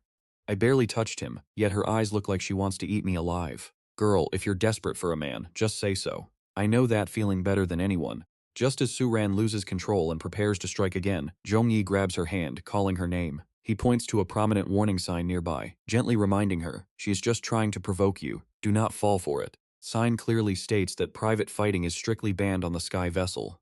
Anyone who violates this rule will have their magic sealed and be locked away in the bottom deck. After calming Suran down, he turns to the flashy woman with a polite fake smile, saying, "If you are looking for entertainment, madam, why not visit the third-class deck? There is plenty of amusement suited for you there, because my weak body simply cannot handle your intense passion." Though highly polite on the outside, he is secretly on guard, knowing she is using her provocative behavior as a mere cover. She is actively scanning the four of us, and her motive is definitely far deeper than just playful teasing. Meanwhile, the flashy woman has her own calculated thoughts as well. The third-class deck is packed with talentless, low-life commoners. Is he trying to insult me by comparing me to those filthy, worthless dregs? Fuming internally, she scoffs back. "You really know how to ruin a good mood, handsome," completely killing my vibe. But before she walks away, she drops a chilling warning. "Everyone around here calls me Madame Hong. There is absolutely nothing in this world I cannot obtain, and soon enough, you will willingly beg to serve me." The moment Madame Hong leaves, Suran turns to speak to Zhou Yi, but he quickly cuts her off, shifting his attention to Shen Lingfeng to ask a question. That bracelet on her wrist looked rather strange, and it seemed to carry a damp moisture. "Have you ever seen something like that before?" Shen Lingfeng replies immediately, "I have seen it. It is the emblem of the Siren Merchant Guild." He smugly adds, utilizing his broad knowledge, a provincial girl like Suran definitely wouldn't know. But the Siren Merchant Guild is a massive, wealthy conglomerate in Jiangbei. On the surface, they run a legitimate business, but in the shadows, they do terrible things. For instance, they target beautiful class awakeners who possess rare, special bloodlines. They kidnap them to be kept as playthings and sold off. Those poor souls either end up imprisoned in some twisted noble's mansion, or are tortured to death in brutal black market trades. Word is, the boss of the Siren Merchant Guild has massive influence and incredibly powerful, complex connections behind the scenes. Even my own father warned me never to mess with them, and to avoid them at all costs. But he keeps the deepest secrets to himself. 3 years ago, the Siren Guild and the local Chu family clashed, ending in a total defeat for the Chu family. Shen Lingfeng is torn inside, wondering if he should reveal this to Zhou Yi. Meanwhile, Zhou Yi deeply ponders the clues Shen Lingfeng shared, trying to piece everything together. Connecting the dots, he realizes Madame Hong's vulgar taunts were deliberate. She intentionally provoked Suran, just to force them to reveal their hidden trump cards. She is evaluating our group, and since Uncle Yun is the weakest, he is their prime target. To wrap things up, Zhou Yi looks at Shen Lingfeng and makes a strategic move, telling him to stay on guard for the next 2 days. "Alright, you and I are diving into a wild revenge story." He begs him to stay close and protect Tru Van, because the ruthless Lady Hong will definitely strike back. Worried she might target Tru Van, Shen Lingfeng proudly beats his chest. "Do not worry, there is no way I cannot keep an eye on a single little girl." The massive spaceship glides through the endless, silent, starry galaxy. Meanwhile, a cleaning lady slowly pushes her work cart down the quiet corridors of the Grand Hotel. Right behind her, a strange, eerie beam of light suddenly shoots straight into the tiny room of Jiang Shanran and Tru Van, illuminating everything. Then, that creepy red glow creeps forward, finding its way into Shen Lingfeng's bedroom as well. Blood-red light slowly spreads, swallowing up every single corner of the dark room. Stealthy intruder is none other than Lady Hong herself. Her eyes sweep over them like a poisonous spider eyeing fat prey, whispering, "Young master, I have arrived." Her greedy gaze first locks onto Tru Van, instantly recognizing the girl's incredibly rare and valuable succubus bloodline. She would fetch a high price. Next, Lady Hong looks over at Jiang Shanran, another stunning rare beauty.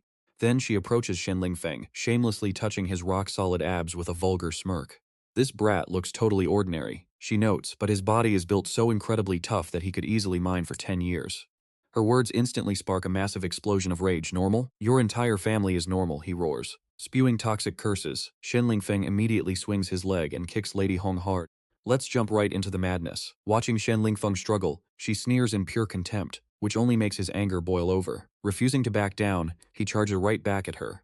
Neither side is willing to take even a single step back, diving straight into a tense head-on clash. Suddenly, a strange flash of light erupts. Gritting his teeth in absolute rage, Shen unleashes a relentless barrage of attacks.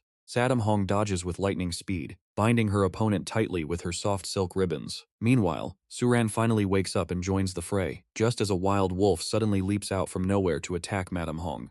Moment it pounces, its sharp claws are instantly bound by her silk. Witnessing this dangerous trap, a panicked Suran screams out in horror for Xiao Kui. Cornered, Madame Hong coldly stares down her enemy, whose hand is burning with fire. She softly whispers under her breath, "Flame Dragon Bloodline." Her sharp eyes then shift to Suran and Xiao Kui. Smirking, she mocks that her beautiful demon bloodline proves she is more than just a pretty face. Right then, Zhou Yun supports Zhou Yi as they enter, bowing deeply to thank Madame Hong for her powerful item. Now watch closely, because here is where things get tricky. Blocking the Sky Pavilion security system let them act. But this does not bother Madame Hong at all. Instead, she just sneers, questioning what their actions even matter. To her, he is just a wet behind the ears brat. Today she will show him what absolute suppression really looks like.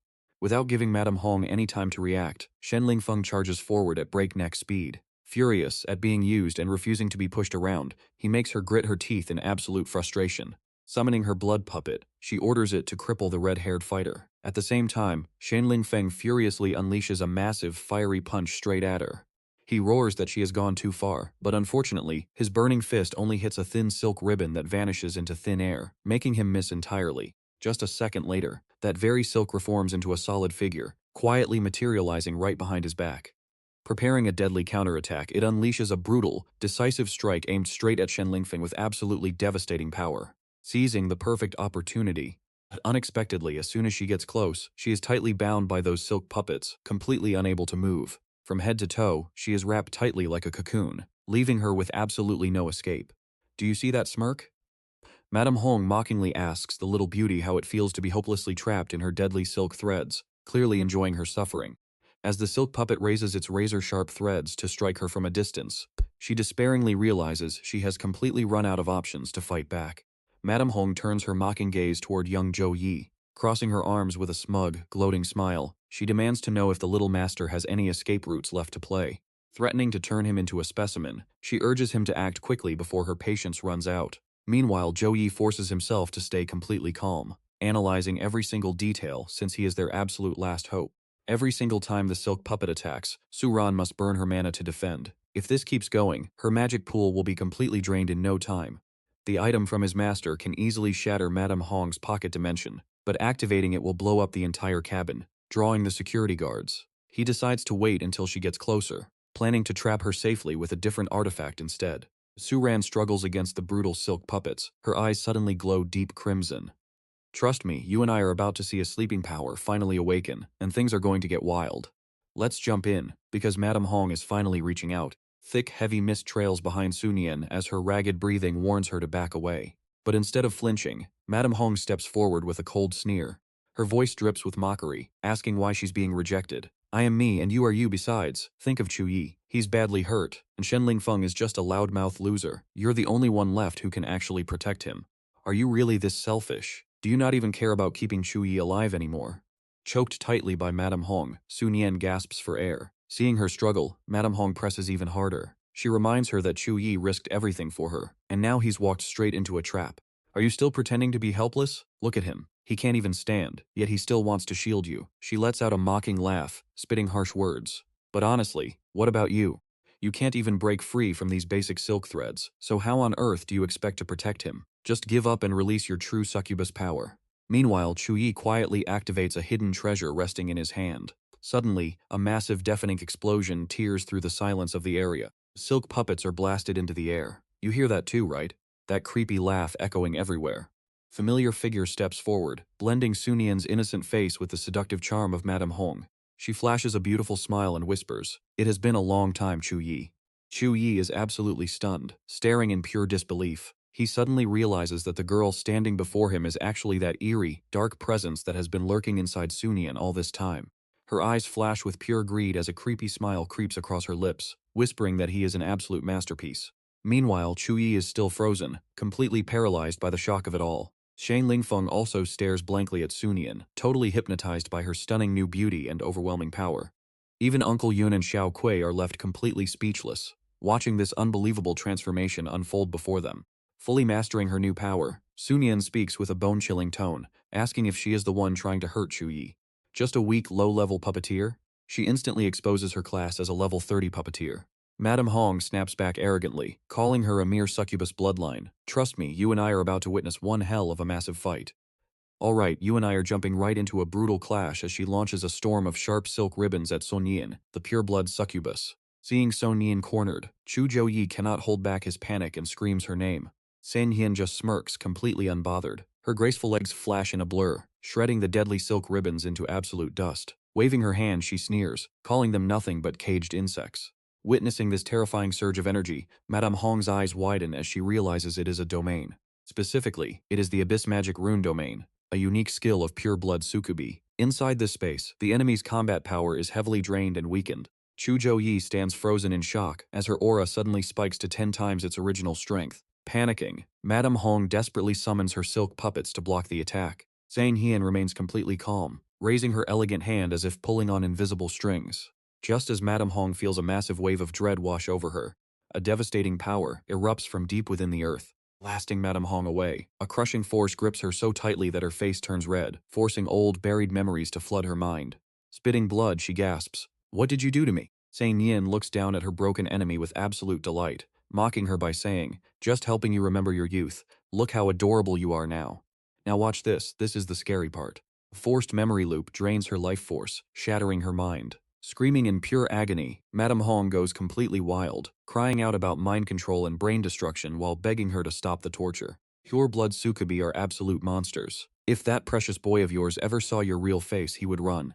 Son Hian is completely unfazed by the threat, deciding to end the match right here with her abyss magic sword. Madame Hong's face pales in sheer terror as she stares at the incoming blade. Seeing her opponent utterly helpless and shaking in fear, Son Yin lets out an amused laugh. She treats the desperate insults like a cheap comedy show. Smirking, she reminds her trying to make me angry is useless. Inside my own domain, I make all the rules. Looking totally bored with the fight, Son Yin decides to wrap this up and coldly commands, "End it." Instantly, wrinkles carve into Madame Hong's face as her youth and beauty rapidly fade away. Within seconds, her skin cracks like a breaking porcelain doll, completely devoid of life. But wait, it was just a decoy. The real Madame Hong sits calmly nearby, puffing on her pipe and smirking. She stretches lazily, twisting her body to shake off the fatigue. Looking at the newcomers, she wonders if this relates to the Lan family. She then commands her lackey to tell the boss she will handle this year's tribute. Back with Zhou Yi, Sun Yin calls out to him in an incredibly sweet, lingering voice. Sensing something is off, Chu Van tries to step forward to help, but Shen Lingfeng quickly moves to block her from getting any closer. Telling her not to move, Sun Yin behaves obsessively, grabbing Zhou Yi and reminding him of his promise to find her. Zhou Yi, completely blank, merely asks when all of this even started. Let's pause right here because this next moment is huge. She tells him to be quiet, and suddenly, memories of their intense intimacy and shared kiss flash back to him. He suddenly realizes that she was the one who saved him when he was about to turn into a monster. Stunned, Zhou Yi stares at her, stammering that her power kept him alive to fight off the forbidden seal. Hearing this, Sun Yin's eyes light up with pure, genuine happiness. Overjoyed that he remembers her, she smiles brightly. Suddenly, Shen Lingfeng charges in with a massive roar, demanding she release Zhou Yi. Instantly, Sun Yin counters with a lightning punch. Her eyes turn ice cold as she locks her gaze on him, warning him that their clash is about to get painful. Even though he is completely dizzy from the hit, he struggles to stand, shouting back in anger that she needs to stop acting innocent. He knows she is not the real Sun Yin, but a monster, yet as they argue about their bloodline powers, he suddenly freezes in terror, staring at her raised fist which is packed with absolute, destructive force. Her freezing words send a shiver down his spine as she threatens to rip his tongue out. Panicked, Zhou Yi screams for her to wait. Luckily, Shen Lingfeng barely dodges, but Sun Yin is not stopping, chasing him down with terrifying speed. He takes a direct hit and flies back in pain. Seeing her hold her head, he sneers, asking if he finally made the monster angry. Zhou Yi watches them, coughing wildly in a panic as Sun Yin brutally beats him until he cannot fight back. She stares down at him like a predator about to kill. Grabbing him tightly, she violently pulls on his hair. Son Yin mocks his weak powers, noting that his claws could not even scratch Madame Hong, let alone hurt her. The arrogant fire dragon is still completely pathetic. From behind, Zhou Yi throws a glowing object and yells for them to stop. A brilliant golden light bursts forward, the holy power shield. Shield instantly blocks both physical and magical attacks. However, after using it once, it requires a full recharge. Zhou Yi struggles to get up from his wheelchair, gently begging her not to hurt him any further. Wiping blood from his mouth, Shen Lingfeng urgently warns Zhou Yi about the danger. He explains that he did this to save him, and if he gets seduced by the succubus, their mission will fail. He insists she is not the girl he knows. Strikingly, her bloodline consciousness takes over, and she instantly admits it. She laughs, saying that weak girl could not even protect herself, crying like a dog to beg for help. And there is our cliffhanger. A furious Zhou Yi grabs her wrist and snaps, "Shut up." Dive back in as Zhou Yi defends Sharan with everything he's got. He roars, "She only unleashed her bloodline power to save me. You have no right to mock her. Do not humiliate her. Sharan is the most resilient girl I have ever met, and I support every single choice she makes." Overwhelmed with raw emotion, Zhou Yi slowly lets go of her hand, his eyes filled with mixed feelings as he whispers, "Thank you for saving my life 3 times. Once in the dungeon and once in the secret realm during the freshman battle. And the 3rd time was just now. But please, can you let Sharan come back?" Without a shred of hesitation, Zhou Yi begs with all his heart, "Tell me, what must I do to send you back to where you belong?" Hearing his words, the girl pauses in silence for a moment before speaking. "You are one lucky boy." Suddenly, Sharan plants a soft kiss on Zhou Yi's cheek. "Consider this your first repayment to me." Witnessing this sudden display of affection, Shen Linging quickly covers the innocent eyes of young Chu Yun. In that instant, she slowly fades into the void, but before completely vanishing, her cold voice echoes back to Chu Yi. "The price of summoning me is more than she can afford." Hearing this, Chu Yi frowns as a wave of deep anxiety washes over him. Every time she lost control, it was to protect him. But what exactly is this ultimate price? A moment later, Sharan returns to her normal self, collapsing into Chu Yi's arms. Holding her tightly, he calls out in a low voice, "Shen Lingfeng." Startled by his name, Shen Lingfeng snaps back, "What is it? Can't you see my handsome face is almost disfigured? Teaming up with you harbingers of death is a nightmare. I'll end up in a crematorium sooner or later because of you." Ignoring his complaints, Chu Yi stays focused on what matters. "This merged bloodline consciousness you mentioned, what exactly is it?" Popping his dislocated shoulder back into place, Shen Lingfeng explains, "A high-level bloodline is like a sealed ancient demon. If the host is strong, it helps. If the host is weak, it becomes a body-snatching devil." This sounds completely bizarre to Chu Yi. Body snatching. Now pay attention, Shen Lingfeng nods. Exactly. Why else do you think Sharan suddenly turned into a completely different person? Rumor has it that this merged consciousness is either a second mad personality splitting off, or an ancient ancestor's remnant soul sealed within the bloodline, just waiting for the perfect chance to seize the body and reincarnate. While Chu Yi gently lays Sharan onto the bed, Shen Lingfeng continues to explain further. "It is hard to say for sure, but one thing is certain. Relying too many times on a bloodline power that far exceeds your own level will either drive you completely insane or transform you into someone else entirely. There is even a chance that the clashing energies inside her body will reject each other, torturing her to death." Heavy information leaves Chu Yi deeply unsettled. The cost of saving her is losing control over her own body. Lost in thought, he looks up at Shen Lingfeng. "So, that is why she has been so unfocused lately, because she can no longer suppress this encroaching consciousness." Desperate for answers, Chu Yi asks, "Is there any way to suppress or get rid of this merged consciousness?" The reply is exactly what he expected. "If I knew how to do that, do you think I would have just stood there earlier?" Suddenly, Chu Yun steps forward from behind him. "Big brother, you must know a way to save Sister Sharan, right?" Her words catch Shen Lingfeng completely off guard. "Hey, I am not some miracle doctor." Pressed by the two cousins, he rubs his temples in frustration and snaps back. "Go back to the Chu family and ask your clan patriarch. Those old monsters have lived for centuries and seen every bizarre thing under the sun. Besides, if the Chu family cannot handle it, try her family, the Jiangs. Jiang family is an absolute powerhouse. A minor issue like this would take them a minute to resolve. But let's pause here, because suddenly, heavy footsteps echo from the corridor outside. A heavily armed security squad from the Sky vessel rushes toward the room with tense expressions. Bursting through the door, their leader barks in a stern, commanding voice. "Who is causing a fight here and disrupting the peace of our ship?" The angry guard glares and shouts, "You better confess right now. The Sky vessel is not a playground where rich, spoiled young masters can just do whatever they want without consequences." Zhou Yi and Chu Yun both maintain a completely silent poker face. At the exact same second, they raise their hands and point directly at Xinling Feng. Yes, the perfect scapegoat has been chosen. Before he can even protest, the guards swarm in to drag him out. Shang Lingfeng struggles and screams, "I did not do it. Do you people have no conscience?" Locked up in the lower deck of the ship, he cries tears of frustration. "I am totally innocent. Shiran was the one who beat those guys up, so why am I the one taking the blame? Just wait until I get out of here. I will dismantle her wheelchair." Time passes by silently until a familiar voice chimes over the speaker. The sky vessel has arrived at the sky harbor. "Passengers, please line up in an orderly fashion." The guy locked up a few days ago now stands neatly before them. It is painfully obvious he paid a massive fine to secure his early release. Glancing at the crowd waiting down below, Shenling Feng mutters to Chu Yi, "Chu Heng is a highly respected figure in your family, yet they sent him to greet you. Your reputation is seriously massive." And indeed. Down at the harbor, noticing that Xiaobai is getting a bit too excited, Chu Heng quickly warns her in a low whisper. "Keep your voice down, Xiaobai. Keep a low profile." Principal Wang emphasized that this is top secret. We absolutely cannot let anyone find out. As the figures coming off the ship become clearer, Chu Heng steps forward with a warm, welcoming smile. "You are finally here. You must be exhausted, Yi. Let's get in the car and rest first." Hearing this overly affectionate nickname from Chu Heng, Chu Yi is taken aback, awkwardly scratching his head. "Yi, are we really that close?" The luxury vehicle speeds off in the blink of an eye, leaving behind nothing but a thick, swirling cloud of dust that slowly dissipates into the afternoon air.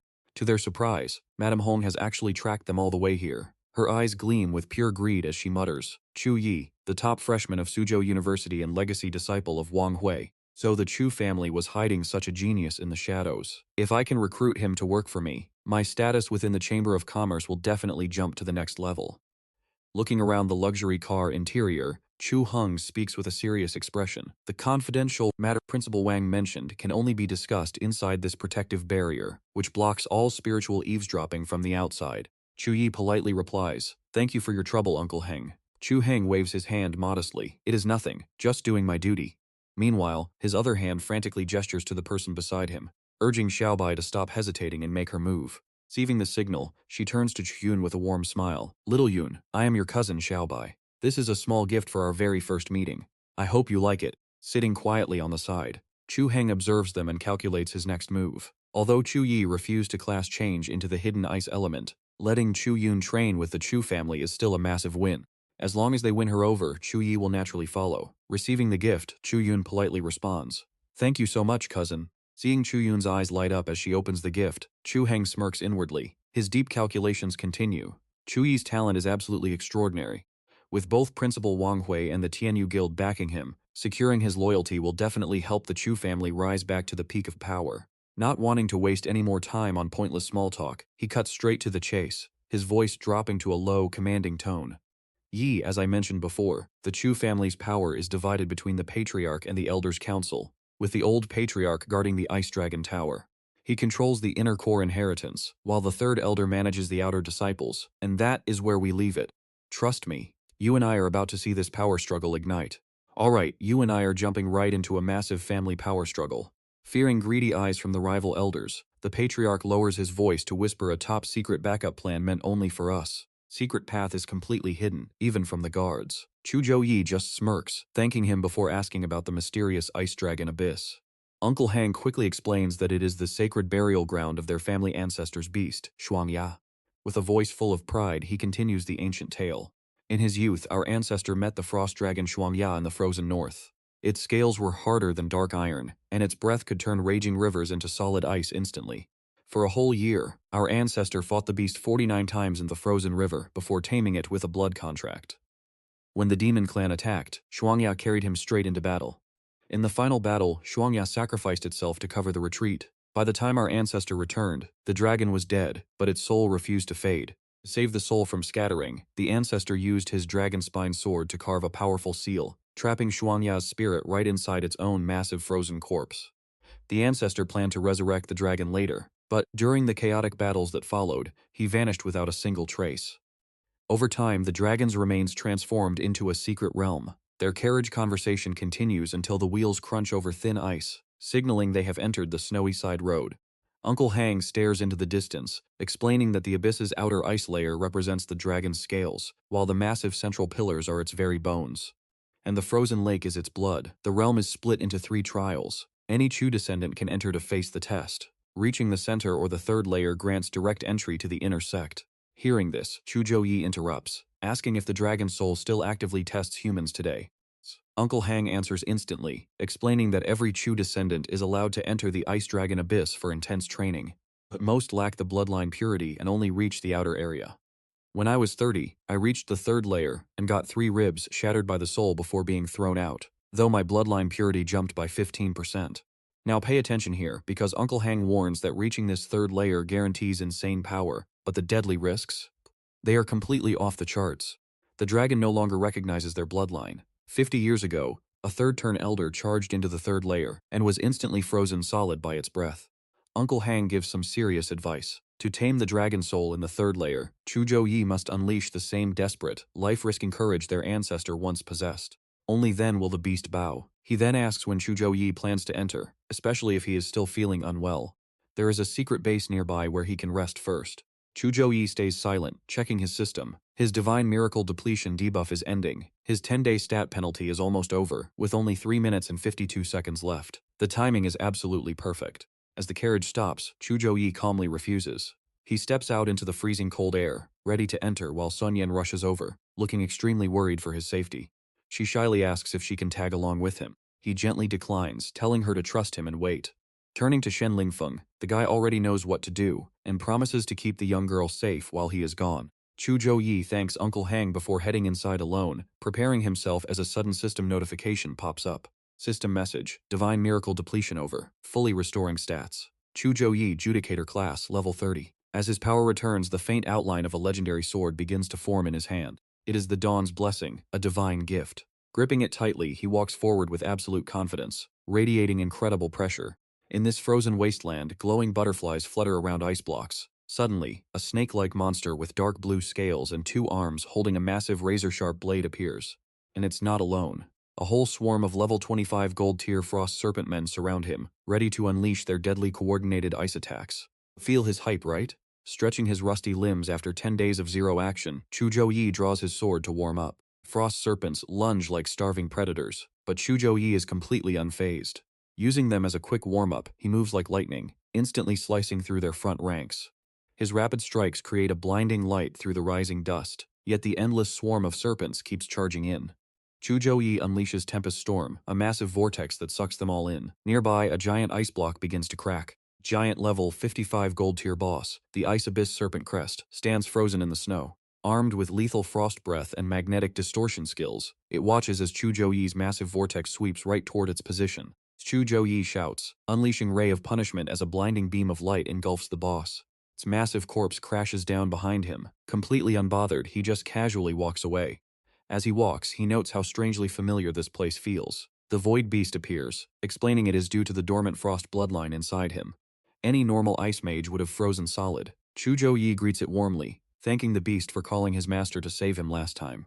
Beast bluntly replies, telling him to just stay alive. If he dies before their 1-year promise, the master will be furious. Suddenly, more monsters ambush them. The Void Beast instantly unleashes Void Cleave, firing laser beams that obliterate the entire group. Zhou Yi smiles and thanks his companion, but the beast coldly dismisses them as mere trash. But the danger is not over. The surviving monsters smash the icy floor, and the ground beneath Zhou Yi completely shatters, throwing him off balance.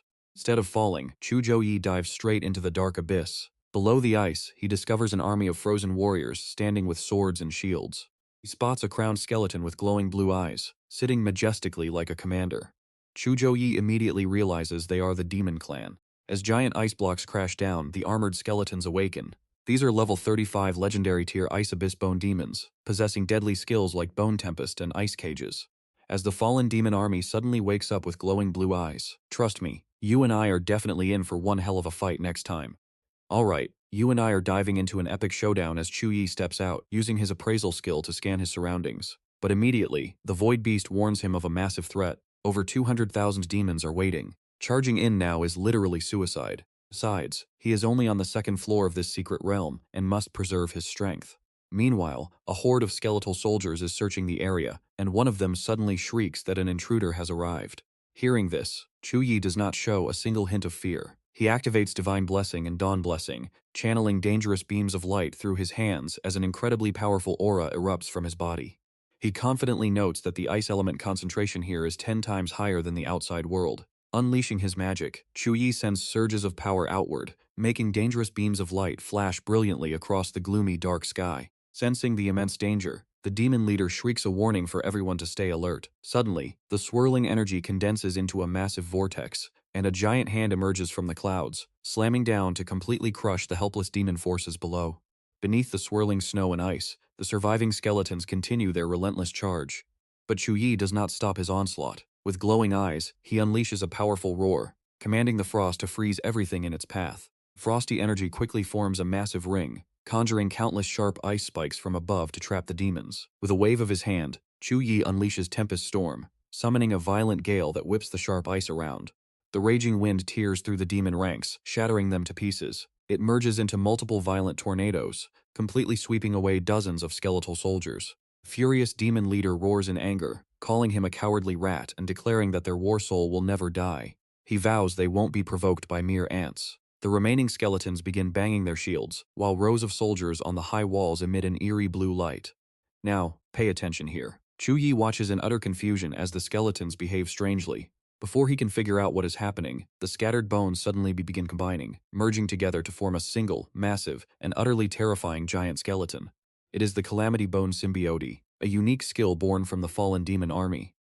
By transferring their power to dead allies and sharing their life force, they can resurrect together as one massive entity. Slightly shocked by the towering monster, he wonders if these pieced-together bone demons are actually immortal. However, he realizes he did not receive any system notification about gaining extra experience points from defeating these abyss bone monsters, which makes the situation even more suspicious. The giant eye on the creature's forehead flashes with light as it speaks hoarsely, declaring that it has finally found its target. Zhou Yi bravely draws his sword, declaring that while a legendary grade monster is tough, he refuses to back down. Pointing his blade directly at the giant beast, it erupts in a blinding golden light that shines as brilliantly as 1,000 suns across the battlefield. Countless smaller armored skeletons suddenly begin jumping down in a coordinated assault. Armed with various deadly weapons, these small bone soldiers free fall through the air, ready to tear our hero apart on impact. With a cold and serious expression, he unleashes several quick sword slashes that cut through the air. Meanwhile, the massive giant skeleton stands still, watching his movements with absolute focus. Zhou Yi leaps high into the air, landing gracefully beneath the old wooden bridge. Moving like a flash, he raises his sword. The monster suddenly opens its mouth wide, seemingly preparing a sinister trap. Ignoring its schemes, Zhou Yi leaps directly toward the creature, determined to cut down the giant skeleton once and for all. Suddenly, he freezes in midair as cold sweat breaks out. Memories of the past flood his mind, and his eyes fill with deep sadness and regret as he stares blankly at the scene. Desperate screams echo all around, warning that the defense line is collapsing, and they need immediate reinforcements. Stunned, Zhou Yi takes a few heavy steps, looking back in absolute confusion as a tall man yells behind him. His gaze is suddenly pulled toward a young soldier shot in the stomach flying right past him. Meanwhile, the tall man keeps shouting, urging everyone to buy as much time as possible for Lord Shuangya. The swirling pink and purple vortex suddenly tears open, shocking everyone on the battlefield. It is none other than a dimensional portal belonging to the Demon Clan. Vicious armored skeletons armed with giant warhammers pour out of the portal.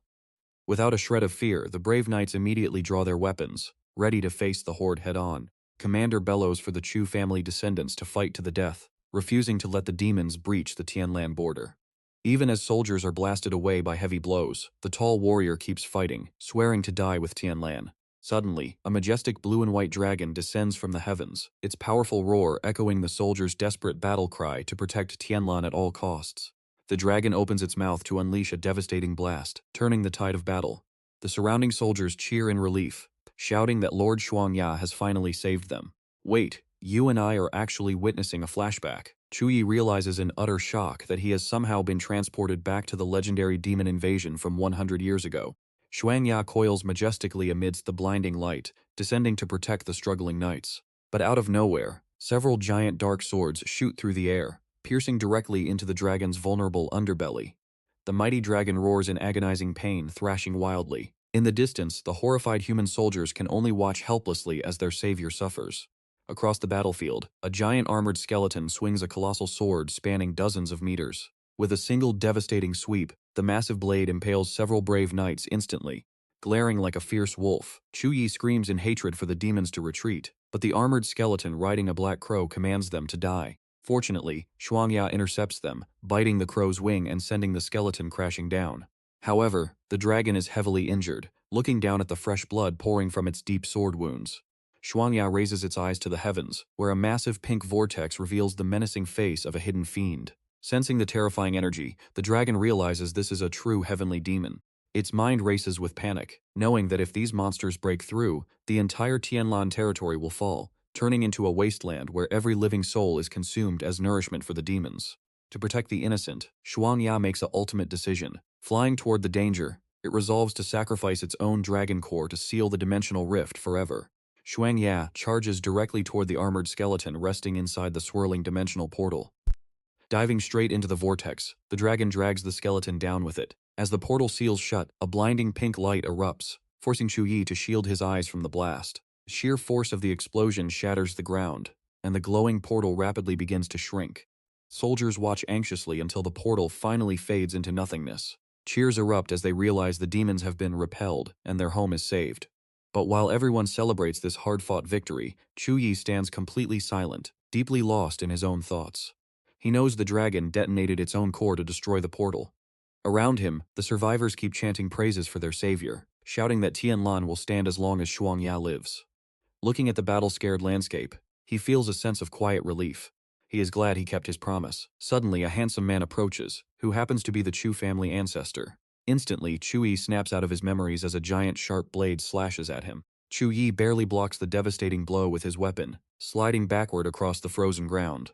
Squinting against a strange light radiating from the monster, he wonders what could possibly be hidden inside. Brilliant blue glow shines from within the pile of bones, revealing a shocking item, a dragon scale. Zhou Yi smirks, realizing the bone monsters have overly simple attack patterns. And that is where we leave it. You and I are about to witness his true revenge begin in the next chapter. Alright, you and I are about to witness one of the most brutal revenge arcs yet. Zhou Yi smiles, knowing these bastards caused Suang Na's tragic death. The Chu ancestors would never let their enemies off with an easy death. As pale sunlight strikes the lifeless skeleton, his calm voice continues to echo. Destroying the nest triggers a cyclical curse of infinite resurrection, powered entirely by Suang Ha's dragon scales, refining these vile enemies into eternal tomb guardians. The moment anyone tries to force their way in, they face immediate, brutal attacks. And even if these bone demons are shattered, they keep coming. Zhou Yi mutters as he walks. Even a second rank master would struggle against this brutal war of attrition. No wonder the Chu descendants always fail at this second trial.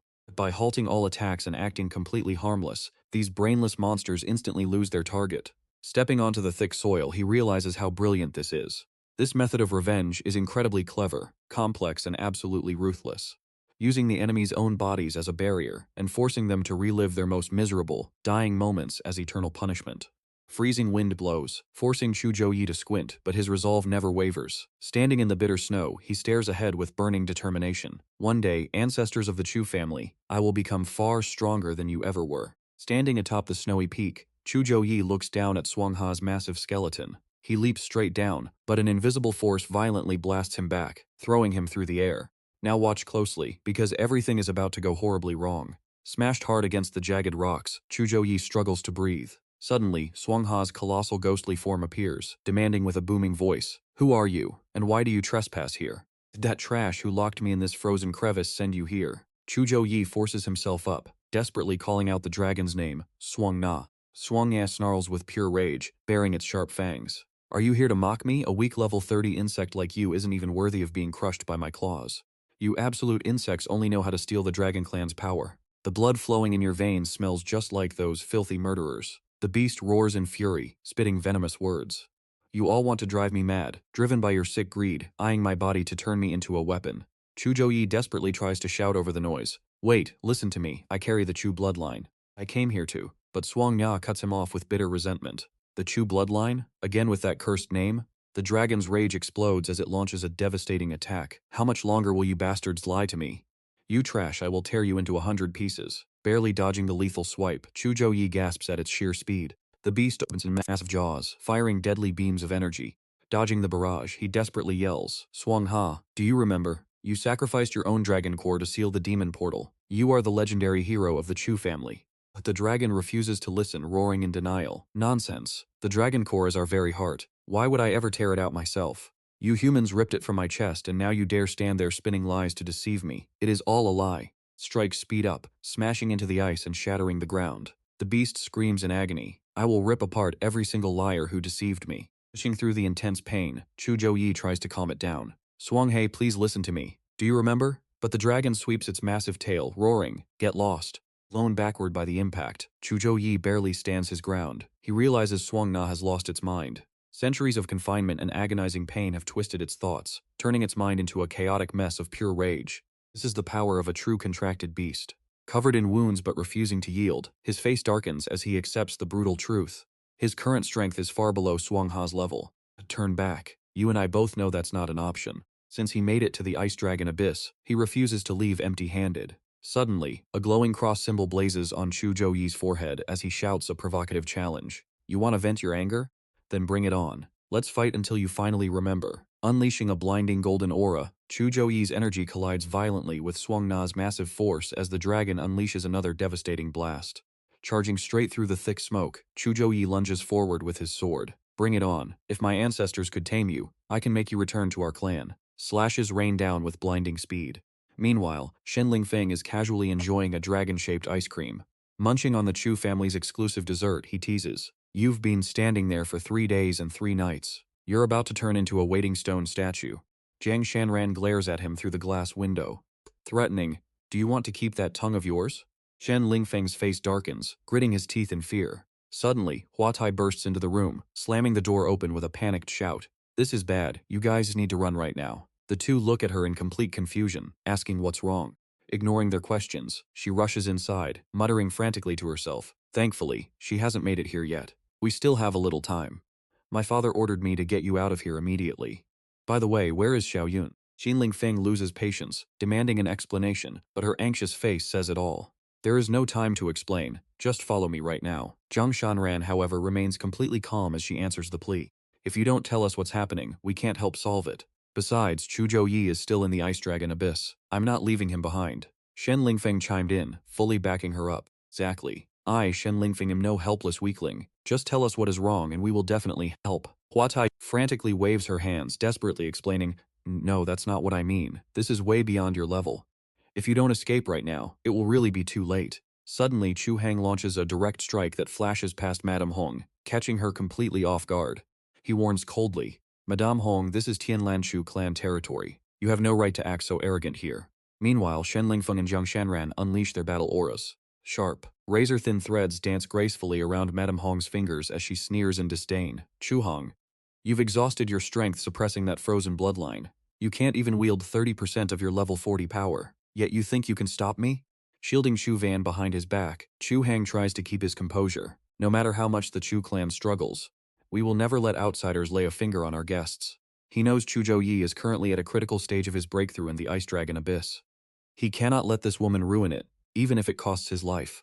Instantly, he conjures a massive ice wall driving toward her. Meanwhile, her lips curl into a cold smirk. Going somewhere. Leaning casually against the doorframe, Madame Hong's voice cuts through the air. Long time no see, little girl. Huatai, Shen Lingfeng, and Jiang Shanran freeze in utter shock, their eyes wide as they gasp. You're still alive? 30 minutes earlier, in a luxurious traditional hall, Madame Hong sat discussing with the elders. The Chu family patriarch listened quietly as she spoke first, laying out her demands. And that is where we leave it. Trust me, you will want to see what happens next.